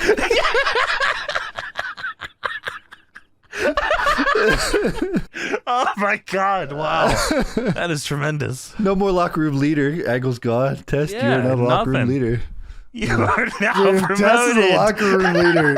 Things are going down the It's shitter. fucked up, man. Yeah, wow. So SummerSlam is brought to you by Foot Locker. Get your feet. Yeah. Foot Locker House of Hoops. Foot Locker House of Hoops presents SummerSlam in Long Island, New York. And that's my neck of the woods. And Cole says, oh, you know who you get to meet on Saturday? Lita. And Taz says, oh, I'm going to have to spin down there and say, hey, what's up there, honey? Why the hell he say that? Yeah. Why you say that? Taz might have been sitting there rubbing his hands. I'm going to spin down there. He got real weird for some reason. And like halfway through, he got like real like sensitive about it. He's like, oh shit, people are gonna laugh at me for this one. So now we go to Edge versus Chris Jericho main event steel cage match. Yeah, we're in the match already, out of commercial. Yeah, that is pretty crazy. Yeah, come out of commercial. All right, we're here. Yeah, they showed that during the commercial. They said on commentary he was hesitant to get in the ring, but it looked like he was trying to just bring a chair into the ring, and then Edge baseball slid a door into Yeah, that's him. exactly what happened, actually. Yeah, okay. Edge has the white monster can gear on, which I think is very cool. Dude, this Edge is awesome, man. I mean, like, it is cool. I completely understand why Heyman... Cool babyface. Yeah, why Heyman saw something in him, like, and immediately was like, all right, we're going to go with you. So Jericho tries to climb out the cage early here, but Edge literally pulls him down and Jericho takes this crazy bump off the top rope to the middle. That was gnarly.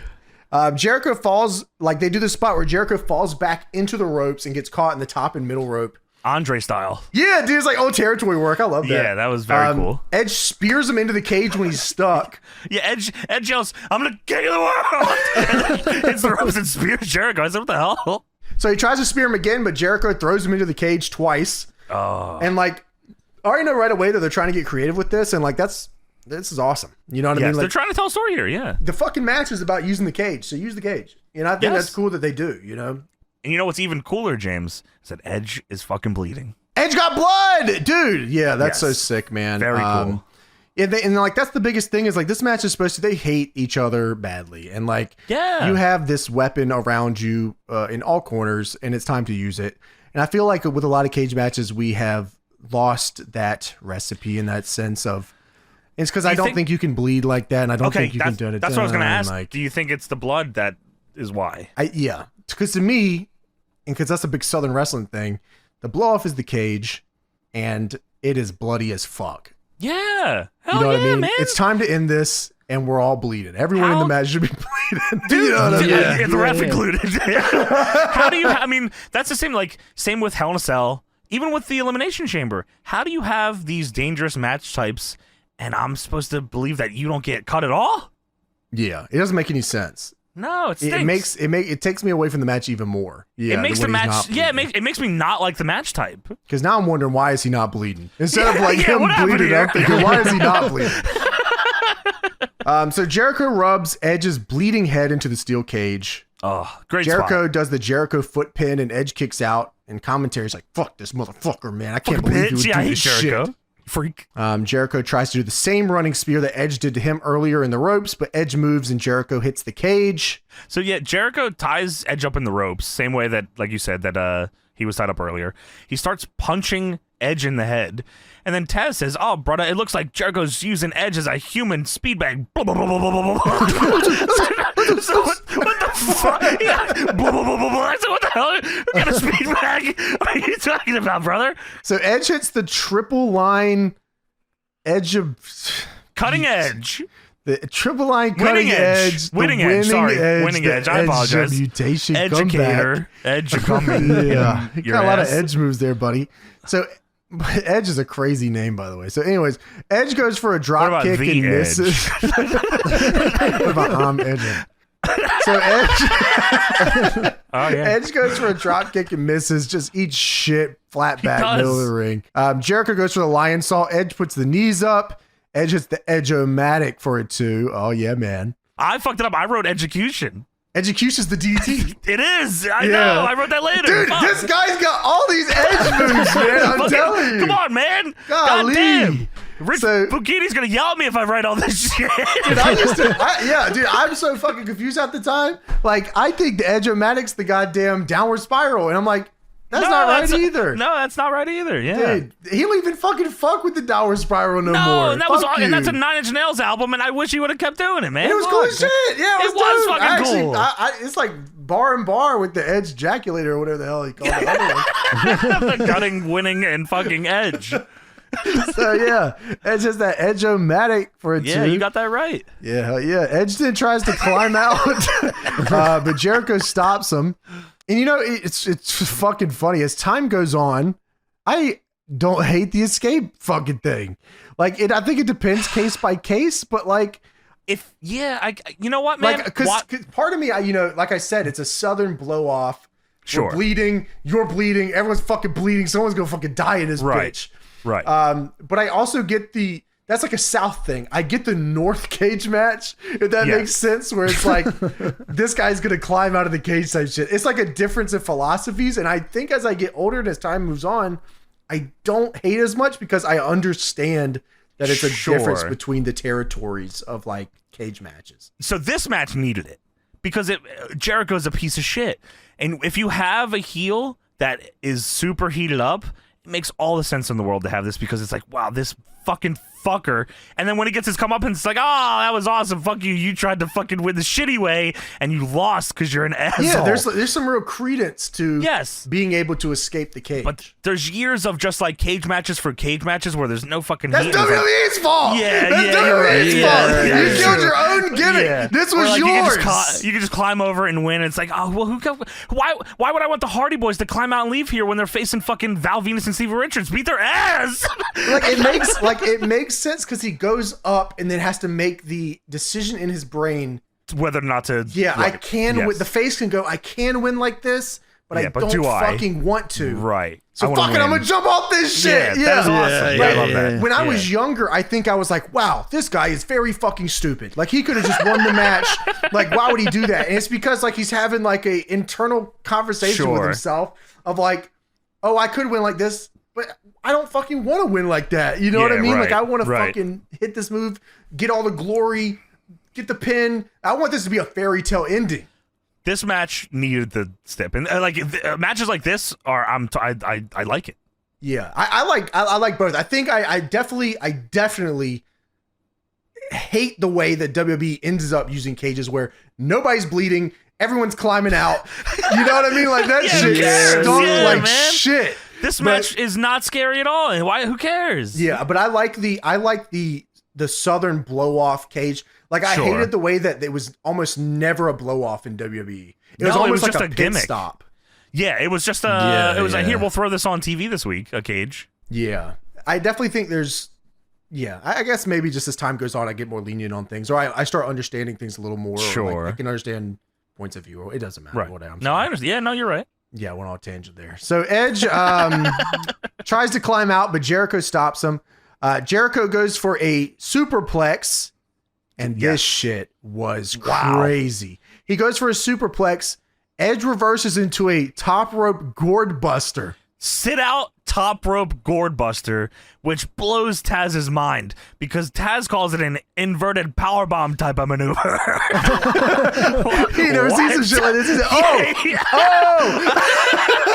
like, yeah, dude, top rope sit out gourd buster is gnarly. That was unbelievable. I was sitting there for a second. I said, this might be one of the best episodes of wrestling we watched in a long time. This is like, fucking awesome. Yeah, and Edge is bleeding, and it's like, oh, shit. He's got the white on? He's bleeding? Yeah, man. That's real, man. So Jericho slingshots Edge into the cage, and he goes to climb out the door. What an asshole. Fuck this guy. I fucking hate Chris Jericho for trying to win like a bitch. Pussy! It's me yelling at my TV. So Edge grabs his leg, and he pulls him back in, but Jericho pulls back in with a chair in his hands. And Jericho headshots a bleeding Edge. He unleashes this chair into Edge's fucking face. It is nuts. So Jericho gets the pin, but it's a 2. The crowd is fist pumping. I say, let's go! Turn this shit off! So Jericho goes to use the chair again, but Edge hits the spear. Yeah. And I go, I was like, that's a pretty cool finish. Jericho kicks out at 2. Let's go! Let's go! Me and the boys were fist pumping the air. Let's go! Dude, there's 2 dudes in the front row that turn to each other and fucking high five. I said, let's go! Dump dummy! Dump dummy! Smackdown! Wood chunk! Oh, shit. Let's go. So Edge climbs the cage again, but Jericho low blows him. You piece of shit, bitch. Yeah, that's dude. Jericho, and it's awesome because Edge is like at his end with this. Like he's bleeding. He cannot.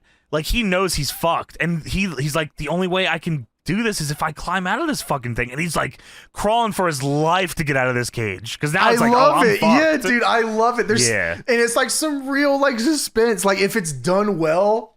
Hey man, they cook with this elimination shit, like going over type shit. Yeah, dude, tremendous. So Edge goes to climb. Jericho gives him a low blow, just fucking perfect timing low blow. Hits a bulldog off the top rope. Dude, in the same one that he does setting up for the lion salt, like right off the top. So Jericho climbs to the top of the cage and he's getting out, feet dangling off the side. Edge grabs him, pulls him back over the top. Jericho then goes on Edge's shoulders on the top rope, and Edge electric chair drops Jericho from the top rope. When I say this shit sounded like a fucking bomb going off, I mean it. It was I was like, when he had him on his shoulders, I was like, okay, Jericho's going to slide back and like power bomb or something like that. They went off the top electric chair. This was incredible. I've never seen some shit. I'm throwing shit around my room. I'm waving a fucking flag. WWE! I've never seen shit like this. Yeah, man. Like, wow. Wow, what a great episode here. And they die on it, by the way. They just lay there for a good minute. Yeah, Taz is like, oh my fucking God. Oh my God. Yo, show me the replay, brother. Oh. So Edge, oh my goodness. So Edge is now climbing over the top as Jericho is crawling towards the door. It's a race to see who can get out. Oh my God. Edge makes it over the cage before Jericho can crawl out the door, and Edge wins the match. That is like, the crowd like lights up out of this. I was like, this might be the perfect cage match. Like, it's not the best cage match ever, but like in terms of the story and what you can do with a cage and how you can use the cage to your advantage, especially when you have the escape step, this is the perfect cage match. Statement win for Edge here too, man. Yes. Statement win. They said, this is our awesome. guy. I promise you it is. Yeah, I'm seeing this shit. I'm saying, I'm fucking booed up. Goddamn video game. We're rocking, boys. Get the cage. Wow. And then Lance Storm, Christian, and Tess come out and attack Edge ringside. They throw him back in the cage. Apparently, they're helping Jericho because Jericho helped them. Sure. And then they join in on the assault and they're beating Edge's ass. And he's Canadian. Fucking bitch. But Look Edge at your is teeth. Canadian too. We hate him though. That's what Tess says. Look at your teeth. Stop it, Edge out. Teeth boy. He starts projecting crazy. So John Cena comes out to try to help, but it don't matter, man. You know, he ain't doing shit. He's trying. He's a fucking loser. Yeah, look at this dude. And all of a sudden, dude, I said, there's no way this is the moment this happens. I couldn't believe my fucking eyes. Dude, when they announced the cage and Rey Mysterio on the episode, I was like, oh, could this be? And then it goes on, I was like, nah, that must be like later in his career with something else. And then I'm like, oh my God. It is this. How awesome was this? Rey Mysterio climbs the side of the cage here. We already had this amazing cage match between Jericho and Edge. Yes. Rey Mysterio at the end, when Lance Storm, Christian, and Tess, and Cena, and everyone's in here, and Rey Mysterio climbs to the top of the cage. No hesitation at all. Huge cross body off the top. Takes everybody out in that bitch. That was awesome. That was incredible. And it's legit. Like, the small interaction he had with Test, Ray was like, fuck these dudes. I'm going to go out there and I'm jumping off this cage. And he jumped. He didn't just kind of go off. He took a leap. I said, whoa, he got air. If they were on the opposite side of where he was standing, he would have still made it. Yeah, you're right. He would have, dude. Unbelievable. Like, oh my God. He not only got a great match with Chavo, he gets the moment of the night here with this. Are you kidding me? It's his first night on WWE TV. Yeah, this was unbelievable. They used this in B-roll for the next 25 years. Forever. Hell yeah. You know what I mean? Like, this is like, I'm pretty sure they put this match on like the 20-year Best of SmackDown DVD. I mean, it's like the coolest shit ever. He full jumps. Like, he was like so into this. He was G'd up crazy. Yeah, he said, I'm about to make this shit crazy. I'm about to make so much money. Oh my God. And they like me here and I'm getting pushed. Yeah, this is awesome. Mysterio's kicking everybody's ass. Cena, Edge, and Mysterio get everyone out of the ring. Jericho climbs out over the top before they can get their hands on Jericho. Wow. Just the last second, like, heel Jericho gets out. Yeah, and then he leaves and goes to Raw. It's like, oh my God. Wow. Edge gets over huge. He gets everything he ever wanted to get on Jericho. Mysterio comes out looking like a badass. You got fucking Lance Storm, Christian, and Tess going to Raw too, and like they're all heated up. And yeah, and you got Cena, Ray, big babyface, Edge, huge babyface. Now it's like, well, Cena, but like, they saw something here and they were trying, and like they were like, this was a statement, like you said. Yeah, real statement match here, and what a fucking fantastic main event, man. Like, to cap off the show, I was like, wow. Yeah, they did very it. Cool. They had a great show. It's back. Yeah, the feeling is here. Back. The power is back. So we go backstage. Stephanie is talking to Billy Kidman. This is funny as shit. Yeah, Billy Kidman and Stephanie are watching the show on the weird SmackDown set monitor. The Ovaltron backstage, a little gimmick, little circle. Very strange. And Billy says, "Oh man, what a great match!" And Stephanie looks at him and says, "Can you do that? You know, the whole dive thing." I thought Billy Kimmel was going to say, "Are you fucking kidding me? What the fuck do you want from me? Are you fucking kidding? Have you not seen anything I've done ever? You know who I am? I can barely do my finish, Steph. What the fuck do you want me to do here?" The fuck you want? Well, before he really goes, he says, "Yeah, I can probably do that." Well, Stacy runs up and she says, "Steph, you're not going to believe this. Eric Bischoff's in the parking lot."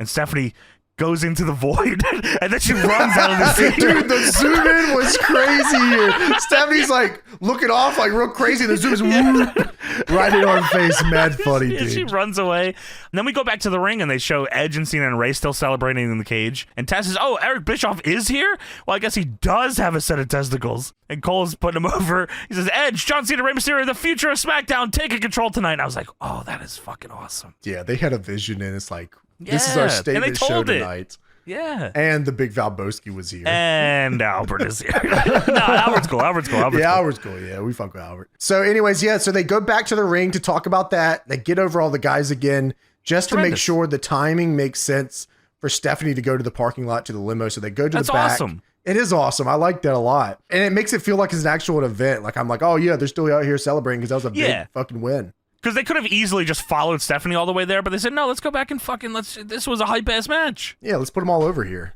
Yeah. So Stephanie goes to the parking lot, to the limo, and she tries to open this limo door.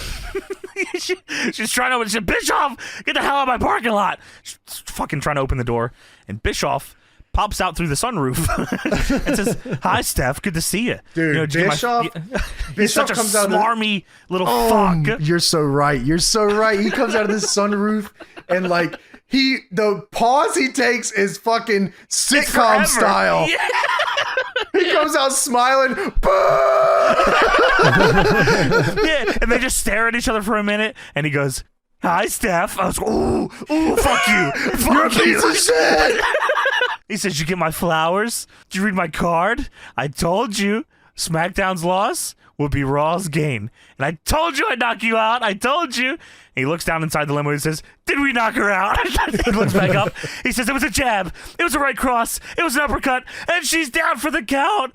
Let's get the hell out of here. See you Monday at Raw." And the fucking limo drives off and he's still talking shit. I said, "Fuck you." Fucking bitch, SmackDown for life. Fuck you. So Stephanie's standing there and she's shocked. And all of a sudden, Kurt Angle walks up behind Stephanie. And he's standing there and they're both staring out as his limo driving away. And Kurt says, "The heck was that all about?" Dude, the way he walks up behind her, just sits there and looks at the limo too, and she doesn't see him is awesome. It's full sitcom. That's a great way to put it. That shit's awesome. And Stephanie marks out. She turned around and said, "Oh, Kurt, you're here." And Kurt says, "Yeah, it's SmackDown." Stephanie says, "Yeah, but you were on the phone with Eric and I left you messages and no one could find you." And Kurt says, "Yeah, my brother Eric." Oh it's been years.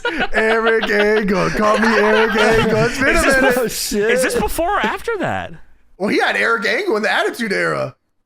Oh, he did? We watched that? Dude, yeah. Call me Eric Angle. Family, remember? Wow. Yeah, they call Christmas time Eric Angle. Yeah, let's go. Dude, I forgot about that. Wow. Yeah. Because I was thinking about, him swapping, doing the fucking twin magic with him against Brock. That was later he did the twin magic. Later. Wow. Yeah, that was awesome. He did have Eric Angle that year, yeah. Call me Eric Angle. Yeah. That was awesome, man. That's the he says, "Yeah, my brother Eric." And I turned my phone off. I was so mad after what Brock did tonight, and I just had to let off some steam. And this is the most cliffhanger-ass ending to a show I may have ever seen in this company before. This is crazy. Stephanie looks at Kurt and she says, "Kurt, well, if you weren't in that limo," and then she looks out into the distance, "then who is?" Her and Kurt both stare out concerned at the limo. They show the trademark and the show fades out. I said, wow, this wrestling maybe is good. Dude, I legit, and it took me a minute, I said, wow, what a great episode. It's like, I wonder what happens next. So I start watching the next episode. I said, oh shit, we'll probably watch this someday, I'm sure. Yeah, probably. Stop myself. I was going to do the same too, because I was going to watch the next Raw. And I was like, maybe I'll wait. Yeah, I was ready to watch more SmackDown. I said, all right, we're cooking here. Like, we're ready to go. Yeah, all right, cook me in. That's the first time in a while I've done that. So I thought it was awesome. Yeah, no, that's fucking dope. Limo fucking rides off 36 bitches. Call me Eric. Fuck you, Eric. Fuck you. Eric Angle pops his head up too. Yeah. Oh my God. He's cooking, yeah. They drive into Trish's ice cream truck. Oh shit. Dude, no, Trish. Tacos. No. Holy shit. Let me get some. Wow, yeah, this was a fucking really, really good show. Oh, yeah. Dude, it was fucking fantastic, man. I had such a good time watching this. And I had a great time talking about it, too. Yeah, me too. Yeah, this is good. You know, we review a lot of stuff that is just full of bullshit on the show because it's usually funnier, but this is very fun. I had a very good time here, and I hope you all did, too. That is it for SmackDown July 25th, 2002. And that is it for our show. Thank you for joining us, everybody. Make sure to check us out on Patreon. We have hundreds, legitimately hundreds of hours of exclusive Patreon Deadlock content with us three. Patreon.com/DeadlockPW. Sign up now. Any tier you want, you'll find something fun there. And while you're at it, check out Deadlock Pro Wrestling, DPWOnDemand.com. We have our entire catalog on there from beginning to end. We take wrestling very, very seriously when we're not talking about it on the show. DPWOnDemand.com, DPWTIX.com. We're going to Durham. We're coming back to Chicago. Come on now. Get on out here. And you know what? We'll see you next week for another edition of the Deadlock Podcast. All right, time to get into WWE SmackDown from September 12th, 2002. And I won't be denied. Oh, yeah, that's None of these. None of these. Not that one either? Oh, okay. You're getting closer, though. Huh. I'll figure it out. So before things even get started here, we get the cordially invited to the commitment ceremony of Billy and Chuck. Yes. Then last Thursday, Paul Heyman is with Brock Lesnar at a small little table. Where are they? It's like an interrogation room? Is that what this meant to be? So when they were sitting down and they showed this at first, I could have sworn that it was Brock Lesnar, Paul Heyman, The Undertaker, and Stephanie McMahon. Now, why did you think that? She looked just like Stephanie McMahon. It was actually unbelievable. Later on, he goes, oh, there's Undertaker with his wife, Sarah. Now, hold on a minute. Sarah McMahon? Long lost relative. Her hair's not blonde. It's fucking Stephanie McMahon's color. Yeah, just like that's the same true. build, too. It's like, wow, what the hell's going on? It does not look here? the same as when they do the DDP angle. No way. Way different person. Yeah. Well, Lesnar's the undisputed champion currently, and he decided he's going to be a SmackDown exclusive superstar. Yes. That's why the World Championship is now on Raw, and Triple H was just handed it to it. Yes. World title. Paul Heyman says Lesnar is the shit, and Undertaker, you need to go take care of your damn wife before I take care of her. And this is Paul Heyman talking, not Brock Lesnar. Of course. It'd be even better if Brock said it, but it was not Brock. Heyman was saying Taker is distracted by his family situation at home and his pregnant wife, Sarah. And Heyman says, I will definitely take care of your lovely wife, Sarah, but I refuse to take care of your fucking kid. Undertaker was cool with it at first. He was like, you can take care of my wife. That's fine. You wouldn't. I'm not going to take care of my kid, you son of a fucking bitch. He flips the table and gets in Brock's face, but he doesn't do anything after that. He just kind of gets in Brock's face, yeah. Well, he's got his pregnant wife there. It's understandable. Sure. That's and then, of course, the beautiful people hit. I'll I'll never ever get over Shane McMahon getting thrown through the King of the Ring at the drop of that song. That breaks the fucking goes through the graphic. Yeah, it's that's the like coolest shit ever. Truly, I mean, I'm gonna mention every time we go over episodes like this. It's so fucking cool, man. Well, at the same time, let us not also forget the Rikishi's ass. Of course, there's always gonna be. There's in the TNA one too. Yeah, of course.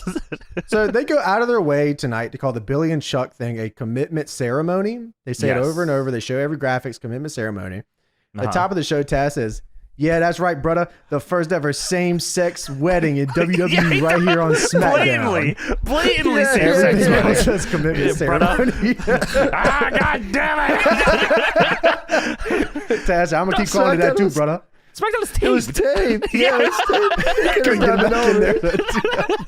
Trying to get Taz in the booth is hard. Couldn't get the same. He just, all right, we're going to try this again. All right, brother, we are here with the first same-sex. God damn it! Just let it go. Brother. Let it go. It's also 10 days from Unforgiven, and Big Pussy Guy Eddie Guerrero. Oh, wow, maybe. Yeah, maybe. That's crazy. They also announced Rey Mysterio versus Kurt Angle is on this episode, which sounds fucking sweet. A rematch from... Yes. What do they call it? It's, they have a weird name for it that they say multiple times on this show. Fuck. I didn't catch it. I'll find it when we get to the match they mentioned it, but it's like not a point match. Fuck. So something weird. So tonight is not only the Billy and Chuck wedding, but it's also a lot of different like moments I think a lot of people probably remember from this era of WWE. Yes. The first one coming up here on the show is Brock Lesnar versus Hardcore Holly.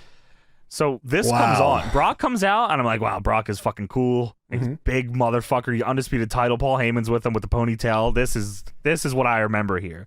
And then Hardcore Holly's music hits, and I'm like, oh, because I'm watching this with Deb. I'm like, oh, that's interesting. I was like, and then the match starts, and I'm like, oh wait, this is the Brock Lesnar and Hardcore Holly match. I actually had it down. It says this the match. I was sitting there thinking, I wrote that down too. That was my first bullet point. Please be the match. Please be the one. I was like, this can't be it, right? But it is. Yeah, there's multiple signs here that are fun. Brock Lesnar stole my milk money sign, as well as Brock Lesnar beat me up in the 3rd grade. They really zoomed in on that one. Yeah, let them know. So this is also this is a season premiere of SmackDown as well, if you guys didn't realize. Oh, what a way to kick it off. Yeah, I think so. Yeah. Yes. Of course, from Mobile, Alabama, Hardcore Holly. Yeah, a lot of people from there, you know. That's the only place you can be. They run there a lot, too, it sounds like. It's the number one place to go to. Thought they were there tonight, but I guess not. Yeah. So things start off here, and I'm thinking in my head, man, all I remember from this match was like him getting dropped on his neck. And then, because I always remember from the video package, he gets dropped on his neck. Yes. And then in my mind, it's done. Like it's I thought it was a one and done, quick kind of get in and out. Pin him after that, but shockingly no, which makes it even crazier of a story. Yeah, so this match is actually pretty fucking cool. That was a good match, to be honest. It was. Like they straight up slug each other in the beginning, man. Yeah, they're just whooping each other's ass. Bob Holly is like standing toe to toe with him. Like I'm pretty sure they were trying to push him during this time too. They pushed him when he came back with the That's true, jeans. Yeah. With the jeans. That's right. How can I was at the match, the Royal Rumble 03. Where they have the title match. That was a pretty good push for him. It worked for a minute. Hey, I mean, it didn't go anywhere really after that, but it was fun for a minute. Yeah, he was over too. That big pop anytime his music hits. He never talked. I think it's because Brock really. was so over. Yeah. Like really, it was just like, being able to make that callback was so clutch for him. Yeah, I couldn't even believe after he broke his neck in this match that he was able to keep going. Oh my god! Well, they like you said, they start out hot and they're punching each other. Brock belly to bellies him to hell, and then fucking Bob Holly like goes to double leg Brock. Brock falls head first backwards through the ropes. I'm like, oh my god, what is happening? They're just brawling. Yeah, Holly falls out with him too. I was like, damn, this is nuts. They're going. Holly's like refusing to sell anything Lesnar does unless Lesnar makes him sell. Makes him do it. Yeah, which is probably. I mean, not it looked good. So whatever. I think that Holly probably saw how the Brock matches go and like. And it was the way they kind of booked him back then, which is why Vince probably doesn't do it anymore. But Lesnar was like always up. Like it would have to be like a super top guy to make him, not be up. Sell. Yeah, exactly. And Holly was like, fuck that, I'm gonna protect myself. Yeah, if you're gonna get it, you're gonna take it, is what it is. So it looked good here. Belly to belly on the floor on the outside too. Brock is just like, okay, well, if you're not gonna sell these fucking punches, I'm just gonna have to throw you. And then that's I'm gonna do moves to you that you will have to sell because they will actually hurt. Yeah, and you can't really sandbag that shit. He's gonna really throw you out there. Brock gets a nice STO in this match, just fucking clean clocks on Here Comes the Pain style. Oh my god, dude, I wrote that. He blocks the punch with his fucking forearms and then STO, just like the games. This shit was beautiful. I was like, oh man, that's so sick. So we get on a little bit more here. Hardcore Holly goes for a front drop kick in this match off the ropes, which I don't recall Holly going for very often. No. Which was quite interesting here. Yes. And Lesnar just says, fuck you, and moves out of the way. Brock also does like a teardrop suplex in this match too, which I don't remember him doing much. Lesnar goes for a backbreaker here, turns it into a power slam, which I thought was a pretty interesting little combo that I have also That was cool, tried. yeah. He was just trying shit. Lesnar gets Holly up for a power bomb, and this is where things go a little stray. So it's actually pretty crazy how different this power bomb and the one that after this one is. Lesnar gets Holly up for the power bomb, and as he starts getting him up, and they get to like the climax where he gets him up on his shoulders, Right. Holly's not fucking going. He's just like kind of holding down a little bit. He's not giving him anything for it. So, is there like a Bob Holly in his book said there's like no heat between them and that Brock was like actually sick during this match. So I don't know if that was why that happened or if Bob was like sandbagging him. I don't know if there's a combination of things there. Yeah, I mean, every story I ever heard was he was sandbagging him, but I'm sure Holly would tell you different. I'm sure Lesnar would tell you different. Probably. I mean, let's look at the two here. So Holly doesn't get up all the way, and Lesnar just says fuck it and just drops him anyways, just right on his neck. He dumps him right on his shit and breaks his fucking neck. I don't think Lesnar was trying to drop him on his neck. It just so happened that the positioning was seriously just like so unapologetic there. It was just like it couldn't have gone worse, honestly, is kind of how it works here. Sure. For a young Brock, he probably was like, I either drop him now or I put him down gently and it makes me look like a fucking bitch. Yeah. That's pretty much exactly what he was thinking. You're going. Yeah. Breaks his shit straight up. And I always thought, for some reason in my head, I guess that was it. And he pinned him. Me too. That was not it. No. He doesn't even, because he tries for it again. He tries for another powerbomb. They don't even signal anything here. Referee checks on him. I guess he just tells him we're good. Lesnar then kicks him in the head, picks him up. This time for the powerbomb. No struggle, by the way. Yeah, 0. He's going. I think, and that's why I made. This is all just assumption here. But Holly's pretty fucked up at this point. Sure. I don't think there's any chance of him sandbagging anything anymore. It wouldn't surprise me though. Even after that, he may have not even known he broke his neck until he got to the bag because he's still going here and they're treating it like it's normal. And Bob does the fucking Lobo spot in the ropes that he does. Yeah, no, they keep going for a minute. Yeah. Yeah. I mean, they do keep going for a minute, but it's just crazy the stark difference between these two power bombs, and it wasn't much different here. It was just one of them he doesn't go up, and the other one he goes up. He actually goes up so quickly. He almost goes over. He almost alley-oops him. So there's like a very stark difference between the two here. It could have been Lesnar was trying to get him up, and then maybe thought that he was going to give him a little more, so Lesnar didn't really like throw him up. Yeah. And then on the second one, he said, I'm gonna fucking, you know what I mean? Like, Lesnar could throw him into the crowd if you wanted to. They don't even try to readjust once. It's not even like and then go back down and go up. Bob's not there, so Brock drops him. Just right on his shit. Yeah, so I mean, in the end, it's, whatever Lesnar says and whatever Holly says, but sure. Either way, a man broke his fucking neck and he still goes, though. He fights out of the powerbomb. He does the low blow spot in the ropes. He's still fighting, and then he takes the F5, too. And then Holly, like you said, he goes for a drop kick, does the top rope nut kick thing, gets a roll up, and then Lesnar hits the F5 and wins. Fucking hell, man!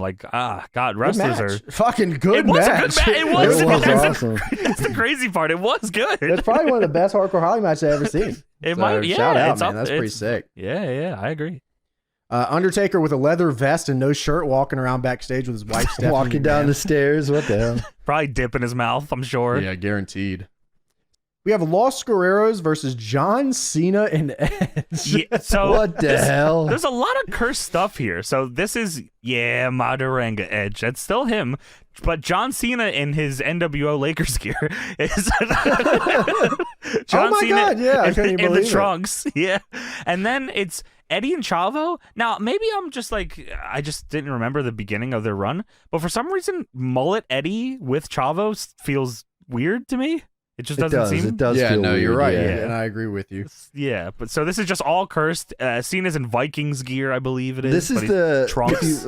When they talk about the Ruthless Aggression documentary or whatever. This is the John Cena where he's like, I sucked at the time. I was I'm fucking. They're about to fire my ass. This was I'm about to get fired, John Cena.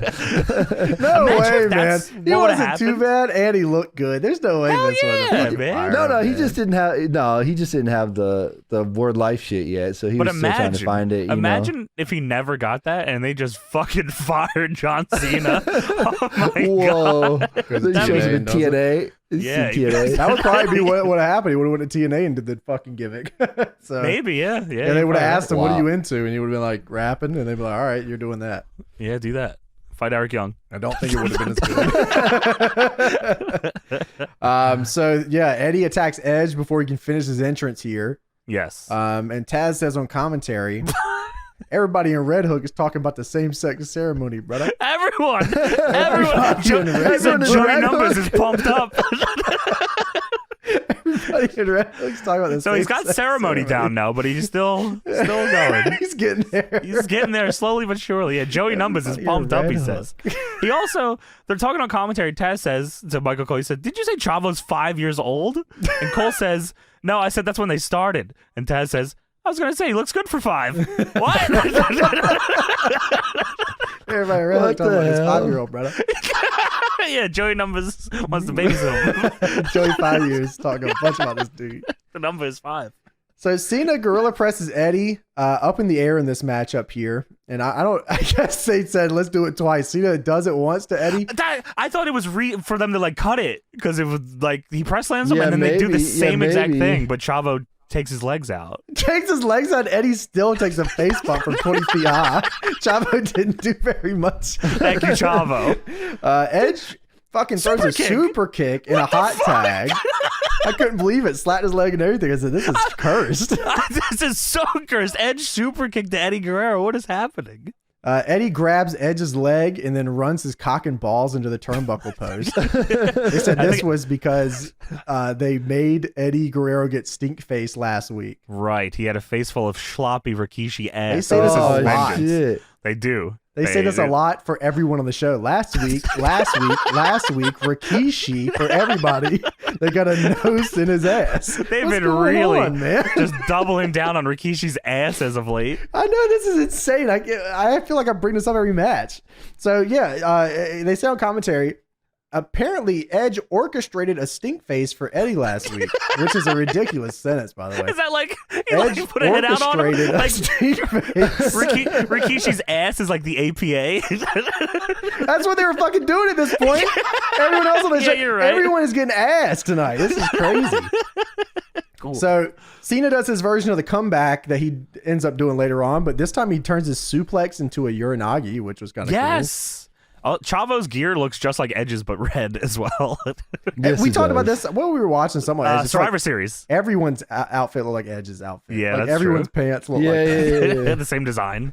Cena goes for a suplex. I'm guessing that's what he was going for. That was like a late match move. I don't know what Cena was exactly going for. Anyways, Eddie punches him, and then Chavo hits the brain buster, and then Eddie hits the frog splash on Cena for the 3. And clean as you can be, but yeah, he pinned him with the brain buster. I was like, oh, Chavo, fucking good for you, brother.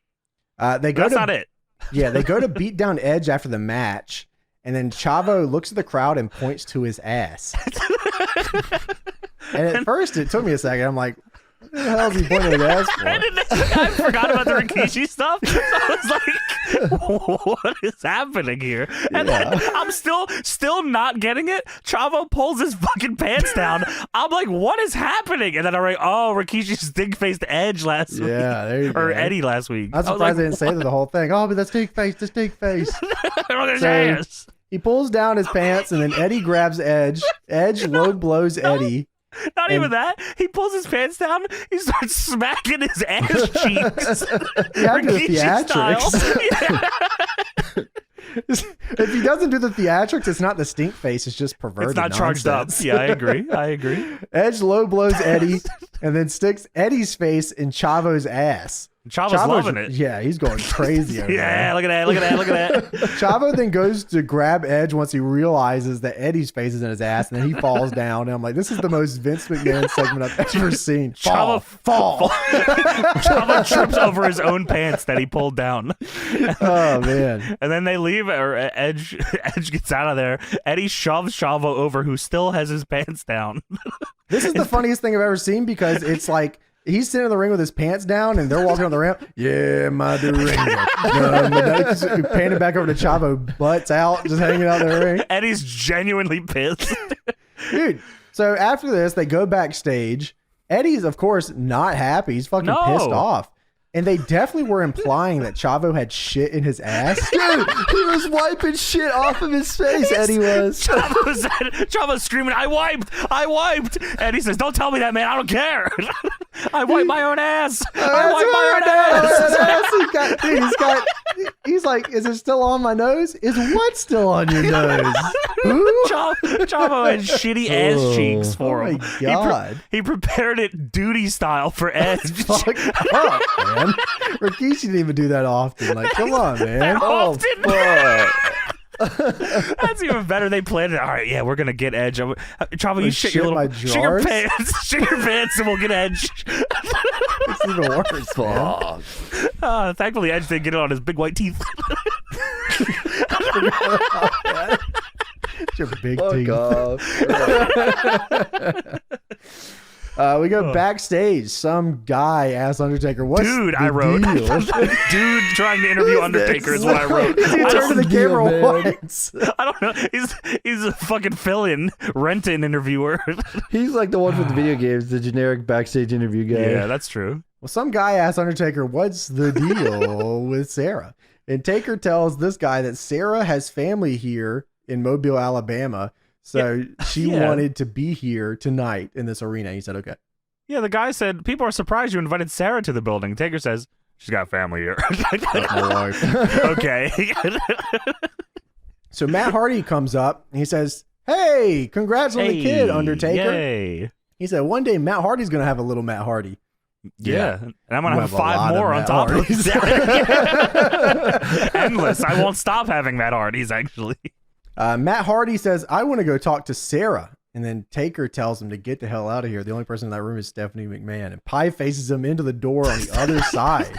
Just get the fuck out of here. Taker's trying to tell him, no, dude, now's not the time. And Matt says, no, I want to go talk to her. My kid's going to have all my match rebutes. He said, I'm going to go congratulate. Taker says, you don't need your damn congratulations. Get the fuck out of here. And yeah, what did he say at the end here? Someone needs a mattitude adjustment. Is that what attitude adjustment? Yes. Yeah. Fuck, man, this guy's crazy. Someone definitely needs a attitude adjustment. Like, God, shut up. Backstage segment. Rico is talking on the phone. He's looking for a cake topper with 2 dudes, not a dude and a girl. No brides, 2 grooms, so no brides. Stephanie is chilling in her office, and Rico says, "Can you please come to this fucking wedding, please? I'm begging a commitment ceremony."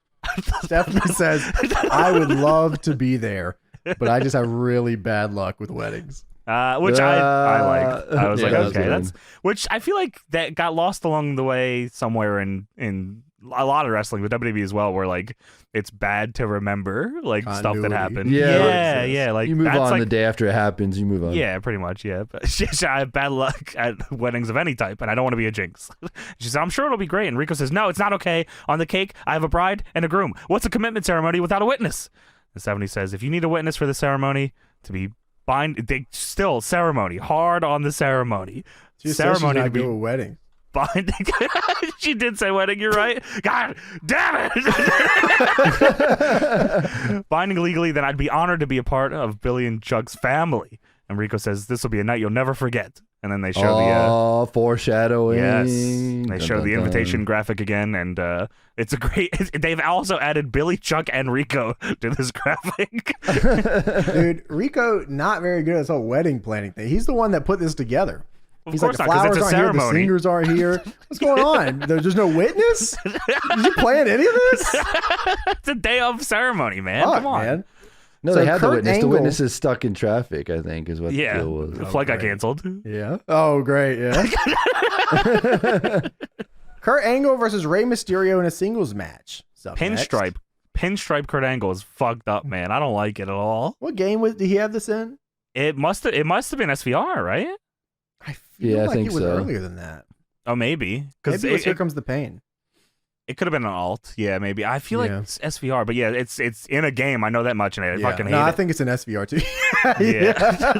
That's a crazy fit, man. What's going on here, I man? don't know, dude. I'm a mint. Kurt Angle says, how fitting that we're in Mini. I said, what the hell is he talking about? Where are we? We're in Mini.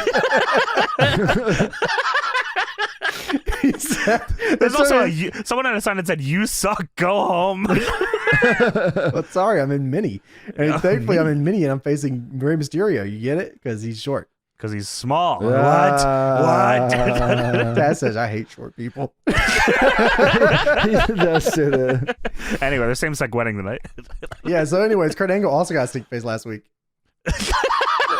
God damn it. How many faces were in Rikishi's ass last week, man? All of them, this was all last week. This was all last week. And there's still more ass to come. There's not enough ass to go around, it seems. They need 2 Rikishis. They say, Kurt says, you guys like Rey Mysterio, right?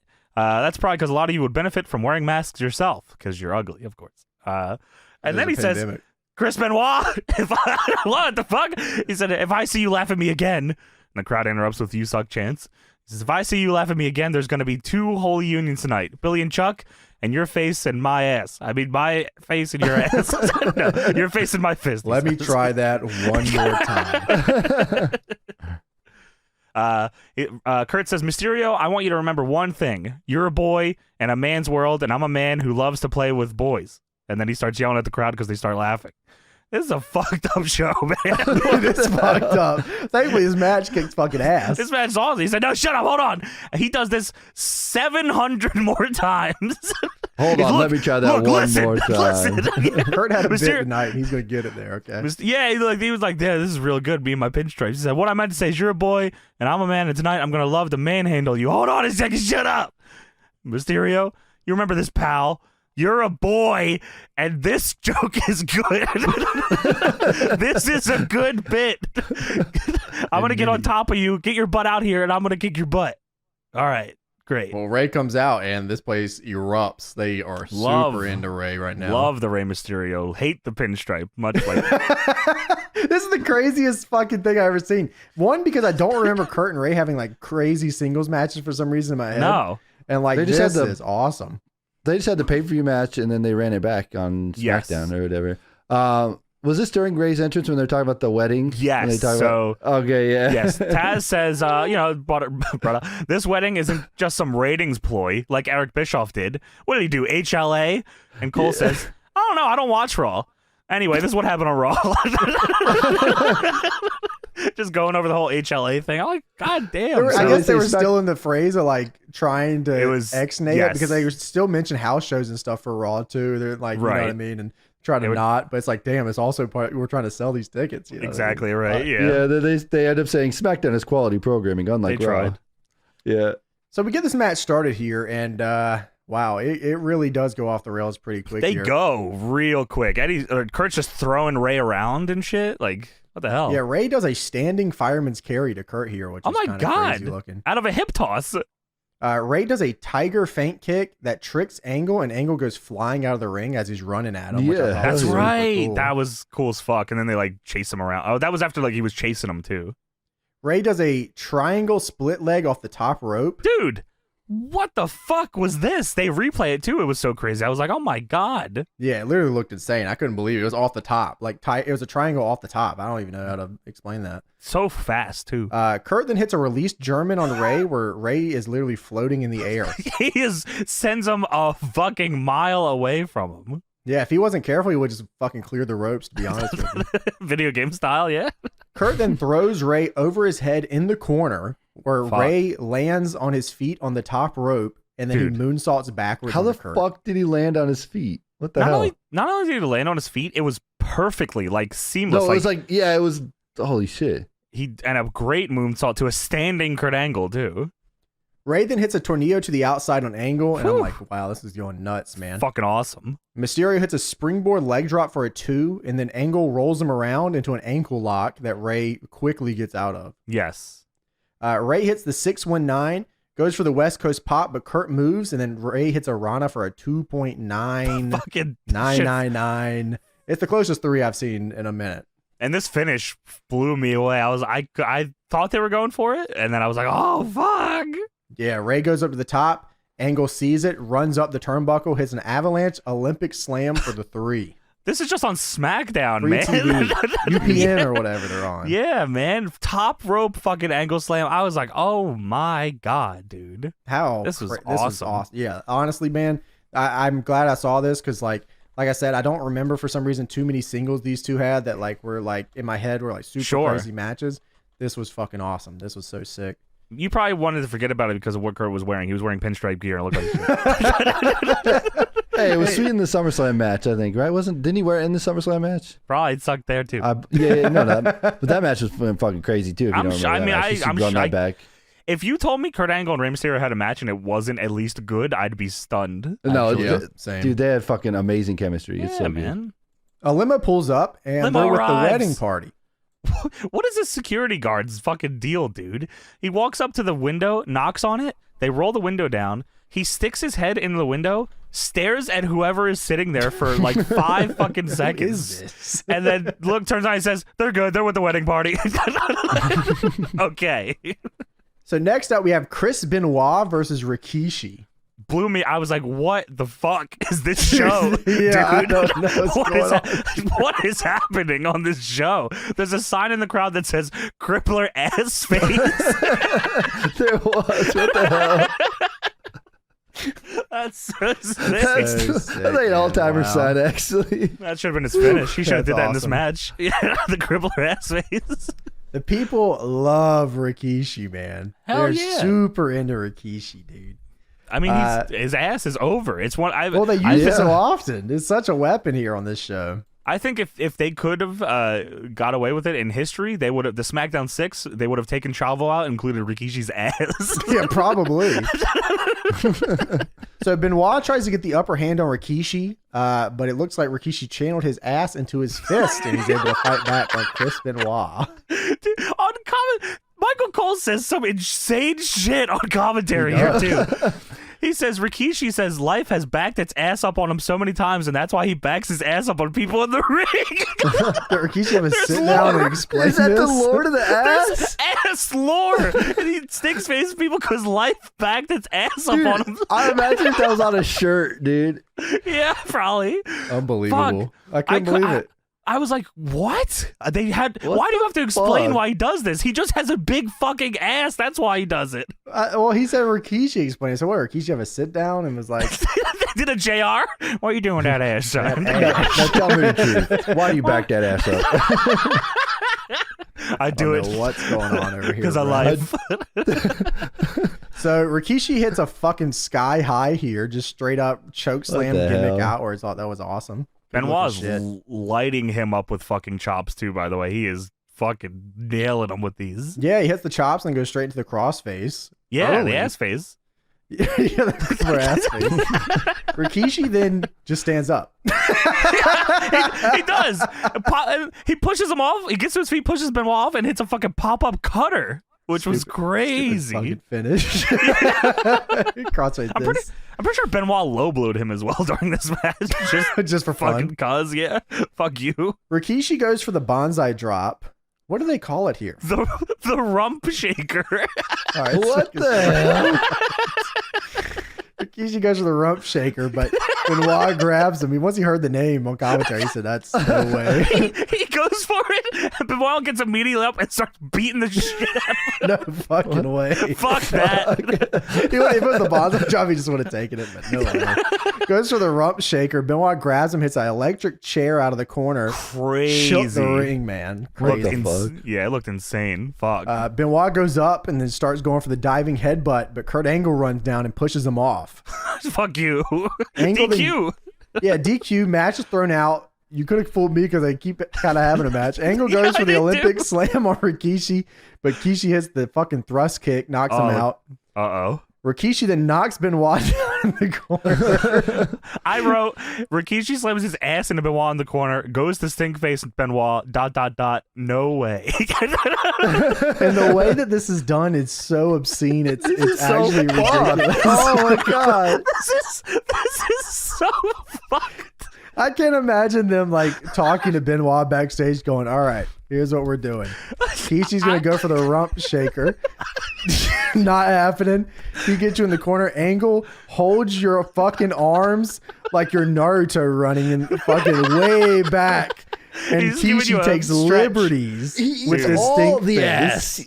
Holy fuck, man. Benoit's entire head gets lost within Oh my Rikishi's god. head. He lost more All teeth neck, in the no man's head. head. In my mind, they did not tell Benoit about that. And Kurt Angle, just grabs the his way arm. his arms were back was obscene, man. so I was like, I don't even fucked think up. my shoulders would allow that rotation around. That was obscene, man. Dude, he Angle then ate laughs his way up the ramp. he ate so much of Rikishi's Oh my god. And it makes the next segment even more fun. Because you can even see Benoit trying to avoid it by sticking his head up, but it's just grinding his It's too chin in much. Rikishi's It's too asshole.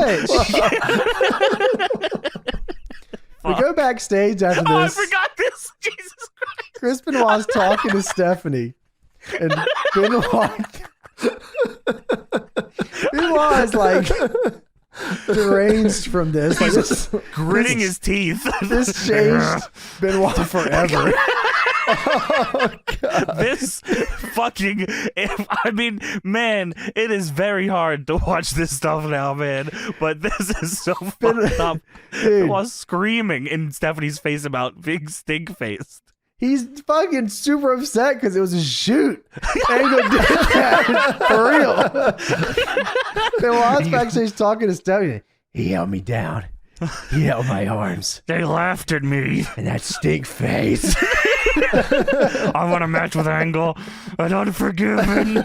No way, ass face. I'm not giving you nothing. You smell like fucking shit, bitch. You got poo in your eyes, son. Crippler ass face. Get out of my office, stinky boy. What the hell are you doing? Your breath smells like shit. Get out of here. Go eat Kurt Angle's gear. He walks in the room, Stephanie goes, holy fuck. We got the a poo wedding on me. tonight. Get the fuck out of here. You smell like shit. What did you say to me? As he's grinding some shit between his teeth. Oh, wow. And then Matt Hardy comes in. Hey, I gotta talk to you. Hey, how's it going? So Stephanie goes, What's yeah, up, Chris? Kurt Angle versus Chris Benoit, Unforgiven, sure. Yeah. Matt Hardy, on the other hand, fuck you, man. Fuck you, bitch. So Matt says, Stephanie- since you're handing out matches tonight, I demand a match against The Undertaker. Which is okay. Before Benoit leaves the room, 'cause I want to make sure we get this in there Yes, too. sure. Benoit says, when Kurt Angle sees his smile at Unforgiven, he will feel my pain. What does that mean? I don't know, and I don't want to know. But he's gonna stink face him. It's just like when you get infected by a zombie in like a video game, you just have to go around stink facing people after you got stink faced. Somebody wrote that for him, and he said, okay. You get stink faced, and it ruins your life. Great. So yeah, Matt Hardy demands a match with The Undertaker. Stephanie is like, no fucking way. You want an Undertaker match at Unforgiven? No way. Who's buying that, dude? Yeah, no fucking way. With your dumbass gimmick. No way. We hate you, actually. Yeah, he goes, oh no, I didn't want a match at Unforgiven. She goes, oh, that's true. That's fucking true. She goes, yeah, well, you got that. I want that match tonight. And Stephanie goes, you know what? That works for me. You have that match tonight. You have fun I with don't that have the match. whole show booked. We're an hour in, but whatever. And Undertaker showed up late. Yeah, true. Just whatever. Yeah. Go out there and do whatever. Matt says, Steph, tonight I guarantee a victory. All right. All right, we'll see about that, pal. So Billy and Chuck wedding time. Yes, Rico comes out and he tells this. Rico comes out. Everyone is set up. There's singers here. There's everything is the whole ceremony is set up in the ring. Rico gets on the stage and he tells the singers that he doesn't like their dress, their hair, or their smiles. Can the people in the audience hear this, or is it just hooked to commentary? I think he has like a wireless strap. Yeah, he had the gimmick. Yeah, That I didn't was know his- if it was just hooked to commentary or if people in the audience could hear it. It sounds too good to be able to be heard Sure. over the PA, but I imagine they can hear it. Yeah, he's got his little mic. Rico gets in the ring, checks all the flowers are all fucked up. He shakes the Justice of Peace hand and he goes, aren't you a little old? Are you a bit old? He's upset with the garland and the flowers and that the wood is in mahogany. So it cuts real quick. I guess commercial break comes back. Yes. Billy and Chuck are just in the fucking ring. Nothing They're was all- cut, yeah. right? It was just, I that's don't- just how it is. I don't know, because in my mind, I imagine they would have got entrances and stuff, but they just come right back. I don't know if they ran out of time or something, or Because or I what, but- looked, it's a tape show, and I looked at yeah, you're right. like Fuck. like a Daily Motion video of it, and Yeah. it started with them in the ring. So I'm guessing they just got okay. no TV entrance, which is fucking crazy. Huh. It's funny looking at this now because as the Justice of Peace starts talking, right? Yes. You can definitely tell this is Bischoff. Yeah, I know. The moment I- he starts talking, I knew. Yes. Now that I know what I know, but at the time I was 1,000,000,000% worked. I had no idea at the Same. time. That's Yeah, why yeah, it was yeah. so Now- legendary. It was so fucking crazy. So they, Billy and Chuck wrote their own vows. Please proceed. Chuck says when he first met him, all he knew is he was a good tag wrestler, and he looks at his ass. you're also Mr. Ass. Taz says he's still Mr. S in that household. All right, true. Oh, what's going on here, Taz? Chuck What's that mean? says, What's Joey Numbers? think about that, brother. Chuck then says Billy has captured tag gold before, but now he has captured something even more. He has captured Chuck's heart. Oh, that's Billy nice. says, damn, that was corny. Even for you. Capture your heart, come on. Billy says, but that's what makes you so special and why I'm asking you to be my tag partner permanently. He gives Pulls him out a ring. little gold band, puts it on his finger. Look nice. Permanently. Rico then says, I put together a video. He said he edited this too, by the way, called Our Love Story. Lance Archer did it, actually. It shows Billy and Chuck highlights here from their time as a tag team, I guess, on SmackDown. And Yes, I guess if they were, I can't remember if they were a team before the brand split or not, but I think because I don't know if it was just before the brand split. Maybe it was or something out because we watched the thing where they get their headbands. So it was, Yeah, the lore of the headbands. Holy shit. And it's called Our Love Story, this video. I wrote down here, Rico's facial hair is insane. Oh my God, it's double Matt Jackson. It's insane. I don't even know what's going on here. I love it. It's fucking, he's a freak and I love it. How do you get so much hair there? What's going on? Clue. Like he got it perfectly in like a rectangle down the side of his face. It's insane, man. It's crazy. The Justice of Peace says, before we continue, if there is anyone of the opinion that these two should not be together, speak now or forever hold your peace. Boo! The crowd's like, no way, no way. There is one person. They're saying just say no is what they're chanting as well. There is one person who would like to just say a couple words here. Okay, firstly, do you remember this part at all? No, I don't. Okay, I had not at all. No recollection of this whatsoever. I think they added this in post. I don't remember this. CGI? Yeah, I don't remember this at all. Me neither. The Godfather is here with the hose. With the hose? What? 2002 Godfather with the hose? They do not call it that on commentary. No. He's here with the women. ladies. Yeah. Taz says, I love trains. Great. Let me also just shout out real quick. The hose selection tonight was crazy. The Godfather was all timing and mini. Big mini hose out here. That's crazy. awesome. Usually I'm like, damn, like one of these hoses is like crazy, but they were all crazy here tonight. Yeah. So shout out to all the hose out in the Godfather's train. Godfather says, the must be heard. He said the Godfather's back in business, so he's coming out of retirement just for this to bring back the hoe train. And then he leaves. Yeah, he's done after that. Yeah. Godfather says, Billy, I know you still got the pimp in you, man. What the? He said, I remember these fine ladies used to like you so much that I had to ask you to stay away because the cookies were giving up too much free nookie. Godfather says that Chuck was one of the legendary skirt chasers of all time. Really? He was one of the badass Palumbo brothers. Who was the other one? I don't know. Steve Palumbo? Yes. Godfather says that Chuck wasn't too particular, though. Godfather says Chuck liked the heftier ladies. And he said, if you know what I mean. Now, what do you mean? What do I know what you mean? You were very straightforward with this. He likes big women, if you know what I mean. What? Yes, I know what you mean, bro. Godfather says, what in the his hell is going on in here? His hell? Rico says, no one in this building wants to see you or your good time girls. Good time girls. Good time girls is an incredible phrase for the host, and I will remember that. The good time girl train. That's so sick. Godfather says, Rico, you won't know what you're missing when you miss a ride on the whole train. Rico says, please remove thyself from the building. He's going overboard, man. I like Rico. He's kind of diving into it here. Yeah, He's he's cool. doubling down, yeah. So they start leave. leaving. They start leaving. Michael Cole goes, Taz, where are you going? Sit back down. I'll stay here with you, brother. What the so there's no he doesn't stay out there. Him and the hose just leave. It was such Big a Pot. nothing part. Yeah, I mean, Big Pot is just in the history of this. This is like a forgotten bit of that. He didn't even come back segment. out towards the end and not to help. He doesn't save them. No, the train has left the station. So the Justice of Peace asks Billy if he takes Chuck. The crowd is chanting, just say no. Yes. Billy says yes. Commit yourself to Chuck until death do you part in sickness and health, yada, yada, yada. The Justice of Peace asks Chuck the same thing. Chuck, on the other hand, is not ready to say yes. He's waiting for Rico to intervene here. Rico's giving him like the head nod, and he says, go on, Chuck, it's okay. And Chuck's like, Rico. And Rico says, now's not the time to get cold feet. Trust me, just do it. And Chuck looks around, and Chuck says, yes. And then Rico fucking loses his mind. Yes, he said yes, I'm so happy. Woo! Losing his fucking mind. Billy and Chuck then stop before the Justice of Peace says, you do.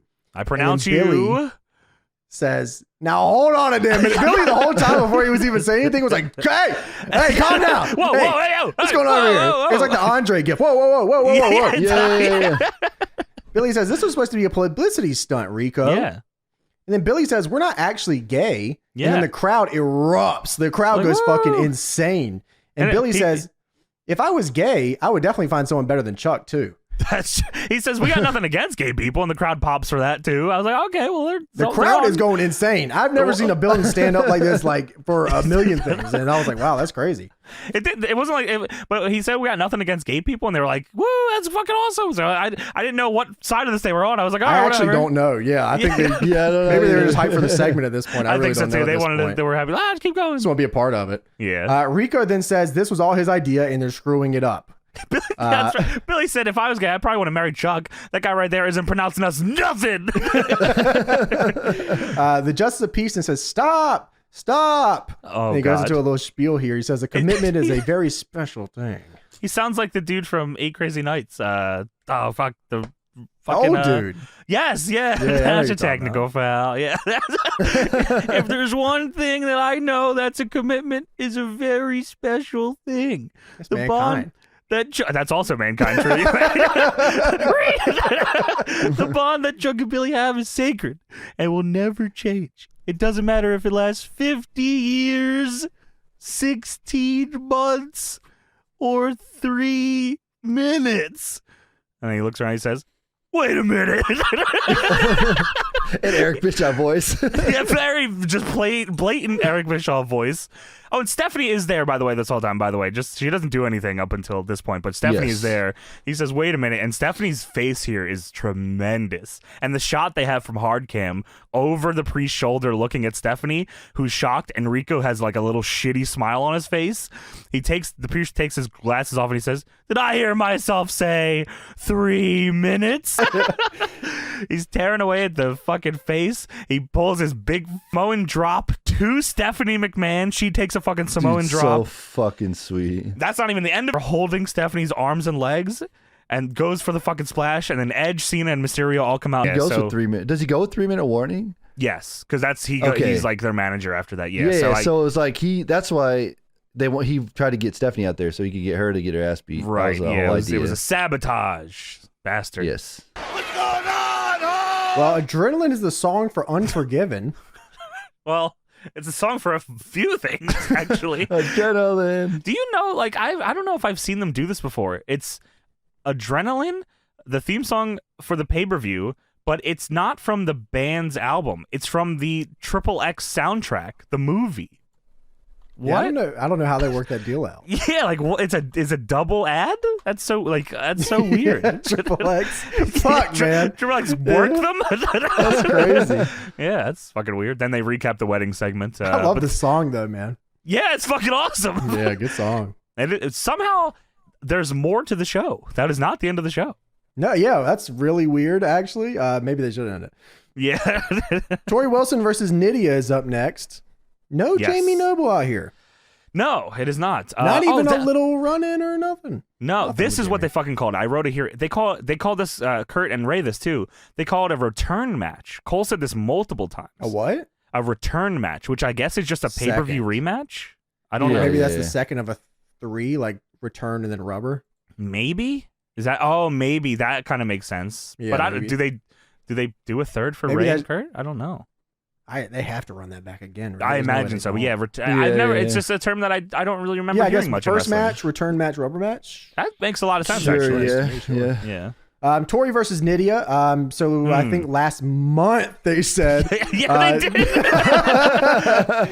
Jamie Noble gave Torrie Wilson a mean ass clothesline. Just really laid that in there. Help Nydia get a win as well. So I love Nydia and Jamie Noble. This is a great angle. I really best. wish that Noble was out here with her, to be honest with you. Yeah, me too.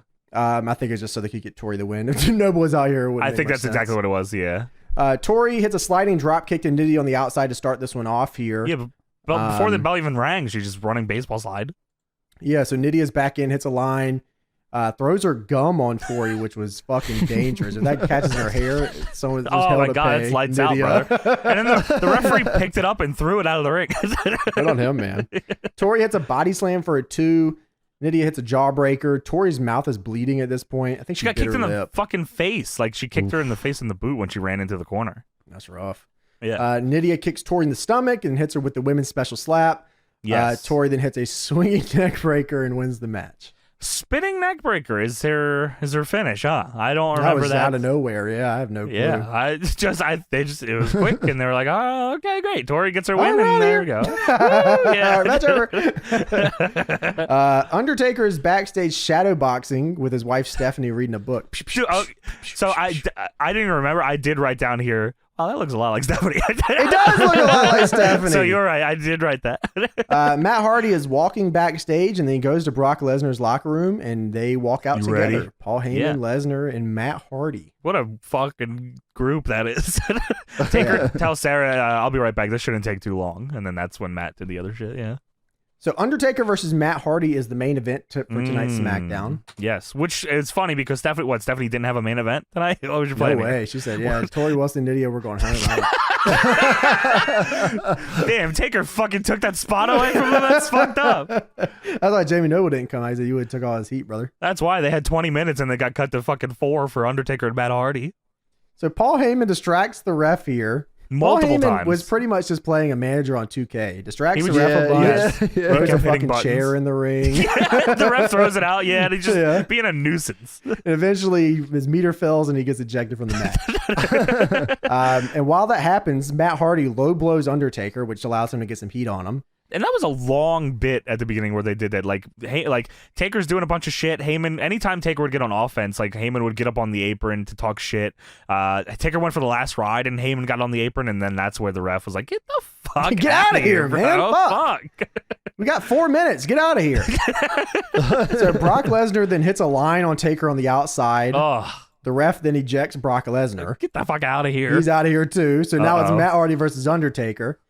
Matt Hardy's still getting heat on Taker here, but then Taker starts his fucking comeback, and you already knew. They gave Matt a little. He was throwing some punches. He was. That's what I'm kinda- saying. He got a little heat there, and He then was but rocking. Taker got Yeah. that comeback started. I said, well, yeah, get a little run there, buddy. He said, "You can go for your finish, and then you don't hit it, and then I win." I beat the dog shit out of you. Yeah. So it shows on the Titantron backstage, Ooh. Paul Heyman going into Sarah's locker room. And Brock as well, I believe. Yeah, and well, I think Brock comes in delayed. That's right. Okay, Brock comes. I wasn't sure if they showed me or not. Yeah. Paul Heyman is talking to Sarah, and you can hear him very loudly. This is Mike very well. Yeah. Paul Heyman says, "I always heard when a woman is pregnant, she is at her most beautiful. I have never realized how beautiful you are, Sarah Yeah. Taker." Sarah Taker. Mrs. Taker, sorry. It's the creepiest shit I've ever seen. Yeah, and I he said- watched fucking Kurt Angle and Charmel.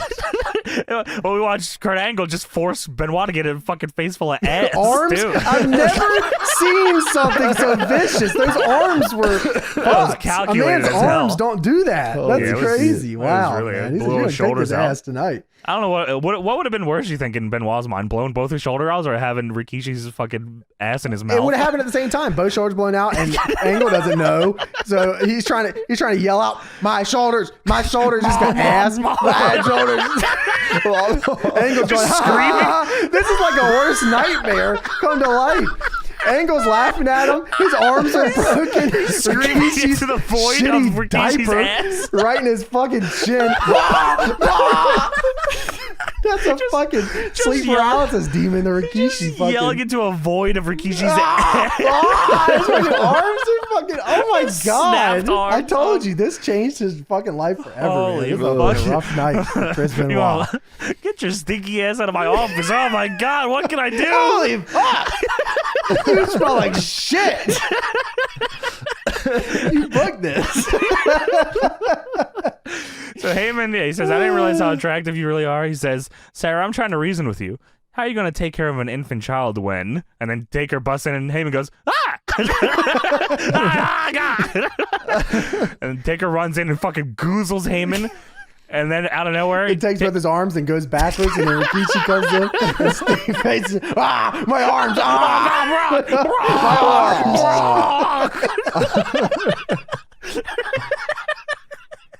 Oh my God.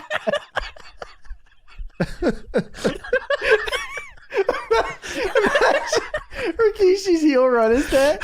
He's got my God, how they not do that? They got his boys holding their arm. It's oh my God, it's the Scotty 2 Hottie and fucking Scotty 2 Hottie and Grandmaster. They both hold one arm back. God.